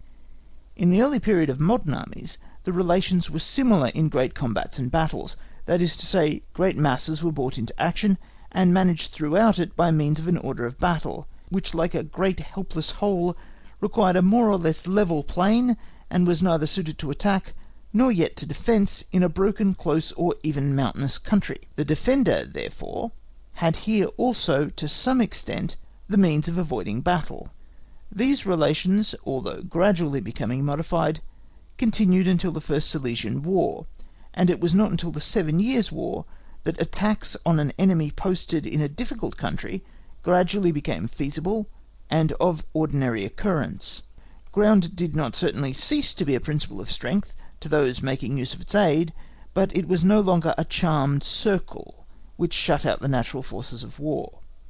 During the past 30 years, war has perfected itself much more in this respect, and there is no longer anything which stands in the way of a general who is in earnest about a decision by means of battle. He can seek out his enemy and attack him. If he does not do so, he cannot take credit for having wished to fight, and the expression he offered a battle which his opponent did not accept therefore now means nothing more than that he did not find circumstances advantageous enough for a battle, an admission which the above expression does not suit, but which it only strives to throw a veil over. It is true the defensive side can no longer refuse a battle, yet he may still avoid it by giving up his position, and the role with which that position was connected. This is, however, half a victory for the offensive side, and an acknowledgment of his superiority for the present. This idea, in connection with the cartel of defiance, can therefore no longer be made use of, in order of such rhodomontade, to qualify the inaction of him whose part it is to advance, that is, the offensive. The defender, who as long as he does not give way must have the credit of willing the battle, may certainly say he has offered it if he is not attacked, if that is not understood of itself. But on the other hand, he who now wishes to, and can retreat, cannot easily be forced to give battle. Now, as the advantages to the aggressor from this retreat are often not sufficient, and a substantial victory is a matter of urgent necessity for him, in that way the few means which there are to compel such an opponent also to give battle are often sought for, and applied with particular skill. The principal means for this are, first, surrounding the enemy so as to make his retreat impossible, or at least so difficult that it is better for him to accept battle, and secondly, surprising him. This last way, for which there was a motive formerly in the extreme difficulty of all movements, has become in modern times very inefficacious. From the pliability and manoeuvring capabilities of troops in the present day, one does not hesitate to commence a retreat, even in sight of the enemy, and only some special obstacles in the nature of the country can cause serious difficulties in the operation. As an example of this kind, the Battle of Neresheim may be given, fought by the Archduke Charles with Moreau in the Rhone Alp, August 11th, 1796, merely with a view to facilitate his retreat, although we freely confess we have never been able quite to understand the argument of the renowned general and author himself in this case. The Battle of Rossbach is another example, if we suppose the commander of the Allied army had not really the intention of attacking Frederick the Great. Of the Battle of Soor, the king himself says that it was only fought because a retreat in the presence of the enemy appeared to him a critical operation, At the same time, the king has also given other reasons for the battle. On the whole, regular night surprises excepted, such cases will always be of rare occurrence, and those in which an enemy is compelled to fight by being practically surrounded will happen mostly to a single corps only, like Mortimer's at Durenstein, 1809, and Van Dam at Kulm, 1813. Chapter 9. The Battle. Its Decision. What is a battle? A conflict of the main body, but not an unimportant one about a secondary object, not a mere attempt which is given up when we see betimes that our object is hardly within our reach. It is a conflict waged with all our forces for the attainment of a decisive victory. Minor objects may also be mixed up with the principal object, and it will take many different tones of colour from the circumstances out of which it originates, for a battle belongs also to a greater whole, of which it is only a part, but because the essence of war is conflict, and the battle is the conflict of the main armies, it is always to be regarded as the real centre of gravity of the war, and therefore its distinguishing character is that, unlike all other encounters, it is arranged for, and undertaken with the sole purpose of obtaining a decisive victory. This has an influence on the manner of its decision, on the effect of the victory contained in it, and determines the value which theory is to assign to it as a means to an end. On that account we make it the subject of our special consideration, and at this stage, before we enter upon the special ends which may be bound up with it, but which do not essentially alter its character, if it really deserves to be termed a battle. If a battle takes place principally on its own account, the elements of its decision must be contained in itself. In other words, victory must be striven for as long as a possibility or hope remains. It must not, therefore, be given up on account of secondary circumstances, but only and alone in the event of the forces appearing completely insufficient. Now, how is that precise moment to be described? If a certain artificial formation and cohesion of an army is the principal condition under which the bravery of the troops can gain a victory, as was the case during a great part of the period of the modern art of war, then the breaking up of this formation is the decision. A beaten wing which is put out of joint decides the fate of all that was connected with it. If, as was the case at another time, the essence of the defence consists in an intimate alliance of the army with the ground on which it fights, and its obstacles, so the army and position are only one, then the conquest of an essential point in this position is the decision. It is said that the key of the position is lost, it cannot therefore be defended any further, the battle cannot be continued.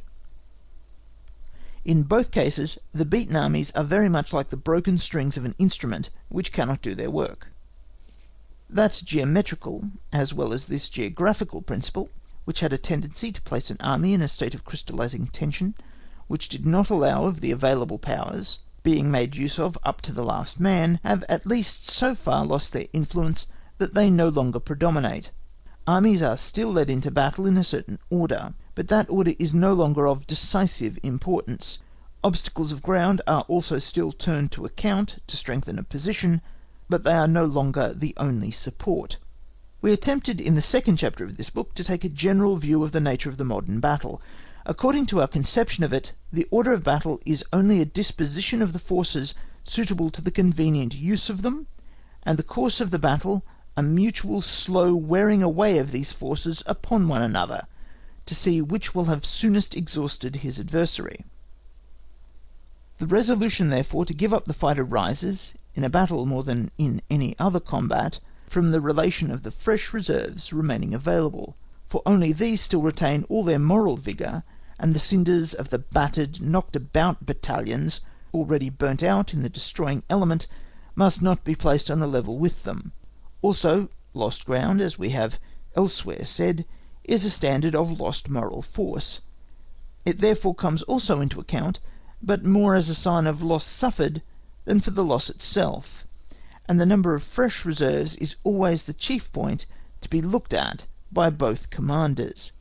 In general, an action inclines in one direction from the very commencement, but in a manner little observable.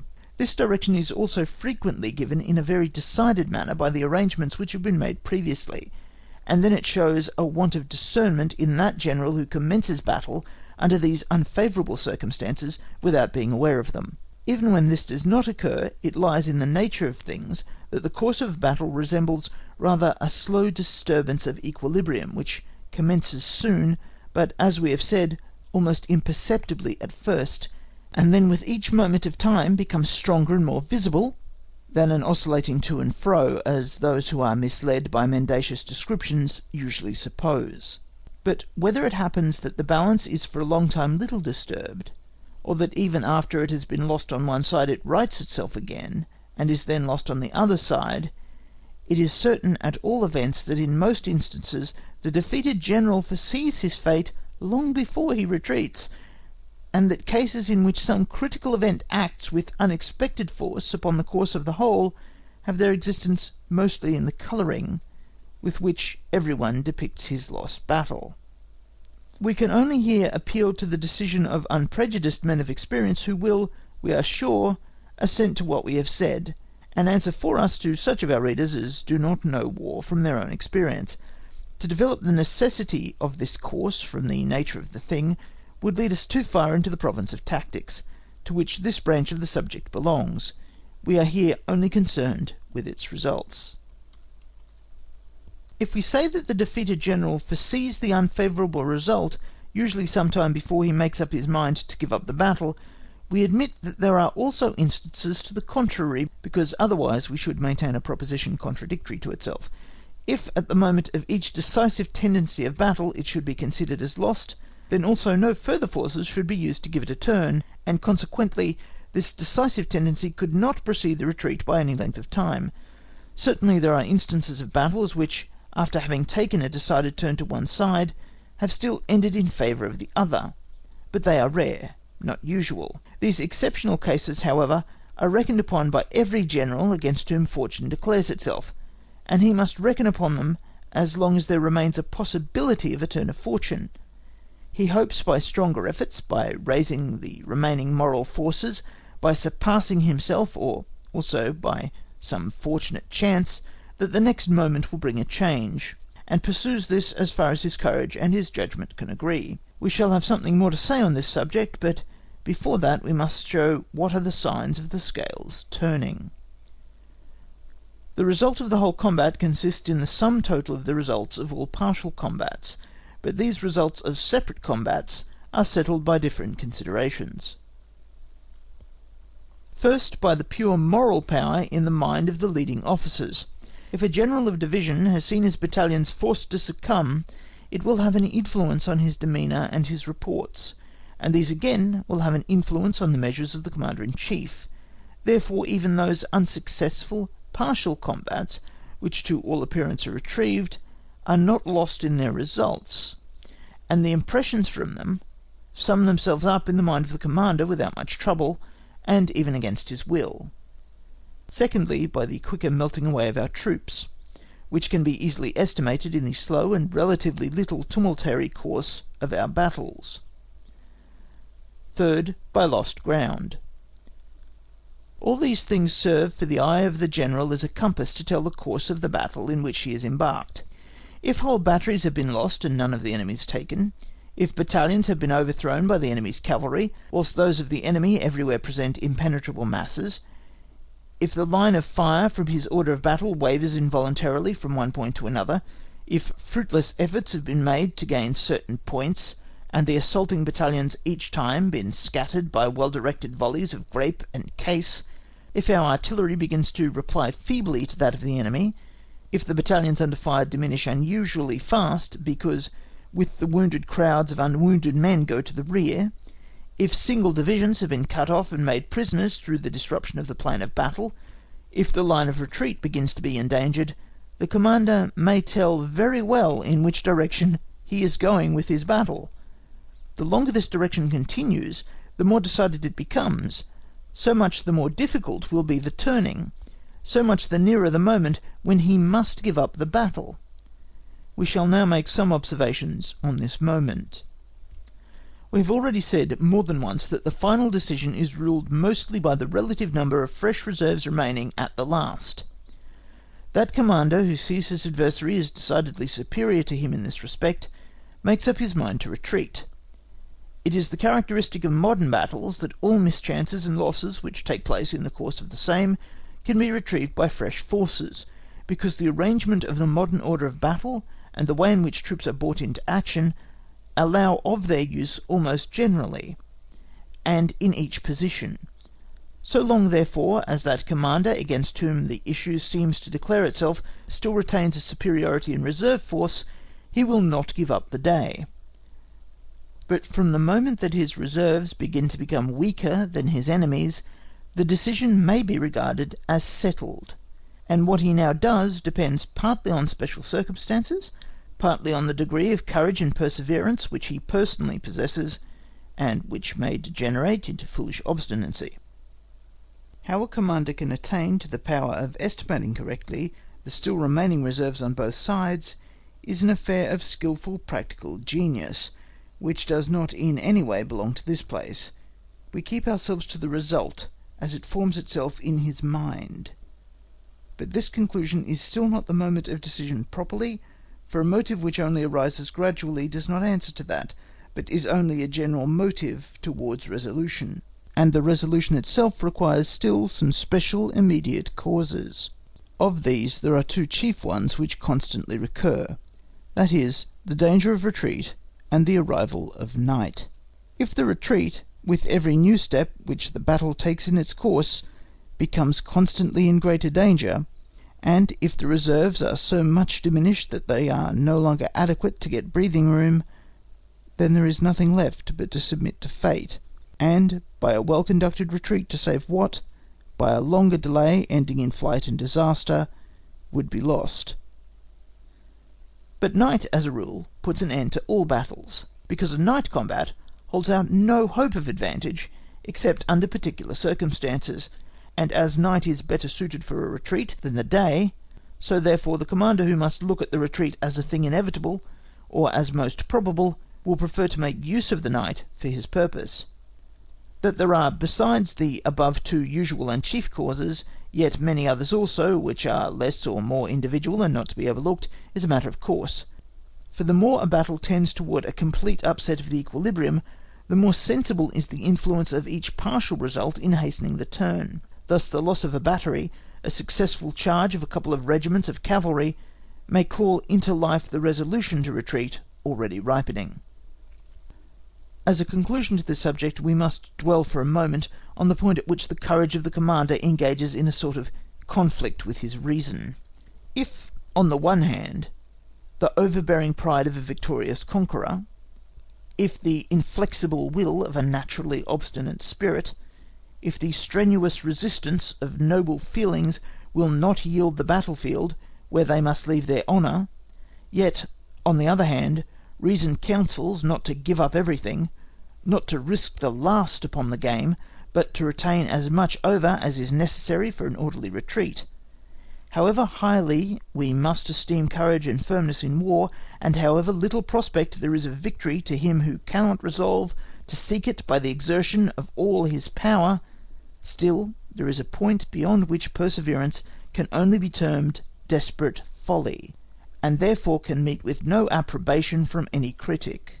In the most celebrated of all battles, that of Belle Alliance, Bonaparte used his last reserve in an effort to retrieve a battle which was past being retrieved.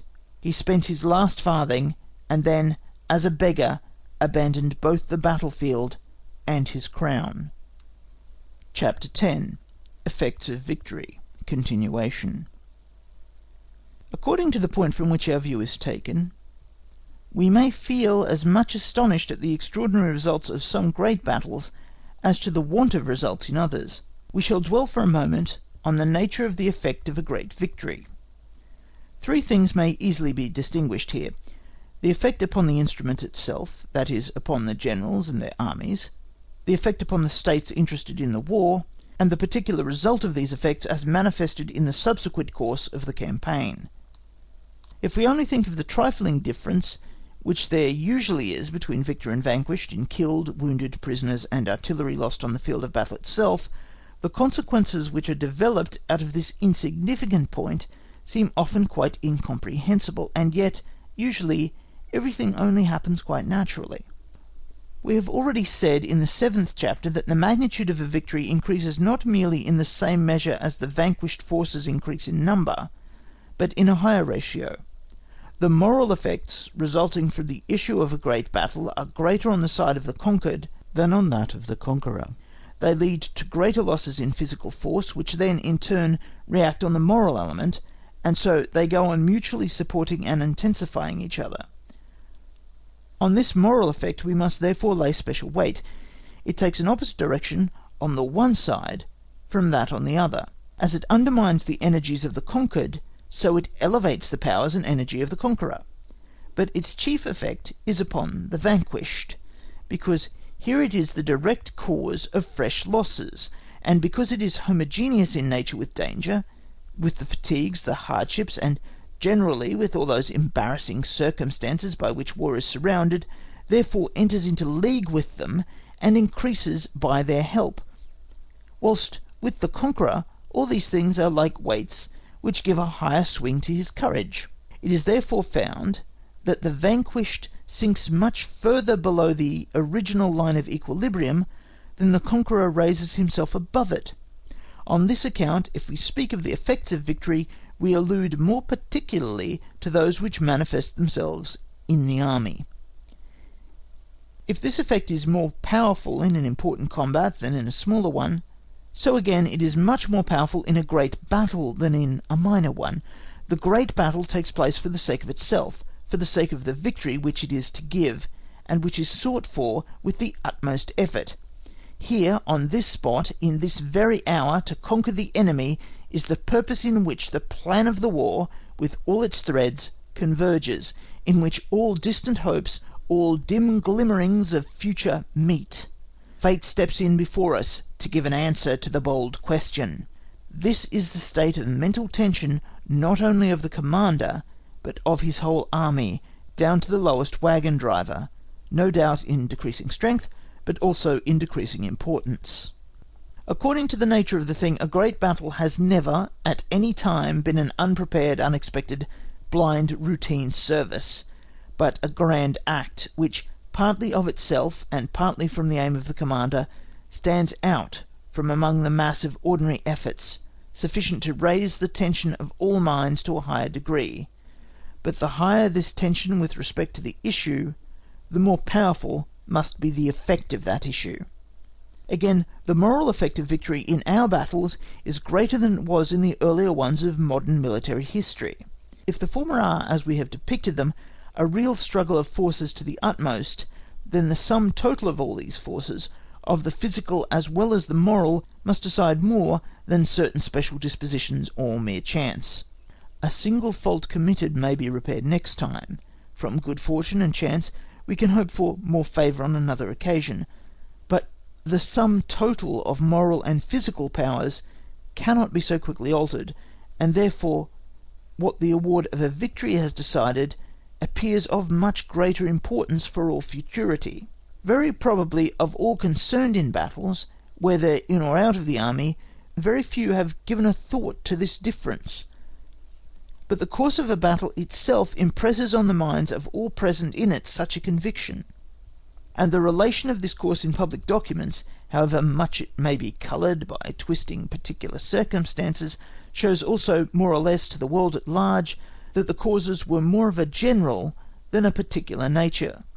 He who has not been present at the loss of a great battle will have difficulty in forming for himself a living or quite true idea of it, and the abstract notions of this or that small untoward affair will never come up to the perfect conception of a lost battle.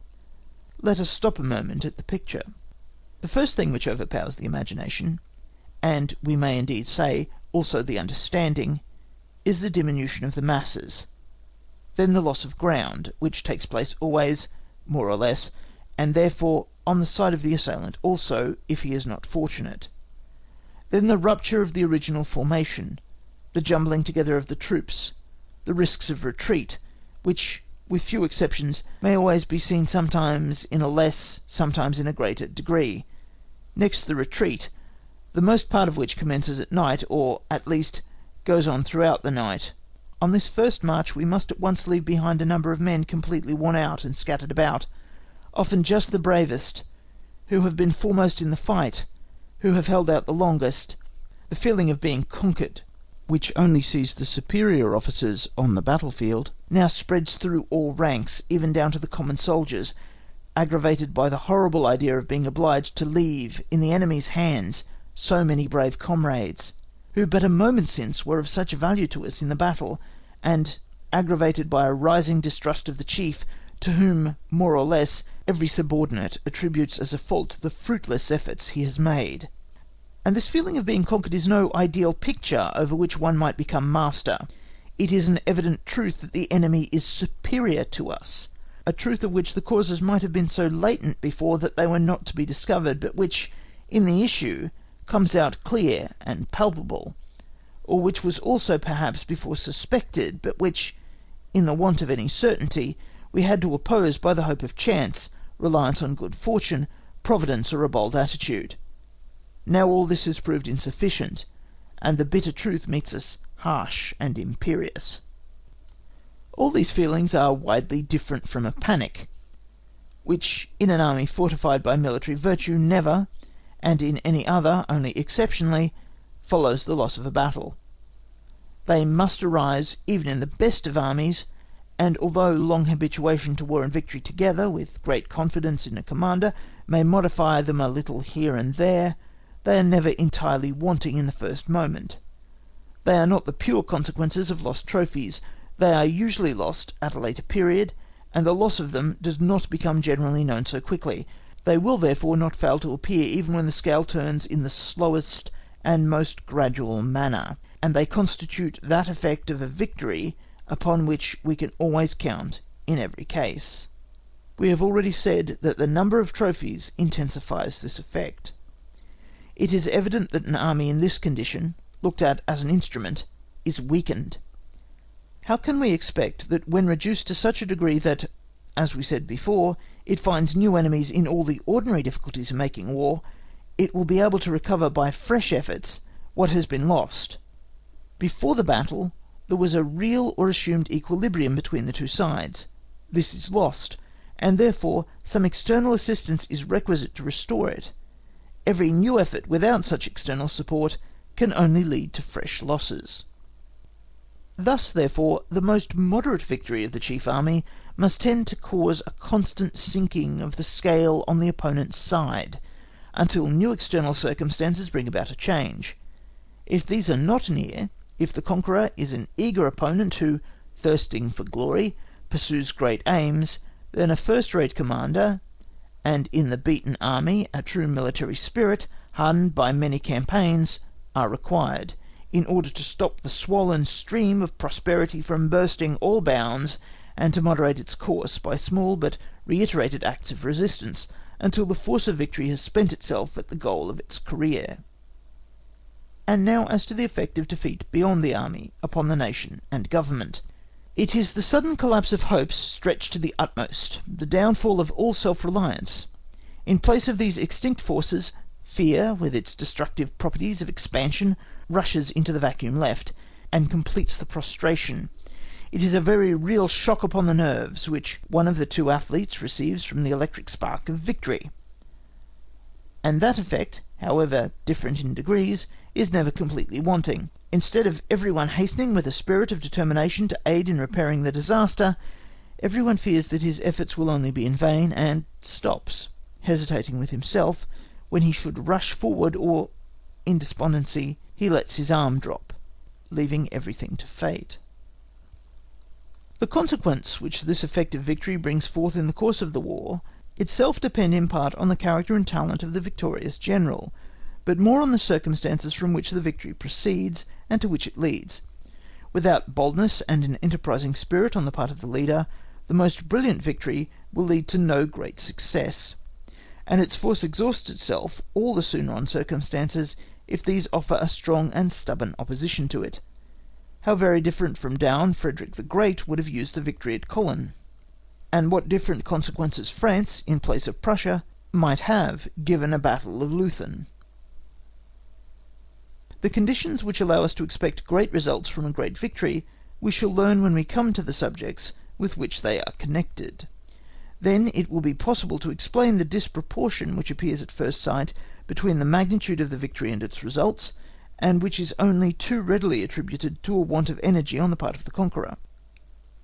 Here, where we have to do with the great battle in itself, we shall merely say that the effects now depicted never fail to attend a victory, that they mount up with the intensive strength of the victory, mount up the more the whole strength of the army has been concentrated in it, the more the whole military power of the nation is contained in that army, and the state in that military power. But then the question may be asked, can theory accept this effect of victory as absolutely necessary? Must it not rather endeavour to find out counteracting means capable of neutralising these effects? It seems quite natural to answer this question in the affirmative, but heaven defend us from taking that wrong course of most theorists, out of which is begotten a mutually devouring pro et contra. Certainly that effect is perfectly necessary, for it has its foundation in the nature of things, and it exists, even if we find a means to struggle against it. Just as the motion of a cannonball is always in the direction of the terrestrial, although when fired from east to west, part of the general velocity is destroyed by this opposite motion. All war supposes human weakness, and against that it is directed.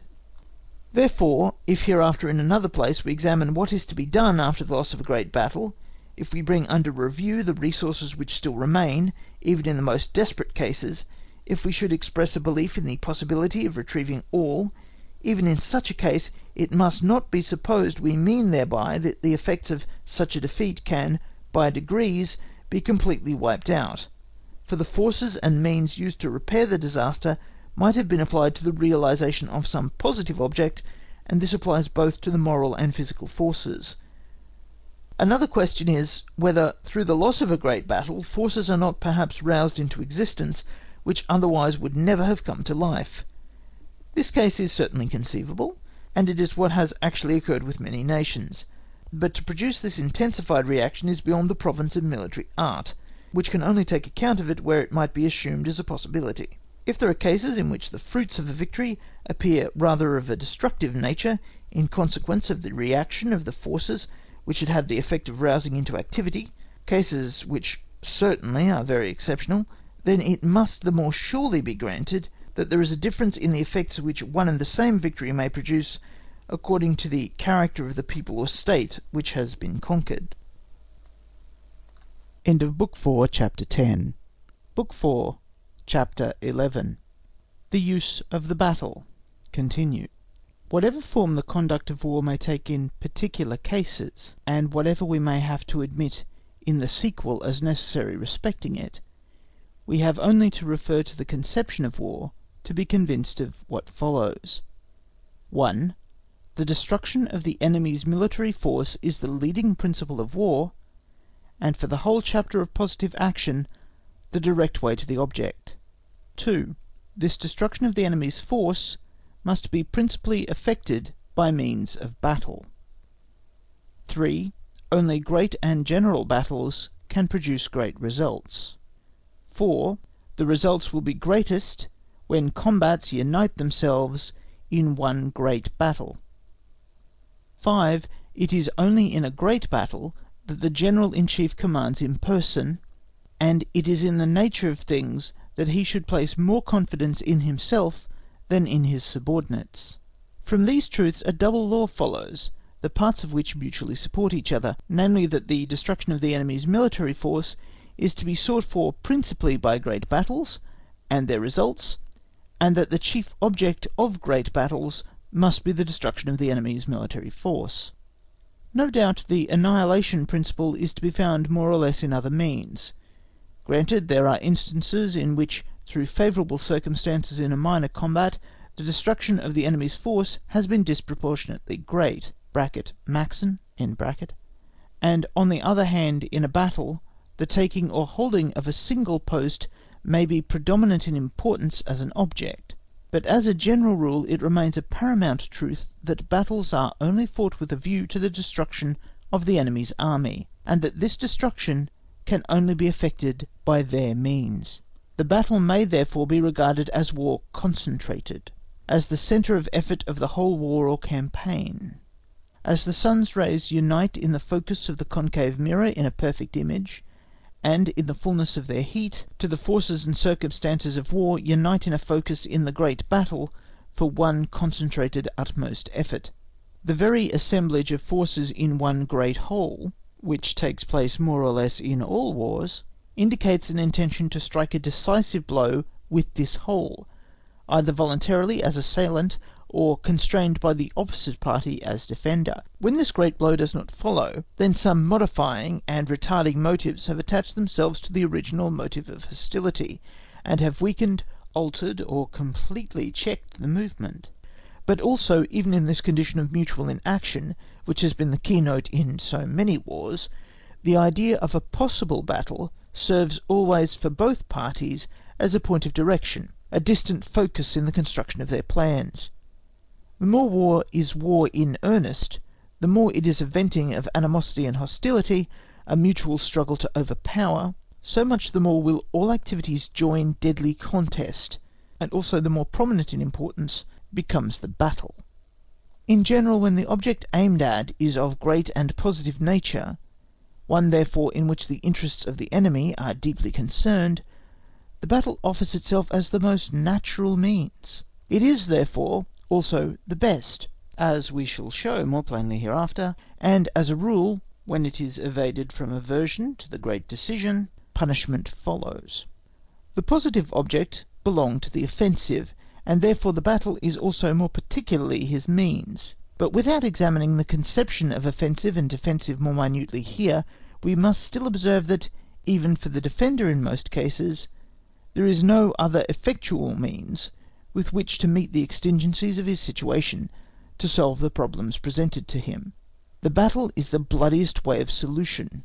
True, it is not merely reciprocal slaughter, and its effect is more a killing of the enemy's courage than of the enemy's soldiers, as we shall see more plainly in the next chapter, but still blood is always its price, and slaughter its character as well as name. From this, the humanity in the general's mind recoils with horror.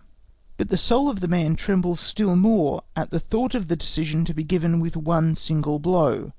In one point of space and time, all action is here pressed together, and at such a moment there is stirred up within us a dim feeling, as if in this narrow space all our forces could not develop themselves and come into activity, as if we had already gained much by mere time, although this time owes us nothing at all. This is all mere illusion, but even as illusion it is something, and the same weakness which seizes upon the man in every other momentous decision may well be felt more powerfully by the general, when he must stake interests of such enormous weight upon one venture. Thus, then, statesmen and generals have at all times endeavoured to avoid the decisive battle, seeking either to attain their aim without it, or dropping that aim unperceived. Writers on history and theory have busied themselves to discover in some other feature in these campaigns not only an equivalent for the decision by battle which has been avoided, but even a higher art. In this way, in the present age, it came very near to this, that a battle in the economy of war was looked upon as an evil, rendered necessary through some error committed, a morbid paroxysm to which a regular, prudent system of war would never lead. Only those generals were to deserve laurels who knew how to carry on war without spilling blood, and the theory of war, a real business for Brahmins, was to be specially directed to teaching this. Contemporary history has destroyed this illusion, but no one can guarantee that it will not sooner or later reproduce itself, and lead those at the head of affairs to perversities which please man's weakness, and therefore have the greater affinity for his nature. Perhaps, by and by, Bonaparte's campaigns and battles will be looked upon as mere acts of barbarism and stupidity, and we shall once more turn with satisfaction and confidence to the dress sword of obsolete and musty institutions and forms. If theory gives a caution against this, then it renders a real service to those who listen to its warning voice. May we succeed in lending a hand to those who, in our dear native land, are called upon to speak with authority on these matters, that we may be their guide into this field of inquiry, and excite them to make a candid examination of the subject. Not only the conception of war, but experience, also leads us to look for a great decision only in a great battle. From time immemorial, only great victories have led to great successes on the offensive side in the absolute form. On the defensive side, in a manner more or less satisfactory. Even Bonaparte would not have seen the day of Ulm, unique in its kind, if he had shrunk from shedding blood. It is rather to be regarded as only a second crop from the victorious events in his preceding campaigns. It is not only bold, rash, and presumptuous generals who have sought to complete their work by the great venture of a decisive battle, but also fortunate ones as well, and we may rest satisfied with the answer which they have thus given to this vast question. Let us not hear of generals who conquer without bloodshed. If a bloody slaughter is a horrible sight, then that is a ground for paying more respect to war, but not for making the sword we wear blunter and blunter by degrees from feelings of humanity, until someone steps in with one that is sharp, and lops off the arm from our body. We look upon a great battle as a principal decision, but certainly not as the only one necessary for a war or a campaign. Instances of a great battle deciding a whole campaign have been frequent only in modern times. Those which have decided a whole war belong to a class of rare exceptions. A decision which is brought about by a great battle depends naturally not on the battle itself, that is, on the mass of combatants engaged in it, and on the intensity of the victory, but also on a number of other relations between the military forces opposed to each other, and between the states to which these forces belong. But at the same time, the principal mass of the force available is brought to the great duel. A great decision is also brought on, the extent of which may perhaps be foreseen in many respects, though not in all, and which, although not the only one, still is the first decision, and as such has an influence on those which succeed. Therefore a deliberately planned great battle, according to its relations, is more or less, but always in some degree, to be regarded as the leading means and central point of the whole system. The more a general takes to the field in the true spirit of war, as well as of every contest, with the feeling and the idea, that is, the conviction, that he must and will conquer, the more he will strive to throw every weight into the scale in the first battle, hope and strive to win everything by it. Bonaparte hardly ever entered upon a war without thinking of conquering his enemy at once in the first battle, and Frederick the Great, though in a more limited sphere and with interests of less magnitude at stake, thought the same when, at the head of a small army, he sought to disengage his rear from the Russians or the Federal Imperial Army. The decision which is given by the great battle depends, we have said, partly on the battle itself, that is, on the number of troops engaged, and partly on the magnitude of the success. How the general may increase its importance in respect to the first point is evident in itself, and we shall merely observe that according to the importance of the great battle, the number of cases which are decided along with it increases, and therefore generals who, confident in themselves, have been lovers of great decisions, have always managed to make use of the greater part of their troops in it, without neglecting on that account essential points elsewhere. As regards the consequences, or, speaking more correctly, the effectiveness of a victory, that depends chiefly on 4 points. 1. On the tactical form adopted as the order of battle. 2. On the nature of the country. 3. On the relative proportions of the 3 arms. 4. On the relative strength of the 2 armies. A battle with parallel fronts and without any action against a flank will seldom yield as great a success as one in which the defeated army has been turned, or compelled to change front more or less. In a broken or hilly country, the successes are likewise smaller, because the power of the blow is everywhere less. If the cavalry of the vanquished is equal or superior to that of the victor, then the effects of the pursuit are diminished, and by that great part of the results of victory are lost. Finally, it's easy to understand that if superior numbers are on the side of the conqueror, and he uses his advantage in that respect to turn the flank of his adversary, or compel him to change front, greater results will follow than if the conqueror had been weaker in numbers than the vanquished. The Battle of Leuthen may certainly be quoted as a practical refutation of this principle, but we beg permission for once to say what we otherwise do not like: no rule without an exception. In all these ways, therefore, the commander has the means of giving his battle a decisive character.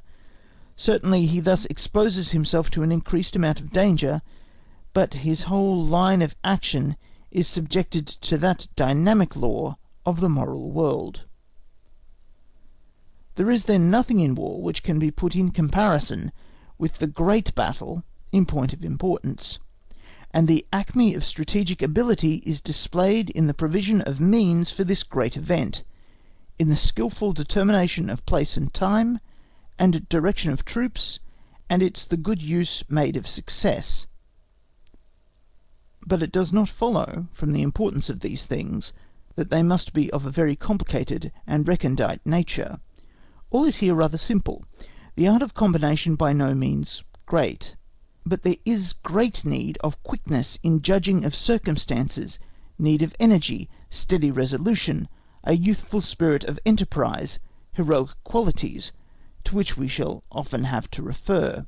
There is, therefore, but little wanted here of that which can be taught by books, and there is much that, if it can be taught at all, must come to the general through some other medium than the printer's type. The impulse towards a great battle, the voluntary sure progress to it, must proceed from a feeling of innate power and a clear sense of necessity. In other words, it must proceed from inborn courage, and from perceptions sharpened by contact with the higher interests of life.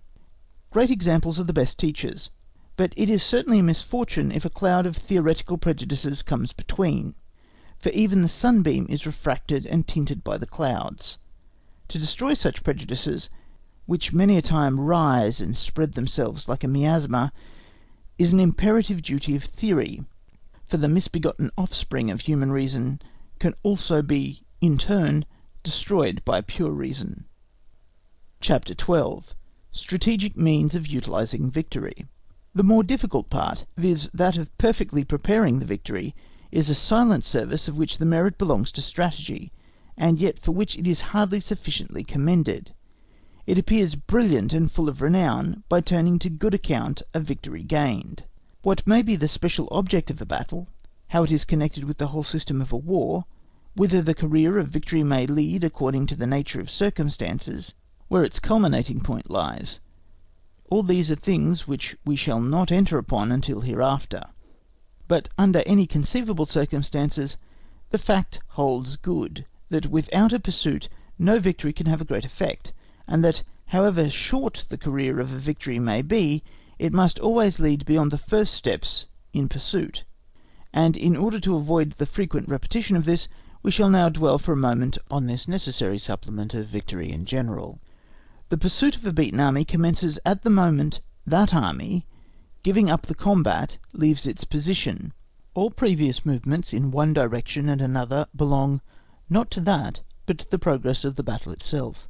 Usually victory at the moment here described, even if it is certain, is still as yet small and weak in its proportions, and would not rank as an event of any great positive advantage if not completed by a pursuit on the first day. Then it is mostly, as we have before said, that the trophies which give substance to the victory begin to be gathered up. Of this pursuit we shall speak in the next place. Usually both sides come into action with their physical powers considerably deteriorated, for the movements immediately preceding have generally the character of very urgent circumstances. The efforts which the forging out of a great combat costs complete the exhaustion. From this it follows that the victorious party is very little less disorganized and out of his original formation than the vanquished, and therefore requires time to reform, to collect stragglers, and issue fresh ammunition to those who are without. All these things place the conqueror himself in the state of crisis, of which we have already spoken. If now the defeated force is only a detached portion of the enemy's army, or if it has otherwise to expect a considerable reinforcement, then the conqueror may easily run into the obvious danger of having to pay too dear for his victory, and this consideration, in such a case, very soon puts an end to pursuit, or at least restricts it materially. Even when a strong accession of force by the enemy is not to be feared, the conqueror finds in the above circumstances a powerful check to the vivacity of his pursuit. There is no reason to fear that the victory will be snatched away, but adverse combats are still possible, and may diminish the advantages which up to the present have been gained. Moreover, at this moment, the whole weight of all that is sensuous in an army, its wants and weaknesses, are dependent on the will of the commander. All the thousands under his command require rest and refreshment, and long to see a stop put to toil and danger for the present. Only a few, forming an exception, can see and feel beyond the present moment. It is only amongst this little number that there is sufficient mental vigour to think, after what is absolutely necessary at the moment has been done, upon those results which, at such a moment, only appear to the rest as mere embellishments of victory, as a luxury of triumph. But all these thousands have a voice in the council of the general, for through the various steps of the military hierarchy, these interests of the sensuous creature have their sure conductor into the heart of the commander. He himself, through mental and bodily fatigue, is more or less weakened in his natural activity, and thus it happens then that, mostly from these causes, purely incidental to human nature, less is done than might have been done, and that generally what is done is to be ascribed entirely to the thirst for glory, the energy indeed, also the hard-heartedness of the general-in-chief. It is only thus we can explain the hesitating manner in which many generals follow up a victory which superior numbers have given them. The first pursuit of the enemy we limit in general to the extent of the first day, including the night following the victory. At the end of that period, the necessity of rest ourselves prescribes a halt in any case. This first pursuit has different natural degrees. The first is if cavalry alone are employed. In that case it amounts usually more to alarming and watching than to pressing the enemy in reality, because the smallest obstacle of ground is generally sufficient to check the pursuit. Useful as cavalry may be against single bodies of broken demoralized troops, still, when opposed to the bulk of the beaten army, it becomes again only the auxiliary arm, because the troops in retreat can employ fresh reserves to cover the movement, and therefore, at the next trifling obstacle of ground, by combining all arms, they can make a stand with success. The only exception to this is in the case of an army in actual flight, in a complete state of dissolution. The second degree is, if the pursuit is made by a strong advance guard composed of all arms, the greater part consisting naturally of cavalry. Such a pursuit generally drives the enemy as far as the nearest strong position for his rear guard, or the next position affording space for his army. Neither can usually be found at once, and therefore the pursuit can be carried further. Generally, however, it does not extend beyond the distance of one, or at most a couple of leagues, because otherwise the advance guard would not feel itself sufficiently supported.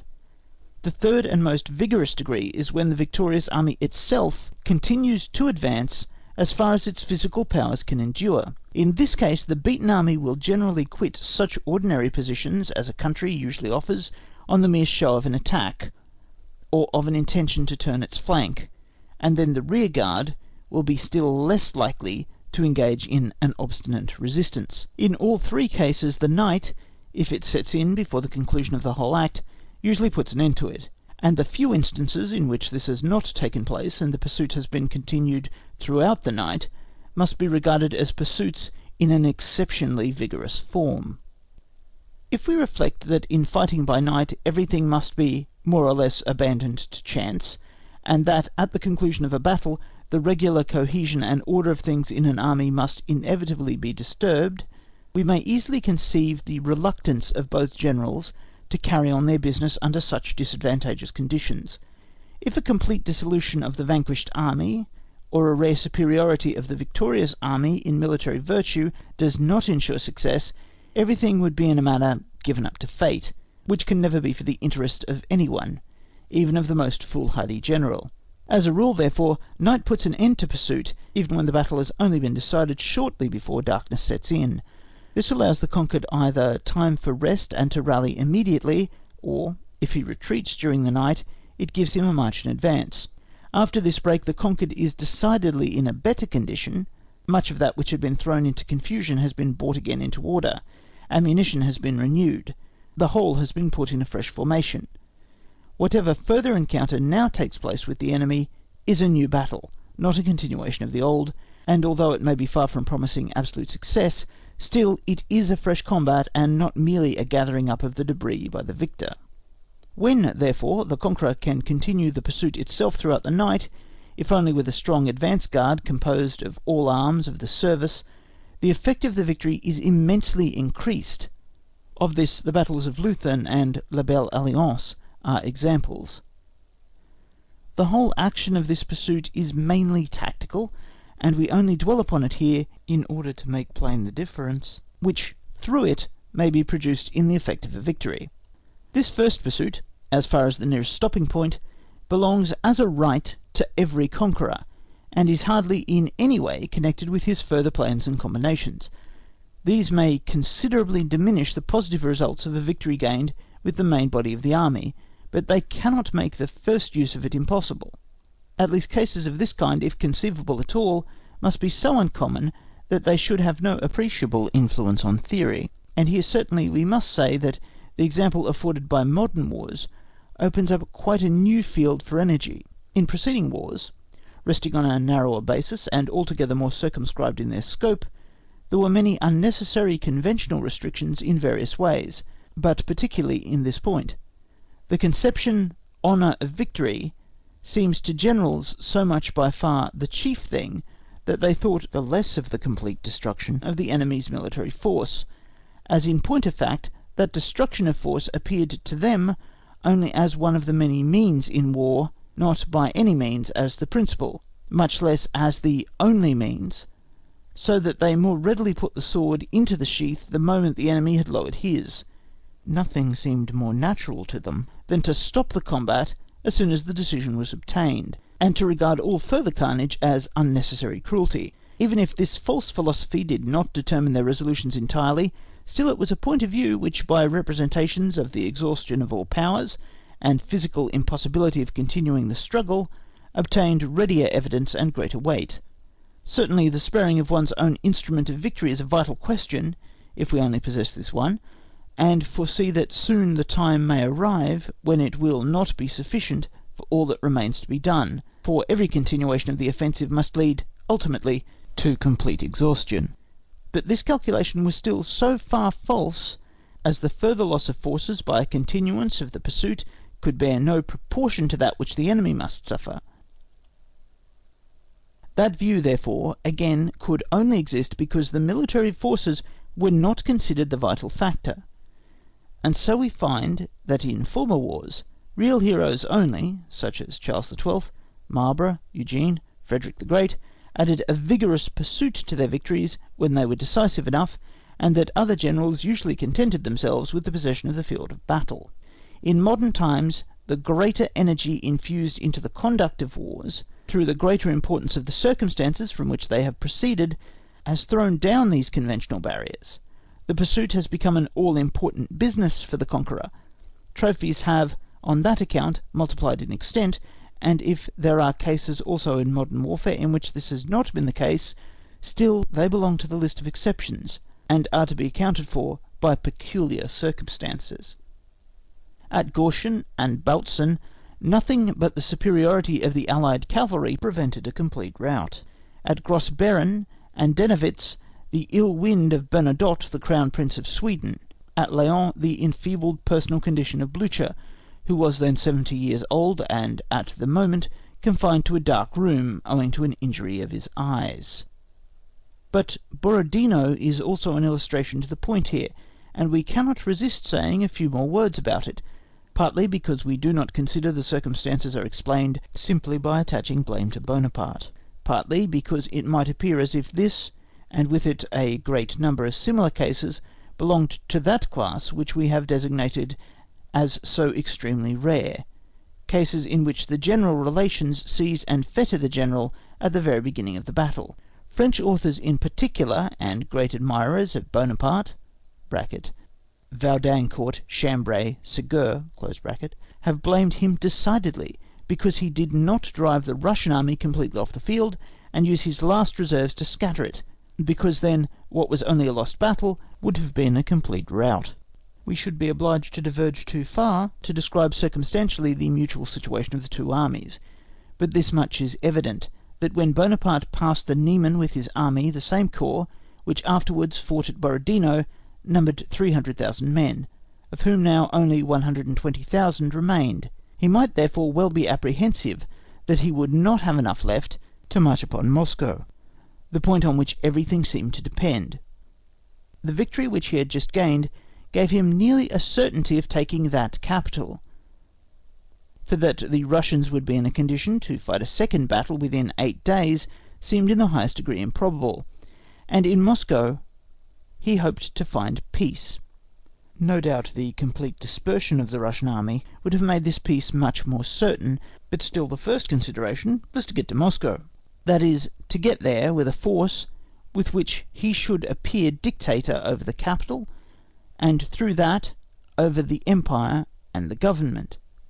The force which he brought with him to Moscow was no longer sufficient for that, as shown in the sequel, but it would have been still less so if, in scattering the Russian army, he had scattered his own at the same time. Bonaparte was thoroughly alive to this, and in our eyes he stands completely justified. But on that account this case is still not to be reckoned amongst those in which, through the general relations, the general is interdicted from following up his victory, for there never was in his case any question of mere pursuit. The victory was decided at 4 o'clock in the afternoon, but the Russians still occupied the greater part of the field of battle.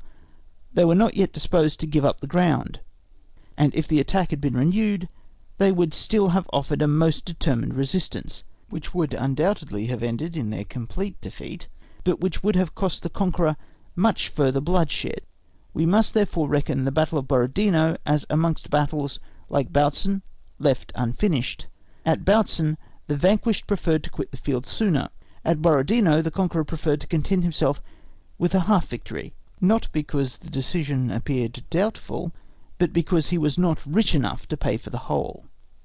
Returning now to our subject, the deduction from our reflections in relation to the first stage of the pursuit is that the energy thrown into it chiefly determines the value of the victory.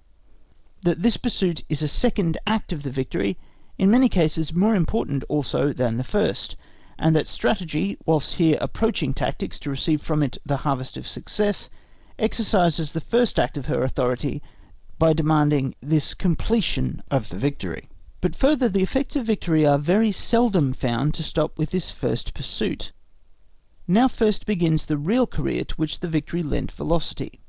This course is conditioned, as we have already said, by other relations of which it is not yet time to speak, but we must here mention what there is of a general character in the pursuit, in order to avoid repetition when the subject occurs again.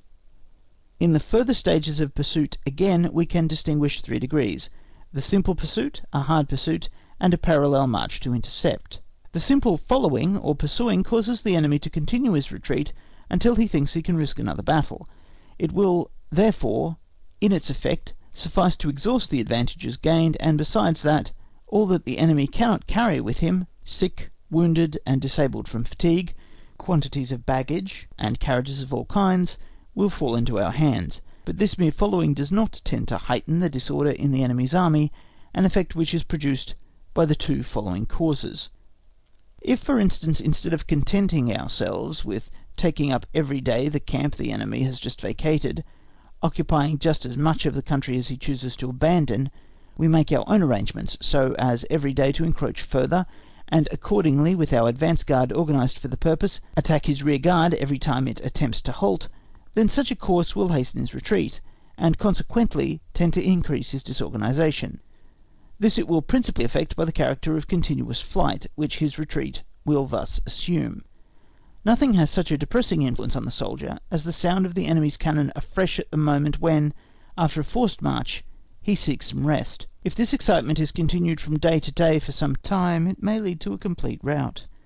there lies in it a constant admission of being obliged to obey the law of the enemy, and of being unfit for any resistance, and the consciousness of this cannot do otherwise than weaken the moral of an army in a high degree. The effect of pressing the enemy in this way attains a maximum when it drives the enemy to make night marches. If the conqueror scares away the discomfited opponent at sunset from a camp which has just been taken up, either for the main body of the army or for the rear guard, the conquered must either make a night march or alter his position in the night, retreating further away, which is much the same thing. The victorious party can, on the other hand, pass the night in quiet. The arrangement of marches and the choice of positions depend in this case also upon many other things, especially on the supply of the army, on strong natural obstacles in the country, on large towns, and such, that it would be ridiculous pedantry to attempt to show by a geometrical analysis how the pursuer, being able to impose his laws on the retreating enemy, can compel him to march at night while he takes his rest. But nevertheless it is true and practicable that marches in pursuit may be so planned as to have this tendency, and that the efficacy of the pursuit is very much enhanced thereby. If this is seldom attended to in the execution, it is because such a procedure is more difficult for the pursuing army than a regular adherence to ordinary marches in the daytime. To start in good time in the morning, to encamp at midday, to occupy the rest of the day in providing for the ordinary wants of the army, and to use the night for repose, is a much more convenient method than to regulate one's movements exactly according to those of the enemy, therefore to determine nothing till the last moment, to start on the march sometimes in the morning, sometimes in the evening, to be always for several hours in the presence of the enemy, and exchanging cannon shots with him, and keeping up skirmishing fire, to plan manoeuvres to turn him, in short, to make the whole outlay of tactical means which such a course renders necessary. All that naturally bears with a heavy weight on the pursuing army, and in war, where there are so many burdens to be borne, men are always inclined to strip off those which do not seem absolutely necessary. These observations are true, whether applied to a whole army, or, as in the more usual case, to a strong advance guard. For the reasons just mentioned, this second method of pursuit, this continued pressing of the enemy pursued, is rather a rare occurrence. Even Bonaparte, in his Russian campaign, 1812, practised it but little, for the reasons here apparent, that the difficulties and hardships of this campaign already threatened his army with destruction before it could reach its object. On the other hand, the French in their other campaigns have distinguished themselves by their energy in this point also.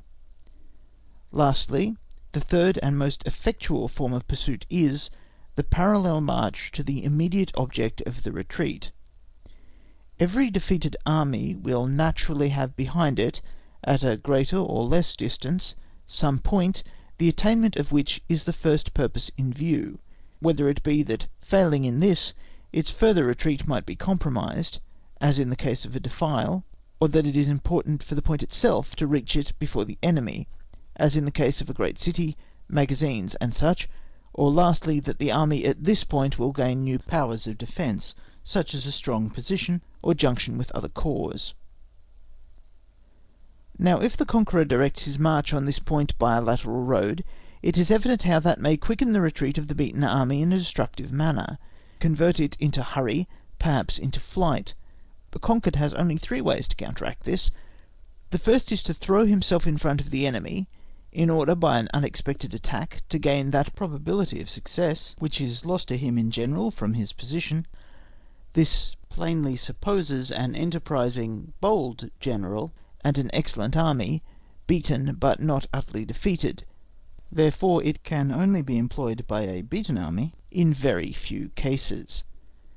The second way is hastening the retreat, but this is just what the conqueror wants, and it easily leads to immoderate efforts on the part of the troops, by which enormous losses are sustained in stragglers, broken guns, and carriages of all kinds.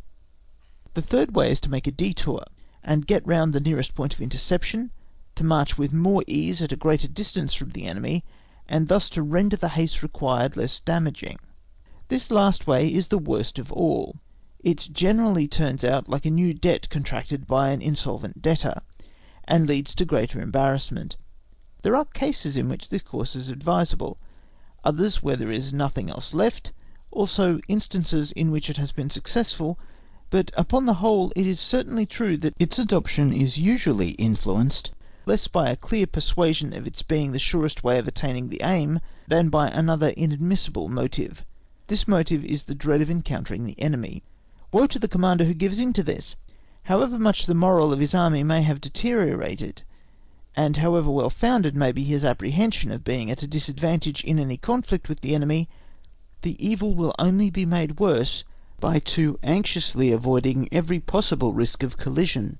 Bonaparte in 1813 would never have brought over the Rhine with him the 30,000 or 40,000 men who remained after the Battle of Hanau, if he had avoided that battle and tried to pass the Rhine at Mannheim or Koblenz.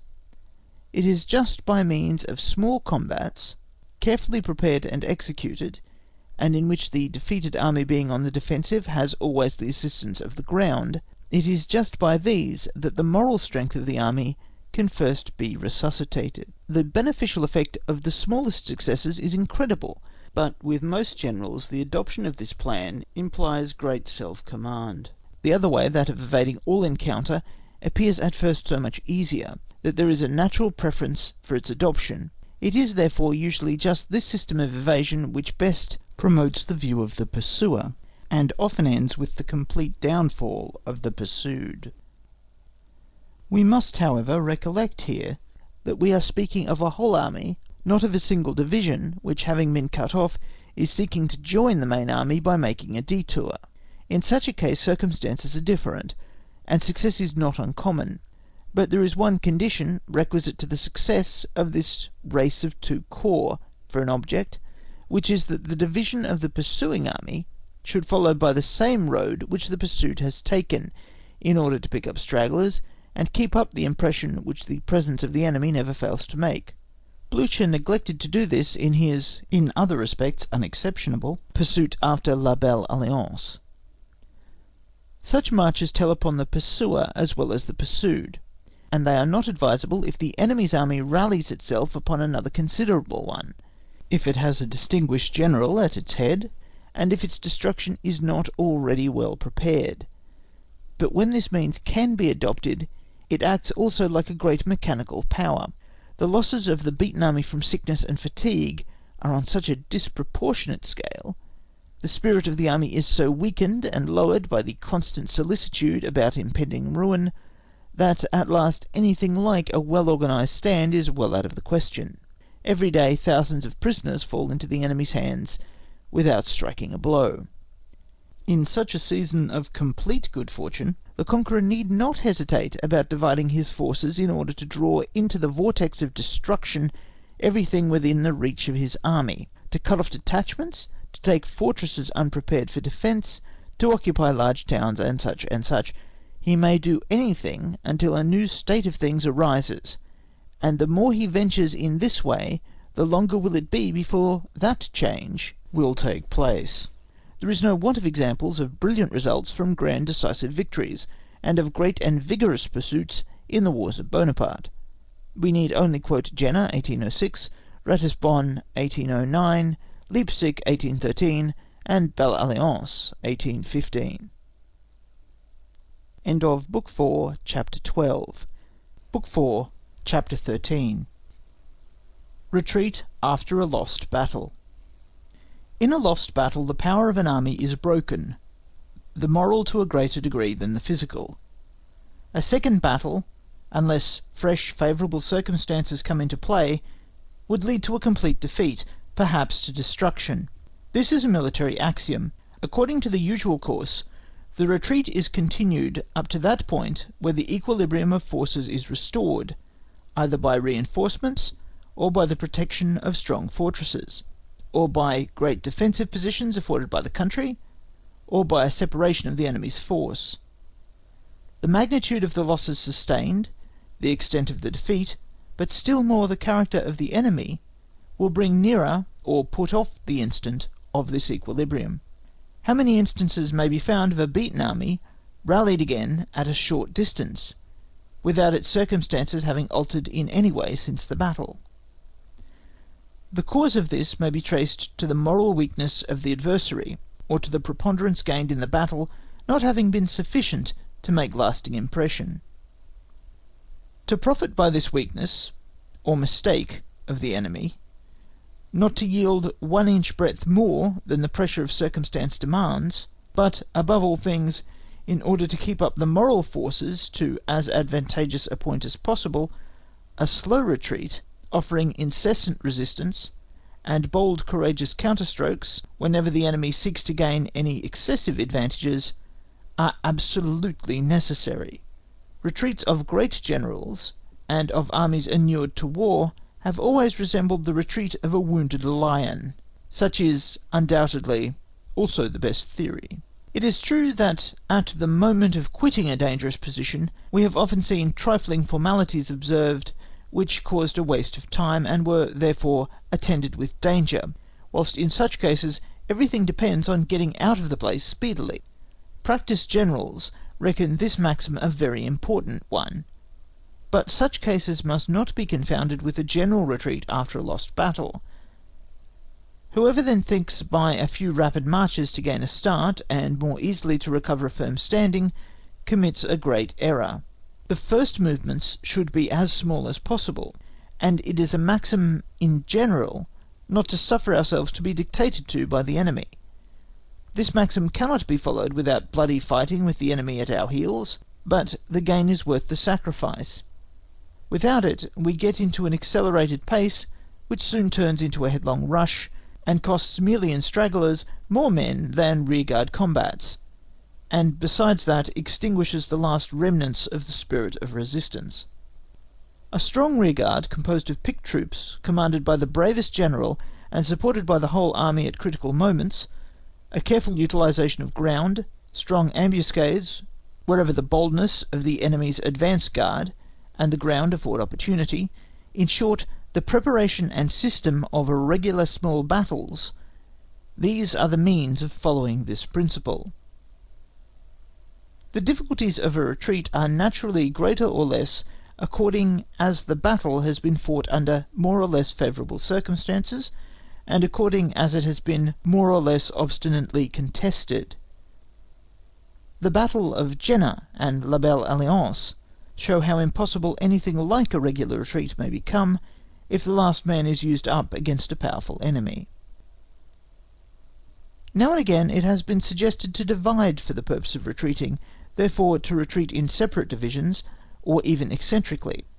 Such a separation as is made merely for convenience, and along with which concentrated action continues possible, and is kept in view, is not what we now refer to. Any other kind is extremely dangerous, contrary to the nature of the thing, and therefore a great error.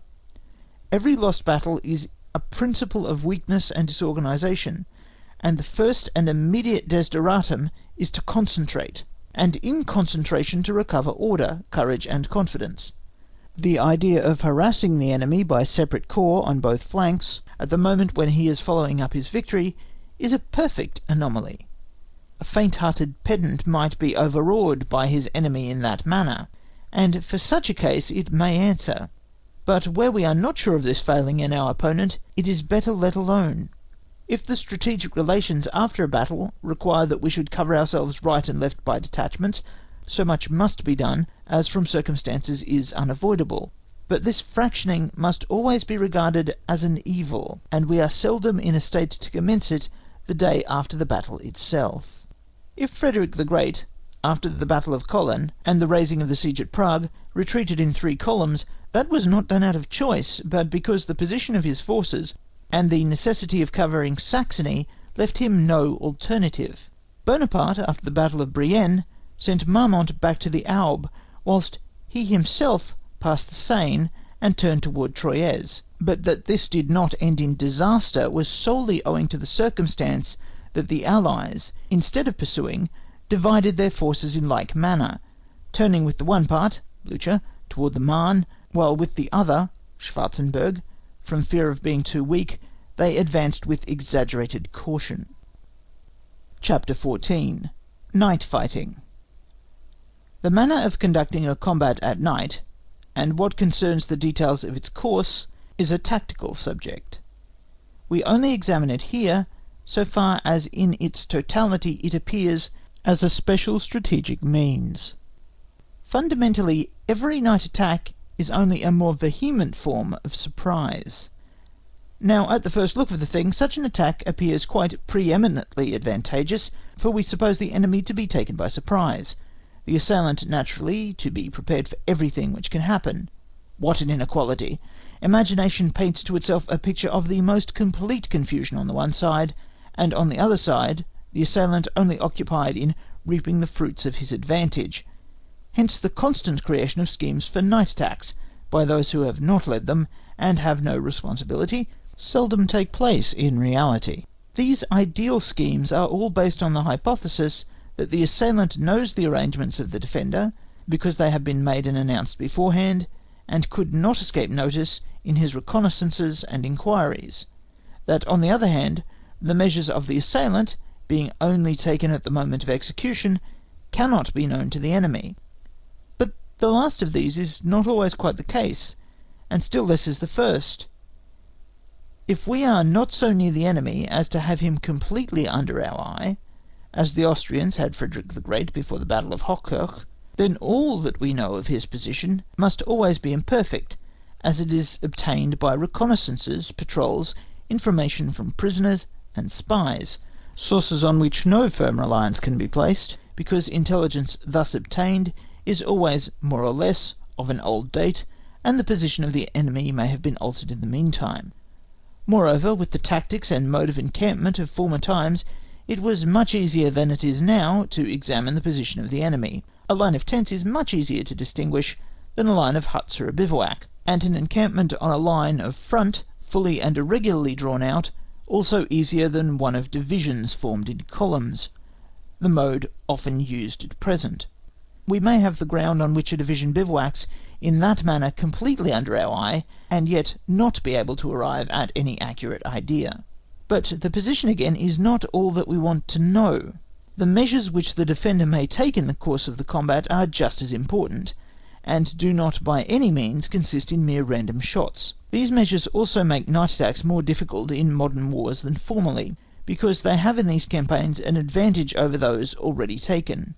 In our combats the position of the defender is more temporary than definitive, and on that account the defender is better able to surprise his adversary with unexpected blows than he could formerly. Therefore, what the assailant knows of the defensive previous to a night attack is seldom or never sufficient to supply the want of direct observation. But the defender has on his side another small advantage as well, which is that he is more at home than the assailant on the ground which forms his position, and therefore, like the inhabitant of a room, will find his way about in the dark with more ease than a stranger. He knows better where to find each part of his force, and therefore can more readily get at it than is the case with his adversary.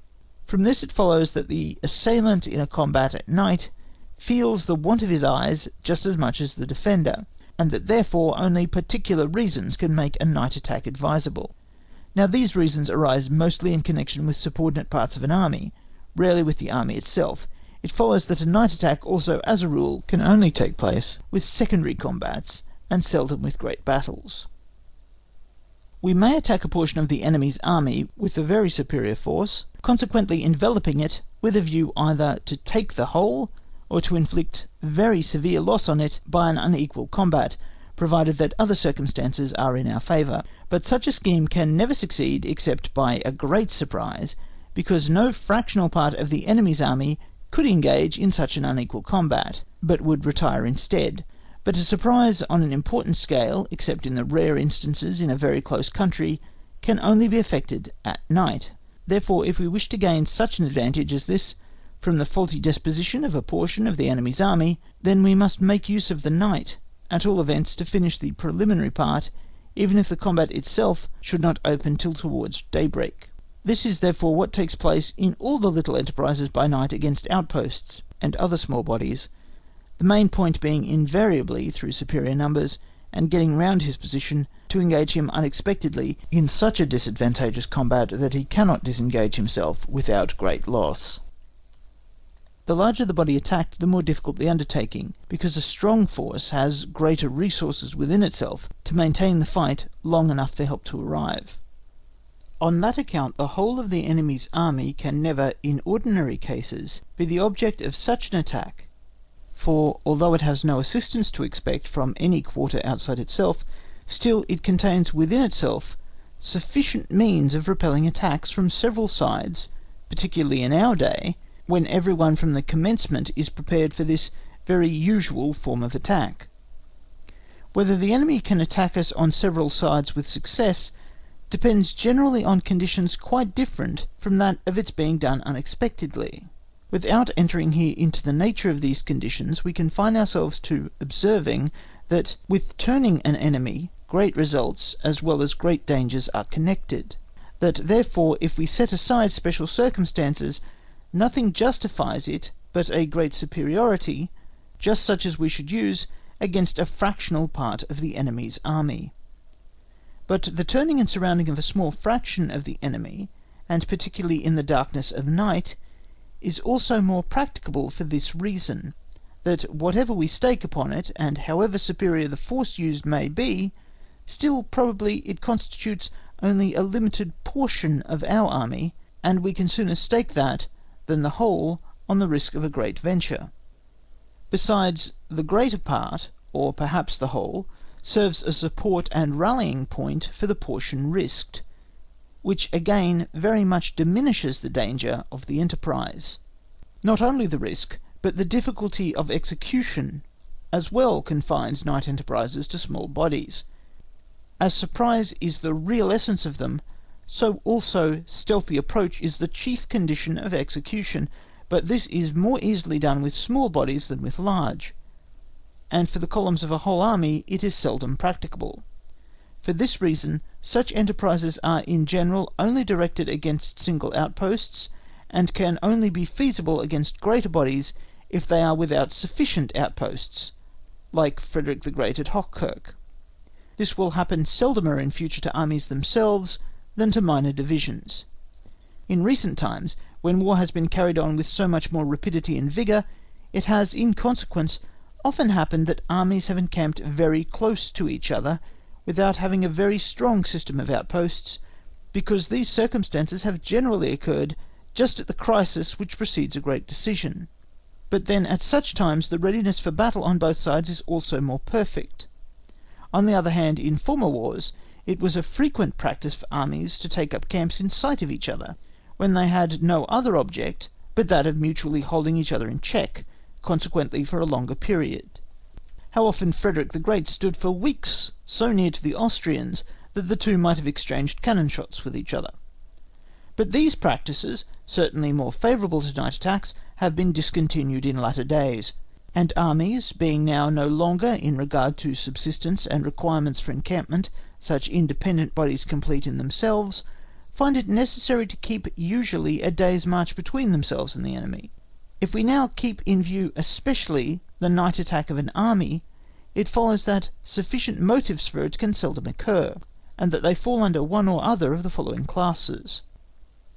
1. An unusual degree of carelessness or audacity, which very rarely occurs, and when it does is compensated for by a great superiority in moral force.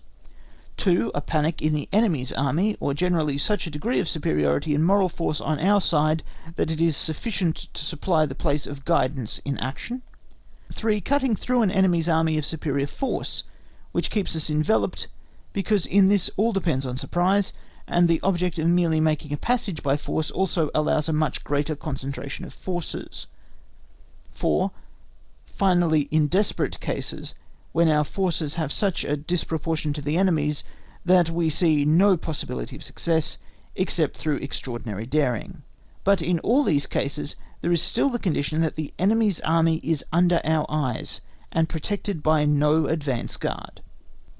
As for the rest, most night combats are so conducted as to end with daylight, so that only the approach and the first attack are made under cover of darkness, because the assailant in that manner can better profit by the consequences of the state of confusion into which he throws his adversary, and combats of this description which do not commence until daybreak, in which the night therefore is only made use of to approach, are not to be counted as night combats. End of chapter 14. On War by Carl von Clausewitz, translated by Colonel J. J. Graham.